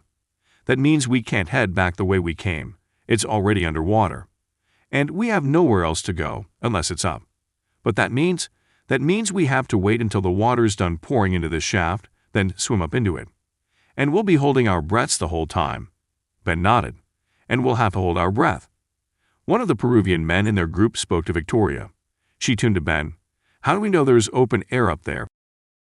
Ben looked around, just as the water level rose to his shoulders. The current had slowed, so he found it relatively easy to keep his balance. The Peruvian woman, a whole head shorter than Ben, was treading water and holding onto the shoulders of the man next to her. "Guys, we don't know anything. We're just hoping now, that's all. This little ventilation shaft, whatever it is, might be our only way out." He paused, looked around his team and the villagers they'd picked up along the way, wondering if this would be the last time he saw them, or it might be the end. Ben, the water had reached Ben's eyes. The Peruvian men and woman were treading water, their lips pursed and pointed upward as their heads barely breached the surface. Julie was treading water as well, but Reggie and Mrs. E were still able to touch the ground. "Julie, you go first with 2 of the villagers," Ben shouted. Then Mrs. E and the other 2. "You 2 are their lifelines. Got it." Julie and Mrs. E nodded. "Keep them in front of you, and push them if you need to. Remember, Reggie and I are last, so we'll be holding our breaths the longest." Julie swam over to Ben. "Ben," she said, softly, speaking into his ear so the others couldn't hear. "Let me go last. I can hold my breath." "No." He didn't argue, he didn't even look at her. "Ben." He grabbed her hand underwater, pulling her closer. "I love you, Jules. I'm not arguing. Get these people out and wait for me." She nodded. It looked like there was a tear falling down her face, but their faces were all covered with splashes of water. 30 seconds. Reggie yelled. Victoria translated, asked the villagers if they needed any other instructions. They shook their heads. Suddenly the water was at the ceiling. Ben pushed his lungs free, expelling all the air from them, then sucked in the deepest breath he was able. Next to him, Julie and Reggie did the same. Before he'd even pulled his head, completely underwater Mrs. E was pushing forward, nearly throwing the first 2 villagers into the rectangular ventilation shaft. She violently kicked and shoved the 3 of them up against the slowing current. In a few seconds she was gone, and Julie was in her place, working the 2 remaining villagers into position. She swam with them, having an easier time of it as the water had finally stopped pushing against them, and these two villagers were capable of pulling themselves along. And then Reggie went. Ben's breath was still in his lungs, but it was beginning to poison him. He felt the burning sting of the air souring, his body beginning to fight back against it, willing him to open his mouth, and then it was his turn. Reggie's feet were in his face, but Ben wasn't about to wait another second. He kicked with everything he had, using energy that meant it was directly working against his ability to hold his breath. He pulled with his arms, the rectangular slit not wide enough for him to move forward with his arms fully extended, while continuing to kick with his legs. He made progress, but it was too slow. His lungs were about to burst, the involuntary desire to breathe growing as strong as his voluntary ability to prevent it. It was a balancing act, but it was one he would eventually lose. The human body was incapable of preventing its most basic needs, and breathing ranked high on the list of things that were required. There was no light. The darkness of the shaft penetrated his soul, and the water consuming him caused him to feel as though he were weightless, lying at a diagonal in the center of a black hole. He focused on the walls, focused on the smooth, hand-cut stone blocks, the gaps between them nearly unnoticeable, but it still wasn't enough. The darkness deepened somehow, his throat and mind constricting, and he knew he wouldn't make it. He reached forward, knowing that if he could just feel Reggie's boot, grab his friend's ankle for just a moment, it would be enough. He would find a bit more strength and stamina there. But there was no boot. There was no ankle to grab hold of. Reggie was gone. Ben was alone now, floating in his black hole, fighting the slip into unconsciousness. He'd read somewhere that death by drowning was one of the better ways to go. Your mind experiences a state of euphoria, of an elated sense of self. The problem was that he'd also read that the moments before death, the period during which the body tries desperately to stay alive, is severely uncomfortable. The body sucks in gasps of water, screams as it realizes there is no air with which it can breathe, and then struggles in vain to get to the surface. Ben was experiencing this now.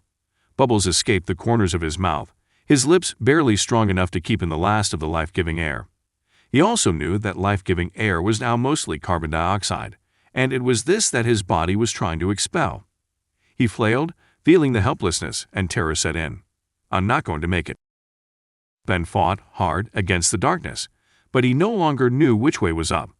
The walls seemed to disappear, taunting him as he strained to reach them. He let out another burst of carbon dioxide. The bubbles tickled his face, his nose. He wanted to scream, and so he did.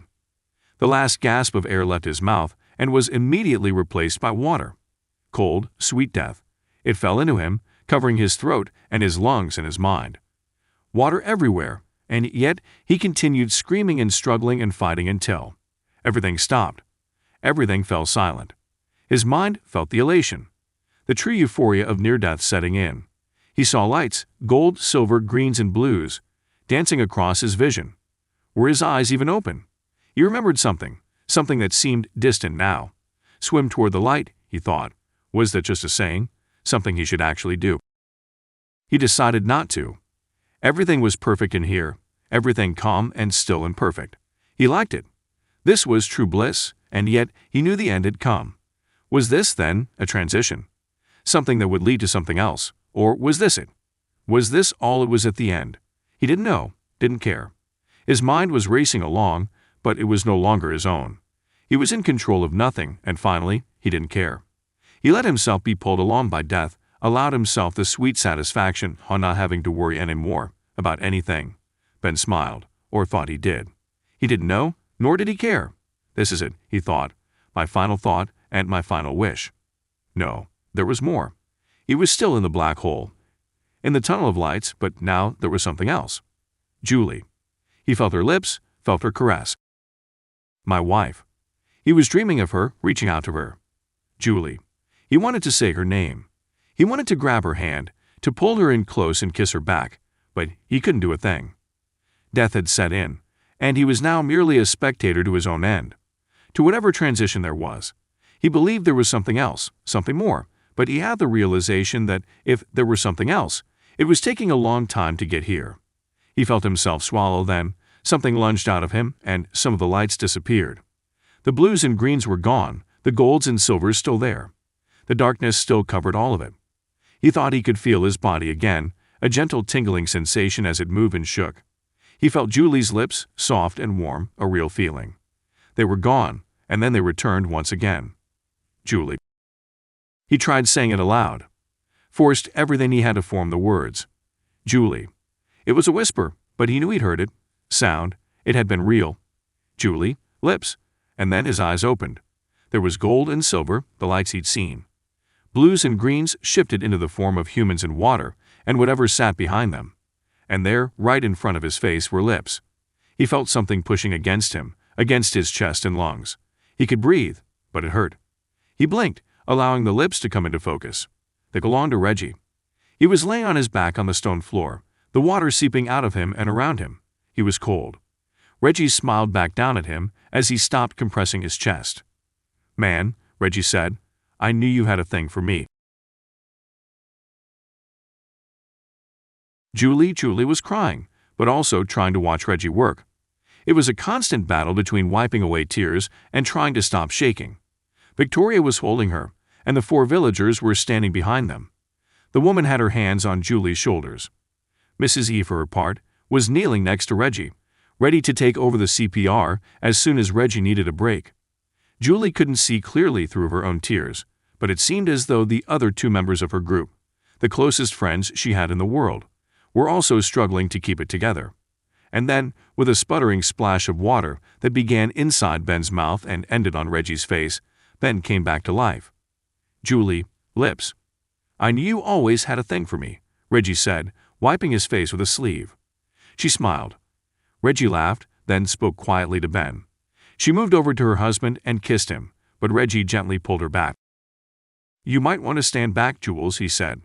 There's usually another. On cue, Ben rolled to his side and coughed out another bucketful of water, mixed with vomit and spit and bile. It splashed her knees, but she didn't move. She went back in for another kiss. Ben, she said, I love you. I love you. I thought. I was dead, Ben said. Yeah, because you're an idiot, Reggie said. You were 3 inches from the surface, but you kept sinking back under. I had to stick my whole upper body into the hole to grab you, or you would have sunk back to the other shaft.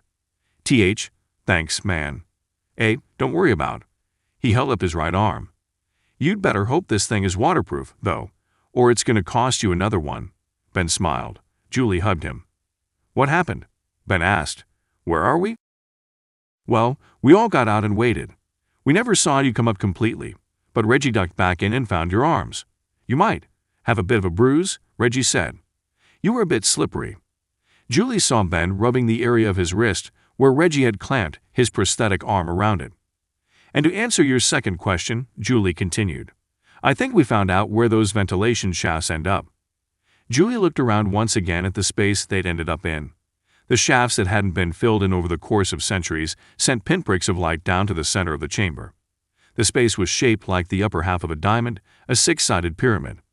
The room had been carved into the interior of the mountain's peak, and each of the shafts that were visible seemed to end on a different face of the mountain. It was miraculous. They'd found a hidden room inside the mountain, one that had been filled completely with water, thanks to a natural spring that trickled water down one wall. Whoa, Ben said. This is something else. It's the hidden chamber, Julie said. The Hall of Records. It was totally filled in with water, Reggie said. When Sturtevant bombed the exits, it caused instability up here and something broke. The water fell to the lower levels. Ben slowly sat up. Why was it filled with water? Ben asked. Come here, Julie said. She helped him stand, then guided him a few feet to his right. Look around. She followed his gaze, watching his expression as he realized where they were. While the overall shape of the room was that of a diamond, the floor they were standing on was circular. About 15 feet in diameter, they were standing on a circular crop of stone. Outside of that circular rock, a ring of 6-inch deep water encircled them, followed by 2 more rings of stone and water. Scattered amongst the concentric circles on the stone rings were etchings and carved writings. They looked familiar, and Julie knew Ben recognized the writing as the same that they had discovered in the temples in the valley just outside this mountain. It's Atlantis, Ben said softly. Their city was built in concentric circles, allowing them protection from invaders. Exactly, Julie said. It's a replica of their original world. Their entire history is probably here, written in stone. something that water wouldn't destroy, something no one would find unless they knew exactly where to look. Their goal was to reseed the world with their knowledge. After the flood, they spread out to every corner of the globe and taught civilization. They gave us farming, art, and laws. And they recorded it all here, in their Hall of Records. Julie, guys, this is incredible. This is one of the biggest finds of the century, of all time. Julie smiled. Well, it was your idea. Ben shrugged. I just really didn't want to die. And neither did they. It's why they'd built this place. They were fugitives from their homeland, but they refused to go quietly. They helped kickstart the world once again, knowing that if they were ever needed again, it would be because of a major catastrophe. Ben looked up at the ceiling, deep in thought. What's up? Julie asked. It's just, why put your secret Hall of Records above your city, then fill it with water? Doesn't it seem a bit masochistic? Reggie walked over, or symbolic. How so? Think about it. These guys were chased from their homeland by a cataclysmic wall of water, which completely drowned their original city. We saw that in Santorini. They moved to Egypt, but there was always unrest and uneasiness there, and they were eventually chased from there too. Then they finally found a home here, in the Chachapoyas Valley of Peru. The light-skinned natives, the Spanish called them. The Spanish were always on the search for gold and silver and treasures, and essentially destroyed the Inca for it. But this was the treasure the whole time, Ben said, the record of their life, what they used as their library to spread their culture again. They reached the Egyptians, the Vikings, the Native Americans, and the Inca, Aztecs, and Maya here. So it's symbolic that the only time they'd need to access this vault of information is if and when something cataclysmic happened. Or, in other words, they set this up as the cataclysm. They would flood their home to access the Hall of Records once again, Ben finished, and then move somewhere else and start over. Exactly. They were always oppressed. The misunderstood daughters of Cain from Scripture, the race that led to giants, the first murders, and eventually the flood itself. They were said to be descended from Cain, bred with fallen angels. Certainly not a favored people in God's eyes. Right, Julie said. I remember that. They strayed from God's commands and sought other knowledge, much like Eve in the Garden of Eden, that eventually led to their understanding of mathematics and engineering, which gave them a leg up on the rest of civilization. It all made sense to her. The daughters of Cain, as they were sometimes referred to, were seen as the original group of rebels that included the Nephilim, the race of giants from which the storied Goliath descended. Their cousins were thought to be the Titans that wrestled with the Greek gods of antiquity, the race of half-god, half-human giants that ruled the antediluvian world, the Atlanteans. But how does it all work? I've been thinking about it, Reggie said. And the mechanism would be relatively simple for them. They were engineering geniuses, remember. They could have a door that would open only if there was enough pressure on the other side of it. Like water pressure, Julie said. Exactly. Had just enough pressure up here from the thousands of tons of water, and all they'd need to do is redirect that drainage tunnel, the water from it, anyway, up here for a minute or two, and it would push the whole thing over. The scales would tip, and the door would open, releasing the rest of the water. It would flood their homes, but it would reveal their Hall of Records. And if they didn't survive for whatever reason, their Hall of Records would still be here, literally written in stone. Reggie nodded. That's all great and stuff, Ben said. But how the hell do we get out of here? That's the best part, Reggie said, pointing. Julie followed his finger and saw that one of the rectangular ventilation shafts had what looked like a ladder etched into the wall beneath it.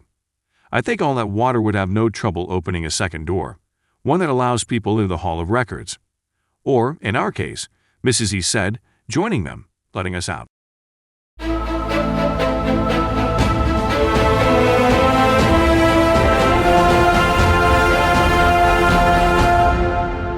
This has been The Cain Conspiracy by Nick Thacker.